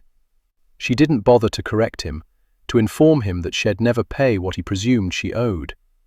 She'd not go to his bed. As much as the notion was beginning to appeal to her, she would hold on to the moral high ground even as he lowered his mouth to hers, even as she rose up on her toes to meet it. It was, after all, only a kiss, but it felt like so much more. From the moment his lips touched hers, she became lost in the sensations of his mouth playing over hers. She sensed that he tempered his hunger, that he held himself in check, as though he feared he'd not have the power this time to settle for anything less than having her beneath him. But this kiss was as marvelous as the first. A distant part of her was aware of her boy's cap leaving her head. As she skimmed her hands up over his shoulders, she felt his arms come around her, holding her nearer, and then her hair tumbled around her. He was a man of nimble fingers and talented mouth. He could distract her so easily until all she cared about was him. His bedroom was so near. If he was to lift her into his arms, she didn't know if she'd have the strength to resist. She might simply lean down and open the door for him. No, she had to be stronger than that. She had to take this kiss that stirred her desire and be content with it. They both had to be content with it. Suddenly changing the angle of his mouth, he deepened the kiss, his tongue leisurely exploring, enticing her to do the same. As he drew her nearer, held her close, she was not hampered by layers of petticoats or skirts. Quite frankly, there was little more than a few pieces of fabric separating her skin from his. His body responded with a fierceness that she needed no imagination to envision. She knew exactly what he looked like, images of him in the dressing room bombarding her, igniting a fire low in her belly. She heard a harsh plea and feared it came from her. Breathing heavily, he tore his mouth from hers. Only then did she realize she'd fairly wound herself around him. She immediately dropped her arms, stepped back. "You do bewitch me," he rasped. "Fair warning, Duchess. I fear this is the last time I can settle for only a kiss." With that, he spun on his heel and headed toward the stairs. Closing her eyes, she sank against the wall. His warning wasn't at all fair. All it did was make her anticipate their next meeting. Climbing out of his brougham, Jack inhaled the foul stench that had surrounded him for much of his youth. He didn't return to the rookeries often, but when he did, it was always with a sense of coming home. What sort of sad commentary was that on his life when this filth was where he felt most comfortable? He snatched the burlap sack out of the carriage and slung it over his shoulder. He knew there'd be nothing left of his carriage if it remained. "Drive off, return here in an hour," he ordered the driver. "Yes, sir." Jack could see the clear relief on the driver's face right before he set the horses into motion. No one wanted to be here, not even those who lived in the dilapidated buildings. It was late evening, yet children were still scurrying around. When they got too curious, too close, he reached in his pocket and tossed a few coins into the dirt and filth to send them scrambling away from him. He reached the dwelling he wanted. The door was a challenge to open because it wasn't secured to all its hinges.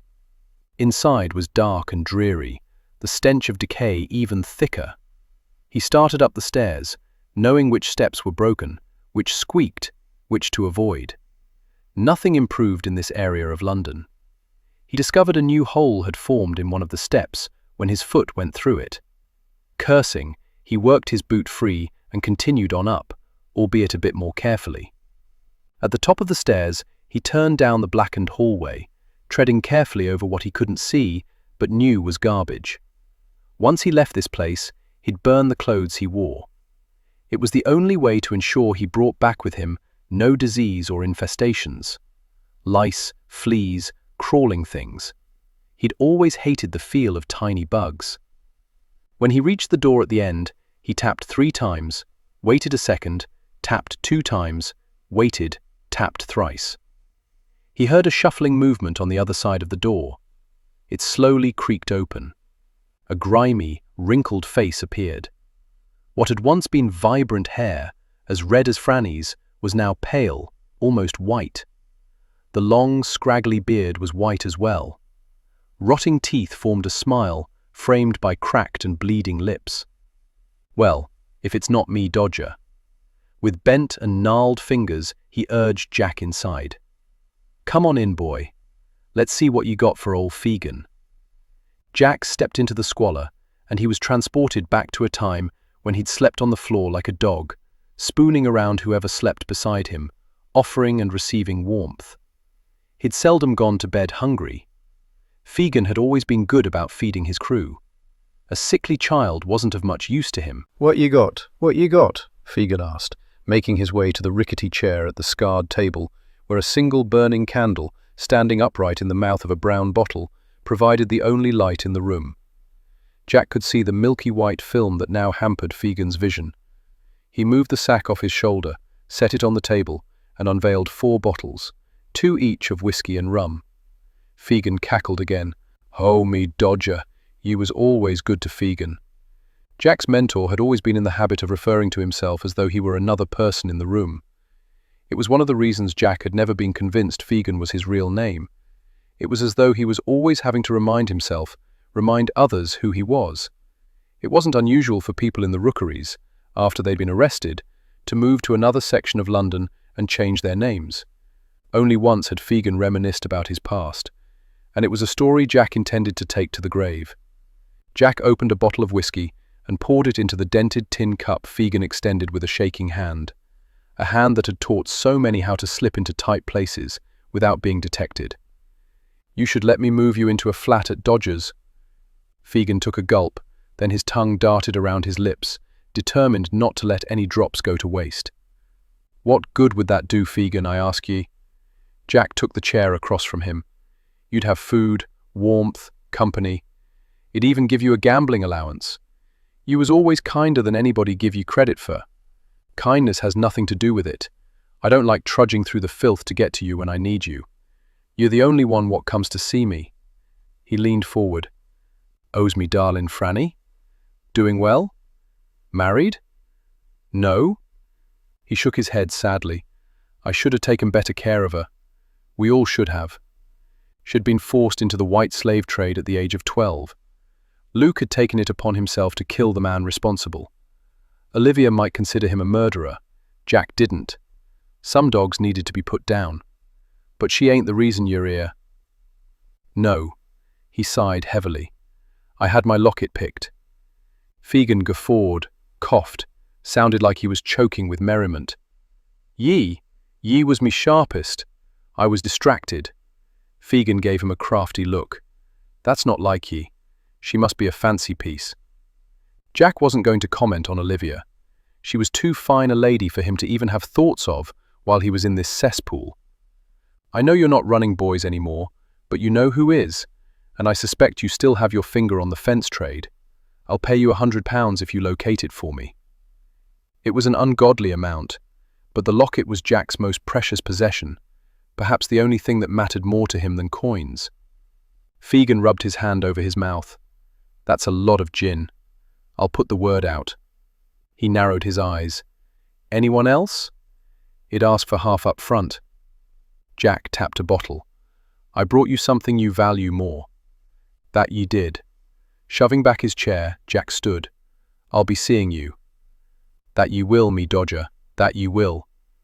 Jack took one last look around the squalor, remembering a time when his goal in life had been to be a more successful kidsman than Fegan. It irked him not to know who his anonymous benefactor was. If not for him, even with the teachings of Luke's grandfather, Jack knew he would have returned to this foulness and lived a life only marginally better than Fegan's. Chapter 16. Jack was teaching Henry to be slippery, nimble, quick in essence, to be a dodger. Sitting on the terrace and watching her son dash across the lawn, Olivia wasn't certain how she felt about that development. She supposed no harm would come of it, as long as Jack wasn't instructing Henry on the proper way to slip his hands into pockets without being detected. In this particular game, a ball was involved, but Olivia couldn't determine what the object was or how the game was played. She wasn't certain the players even knew. They were content to grab the ball, run with it, and avoid getting caught. It was a rather undignified game for grown men to be involved in, especially when one was an earl. The Devil Earl, to be precise. Olivia had never met him before this afternoon. With his dark hair and silver eyes, he was almost as devilishly handsome as Jack. It must be something they played on the streets, Catherine, the Countess of Claiborne, said. Dressed in sombre black, still mourning her father, she sat at the table with Olivia. She and her husband had arrived shortly after Jack had taken Henry outside for what was becoming a daily afternoon ritual. Within minutes, Claiborne had followed Jack's example and discarded his jacket, cravat, and waistcoat. Then he rolled up his sleeves in order to gallivant over the lawn, unhindered, and give chase to Henry, who would run from one end of the lawn to the other, carrying the ball and avoiding capture. Coming to a stop, he'd jump up and down, hold the ball high, and crow, "I won! I won!" Then they'd start at it again. The puppy was also involved, following Henry, darting in and out, sometimes tripping up the men who laughed. Olivia couldn't remember a single time that so much merriment had been exhibited in their garden. "Do you think that's how they learned not to get caught when they stole something?" Olivia asked, imagining the ball symbolizing a loaf of bread or a melon. "Possibly." The Countess laughed lightly, then quieted. "Probably." She didn't sound at all disturbed by the idea. Her voice carried a bit of wistfulness, as though she thought about her husband's earlier life and wished it had been different. A time existed when many of the aristocracy weren't convinced he was the true heir, but something had happened to change their minds, although Olivia was unsure as to the particulars. "I never doubted for a moment," Lovingdon had mentioned to Olivia in passing. "Resembles his father too much not to be. We came to visit several days ago, only to learn you were ill," Catherine said quietly now. "I'm glad you've recovered." "Thank you. I'm feeling much better." She was acquainted with Catherine, although they'd never been dear friends, and she certainly wasn't going to confess that she was well enough to go to the great exhibition. "I suppose some of your ill health may be attributed to the shock of learning Mr. Dodger was to serve as your son's guardian." Olivia shifted her gaze over to Catherine. She saw no censure, only a need to reassure. 2 weeks ago, Olivia might have welcomed the reassurance. Now, she hardly felt any need for it. Jack was proving his suitability as guardian quite admirably. "If it's any consolation," Catherine continued, "he'll serve as guardian of our children as well." Olivia felt her jaw drop. "Not your brother? Not the Duke of Greystone?" Catherine shook her head. "Sterling was gone for some time. Since he's returned, he seems very different. I can't explain it. And Claiborne doesn't know him at all, so he's not comfortable with the notion of Sterling serving as guardian. Jack Dodger he trusts. Mr. Dodger saved his life on more than one occasion." Olivia sipped her tea, wondering how all that had come about. Had it happened in prison? Why hadn't he shared that story? She had not asked Catherine for an explanation. Strange how Olivia suddenly felt uncomfortable remembering all the afternoon teas and speculations the ladies had made regarding him, each one eager to share the latest bit of unsavory gossip that had come her way. They'd treated him as a curiosity, not a man. In retrospect, it had been quite rude. Now, Olivia didn't want gossip. She wanted to know the truth of his life from his own lips. They'd settled into an easier camaraderie of late. They had breakfast every morning with Henry. In the evening, she dined with Jack alone. He asked her questions about herself, what she enjoyed reading, her theatre preferences, how her day had gone. He gave away very little of himself. It occurred to her one night that he was striving to create a mental portrait of her so that he could better determine whom she might marry. "What's your opinion of Mr. Dodger?" Olivia asked. Catherine turned her gaze back to the men and boy lumbering over the lawn. "Quite honestly, when I met him, I didn't like him. He was insolent and has an exceedingly low opinion of the nobility. But I trust Claiborne and his judgment. Of course, it could also be that I don't believe anyone will ever raise his children other than him, so I don't really worry about it. It seems when a person has such a rough life in his youth, that his later life should be filled with nothing except pleasantries." Catherine glowed with the radiance of a woman madly in love with her husband. Olivia felt a spark of envy. She couldn't imagine anything more wonderful than being married to a man you loved, unless it was being married to a man who also loved you. She watched Jack loping over the lawn. He possessed an athleticism she'd expected. She was quite mesmerized watching him, and hoped her company didn't notice how he garnered her attention. He caught Henry, and with a joyous laugh lifted him over his head. Henry guffawed with delight, and Olivia smiled. She'd grown up in and married into a very staid household. She'd never questioned the quiet, the reserve, the constant proper behavior. Only now was she beginning to realize that laughter was as intoxicating as brandy. She also realized she had an opportunity here to learn more about Jack without bombarding him with questions that he'd astutely avoid answering. I know this is entirely inappropriate, since I'm in mourning and shouldn't be issuing invitations. She glanced, embarrassed, at Catherine. But would you and Claiborne care to dine with us tonight? As I'm in mourning as well, it would be entirely inappropriate for me to accept. Of course, I'm so.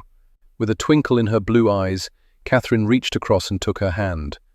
I would be absolutely delighted. To be quite honest, I find all our rules regarding mourning to be rubbish. Olivia released a short burst of laughter. It seemed Claiborne had been as bad an influence on Catherine as Jack was on Olivia. I have an even more inappropriate notion. As we're all friends, and the dinner will be small and private, let's dispense with the mourning attire, shall we? Catherine asked. Are you certain? Who will know except us? And quite honestly, I'm so dreadfully tired of black. Olivia smiled.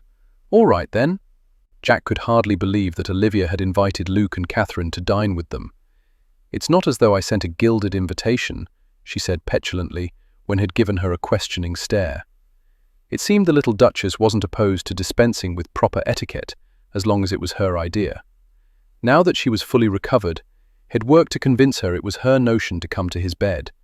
He was looking forward to the challenge, although his patience had been sorely tested as he waited for her to regain her strength. He should be considered for sainthood, considering the forbearance had shown. So what are you drinking? Jack asked Luke. He and Catherine had only just arrived. They'd returned home to prepare for the evening. Jack felt rather underdressed next to Luke in his dinner attire. He had never invested in formal evening clothes because he wasn't invited to balls or dinners, which suited him just fine. He was a curiosity, but one preferred from a distance. Catherine wore an emerald green gown. Olivia was likely to go into a conniption when she walked in and saw Catherine out of her mourning clothes. He smiled at the thought of at last not being the only one on the receiving end of Livy's scathing rebukes. Whatever you're having, Luke said. I know you serve only the finest. Jack glanced at Catherine. Countess? None, thank you. Luke reached for her hand and brought it to his mouth, placing a kiss on her fingers. The man looked so ridiculously besotted. Jack would never let a woman have a hold on him like that. Not everything is agreeable to her these days, Luke said. Jack poured port into 2 goblets. You might have Graves take a look at her, make certain she's not coming down with whatever Olivia had. Nasty stuff, that. Have you not told him? Catherine asked. I knew you didn't want people to know. Not yet, anyway. What? What have I missed here? Jack asked. She's with child, Luke said, and Jack was surprised the buttons didn't pop off Luke's waistcoat. How can you know already?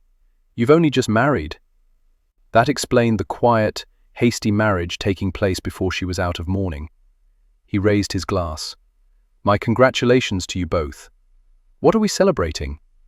Jack turned toward Olivia and froze. Gliding into the room, smiling shyly, she wore a violet gown, and just as had predicted, she looked ravishing. Her throat, shoulders, and the barest hint of her bosom were revealed. Her hair was pinned up in an elaborate style, with ringlets bouncing on one side. As though suddenly uncomfortable, she averted her gaze from his. Don't look so shocked. Catherine and I thought for an evening amongst friends, there was no harm in our putting aside our mourning clothes. No, Jack cleared his throat to make it so he didn't sound as though he was strangling. No harm in it at all. You look lovely. The words were grossly inadequate. He didn't possess Luke's societal charms. The women Jack associated with didn't need fancy words, but dear God, Olivia deserved them. Every one that his feeble brain could dredge up. She blushed becomingly. "Thank you. I remembered you'd asked me about Violet. Anyway, it appears we're celebrating." "Yes." Jack handed her his goblet and poured himself another one. He tipped his head toward Luke. "You do the honors." Luke smiled with satisfaction. "Catherine is carrying my daughter." "Your heir," Catherine corrected him. "Whichever, I'm immensely pleased." "Oh, how wonderful," Olivia said, and Jack could see the true joy in her eyes. Had she felt that delight when she had discovered she was with child? If he married her off, would she be ecstatic when she learned she carried her new husband's child? Why did he suddenly want to smash something? "I'm amazed you already know," Olivia continued. "Dr. Graves confirmed it," Catherine said, and she was now the one to blush. "Is he your physician as well?" Olivia asked. "He's wonderful. He saw to me when I was ill." "I'm surprised he had time, now that he serves at the Queen's pleasure," Luke said. Olivia's eyes widened. His physician to the Queen? One of several. Jack poured himself more port. "According to Graves, she's a hypochondriac." "You mustn't speak of her that way." Olivia's voice held chastisement. She'd forever be correcting his manners. For some reason, it truly bothered him tonight. Could she not accept him, imperfections and all? "Not to worry. When next I have an audience with the Queen, I won't mention it."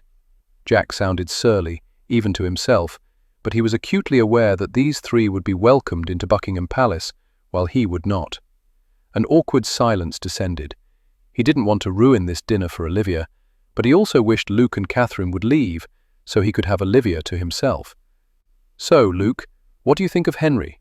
He's quite the dodger, isn't he?" Jack asked, in order to get things going again. "Indeed. I was very impressed. I didn't think he'd ever see anyone as skilled as you. I intend to teach him to have nimble fingers next." "He's not going to become a pickpocket," Olivia said sternly. "I wouldn't dream of that, but nimble fingers have other uses." Before anything else could be said, Brittles walked in and announced, "Dinner is served." As Jack offered his arm to Olivia, he leaned near and whispered, "With any luck, I may demonstrate those nimble uses before the night is done." She gasped, and Jack chuckled. "Don't look so shocked, Livy.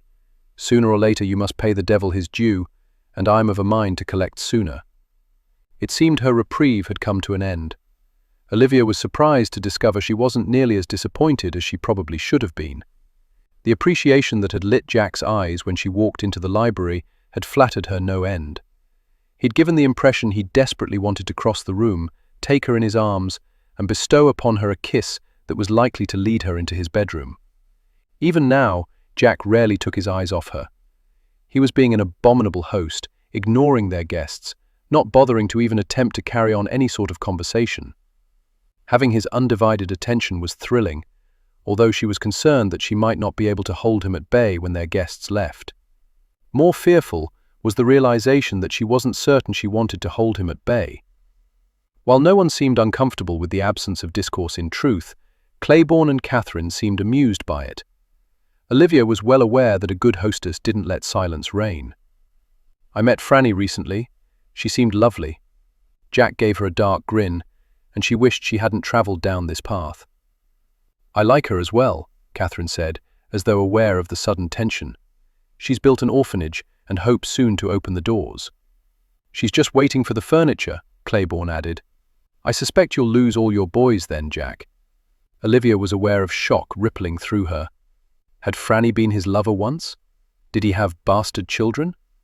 She swallowed hard to force back the lump of unease that had formed in her throat. "What boys are those?" Jack scowled at Claiborne, as though he'd revealed some dark secret. "Just boys." "Your sons?" Had she truly asked? The voice didn't sound like hers. He gave her a wry smile. "No, I take great pains not to populate London any further. They're street urchins, orphans." "You keep orphans at your establishment?" She didn't know whether to applaud him for his benevolence or be appalled that he'd allowed children into those environs. "I don't keep them as though they're possessions. They earn their place. As you may recall, I strongly believe that a person must earn the roof over his head or the food in his belly. So I take them in and give them a job. It prevents them from being recruited by mobsters and ending up in jail. It's nothing, really. I have chores that need doing, and they're capable of doing them. He spoke as though burdened by the need to explain, but she was grateful he had, because it helped her to see him yet again in another light. He was a continual kaleidoscope, and his actions weren't nothing. It was far more trouble than she went to for orphaned children. She felt quite humbled. She also thought his care of other boys helped to explain his rapport with Henry, had perhaps prepared him for his role as guardian. "Is that where you got the clothes?" she asked. He lifted his glass to toast her. Indeed, Olivia realized she was leaving her guests out of the conversation. What an atrocious hostess she had become. Jack brought some clothes for Henry to play in. "You as well," he said, seemingly very pleased with himself. He looked at his guests. "We went to the great exhibition, with Livy and Henry dressed as boys." "Really?" Catherine didn't look at all appalled. "What was it like to wear trousers in public?"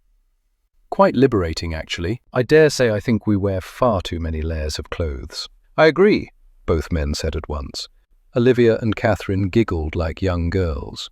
"You know," Claiborne said, lifting his wine glass and studying its dark red contents, "it's possible Lovingdon chose you to be guardian because of the protection you give the lads who work for you." Olivia was surprised by his words, because the same thought had crossed her mind. "I considered that, but it seems a flimsy reason. I'm not sure it really even matters anymore." But Olivia couldn't help but wonder if it did. It was something to ponder later. For now, she was well aware that she had Jack's attention. He lifted his wineglass in a quiet salute and a promise that set her heart to racing. As much as she'd thought she wanted company, as much as she thought she would welcome a distraction from her isolated morning, suddenly she was more than anxious for her guests to leave. She wanted a little time alone with Jack before he left for the club, which he would inevitably do.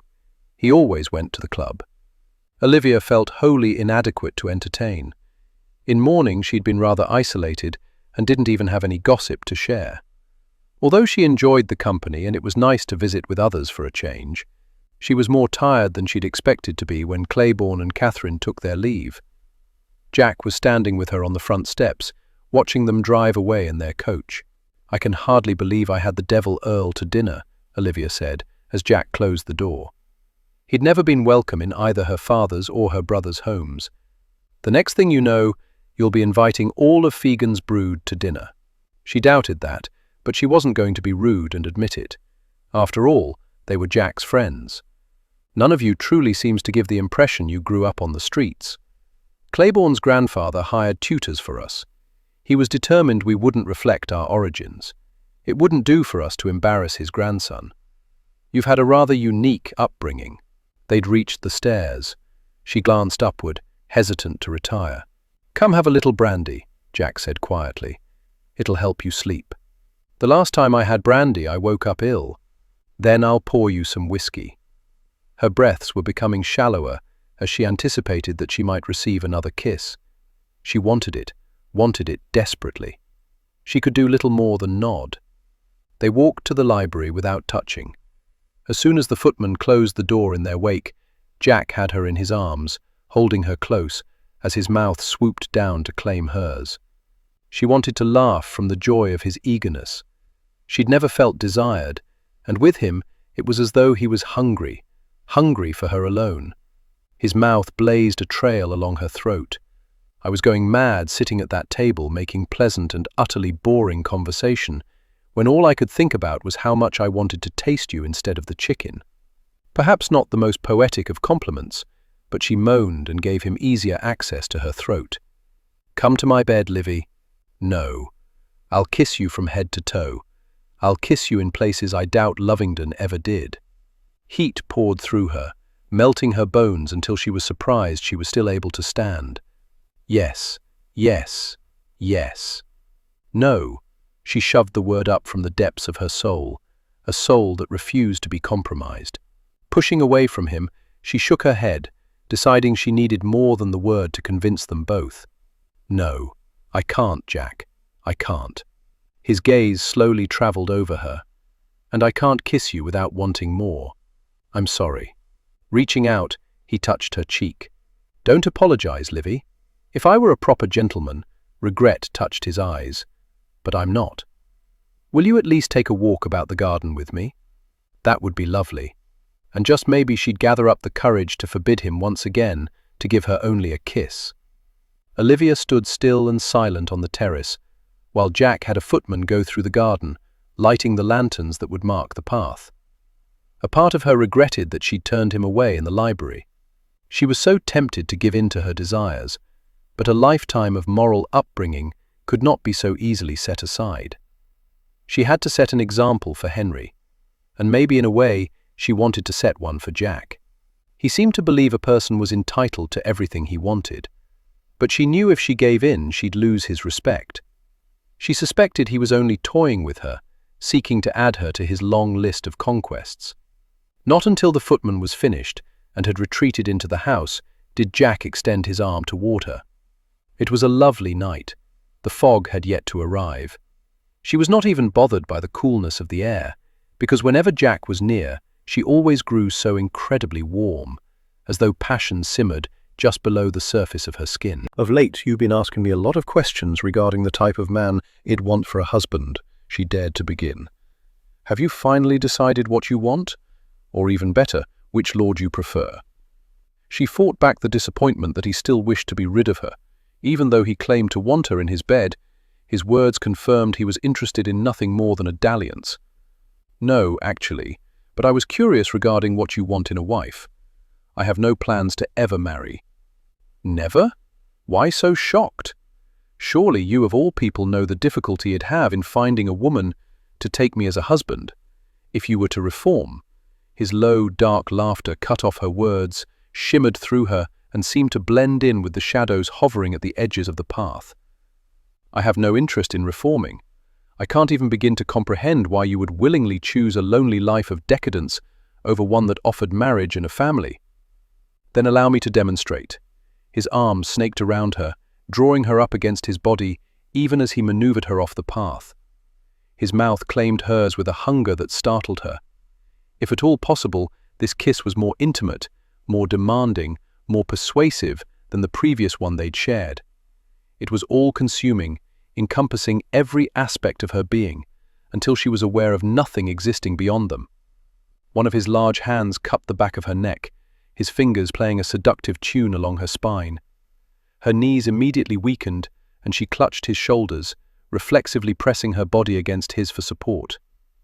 With a groan, his mouth never leaving hers, he urged her farther into the shadows, until the brick of the wall cooled her back.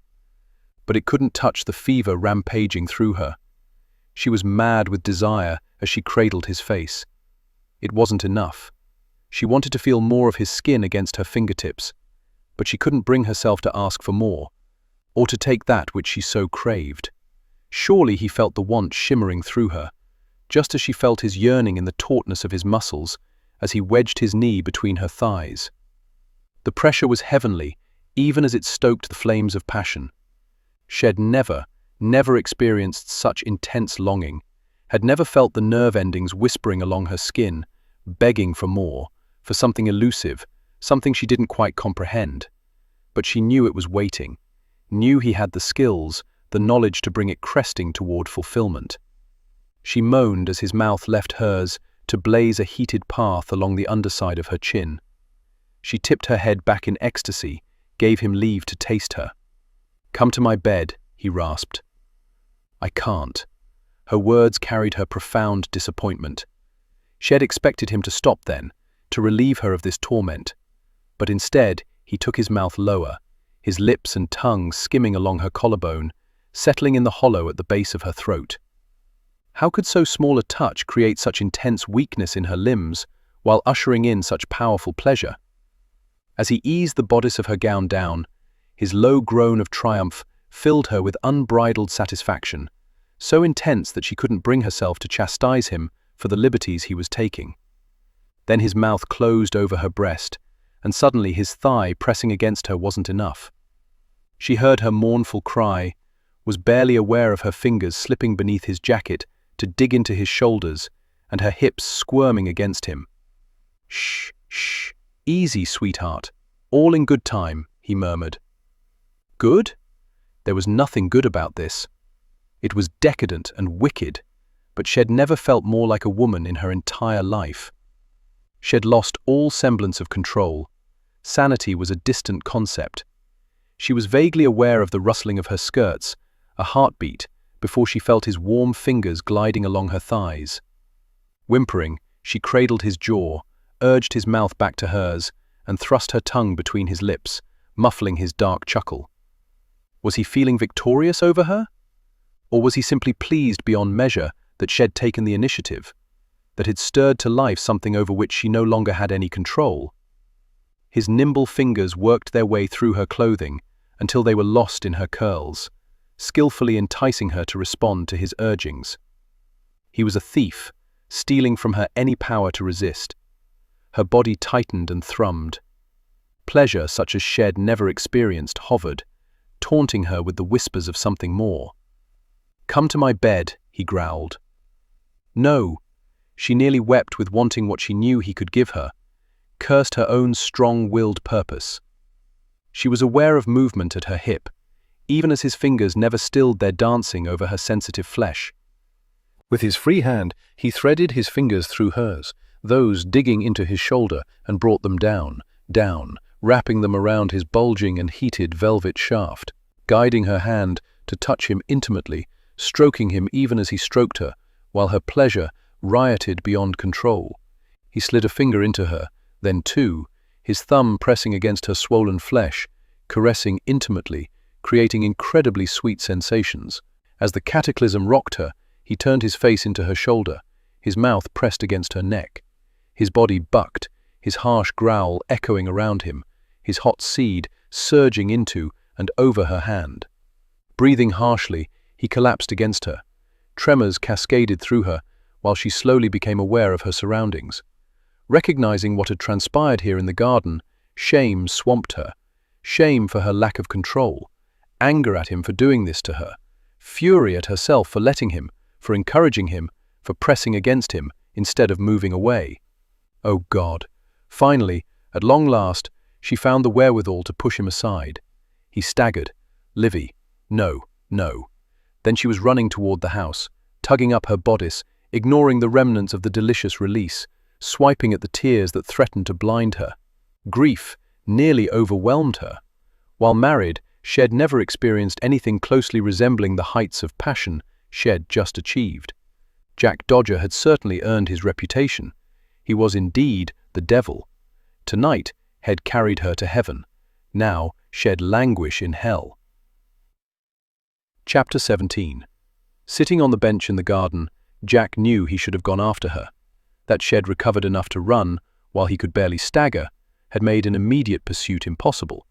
Had considered going to her when he was more in control, but what good would that do? Had heard her sobs. Did she expect him to apologize? He had no regrets.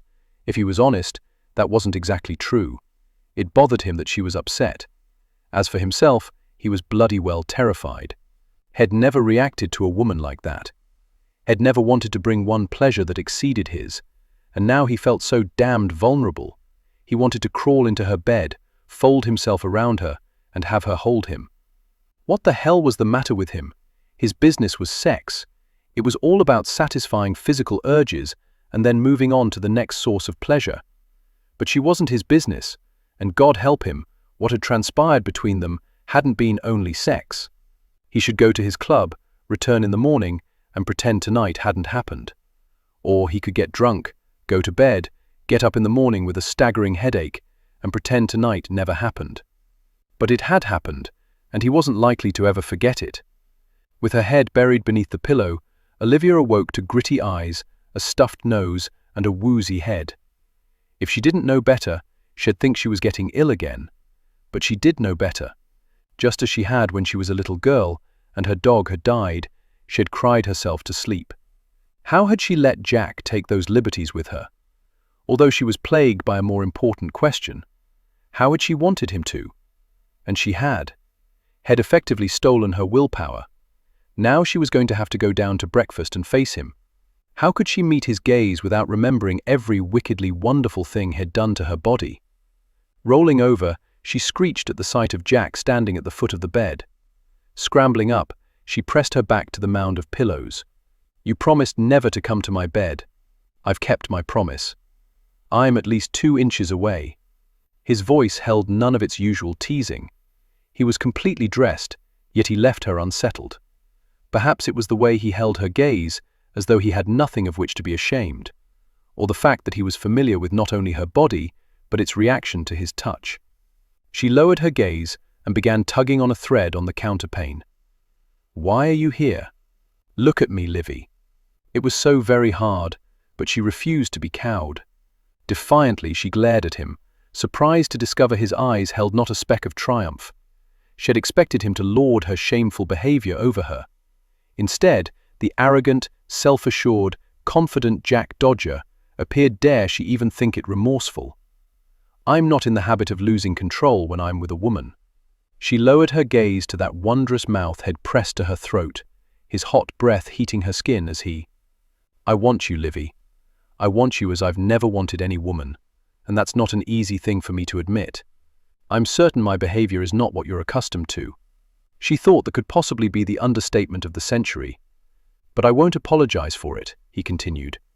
"I can promise you that it won't happen again." With that, he spun on his heel and left the room. She wasn't quite sure it was a promise she wanted him to keep. They studiously avoided each other for the next 2 days, or perhaps it was only Olivia who was finding so many excuses to be in other portions of the residence whenever she thought Jack was on the prowl. Breakfast was not too terribly thorny because Henry was always there, serving as a buffer.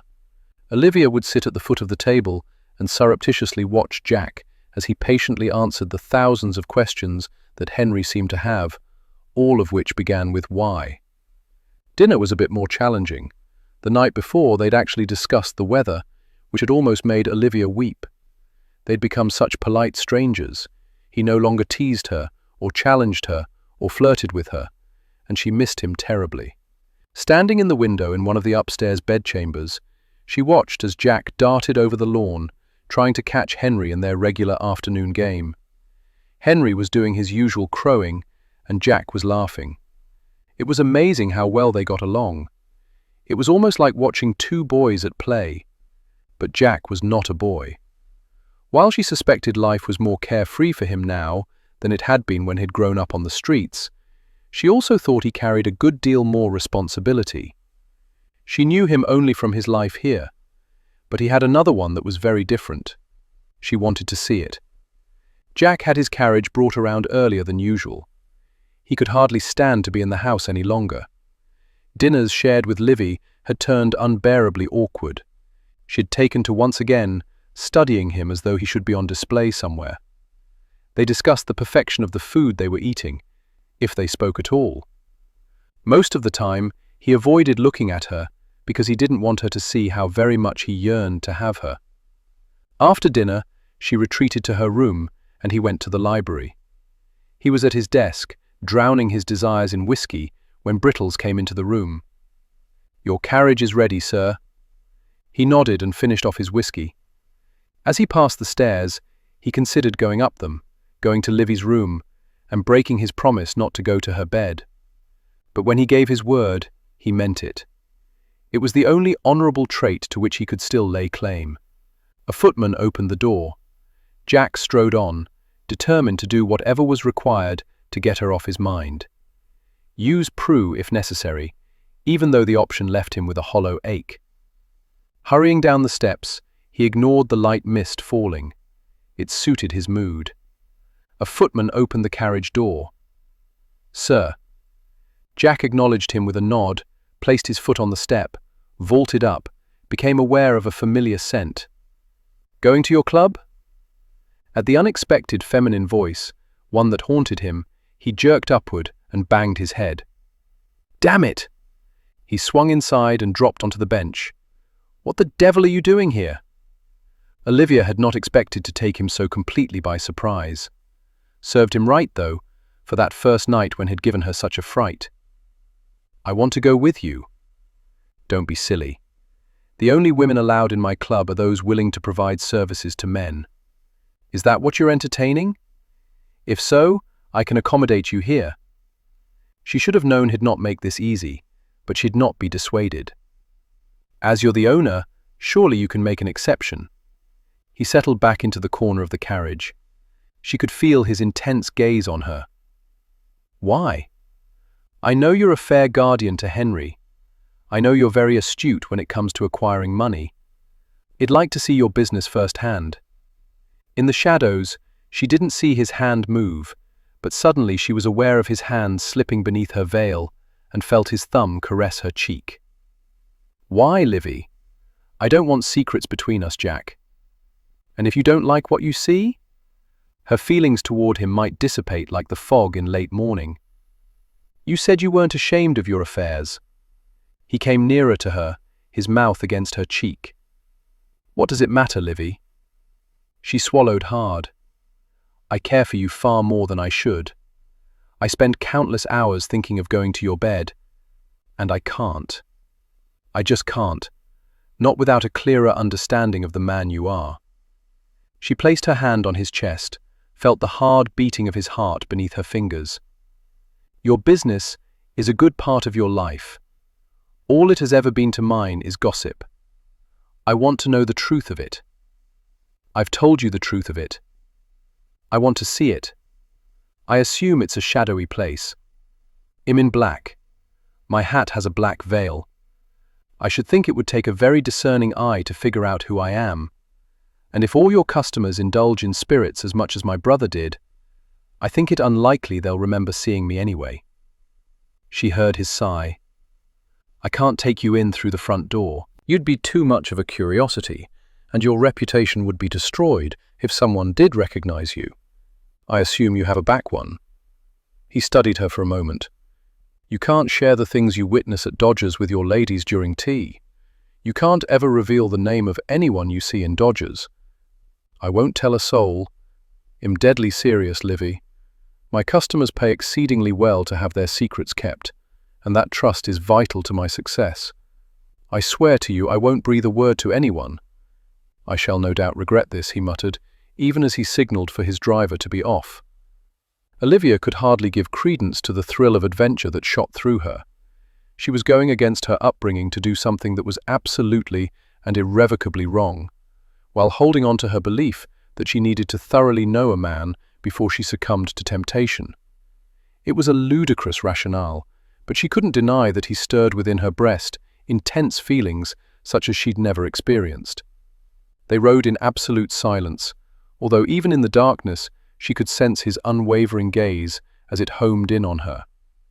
"There," he finally said, and she peered out the window to catch the first look at his gentleman's club. It didn't look seedy, as she'd expected. It was well maintained. The white columns and liveried footman opening the door gave it an air of luxury she'd not anticipated. "Is that Greystone going in?" "No. It certainly looked. You didn't see anyone going in. That's the game we play, Livy. You see nothing, you hear nothing, and by damn, you speak nothing. The lords must trust you a great deal. They trust me with a good many of their secrets. I may not be as respectable as Beckwith, but I know how to hold a confidence. Besides, they pay me an extraordinary amount, and I in turn pay my employees to ensure their skeletons stay in the cupboard." The carriage went around to the back. After Jack disembarked, he reached inside for Olivia. "Are you certain you want to do this?" "Absolutely." He chuckled softly. "You're like a child being offered a sweet."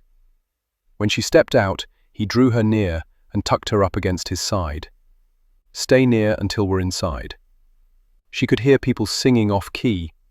Drunks, she thought. And there were the sounds of people walking quickly through the alleyway. Her heart sped up. A lantern hung above the back door. Jack inserted a key into the lock and was soon ushering her inside. The first thing that struck her was that the hallway smelled clean. The doors to several rooms were closed, the door to one open. "These are the offices." He nodded toward the open doorway. "Franny works there." "Is she there now?" "Probably. I should stop in and say hello." "This isn't like your morning calls." "It would be rude." He rolled his eyes. "Fine." He led her to the doorway. Once again she was surprised. While the furniture appeared to be of good stock, It was sparse. Franny was making notations in a ledger. She glanced up and her green eyes widened. "Well, hello. This is a surprise." "She wanted to see a gaming hell," Jack groused. "And you brought her? This is an interesting development." She rose. Olivia flapped her hands self-consciously. "I don't mean to disturb you. I just wanted to have a look around. I will admit to being surprised that everything is so clean. You run a tight ship." "That's Jack's doing. He can't stand anything not being tidy. I think probably because he was so filthy as a child."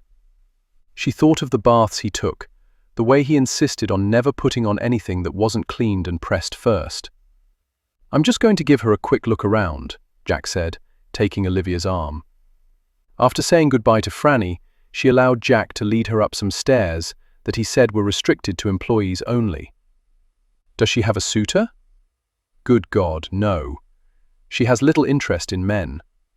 Surely she wishes to marry." "I don't think so, and that's all I'll say on the matter. Franny's secrets are her own." At the top of the stairs, he led her down a narrow hallway. Then he parted some curtains, and they stepped out onto a shadowy balcony. Olivia was absolutely stunned by how elegant everything appeared. The hunter green walls were framed by intricate woodwork. But it was the activity on the floor that mesmerized her. Gaming tables, too many to count, filled the room. Some men were playing with cards, others with dice. A couple of the gents had ladies sitting on their laps, but even they were nicely dressed. Cigar smoke created a haze. She could see all the glasses filled with various shades of amber, from light to dark, or clear liquid that she was certain wasn't water. Boys dressed in purple livery confidently carried items for the gentlemen. It wasn't as rowdy as she'd expected. In some cases, it was disturbingly quiet. She recognized a good many of the lords. Why weren't they home with their wives? "I would have expected there to be more girls," she finally said. "There's another room where most of them stay. You can peer in from over there." He took her farther back into the hallway, and then once again through a curtain onto a secluded balcony. Shed hesitated, not certain she wanted to see the debauchery, but her curiosity got the better of her. She was slightly disappointed. It appeared most were simply talking. She could see some kissing and a little teasing, but it wasn't the orgy she was expecting. "You look crestfallen," he said near her ear. "No, yes. I thought they'd be more naughty." He chuckled darkly. "They are, but those rooms you can't peer into, except by invitation." "Invitation?" He shrugged. "Some of the men like to be watched, so we have a viewing room." "Why would they want to be watched?" "I suppose they think they have something to show off." "Oh." She shook her head. "I told myself I would come here and not judge, but I don't like that you use girls, that you make them. I don't make them do anything they don't want to do. I pay them to keep gents company with a bit of conversation, a dance, maybe a kiss. What they do in the back rooms, that's their business and their coin. But you condone the activity. They're going to do it, Livy. In an alley, in a room that is neither clean nor safe. Here, at least, neither the gents nor the girls have any worries. But why have them at all? Because gents get lonely, and a happy gent spends more money in my establishment. Seen enough?" She could see that she wasn't going to win this argument for now, but maybe in time. She nodded. "I think so." It wasn't until they were back in the carriage headed home that Olivia asked, "How did you ever afford to open a business?" "When I was 19, Beckwith came to see me. I had an anonymous benefactor who gave me £10,000. I used it to purchase the building." "Who was he?" "I don't know. He was anonymous. But you must have some idea. Could he have been that Fegan fellow?" "No, running pickpockets doesn't make one wealthy." "Who else might it have been?" "I always assumed he was Luke's grandfather. We didn't get along very well, and I thought he saw it as an expeditious way to get rid of me. An investment well worth making. I expect you were too headstrong for him." "I did think my way was the best." He chuckled, then quieted. "For an instant, the night the will was read, I had an insane notion that it was Lovingdon. But I asked Beckwith, and he spouted some nonsense about holding my benefactor's secret. Why would Lovingdon do that? Why would he leave me his non-entailed properties? If it was Lovingdon, I should think you'd find the information in his record books. What record books? They've kept records on everything. Every cow purchased, every horse bred, every servant hired, every salary paid. Lovingdon was obsessed with those books. I suppose in retrospect, he was scouring them in order to determine what was entailed and what was not. I can show you if you like. Seems unlikely that I'd find anything, but I don't suppose it would hurt to look. His business beginnings and record books. She was carrying on conversations about things that had no importance while her scent wafted toward him. "What's your opinion on Dodgers?" he asked. Silence stretched between them, while the carriage wheels rattled over the street. Finally, she said, "It wasn't as decadent as I expected it to be." He wrapped his hand around her neck, slipped his thumb beneath her veil, and skimmed it over her jaw. "You sound disappointed." "What?" "No." Then she released a self-conscious laugh. "A little, I suppose.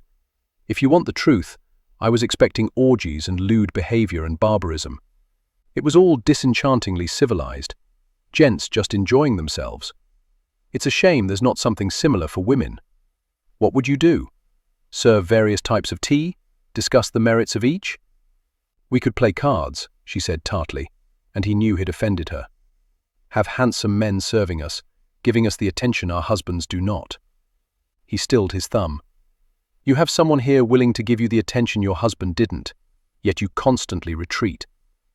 With a sweep of his hand, he lifted the veil over her head, lowered his mouth to hers, and cursed his weakness. Had sworn that he'd not settle for a kiss. But suddenly, it was torturous to go so long without even a taste of her. It pleased him immeasurably that she returned the kiss with fervor equal to his. He knew she wanted him. Where did she find the restraint to continually say no? Chipping away at years of proper behavior required a man who possessed a good deal more patience than Jack had. He wanted what he desired as soon as he realized he wanted it. He supposed she found him equally frustrating, with his years of improper behavior that she wanted to correct. Perhaps she was having some influence over him after all. Aware that she'd enter the house, and some servants would still be about, he didn't take down her hair or unbutton her bodice. He didn't take liberties that would leave her panting and short of breath. He dragged his mouth to the sensitive spot near her ear, felt the thrumming of her pulse beneath his tongue. "You see, I can be civilized. Tell me you don't want me to be." "I don't know anymore. I can't think when you do that." "That says it all, doesn't it?" "You belong." Startled to a stop, the words with me dangling on his tongue, in my bed. Desire fled, replaced by an almost overwhelming need to run. Chapter 18. Jack stood at the window in his bedchamber, gazing out on the night. Whatever was the matter with him? When had he begun to think of Livy as his? He could never marry her. He could never make her respectable. Marriage alone to him would be enough to lower her in the eyes of society. He could have her for perhaps 2 years, while she was in mourning, and then he'd have to let her go. Her and Henry. He'd obtain the last item, of immeasurable worth, and in time, he'd no longer think about them. But for now, she was all he thought about. When the door leading into the dressing room opened, his heartbeat kicked up a notch, and he slowly turned. She stood in her nightgown, her hair unbound, her small feet bare, her toes curling into the carpet, her hands folded primly in front of her, trepidation clearly visible on her face.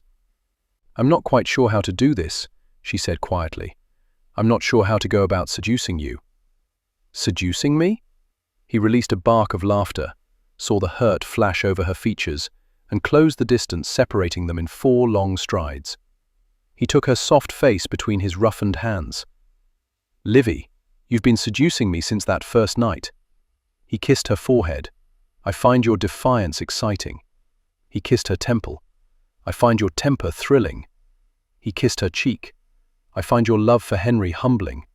He pressed his lips to the tip of her nose. "I find your laughter enchanting." He kissed the corner of her mouth. "Your eyes mesmerize me, and your kisses have the power to bring me to my knees." He watched as the doubt in her golden eyes turned to certainty. She gave him an impish smile. "I forbid you to make love to me." His mouth went dry at her words. He'd never made love to a woman. He'd bedded many. The sex had been satisfying, but to make love, he hardly knew where to begin. But it was a gift she deserved. It was what he wanted to give to her. She was unlike any woman he'd ever known. She'd come to him with no expectation of receiving coins. What she was offering to him was far more valuable than anything he could ever give to her. "I've warned you, sweetheart, to never forbid me. You'll only make me do it." And with that, he took her mouth as tenderly as he was able. But tenderness was foreign to him. With the first taste of her, the hunger he'd been holding at bay broke free with a fierceness that astounded him. He wanted to clearly see what clothing and shadows had kept from him. Without tearing his mouth from hers, he lifted her into his arms, carried her to the bed, and set her on her feet beside it. She swayed, and he drew her near, allowing her to take strength from him. Olivia had felt the power of his passion in the garden. Still, it astounded her that it could be so forceful, could weaken her so easily. She grew so hot that it was almost as though she were taking ill again, and her legs were quivering. If his arms weren't around her, she thought she might simply melt into the floor.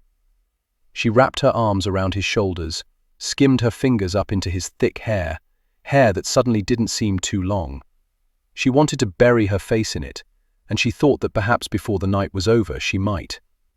Jack withdrew from the kiss, trailing his mouth along her jaw as though he were reluctant to leave her lips, didn't want his mouth far from hers. She lifted her chin, giving him easier access to her throat, and a small whimper escaped. His velvety touch teased and cajoled. "Ah, Livy, Livy." His voice was low, seductive, and she knew she would follow it to whatever sins it led her. She felt his mouth brushing over her shoulders, and only then did she remember that he had a pickpocket's fingers and light touch. He'd worked her buttons free from throat to stomach, and she had not even noticed. And now the gown was sliding off her shoulders, gliding to the floor. She had a second to consider that she should feel a need to cover herself, and then she was considering nothing at all except for the wondrous sensations of his mouth playing over her breasts, tasting, licking, suckling. All the while, he murmured that she was beautiful, so beautiful.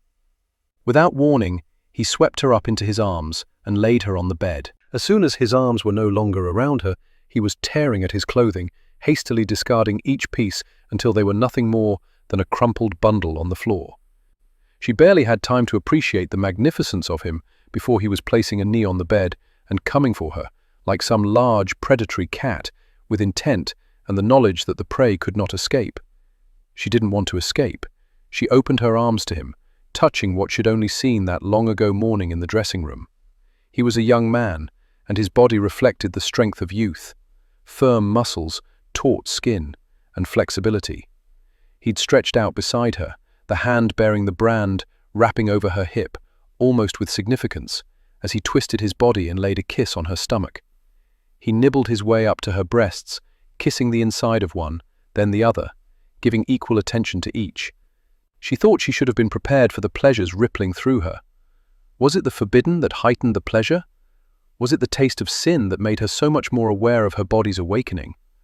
Or was it simply that he had the devil's own touch, that he had the power and the knowledge to bring forth carnal delights?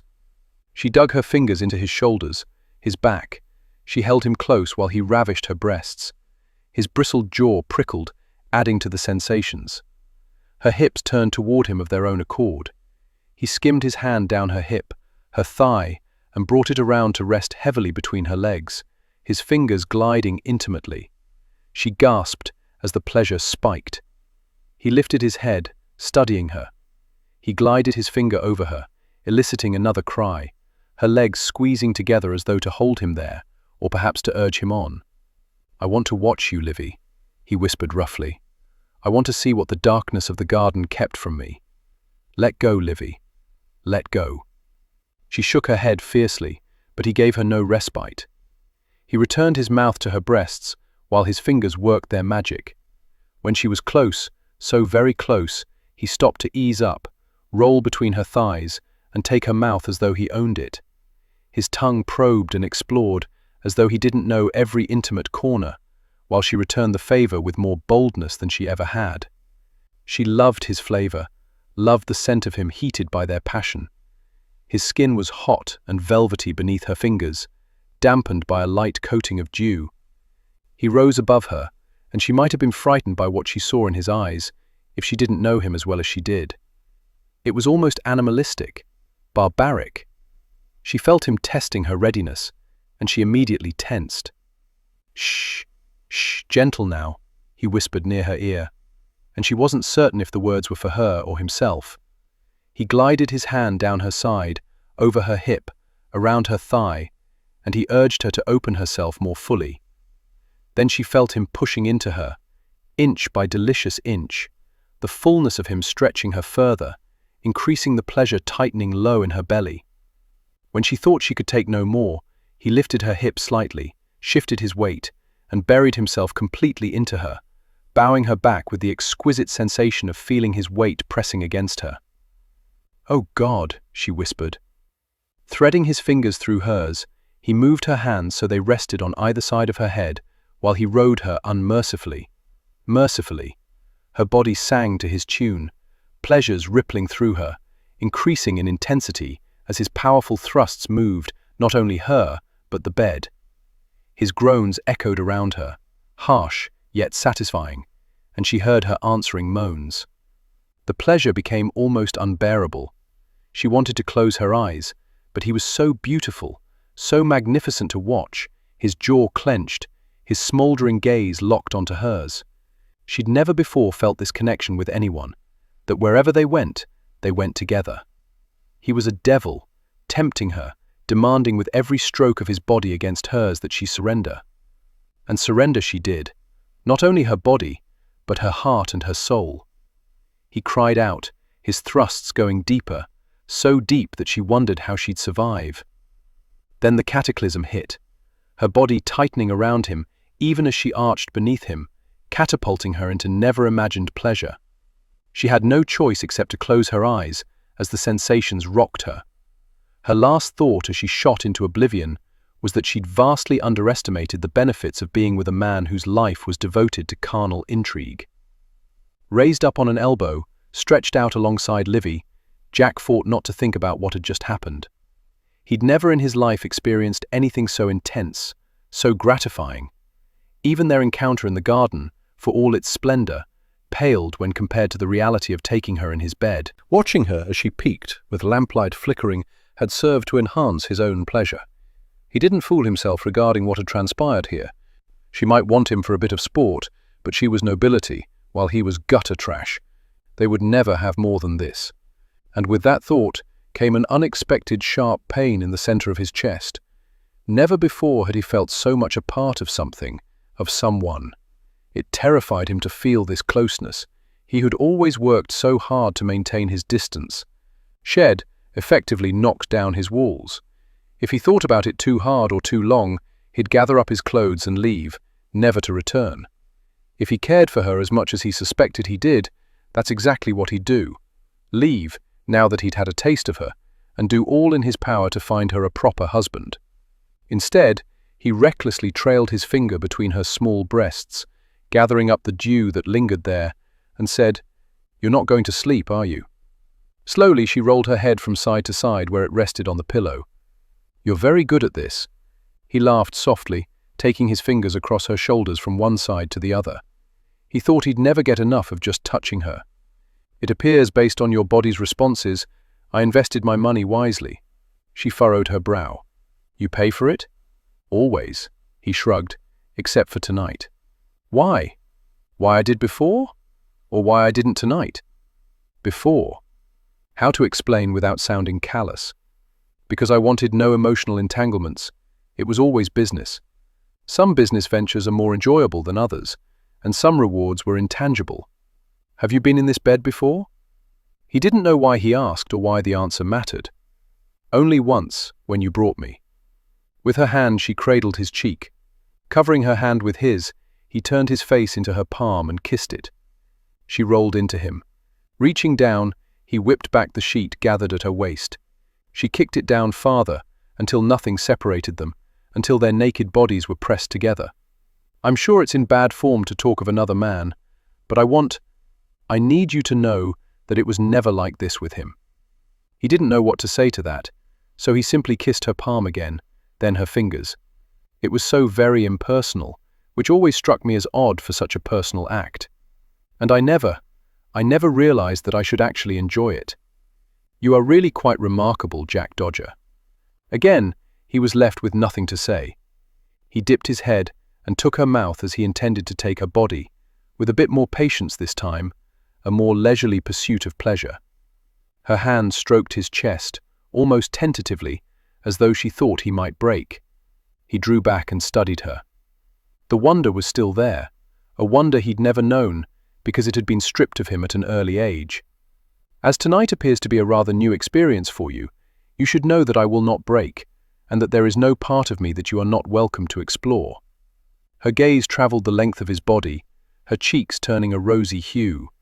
Her hand glided down, wrapped around him, and he couldn't stop the low moan of satisfaction. He kissed her, rolling onto his back as he did so, giving her easier access to learn the various textures of his body. With each passing moment, her hands became less tentative as her confidence grew. She touched, she stroked. She broke off the kiss to rain smaller kisses over his chest. She flicked her tongue over his hardened nipple, and his body jerked. He rammed his hands through her hair, holding her close, encouraging her with sweet words and low moans. When he could stand it no more, he eased her over him until she was straddling his hips, her hair forming a curtain around her shoulders. "Don't look so shocked," he said. "I don't think this is proper." "Sweetheart, nothing we've done tonight is proper." While he'd meant to tease, he regretted his words as soon as they were spoken, because he saw in her eyes the hint of shame. "Don't, Livy." She raised her gaze to his. "Don't regret any of this." She shook her head, but he could see the damage was done. He threaded his fingers through her hair and brought her down to his chest, holding her close. "You'll never tell anyone, will you?" she whispered after a time. "No." She lifted her head, digging her chin into his chest. "I don't regret what passed between us, but I suppose a small part of me knows it was wrong." With his fingers, he combed back her hair. "How can it be wrong when it's what two people want? But there will never be more than this between us. Quite honestly, I don't see how there can be, but that doesn't mean that this can't be very, very good while we have it." With his hand buried in her hair, he turned her head and latched his mouth onto hers, kissing her deeply, wondering how in the hell he was ever going to let her go when the time came. Chapter 19. "This is probably an exercise in futility," Livy said. They were in the study, a small room where Lovingdon had stored all manner of ledgers, record books, journals. Livy had told Jack that Lovingdon had often sequestered himself inside for hours. They go back for years and years. Jack looked up from a book whose dates corresponded with the year Beckwith had first come to see him. Livy was sitting on a sofa by the window, the sunlight casting a halo around her. Had never been one to believe in angels, but he couldn't deny that she appeared very angelic sitting there. Not at all like a woman who'd been ravished that morning before calling for her maid. Even if we find nothing, I'm fascinated by all this information. To see the fluctuation in the number of servants hired, the salaries paid, the income brought in from various estates, even the investments that have been made. I have the present-day information, of course, but it's advisable to examine past practices. She made a funny face and shuddered.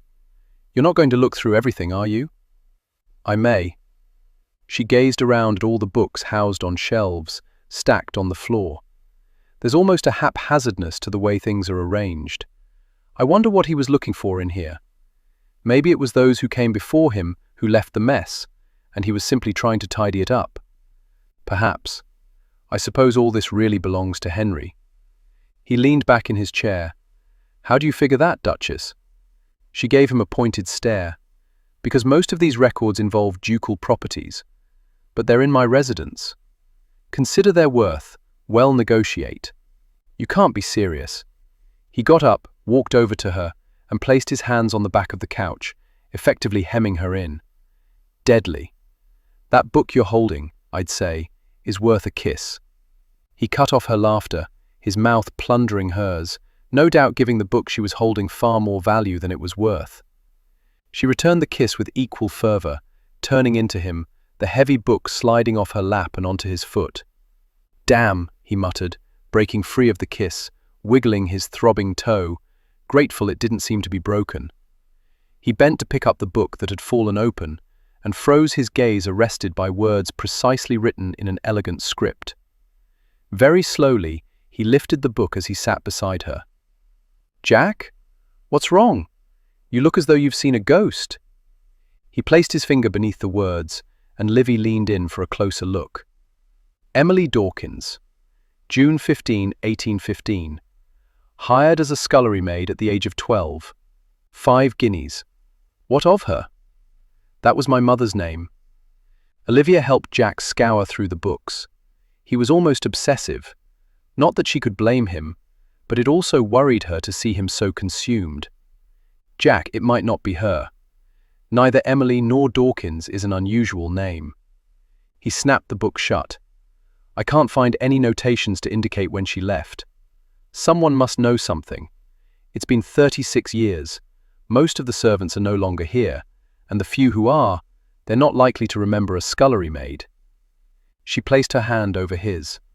Why did you change your name? Because I didn't want the man to whom she'd sold me to ever find me. He gave a caustic laugh. I changed my name several times before I settled on Dodger. I still have a difficult time believing she sold you. You told me in the garden that you did something to lose her love. What did you do? I don't know. When she gave me the locket, she said, "Never forget I loved you, Jack." Loved. He shook his head. She loved me once, but no longer. I'm not convinced that's it. I know what I heard, Livy. You were a child, Jack. He opened his mouth, and she pressed her fingers against his lips. A mistake, because he began kissing them. Hear me out. He nodded, still nibbling on her fingers. If you'd sent me away, I'd have said to Henry, "Don't forget I love you," because I would have been sending him my love from wherever you sent me.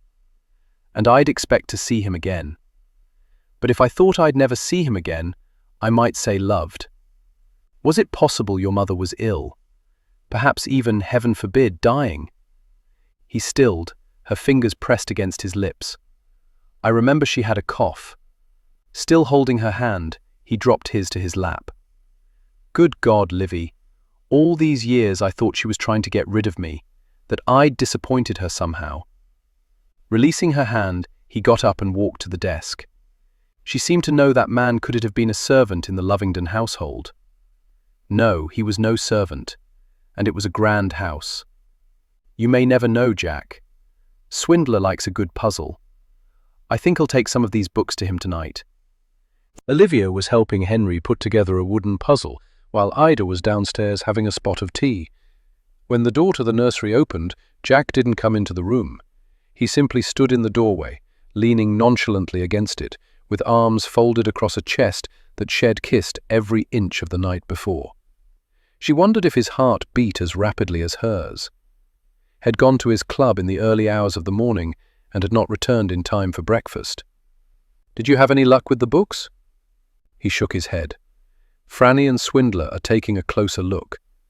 Do you want me to help you search some more? Maybe later. Then what is your purpose in coming here? Did you come to check on your ward's progress? Olivia asked. Not exactly, Jack said lazily. Did you wish to see me? His smile was a flash of white that promised forbidden things. Not exactly, he repeated. Am I to guess your reason in being here? He unfolded his arms, sauntered into the room, reached down, and moved the last puzzle piece into place. Now that's done, how would you like to go on an outing? She gave him a look, and before she could speak, had rasped his finger beneath her chin, as though he might tickle her. I know you're in mourning, he said, but there is very little chance you'll be spotted where I intend to take us. And where would that be? On the railway. Henry's eyes widened. With a locomotive? Naturally. Olivia scowled at Jack. Honestly, how could she convince the man he could not speak in front of Henry until had confirmed with her that she agreed to the matter.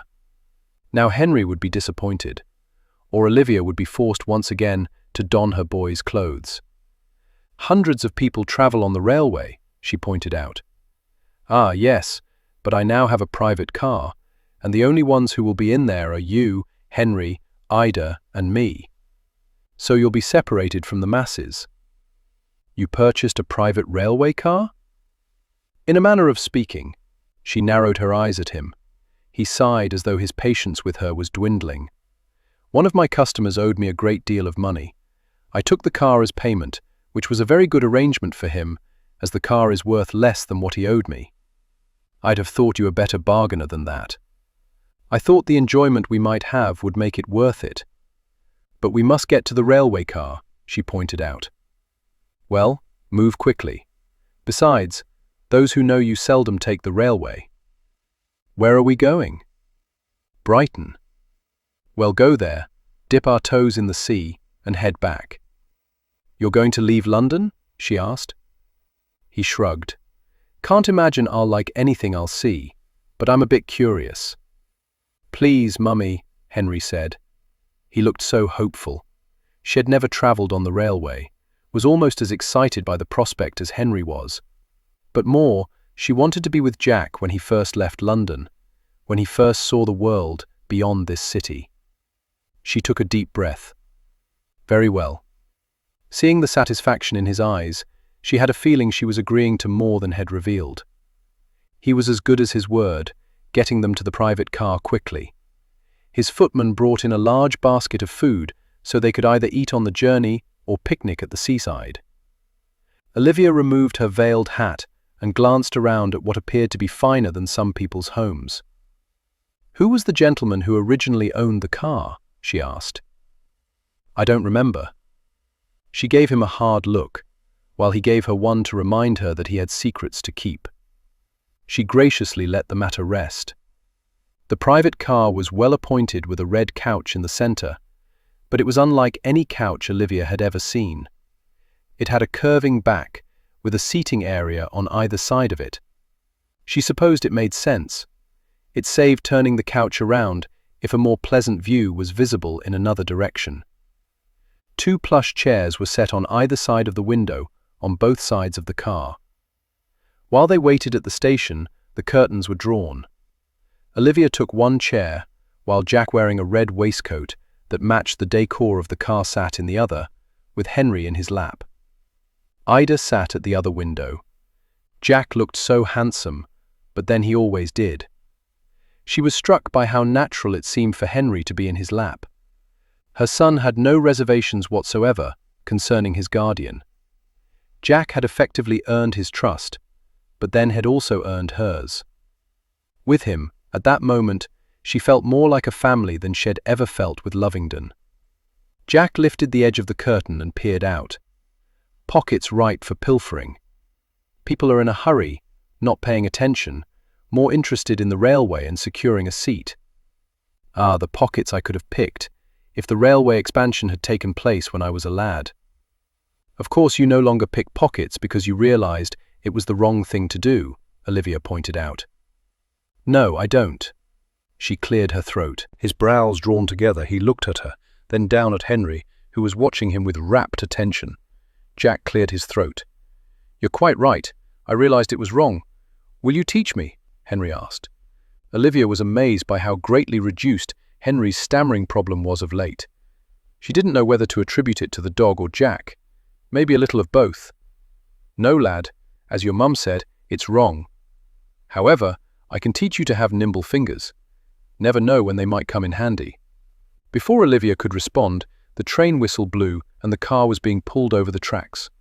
Jack returned his attention to the world beyond the window. It wasn't long before he pulled the curtain back, and Olivia could see that the platform was no longer in sight. The train was chugging along. Henry scrambled up, sitting on his knees on Jack's thighs, his nose pressed to the window.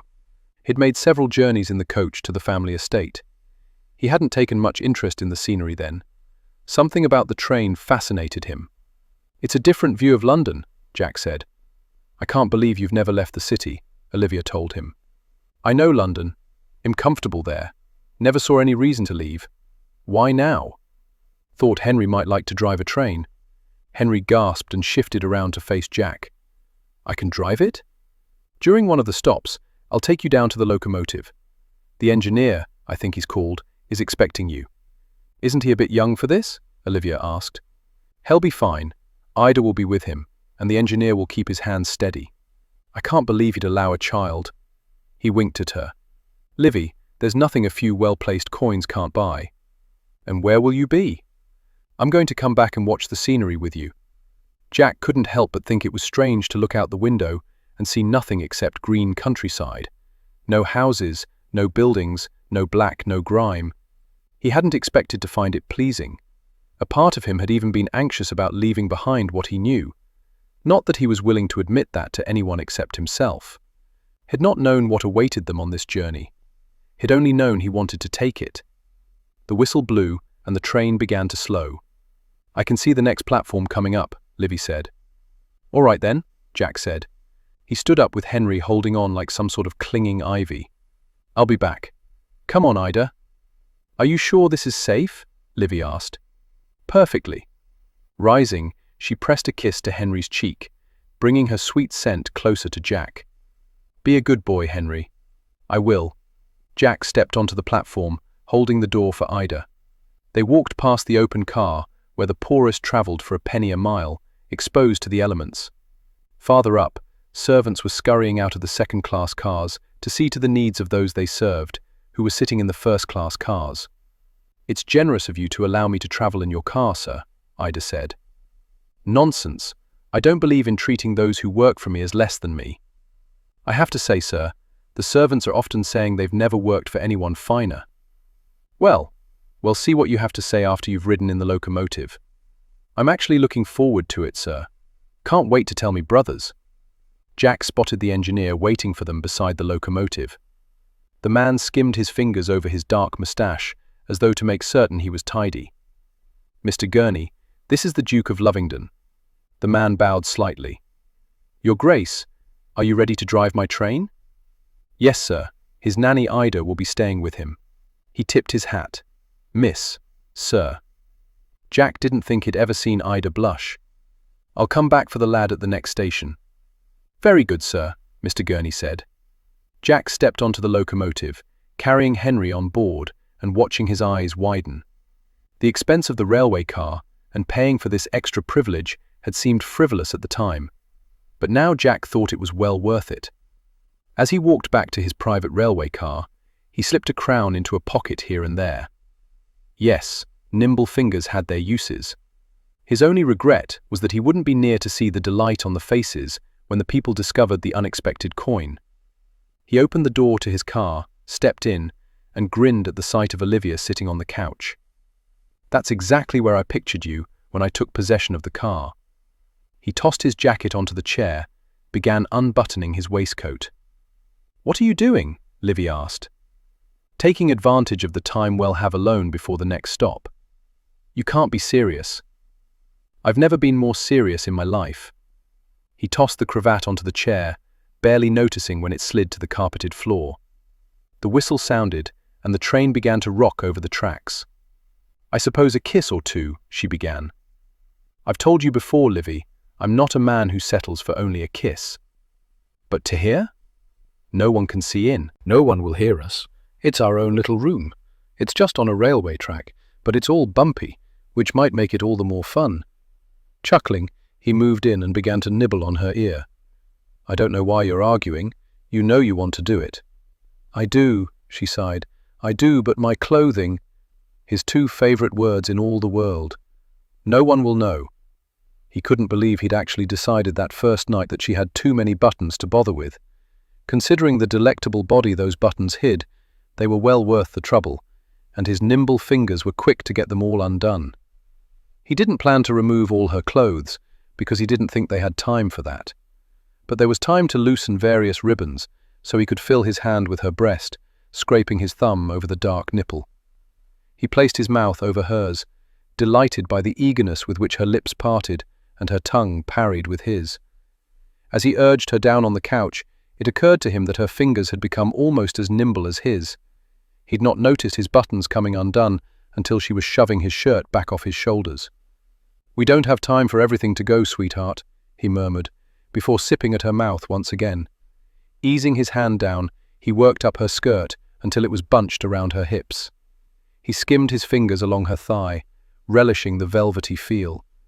He took his hand higher to where the warmth waited for him. Moaning, she writhed beneath him. He unbuttoned his trousers, freed himself with a groan, and eased himself closer to heaven. His clothes were less of a deterrent for her, and he felt her hands skimming along his skin. No woman had ever touched him as she did, as though she appreciated every inch of him. One night, she'd kissed him from his big, ugly feet to a scar on his cheek, the faint remnant of the morning she'd attacked him with a poker. No matter where she began kissing him, she always stopped there, and he wondered if it would always be her final destination, a reminder of a time when trust between them hadn't come easily, when he'd even discouraged it. He couldn't remember now why he'd been so reluctant to encourage anything between them. In some ways, it seemed years ago, in others only a few hours ago. With all her ticking clocks, time should have been the one thing between them that remained steady, but everything seemed to want to change. His opinion of her, his desire for her. He wasn't normally an impatient man. He'd learned on the streets that more and greater rewards came with patience, but he'd hardly been able to wait until he could take Henry and Ida to the locomotive. Now he was with Livy, alone, and again the time was ticking away. She was begging him to take her. His modest Livy, his proper Livy, was urging him toward completion. There was barely room on this couch. He had to wrap her legs around his waist, place one foot on the floor to give himself leverage so he could get the angle he needed. Then he was plunging inside her, feeling the hot, silky wetness of her surrounding him. He rode her hard, the motion of the train whispering at the back of his mind, giving him a cadence that he matched. For some reason, he thought of the people in the open railway car. He covered Livy's mouth, absorbing her scream as her body tightened, pulsed, and throbbed around him. It was all he needed. His body bucked, the pleasure intense, almost painful. It was always more with her, more than he'd ever had, ever known. Everything with her was different. Everything was better. As he buried his face in the curve of her neck and shoulder, he heard the train whistle signaling they'd soon be arriving at the next stop. Damn! Livy's hand rested against his cheek, limp as though all energy had been drained from her. I'm not certain if this was a very good or a very bad idea. He lifted himself up, then dipped down to buss a quick kiss over her lips. A good idea. Olivia sat on a blanket, watching as Henry barefoot darted into the sea up to his ankles and darted out again, with Ida keeping a close watch on him. "We should have brought Pippin," she said. "We will next time," Jack said. He was stretched out on his side, raised up on an elbow, enjoying a glass of wine. They'd finished their picnic earlier, and he was determined they not take any wine back home. "Why didn't you want him to have a dog?" She picked at the blanket. "When I was a young girl, about 10, I had a puppy. I loved it so much. One morning I woke up and it was dead. I was inconsolable. I always suspected my brother had poisoned it." "Avondale?" "Yes. Of course he wasn't Avondale then. He was a bit of a bully, though. I can't say I was particularly sad when he died. Still, I cried. I don't do well when things die." She glanced over at him. "Since we're asking personal questions, why do you care so much for money? Asking about your dog didn't seem as personal." "Money is everything to you," she insisted. "Not everything, otherwise I wouldn't have the private car so we could get away for a bit, but very, very important. Absolutely. For those of us who grew up without it, it is very important indeed. It allows you to protect yourself from those who would do you harm." "Who would harm you?" He swirled the wine in his glass. "No one anymore." He glanced toward the sea where Henry was now trying to splash water on Ida, who merely laughed. Did his father give him much attention? Not really. Oh, he thanked me on the day he was born for giving him an heir, but now I realize he was probably thanking me because he'd no longer have to come to my bed. He jerked his head around. "You don't mean that?" "I think I do, yes. In retrospect, I can see that he was a very sad man. I thought the same thing the first time I met him." She perked up at that bit of news. At your club? Reaching out, he took her hand, pressed a kiss to her fingers. No, years ago. I met him in the Earl of Claiborne's garden. I think they were friends and he was visiting. I think he knew all the lords. That's not uncommon, is it? No, not really. What did you talk about? I was thinking of leaving Claiborne's, striking out on my own. He convinced me not to. Why were you thinking of leaving? The old gent, Luke's grandfather, demanded perfection. He was a hard taskmaster, harder than Fegan ever was. I didn't appreciate what he was teaching me at the time, and I suspect Henry will not appreciate what I'm teaching him. She glanced toward her son. To frolic and play? To take from life what you can, while you can. She looked back at Jack and brushed the hair off his brow. I think that's an admirable philosophy. Now you find something about me admirable? I dare say hell will be naught but ice by the time I get there. She leaned toward him and whispered, Will Henry be driving the train on the way back? He gave her a slow, sensual smile. I imagine something can be arranged. Chapter 20. I like this gown, Jack said, nibbling on Livy's ear in the library. Can hardly wait to divest you of it. As soon as they finished dinner, he would. It had been nearly a week since they'd travelled on the railway, and while she wore black during the day, each evening before dinner, she surprised him with a different gown. While he always awaited her arrival with anticipation, he took additional pleasure in seeing her dressed in something other than morning clothes.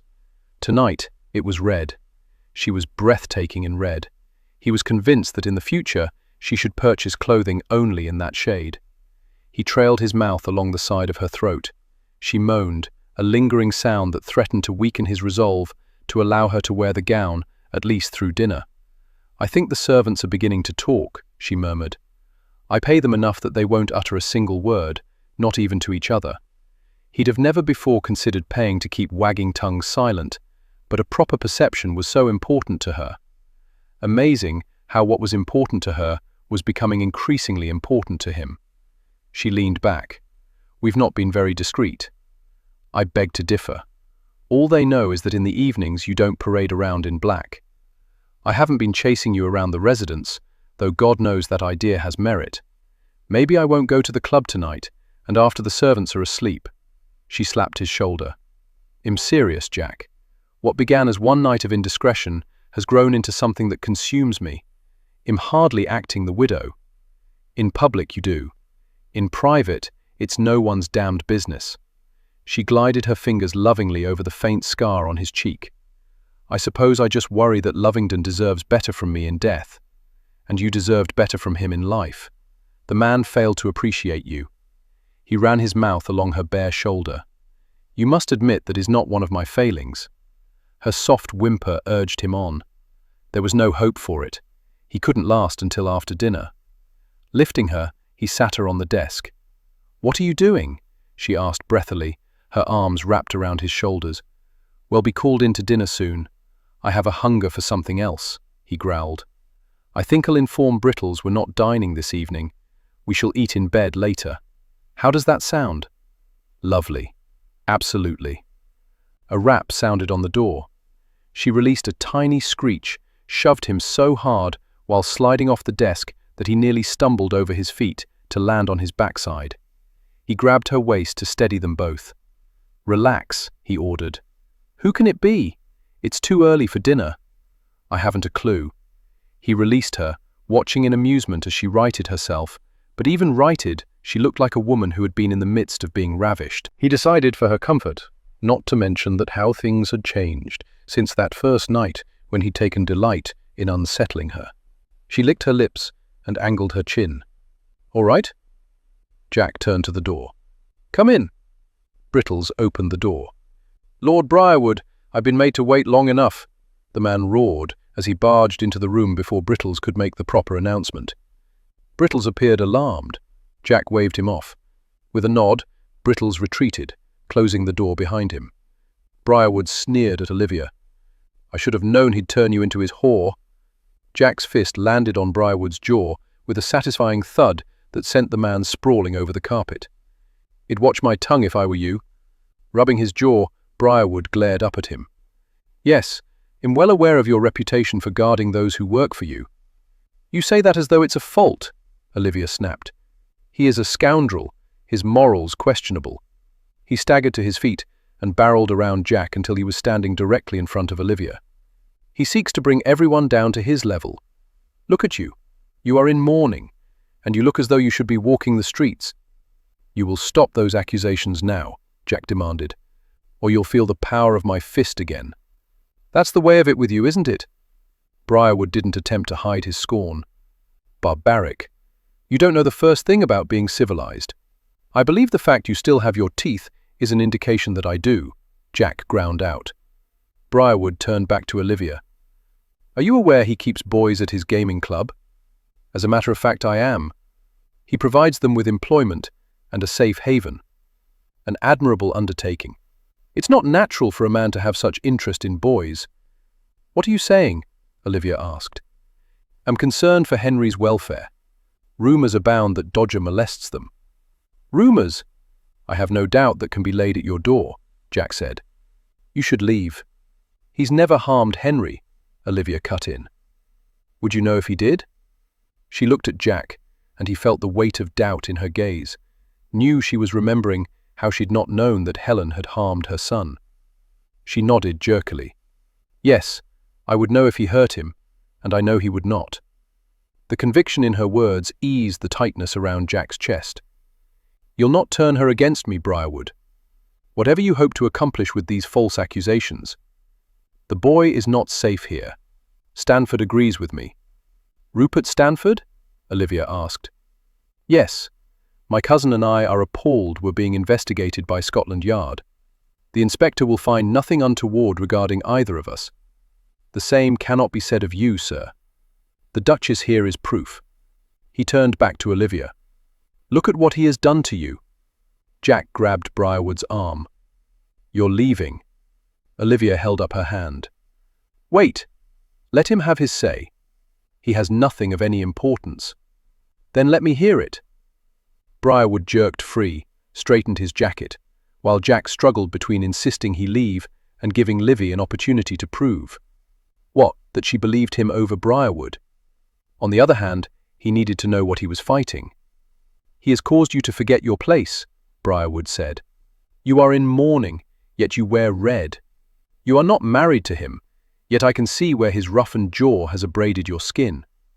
If he can turn you, a woman of such high morals, to his sinful ways, imagine what hell'll do to an impressionable lad. All I care about is your son, that he be raised to be a proper lord. I can achieve that end for you, and if you will not support me in this endeavour, I will go to the courts. I will go to Parliament. By God, I will go to the Queen. But I cannot in all good conscience stand by and allow this devil. I don't think you have a choice, Jack stated calmly. Both Livy and Briarwood jerked their heads around to look at him. You can spout all the good intentions in the world and all your concerns for Henry's righteous upbringing that you want, Briarwood, but you and I both know at the heart of the matter rests finances. I will not be blackmailed. Briarwood straightened his shoulders. I assure you, sir, I care only for the welfare of my cousin's son. You will see your good name ruined. As you've pointed out on several occasions, I have no good name. The name I have means less to me than my money.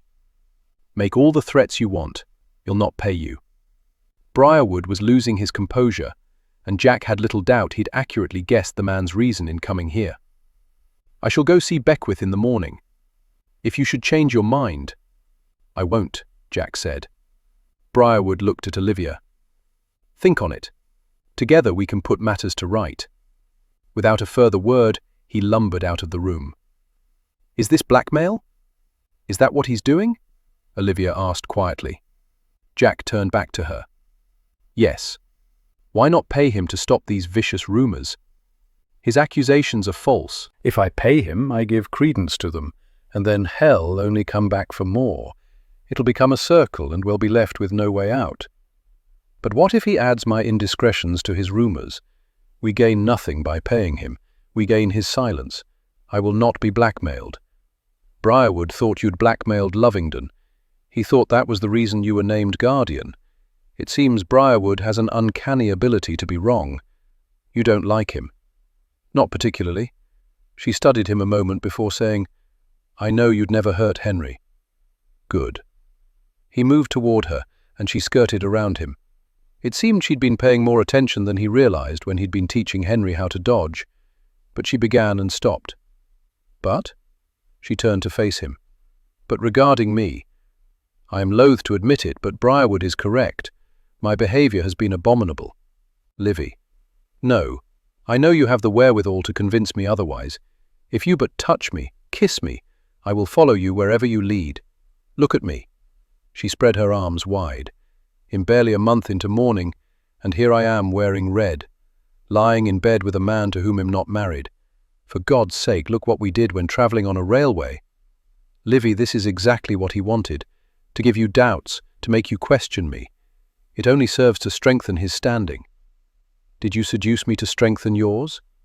He spun on his heel, went to his table, and poured whiskey into a glass.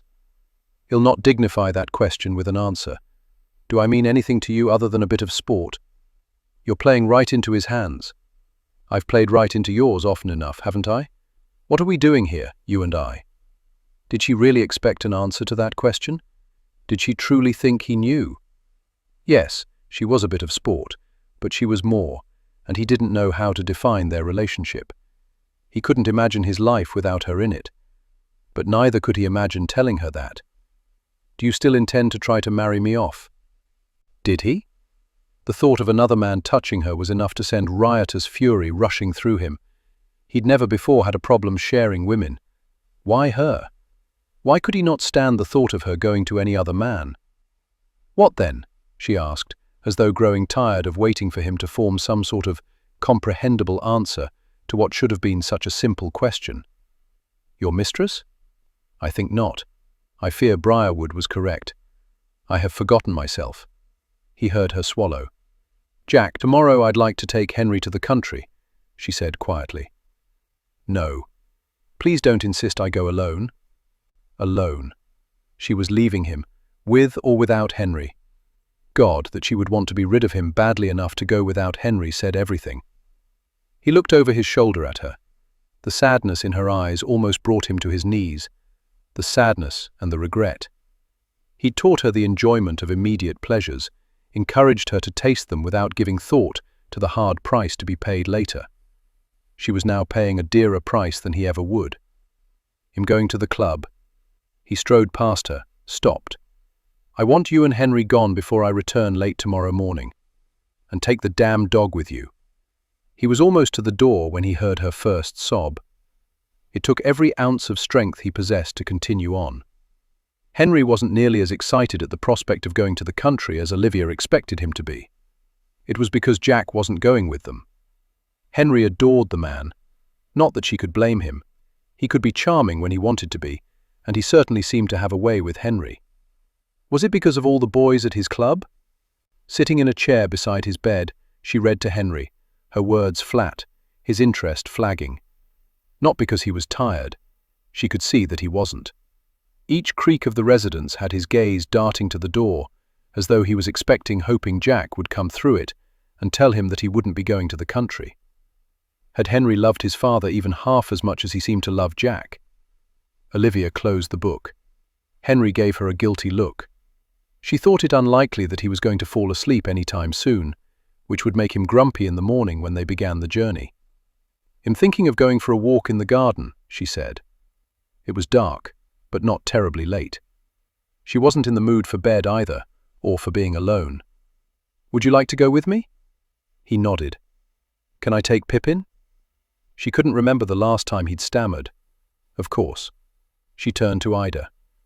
Henry and I are going for a walk in the garden. I'll get him ready for you, Your Grace.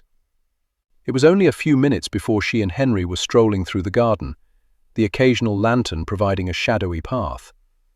I think Pippin will like the country, don't you? Olivia asked. She could see Henry nodding. Why isn't Jack coming? He has business to see to here. She crouched before him, turned him to face her. Henry, you have to understand. A shadow stepped out of the darkness. Chapter 21. Damn her. What did she want him to do? Profess undying love, Ask for her hand in marriage.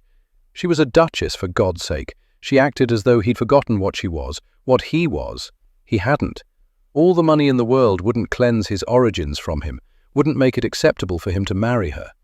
Not that he'd ever consider marriage. Still, he couldn't imagine his house without her in it. Couldn't imagine not hearing the echo of her sharp steps as she strode through the hallways to confront him about one matter or another.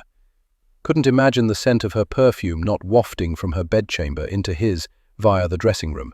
Couldn't imagine it not being on the pillow next to his. Couldn't imagine silence at meals, laughter unheard, smiles unseen. He, who had always longed for the next coin, now yearned for something more. A woman. He thought he'd give up every coin he possessed if she would bestow upon him just one more smile. The knock on his office door made him glower.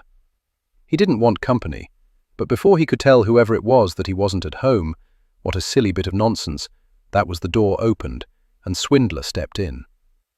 Franny said, "He'd find you here," no doubt after he'd spent considerable time talking with her. Jack didn't know why the man didn't just profess his love for her, ask for her hand in marriage, and be done with it. On the other hand, maybe he should ask the same of himself regarding Olivia. What was the worst that would happen? She'd say no, and he'd send her to the country. "You all right?" Swindler asked. "Of course." Jack reached back and grabbed a glass. He filled it with whiskey, set it in front of Swindler as he took his seat, and then refilled his own glass. "You're a bit late in informing me that Briarwood is spreading rumors about me. I'm sorry, but I've had several things I've been investigating of late, and you're not the one who pays my salary. Quit your job and come work for me exclusively. I'll pay you more than Scotland Yard does." "I like my job, thank you very much." Jack shrugged. "So what do you have? Did you find out anything about my mother?" "I'm not hopeful there of ever finding anything. But the other matter you asked me about, Lovingdon engaging in any perversions." A hint of something in Swindler's voice had Jack sitting up straighter. "Yes?" "I found nothing where he was concerned, but his cousin gives me pause." "Briarwood?" "Rupert Stanford. He's very much a recluse. According to his maid-of-all-work, the only servant he had until he let her go 2 days ago, he nearly worked her into the ground, keeping everything clean. She was with him for nearly 20 years. He took in maybe a dozen boys during that time, one at a time, apparently with the intent of finding each boy a proper home. One day she would come into work and find the boy no longer there. She always assumed he'd carried through on his promise, found them someplace else to live. Which he might have, Jack said, but he wasn't feeling good about this. He well might have. "I have nothing conclusive, but I find it troubling in light of your earlier concerns. Perhaps we should visit him."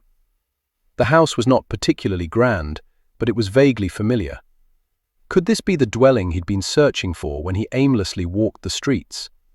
He remembered the man's house as being larger, but then to a child of the Rooker East, the child that Jack had been, a residence such as this would have taken on the mystique of a palace. Swindler banged the knocker. "Doesn't appear anyone's home," Swindler said. "I want to see inside." The light from a nearby street lamp cast a faint glow over Swindler's face as he arched a brow and gave Jack a stare. Jack stared back until Swindler sighed. "Did you want to do the honors, or shall I?" Jack felt the slightest of tremors in his hand. Your coachman and footman, are discreet. They'd better be." Swindler reached into his pocket for his tools. Jack angled his body to form some cover for the illegal action. He heard the click, and the door swung open with an ominous creak. He walked in and was greeted with the fragrance of too much soap and furniture wax. A match flared to life. Swindler located an oil lamp and lit it. "What exactly are we looking for?" Swindler asked. "A bedchamber." His voice rasped along his nerve endings. "Upstairs, I'd say." With a nod, Jack bounded up the stairs. Swindler followed. The lamp Swindler carried cast an eerie glow, chasing back shadows, revealing things bit by bit. Nothing looked particularly familiar. Then they reached the upstairs hallway. There were only 4 doors. Jack opened the second on the right, and he was 5 years old again. missing his mother, but excited at the prospect of having a bed to sleep in. It was winter. There was a fire in the hearth, and it was so nice and toasty. His mother had begun to talk a lot about going to a place called Heaven. He decided this had to be it. "Let's take a bath, shall we?" Jack squeezed his eyes closed against the memories. Had Stanford met his mother when she was a servant in the Lovingdon household? He fought to remember Miss Dawkins. She was holding Jack's hand late at night in the rookeries. She turned, curtsied. "Mr. Stanford, what have you here?" "My son, Jack." "Jack? Jack? Are you all right?" Jack opened his eyes at Swindler's urging and walked farther into the room. They talked. I couldn't hear the words. "We went to a tavern, ate this wonderful pie with meat in it." They kept talking.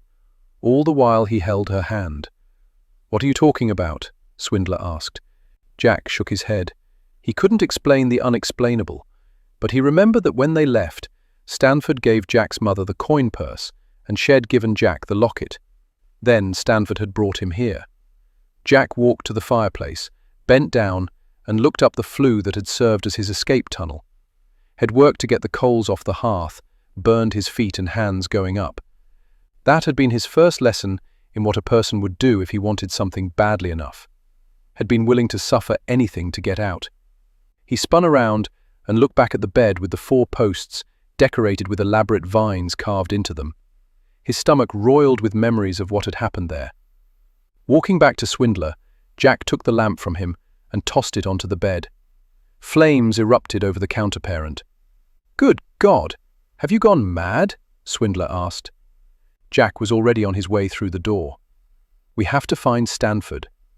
They returned to the club, not as quickly as Jack would have preferred, since Swindler insisted on alerting the fire brigade so they had an opportunity to prevent the flames from spreading beyond Stanford's residence. Jack took some comfort in knowing at least the bed was destroyed. "You do realize that I can't arrest him," Swindler said now as they sat in Jack's office. "Sodomy is against the law. But I have no one to testify." "I'll testify." Swindler looked away as though suddenly very uncomfortable. Jack supposed it was one thing to have suspicions, another to have confirmation. "We should probably just handle it ourselves," Swindler said quietly. "It's not as though we haven't done that before. I'm sure there's someone scheduled for a hanging who doesn't deserve it." "You'd switch prisoners? You don't think anyone would notice? You could beat him until he was unrecognizable. I'm certain you'd find some satisfaction in that." Jack nodded. "I would indeed." The door suddenly opened, and Thomas Lark, one of the older boys who helped out in the gaming room, rushed in. "Thomas, you're supposed to knock," Jack said. "Yes, sir, I know, but this was just delivered by a gent who said it was of the utmost importance." Jack snatched the envelope Thomas extended. Inside, he found a message that caused his heart to thunder.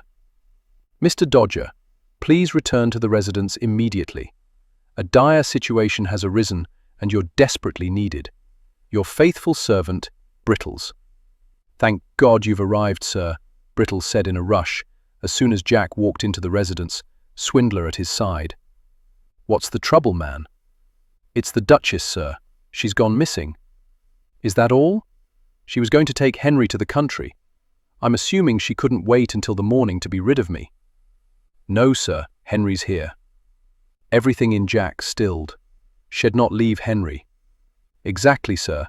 She and her son were walking in the garden when someone apparently came out of the shadows, according to the young Duke. He escaped, but by the time we realized what he was trying to tell us, she was stammering something fierce, sir. The Duchess was gone." "Where is Henry now?" "In the day nursery, sir." Jack bounded up the stairs, aware of Swindler and Brittles following behind him. For the first time, Brittles' steps were not silent. Jack took no comfort in that. He barged into the day nursery. Ida was sitting in a rocker, Henry in her lap holding his dog. Henry scrambled out of Ida's lap, Pippin leaping to the floor. Before Jack could react, Henry had rushed across the short distance separating them and wound his arms tightly around Jack's legs. "I did what you taught me, sir." "I dodged away," Henry said, his words muffled, his face pressed against Jack's thigh. Jack crouched, hugging Henry tightly. "You were a good boy, Henry. I think Het took Mummy." Henry leaned back, tears coursing down his cheeks. "You should have taught Mummy how to dodge." "Yes, I should have." "Do you know who took her?" Henry bobbed his head quickly. "Cousin Rupert. Father told me T2N never go anywhere with Cousin R. Rupert." Had Lovingdon known what Jack now did? Was Rupert Stanford the one Jack was supposed to protect Henry against? It all made sense if Lovingdon had seen how Jack protected the boys who worked for him. Couldn't he have left a bloody message? "Did he hurt you?" Jack asked. Henry shook his head emphatically. "But when I ran off, I heard Mummy scream. I think he might have hit her. I shouldn't have run. No, you did the right thing, because now I only have to worry about your mum and not you." "You'll save her?" "Absolutely." Although he hadn't a bloody clue where to start. Thank goodness, Swindler was there. "Sir, I don't mean to interrupt," Brittle said, holding out an envelope with Jack's name on it. "This was delivered a short while ago." Jack snatched it from him and tore into the envelope. The missive was short and to the point. "I have the Duchess. Bring me £100,000 by dawn or she dies. We'll be waiting at the top floor, far corner." Jack knew the address written at the bottom of the note. It was in the Rookeries. "Where are we?" Olivia asked. She was sitting on the floor in a shadowed corner, her hands tied behind her. She was fighting not to be terrified. She had taken a blow to the head and woken up here. Her mouth tasted of laudanum, and her thoughts were fuzzy. She wanted to go to sleep, but she knew there was a reason she shouldn't. The Rookeries. The hoarse whisper came from another dark corner, near the window, the man's silhouette swallowed by the gloom. A solitary lantern was no help against it. It served to illuminate her more than him. "It's easier to handle improper things here. I've instructed Mr. Dodger to bring me £100,000, or you'll die." Olivia heard in his voice that he was deadly serious. A fissure of dread threatened to overwhelm her. "If he doesn't deliver, I'll carry out my promise. Then I'll return for your son." Not Henry. She remembered Henry had been with her. "Where is he?" "The little bugger eluded me." Relief swamped her. She had a vague recollection of him darting away. Jack wouldn't part with his precious money for Olivia, but she had no doubt that he would protect Henry. "Dodger won't come," she said. "Hell come." She released a bitter laugh, fighting to control it so she didn't sound hysterical. "You've asked him for money. It's the one thing with which he will not part. Then that will be most unfortunate for you." Suddenly he moved quickly, crouching before her. She felt something eerily cold against the underside of her chin. "Is that a pistol?" she whispered. "It is indeed, and I'm very accurate. I've given him until dawn." Then, to her astonishment, she recognized him. "Stanford? Rupert Stanford? I'm surprised you remember me. Your husband did not welcome me in his home very often." "Why are you doing this?" "Because your son's guardian has been making inquiries about me, and things are coming to light that I wish to remain in the dark. I need to make a hasty departure, and I haven't the funds needed to do so." "So you kidnapped me?" "I saw the way he looked at you when he brought you to Dodger's. You see, I too was in the shadows. He has some lovely boys working for him, but he and his staff watch them as though they were the crown jewels. And they all have so much confidence that they aren't easily swayed. But I'm certain wherever I go that I can find what I need." "Dear God, you're a monster." Yes, I am." He moved away. She swung out her legs as best she could, hoping to trip him up, but he easily sidestepped. "Careful, Duchess. I'm not in the habit of hurting ladies, but I can always make an exception." Jack knew the Rookeries like the back of his hand. A lot of evil men lived there. A lot of good men too. With the satchel filled with £100,000 gripped tightly in one hand, a lantern in the other, he walked among the detritus of society, fearing no evil because he carried a knife in his boot, a pistol in his pocket, and in the hand holding the satchel a walking stick that came apart to reveal a sword. The abductor had said to come alone, had said nothing about coming unarmed. which made Jack think Rupert Stanford was only marginally familiar with the rookeries. Obviously, he knew it well enough to identify a meeting place, but not well enough to know that many of the people there were armed. Or maybe he knew little of Jack, thought he wouldn't have a clue regarding the destination to which he was walking. Jack wasn't a fool. He thought it unlikely Stanford would let Olivia or Jack live once he had his money. There was just enough light that Jack could see the shadows keeping pace with him if he turned his head just so. Shadows had always served as his friends. Tonight was no exception. They effectively hid Luke and Swindler as they followed at a discreet distance. Graves and Franny walked in the open, giving the impression they were a couple looking for a place for an illicit rendezvous. When Jack desperately needed them, Fegan's brood had come through for him. He reached the abandoned building, which looked as though a strong wind might blow it down. In foul weather, people would take refuge here, but on a clear night, it wasn't worth the risk. It would be very difficult to go up to the third floor without being heard. He supposed that was the point. He made his way carefully inside, the rats scurrying away. He knew they'd return. They always returned. Holding the lantern high, he glanced around. Even though he'd never been here before, everything was familiar. Little difference existed between one building and another there. He started up the stairs. They creaked beneath his weight. No point in treading lightly. He hurried up them, his heart pounding. Livy! He heard nothing. She could be gagged. She could be dead. Jack! He staggered, the relief so great his legs nearly gave out on him when at the same time a surge of energy shot through him.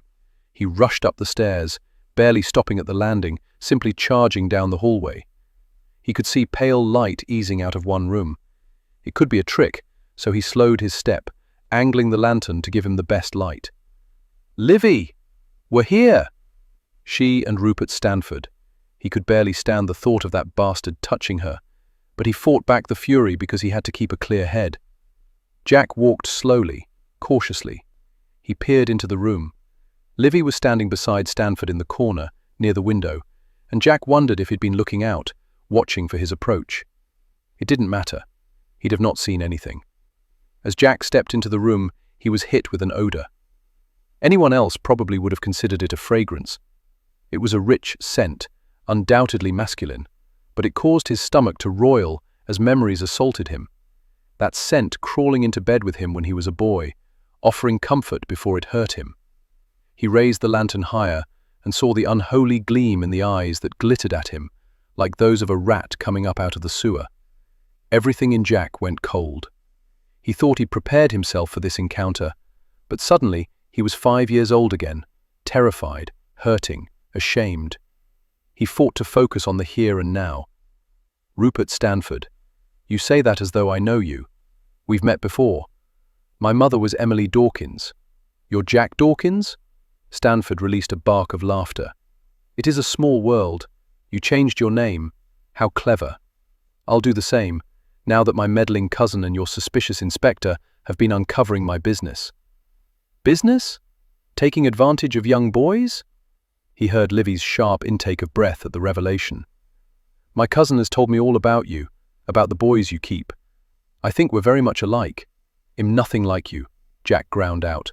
I protect them, as I did you. Your mother was dying, poor thing. I gave her a few coins to ease the way and took you in so she wasn't burdened with worry.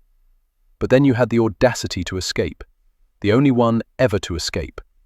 Something in the man's voice. Jack knew the longer he kept him talking, the greater his advantage. He needed to give the others time to position themselves. The only one? Do the boys still live with you? He'd seen no evidence of it. In my garden, Stanford said wistfully. You killed them? I'd love to stay and chat, but I really must be off. You're not taking Livy with you. She's my insurance. Set the satchel down and move across the room. Jack took 2 steps and released a shrill whistle. A crash sounded as the window was smashed. Stanford glanced back, giving Jack the narrow space he was looking for, just enough that he could shoulder his way in, shove Livy aside, and take Stanford to the floor. He fought to wrench the pistol free of Stanford's grasp, but the man, while older, was surprisingly strong and agile. They struggled, rolling over the floor. Jack tried to leverage himself. An explosion rent the night as the pistol went off, and Jack felt the fire of its report burning his chest as warm blood seeped through his favorite red waistcoat. Olivia had barely hit the floor before the pistol thundered, and both men went completely still. Oh God, oh God. Jack! Suddenly, someone came in through the window. Before she could scream, she heard, "It's all right, it's Swindler." The thud of heavy footsteps sounded outside in the hallway, and two more large shadows burst into the room, followed by a smaller one. Franny crossed over and took Olivia in her arms. "Are you all right?" Olivia nodded and whispered, "Jack?" Franny began working on the knots in the rope securing Olivia's hands. "Jack," Swindler said sternly. Olivia watched as a man rose up. She recognized the form, would forever recognize that shape. "Jack?" "Him all right," he said, his voice hard as he crouched beside her husband's cousin. She heard harsh breathing, a gurgling sound. "Jack, I need to see to him," Dr. Graves said, and Olivia realized he was one of the men who'd come inside. The other was Claiborne. "No," Jack said. Stanford coughed and gagged. "The boys? How many were there?" Jack demanded. "You, the first. And after me? How many, damn you?" "Don't know." "You killed them? Buried them in your garden? Is that what you were saying with all your cryptic words?" But Rupert Stanford made no sound. "Answer me, you bastard." "He's dead," Dr. Graves said somberly. Jack slowly unfolded his body. Suddenly his arms were around Olivia, holding her tightly until she could barely breathe. "I didn't think you'd come." "Of course he'd come," he growled. "He said he was asking for £100,000. It'd have given him everything, Livy, everything to have you back safely." Jack and Olivia returned home immediately, while Swindler and the others saw to the matter of Rupert Stanford and reporting tonight's incident to Scotland Yard. The first thing Olivia did was dash up the stairs to the nursery and hold Henry close. "I knew he'd save you," Henry said. It humbled her that Henry had possessed so much unquestionable faith in Jack, while she'd had so little. Never again would she make that mistake. Tonight, she'd made many, and she intended to correct them all. She considered how to go about that, while she took a wonderful hot bath to get the grime of the rookeries off her. After that night's experiences, she thought she'd probably take a full bath every day in the future. She'd hoped Jack would join her that night, would come in to see how she was doing, but when he didn't, she put on her nightgown and went in search of him. She found him in the library, sitting in a chair, his elbows on his thighs, his hands wrapped around a glass, the bottle nearby, waiting to do its duty, to numb what had been a traumatizing night. She padded across the carpet, knelt before him, and wrapped a hand around each of his wrists. "I can't imagine what you're feeling." "No, you probably can't. Before tonight, I had no name for the man who took me, but he was Stanford. I don't know if I never knew his name or simply forgot it. It's been nearly 30 years. I think he must have known my mother. She knew him, trusted him. They must have met when she worked here.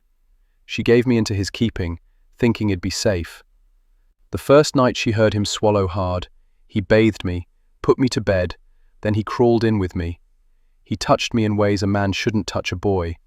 He did things that not only ravaged my body, but my soul. Dear God, Jack." She touched his cheek, tried to offer him comfort, but he wasn't looking at her. He was peering into his past. He wept afterward, promised to never do it again. The next night, I learned he was a liar. The third night, I ran away. Scalding tears welled in her eyes. "You can't blame yourself for any of that. You were an innocent child. I'm glad he's dead." He shook his head. "There's more, Livy. I told you that Luke and I were arrested. When you're convicted, you serve your time in a boys' prison. But before that, before your trial, you're kept in jail with men. There were 3, a nasty lot. They set their sights on Luke, but he fought them. God, he was only 8, but he wouldn't stop fighting. His face was a bloodied mess. I thought they were going to kill him. I knew what they wanted, had survived it before. Dear God, no, she thought, please no. I offered myself to them. The words came out on a strangle. Oh, Jack. She squeezed his hands, pressed her lips to them, while the tears coursed down her face and pooled at the corner of her mouth. It was worse than I remembered, or maybe they were just meaner. They broke something in me that night, Livy. I stopped caring about anything except for surviving, and I became convinced that if I had enough money, I would always be safe. But inside, I stayed broken. Until you. You made me start to feel again. You and Henry. You brought joy into my life, laughter and smiles. But there is pain in that too. Caring for someone makes you vulnerable. What I was feeling whenever I was with you terrified the bloody hell out of me, Livy. I didn't want it. I fought it with everything I could. But tonight, I realized if something happened to you, if you died, I'd break again, and this time, I would remain broken. It's a safer way to live, but it's also a life not worth living. I love you, Livy. I know I'm not worthy of any affection you might hold for me. Not worthy? I know of no man more worthy. I live in the gutter. You live in St. James. You may have begun your life in the gutter, but I know of no other man who has achieved what you've achieved. You are a man of means who owes nothing to anyone. You have a generous heart. I know you don't want to hear that, but it's true. Henry adores you. And damn it, so do I. I love you, Jack, with all my heart and soul. I was wrong to listen to Briarwood. I realized it as I was waiting in that dwelling, or whatever it was. I thought of all the moments I had with you, and with Henry, and I prayed I would have 1,000 more. You're wrong there, Livy. Briarwood was right. No. He put his finger to her lips. Shh. He was right. I have corrupted you. Did you not hear what you just said? You used profanity. She gave a brittle laugh. And the roof didn't fall in on me. He cradled her cheek. I told you that first night there isn't anything a person won't do if he wants something badly enough. He released a deep, painful moan. I want you and Henry to be mine for all eternity. Marry me, Livy. Oh, she wasn't expecting that. She was prepared to live the remainder of her life as his mistress, but as his wife? Oh, is that a yes or a no? She laughed from the joy of it. I think you're supposed to be on your knees and I'm supposed to be sitting. You and your damned etiquette, he said, shaking his head as a teasing smile formed on his lips. She placed her hands on either side of his face. Yes, I'll gladly marry you. Well, mark the calendar, one day after your mourning period ends. Don't be silly, I'll marry you tomorrow. You think the London ladies will forgive you for that breach of etiquette? Of course, I shall have first-hand accounts to share over tea, so they'll promptly forgive me because they'll want to know everything I know about the deliciously wicked Jack Dodger. Deliciously wicked? It was how we referred to you. I don't know that I'm in the mood to be deliciously wicked tonight, but I would like very much to sleep with you in my arms. As she lay with Jack that night, she didn't know if it had been Lovington's intent, but in his passing, had given her in death what had been unable to grant her in life, joy, passion, and love. Chapter 22. Briarwood. Good God, I said I was not at home. Do you not know what that means? Jack walked farther into the man's study, having ignored the butler's attempt to stop him from coming in. The room reeked of cheap liquor and stale sweat. Sprawled on a couch, Briarwood was slovenly, his shirt stained, his jacket, waistcoat, and neckcloth discarded. I wanted to know if you'd ever heard of Emily Dawkins, Jack said. Briarwood rolled his eyes. No. Jack persisted. Since Stanford had known her. She worked in the Lovington household 36 years ago. He stared at Jack. I was 10 years old, man. What did I care of servants? Stanford knew her. He was 12 years my senior. Maybe he had an interest in her. He groaned. Although that seems unlikely. Apparently, he preferred boys. Scotland Yard was here this morning. They found bones in his garden for Christ's sake. Small bones. Children's bones. Hundreds of bones. The family is ruined. And what of the families of the children? Jack could see the despair clearly outlined in Briarwood's face, a man who always put his own interests first. Beckwith was here as well. I've inherited a house that someone tried to burn down. Stanford had no money to speak of, and as I have none, what good does a burned-out house do me, I ask you? I'll purchase it, Jack said, before he even thought through all the ramifications. He could totally destroy the residence and build a hospital for graves there. a memorial hospital for those boys had not been able to save. Briarwood sat up. How much? Get yourself sobered up and discuss the particulars, including gaining control of your gambling habit. I don't like you, Dodger. I don't like you either. Briarwood nodded. As long as we're clear on that. I could also do without the rumors. Consider them squashed. Not that I have any choice. Rupert Stanford is sure to be the name on everyone's tongue in the coming days. I can hardly blame my cousin for naming you guardian. As disreputable as you are, I'm beginning to see you are far better than either Stanford or I. Jack accepted the praise graciously and said only, "Well talk," before taking his leave. The ceremony was to be small, private, with invitations issued to only a select few. Jack, Olivia wearing a modest ivory gown, and Henry arrived at the chapel to discover their guests waiting for them near the front steps. "We're so glad you came," Livy said, greeting each in turn. Luke and Catherine, Graves, Swindler, and darling Franny.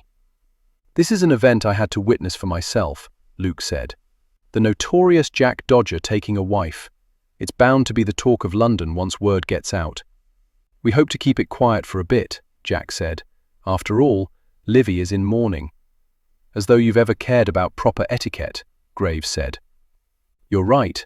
I've never been one for rules." He winked at Henry, who was going to stand with Jack at the altar. The ring was nestled in the boy's pocket. "I'm so happy for you, Jack," Franny said as she kissed Jack on the cheek. He could see the truth of her words sparkling in her green eyes. "We should probably go inside so we can get the ceremony taken care of," Livy said. As he offered her his arm, he asked, "Nervous?" "No, not at all. I'm too incredibly happy to be nervous." It was as they were going up the steps that a movement to the side of the building caught Jack's attention. "I forgot something. I'll catch up with you in a bit. If you don't mind, go on and see that things are ready." "Is everything all right?" "Yes, just a small matter I need to attend to." He gave her a quick buss on her lips. "I'll be right in." When the door closed behind them all, Jack went back down the steps and walked around the corner of the church. "Hey, me Dodger, I've got a present for ye," his old mentor cackled. Leaning on his cane, Fegan held out his gnarled hand, and there in his palm rested Jack's locket. With a tightening in his chest, Jack took the precious offering, opened it, and studied his mother's portrait. How young she looked. Much younger than Olivia was now, he suspected. A girl, really. Still, it would be as though she were with him during the ceremony.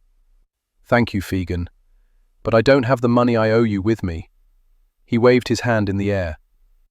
"Och, don't worry about it.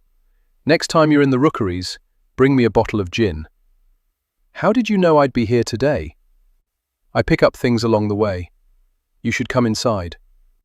"Nah, me and God, we never got along once he took the love of me life. Wouldn't want I'm thinking I've forgiven him, 'cause I haven't. Franny told me once she thought you were her father. What'd you tell her?" "Nothing. You was always me best at keeping secrets." "Because I learned from the best," Fegan cackled. "That ye did, me boy, that ye did. Best wishes to ye and the new missus." He turned to go. Jack called out to him, "Fegan, at least let me have my carriage take you back to the Rookeries." "Nah, I likes to walk." Fegan winked. "Never know what useful things I'll pick up along the way." Jack watched him ambling off, crooked and bent, a man who'd been a father to him in many ways. Jack could only hope he'd do as well by Henry. The wedding had not been as grand as Olivia's first one, but as she brushed her hair at her vanity, she found no fault with it. Henry had stood beside Jack as his best man. Following the ceremony, the sight of the two of them, heads bent, conspiring about something, had brought tears to her eyes. Jack gave Henry far more attention than Lovingdon ever did. A small part of her couldn't help but mourn what she and Lovingdon had never had. She wasn't certain why, but she thought he'd be happy for her, would approve her marrying Jack. Since he'd named Jack guardian and given him so much, he obviously thought well of the man. She thought it might have gone better all the way around, though, if Lovingdon had shared with her the weaknesses his cousins possessed. She realized it was sometimes impossible to know everything about a person. but she had faith Jack would not keep harmful secrets from her, and that their marriage would be very different from her first. As she stood up, she couldn't help but smile at her gossamer nightgown. It left very little to the imagination. She walked across her bedchamber, opened the dressing room door, and screeched at the sight of Jack standing there. "I was coming to get you," he said. He'd grown tired of waiting. He angled his head, but I can see now it was worth the wait. He lifted her into his arms, and she laughed joyously. She wondered if these walls had ever heard so much laughter. "Imperfectly capable of walking. I prefer to carry you, so I can judge your weight." How romantic. "You need more weight on you. It'll keep you healthier, and I want you to be healthy for a very long time. I'll have to purchase new gowns. You'll need to do that anyway. I finally found your clothes in my ledger." She laughed again. "You did not." "I did. I'm taking them away from you, so you'll have to be naked all the time. Have you forgotten that we have servants and a child in the residence?" "Damn." She burrowed her face into his neck. "But I promise to be completely nude when it's only the two of us. I suppose I can live with that." He laid her on the bed. She scrambled up to her knees and began unfastening the buttons on his shirt. "And what about you?" she asked. "Are you going to make me work for what I so enjoy gazing on?" With all the buttons undone, he pulled his shirt over his head. "No, I promise to be naked as well." He was out of his clothes in short order. Then he took a few moments to appreciate her nightgown before working quickly to add it to the pile of clothes. She didn't know why she'd bothered to try to be enticing, but she found joy in knowing he was so eager to get her undressed. "Let's dispense with the 2 bedchambers," he said as his mouth took a slow journey across her shoulders. "We have plenty of room in here for your vanity and anything else you want. Rearrange the whole blasted house." All right. He could have asked anything of her at that moment, and she would have granted it. She rubbed his shoulders, stroked his back. She thought she'd never grow tired of this, of being with him. She couldn't imagine being without him, without this if she got with child. "You'll never leave me, will you?" she asked. He lifted his head, gazed down on her, and she could see the barely banked passion. She did that to him, made him want her as much as she did him. "Whatever brought that question on?" he asked. "If I get with child?" His hot mouth cut off whatever she'd planned to say. His hands came around, holding her head in place, while he devoured her mouth, tasted deeply, urged her to do the same. When he tore away from the kiss, she might have been left bereft, if not for the hunger she saw remaining in his eyes. "Whether you are with child or not, you shall spend every night in my bed, in my arms. There are ways, sweetheart, ways around all things." In his smile, she saw wickedness and a dark teasing. Easing himself between her thighs, he lowered his mouth to her breasts, kissing one and then the other. She had expected him to move up then, to slide into her, but he began moving down, his hands bracketing her ribs as he kissed above her stomach, before he moved lower and lower and lower. "Oh my God," she said breathily. "What are you?" "Shh." It was so simple a sound, but within it she heard the promise of ecstasy. He parted her thighs further and lowered his mouth to the nesting of curls. The first stroke of his tongue almost had her coming off the bed. Lifting her arms, she grabbed either side of the pillow, but it wasn't enough as he carried her into sinful pleasures. She jerked, dug her fingers into his hair, knowing she should push him away, and instead, realizing she was holding him closer. It was an intimacy she could share only with a man she loved. And she did love him. She was fairly certain what he was doing to her was unlawful, and if not, it should be, because it was deliciously wicked. He knew so many wondrous ways to be wicked, and she had a lifetime with him now to learn them all and to discover more ways to pleasure him. She stuffed the pillow into her mouth to stifle her cries. He reached up and pulled it free. "I want to hear you," he rasped. And hear her, she was certain he did. Writhing beneath him, she heard her cries echo low and breathless, hardly aware they were coming from her. She held him close, dancing at the edge of intense pleasure. He knew when to stroke, when to suckle, when to pause, when to thrust with his tongue. He tempted and teased.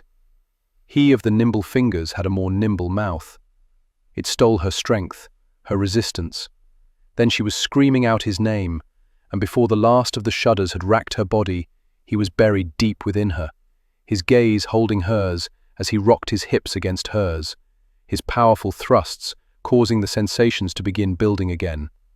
She skimmed her hands down his back, cupped them around his buttocks, urging him on. He sipped at her mouth, then drank greedily, and this time when she cried out, he captured the sound, his rough growl quickly following as he reached his own release. He collapsed over her, resting on his elbows, keeping some of his weight off her. She ran her soles along his calves, ran her hands over his back.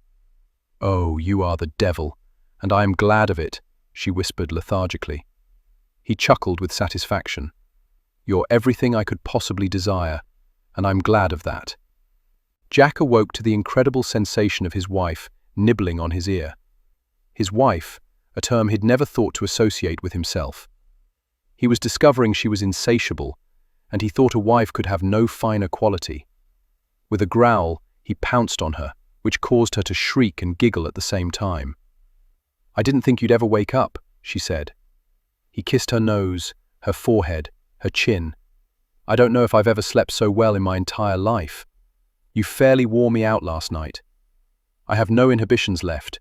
You've chased them all away. How fortunate for me." He glided his hand down her side, cradled her hip, and urged her nearer, relishing the feel of her bare body against his. He thought flesh against flesh was the most remarkable of sensations, and nudity had the advantage of revealing everything a man might treasure. If he were king, he thought he might dispense with the practice of wearing clothes. Well, except for brightly coloured waistcoats. "We need to get up," she murmured as he kissed the sensitive spot beneath her ear. He playfully ground himself against her thigh. "Have you not noticed? I am up." Her laughter echoed around them, shimmied through him. He wanted to be inside her when she did that. "I did notice, but..." She pushed out from beneath him and scrambled out of the bed, not bothering to grab sheet or counterpane. She'd become quite the exhibitionist. Again, what a fortunate man he was. "Come back here. Everything else can wait a bit longer," he said. "I've already told Henry he's having breakfast served in his bed this morning, and so are we." "Is that what you two were conspiring about yesterday? I thought I should start teaching him that when a gentleman has a lady, he should give her private attention as much as possible." "Very nice. Unfortunately, yesterday I sent a missive round to Mr. Beckwith about our marriage. He replied that he'll come by this morning to bring you the final item. I don't want him to find us still abed." Lunging for her, he grabbed her wrist and tugged until she tumbled back into his arms, tucking her up beneath him. "I don't care in the least about the final item, he can keep it. Have you no curiosity at all?" "What does it matter what it is? Nothing Lovingdon can give me now is more valuable than you. He could take it all back, and as long as I have you, it wouldn't matter." Tears welled in her eyes. Tears of sorrow, he hoped. Shed seldom have. But tears of joy sparkled differently, and those he enjoyed bringing her. "You are not one to often say lovely things, Jack, but when you do, you have no idea how deeply I am touched. I don't believe in romance, Livy, but for you, I will try to the best of my ability, as sadly lacking as that may be. I love you so much." He wondered if those words would always slam into his heart and give him such an overwhelming sense of satisfaction. Taking her hand, he pressed a kiss to her palm, her wrist, her elbow. With a sigh of surrender, she murmured, "I have not the strength to resist you. I forbid you to make love to me before Beckwith arrives." Chuckling at the challenge, he proceeded to show her once again that he was not a man who could be ordered about. Chapter 23. Jack had told Livy true. He no longer cared about the final item. At this point it was little more than a bother, because it meant they couldn't spend the entire morning in bed, engaged in making mad, passionate love. Beckwith strode into the library with his leather satchel and bowed slightly. "Lady Olivia, Mr. Dodger, congratulations on your recent marriage." Jack had known that by marrying him, Livy was giving up the title of Duchess. Still, it was a surprise to hear her addressed as Lady, an honour that came to her through her father. but she had told him she was content with her new station in life. He intended to do all in his power to see she never regretted it. "Thank you, Mr. Beckwith," Livy said, squeezing Jack's hand, as though she thought he needed reassurance. "We appreciate your making time for us in your busy schedule, Beckwith," Jack said. "As we're also quite busy, let's get this matter taken care of as quickly as possible, shall we?" "Of course. If I may?" Beckwith indicated the desk. "Absolutely. Whatever hastens your visit." Olivia slapped his arm. Jack scowled at her. "What? You're being inhospitable. Mr. Beckwith, would you care for some tea?" Beckwith gave her a faint smile. "No, thank you. This matter won't take long." He went to the desk and began arranging things to his satisfaction, removing items from his satchel. Jack and Olivia took the chairs they'd sat in the night Beckwith had read the will. The only difference was that now they held hands. Jack brought hers to his lips and kissed her fingers. As soon as Beckwith left, Jack was taking her back to bed, or perhaps to the desk and then to the bed. Livy would no doubt be scandalized to know that Jack had placed the servants on notice. They were never to enter any room without knocking and receiving permission. Jack could hardly fathom all that had happened in so short a time. Had always wanted to be in charge of his life, but he couldn't deny others were somehow influencing its course. If Lovingdon hadn't named Jack guardian, he'd have never met Livy. For that alone, Jack owed Lovingdon his eternal gratitude.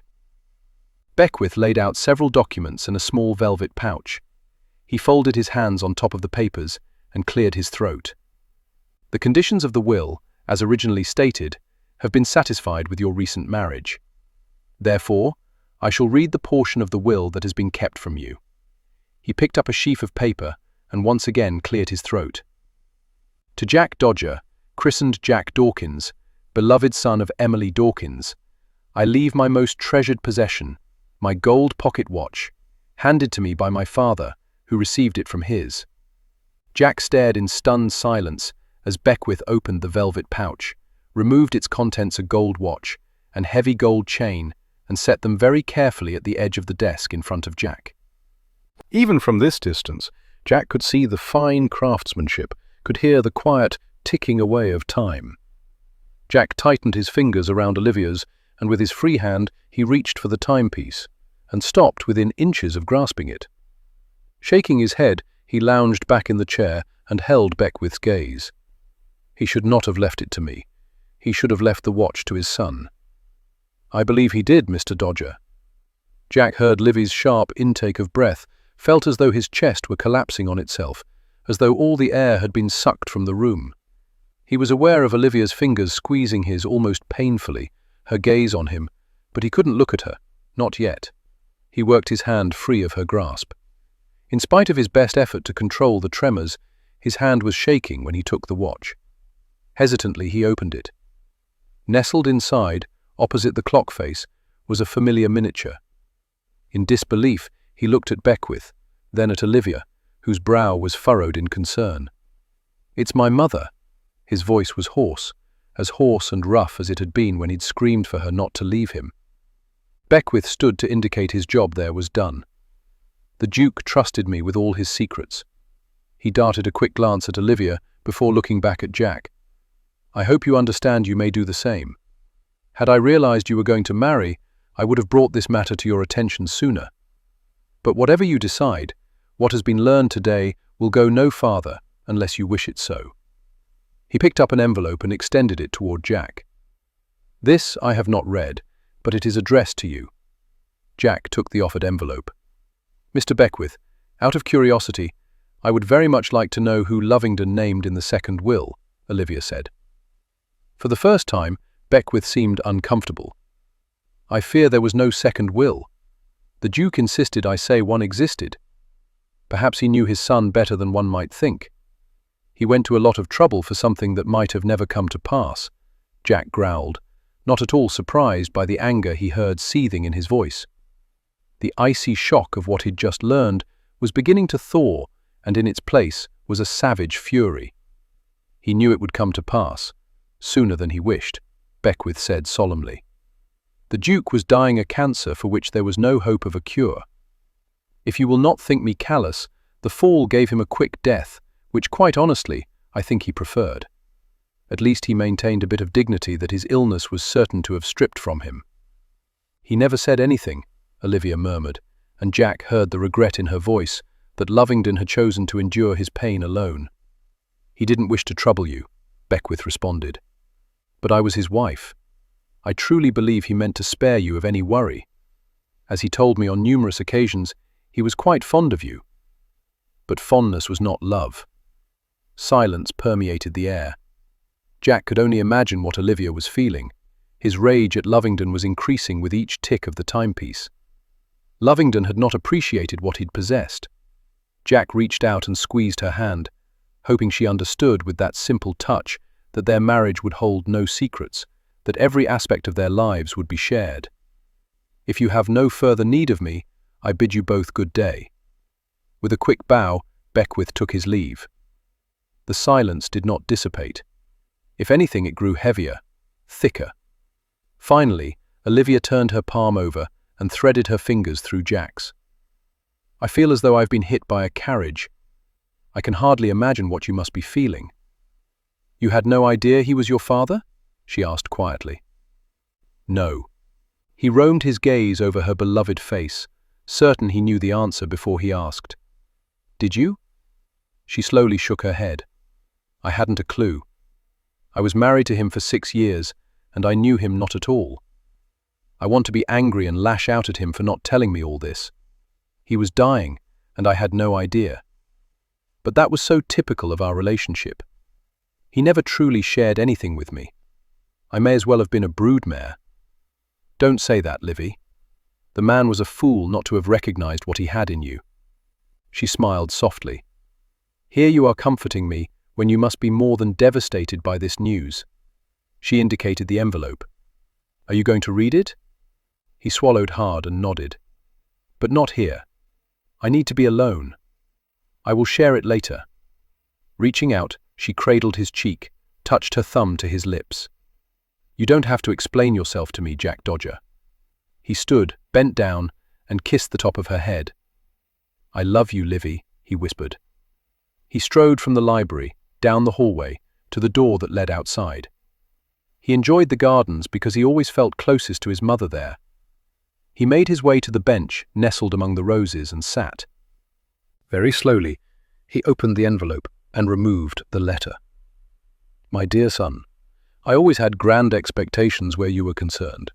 The fact that you are now reading this letter is proof I judged your character correctly. You took after your mother in that regard. She possessed all the fine attributes I lacked. Your sweet mother was a servant in this household when I fell in love with her. She was only 15 when she discovered she was with child, my child.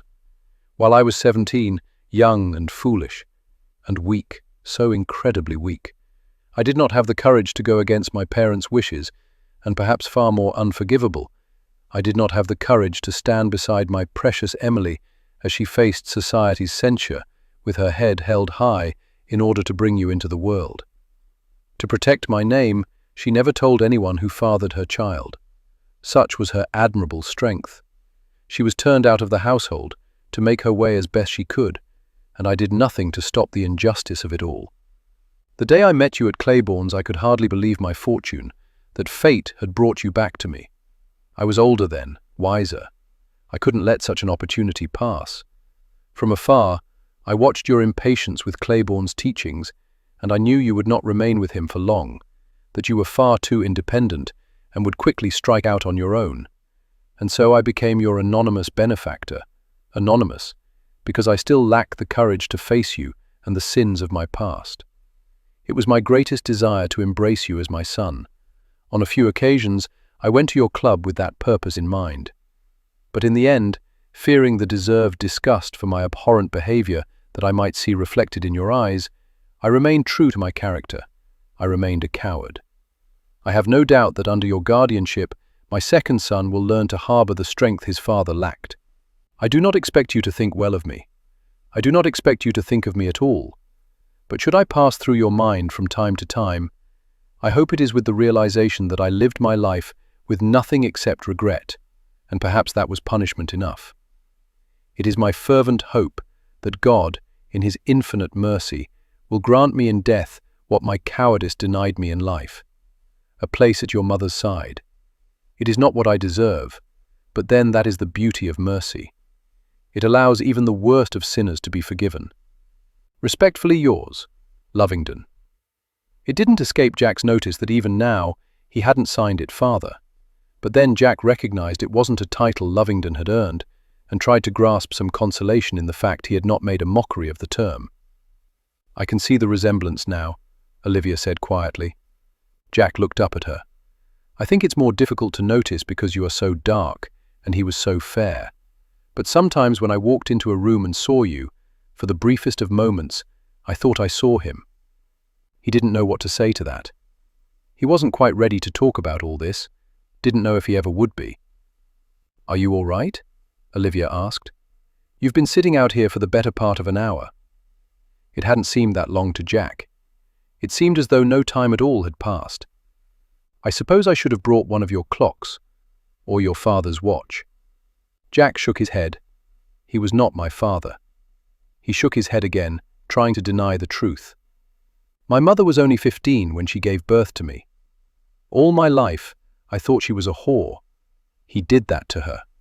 His cowardice, his lack of strength. He flung his arm toward the residence. Do you know what Beckwith was talking about in there? He didn't wait for her to answer.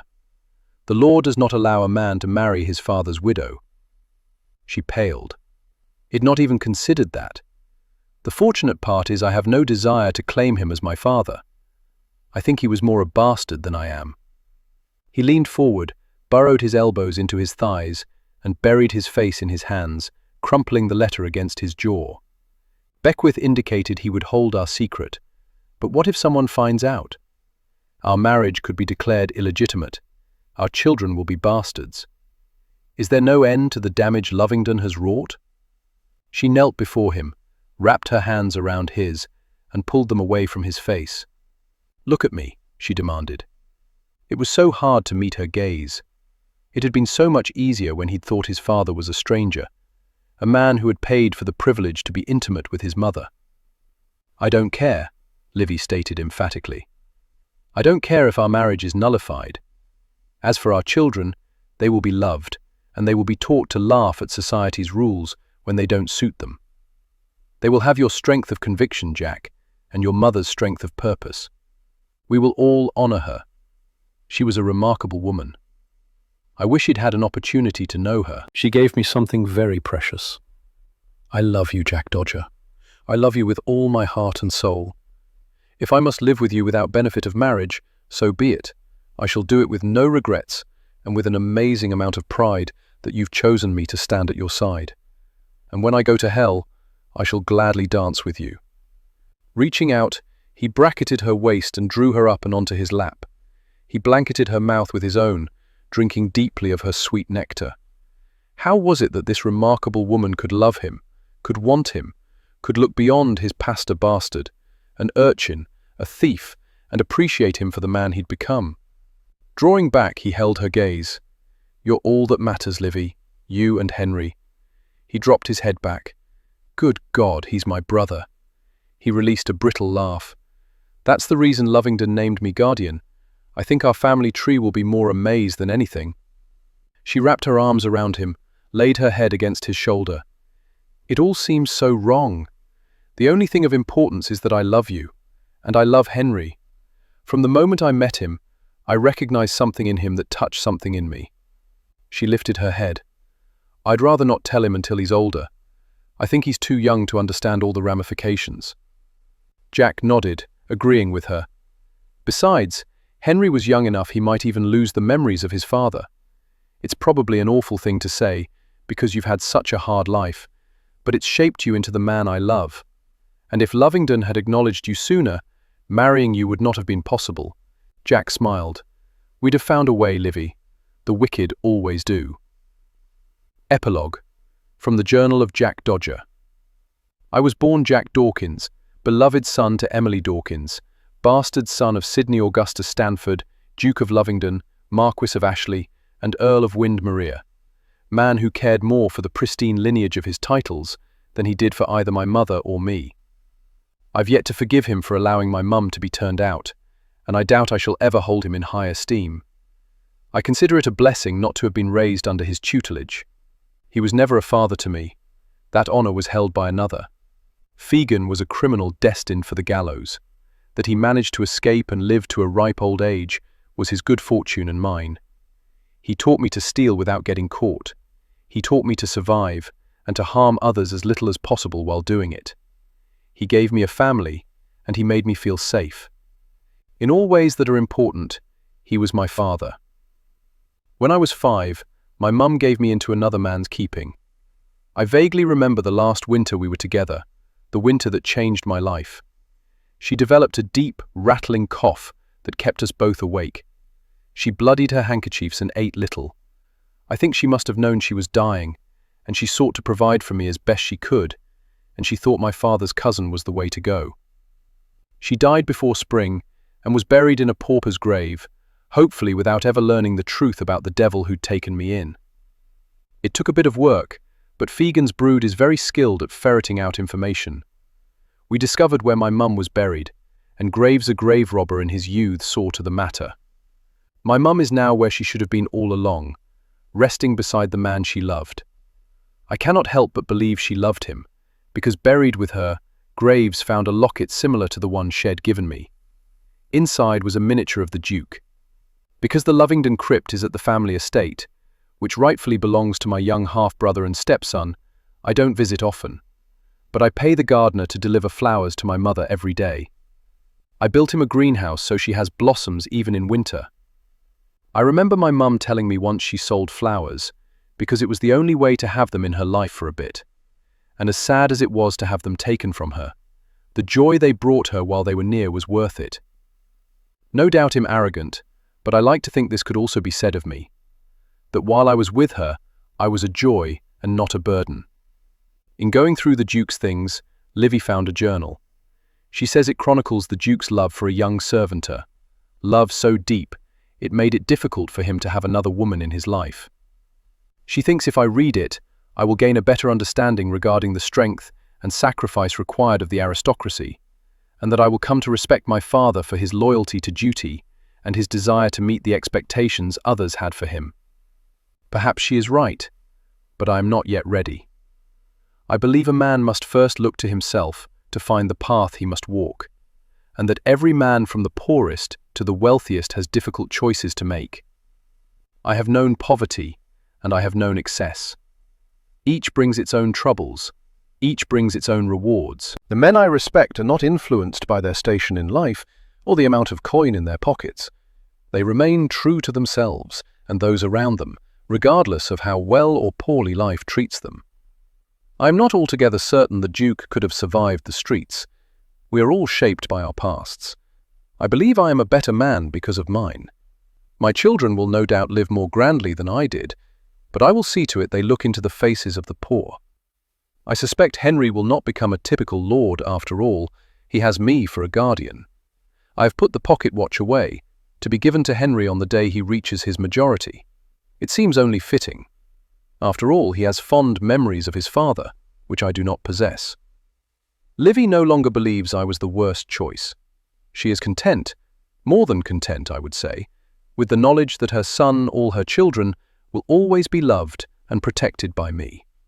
If I have any good trait at all, it is this: am fiercely protective of what is mine. I suspect I shall never publicly claim Lovingdon as my father. To do so may result in the legitimacy of my marriage to Livy being brought into question, and I will not give her up. Not for any man's name or any man's fortune. I remember a time when I hungered for the next coin, when I would do anything at all, to possess it. Now, all I long for are moments spent with my Livy. She is the true gold of my life, the one who owns my heart and my soul, and for all eternity, my love.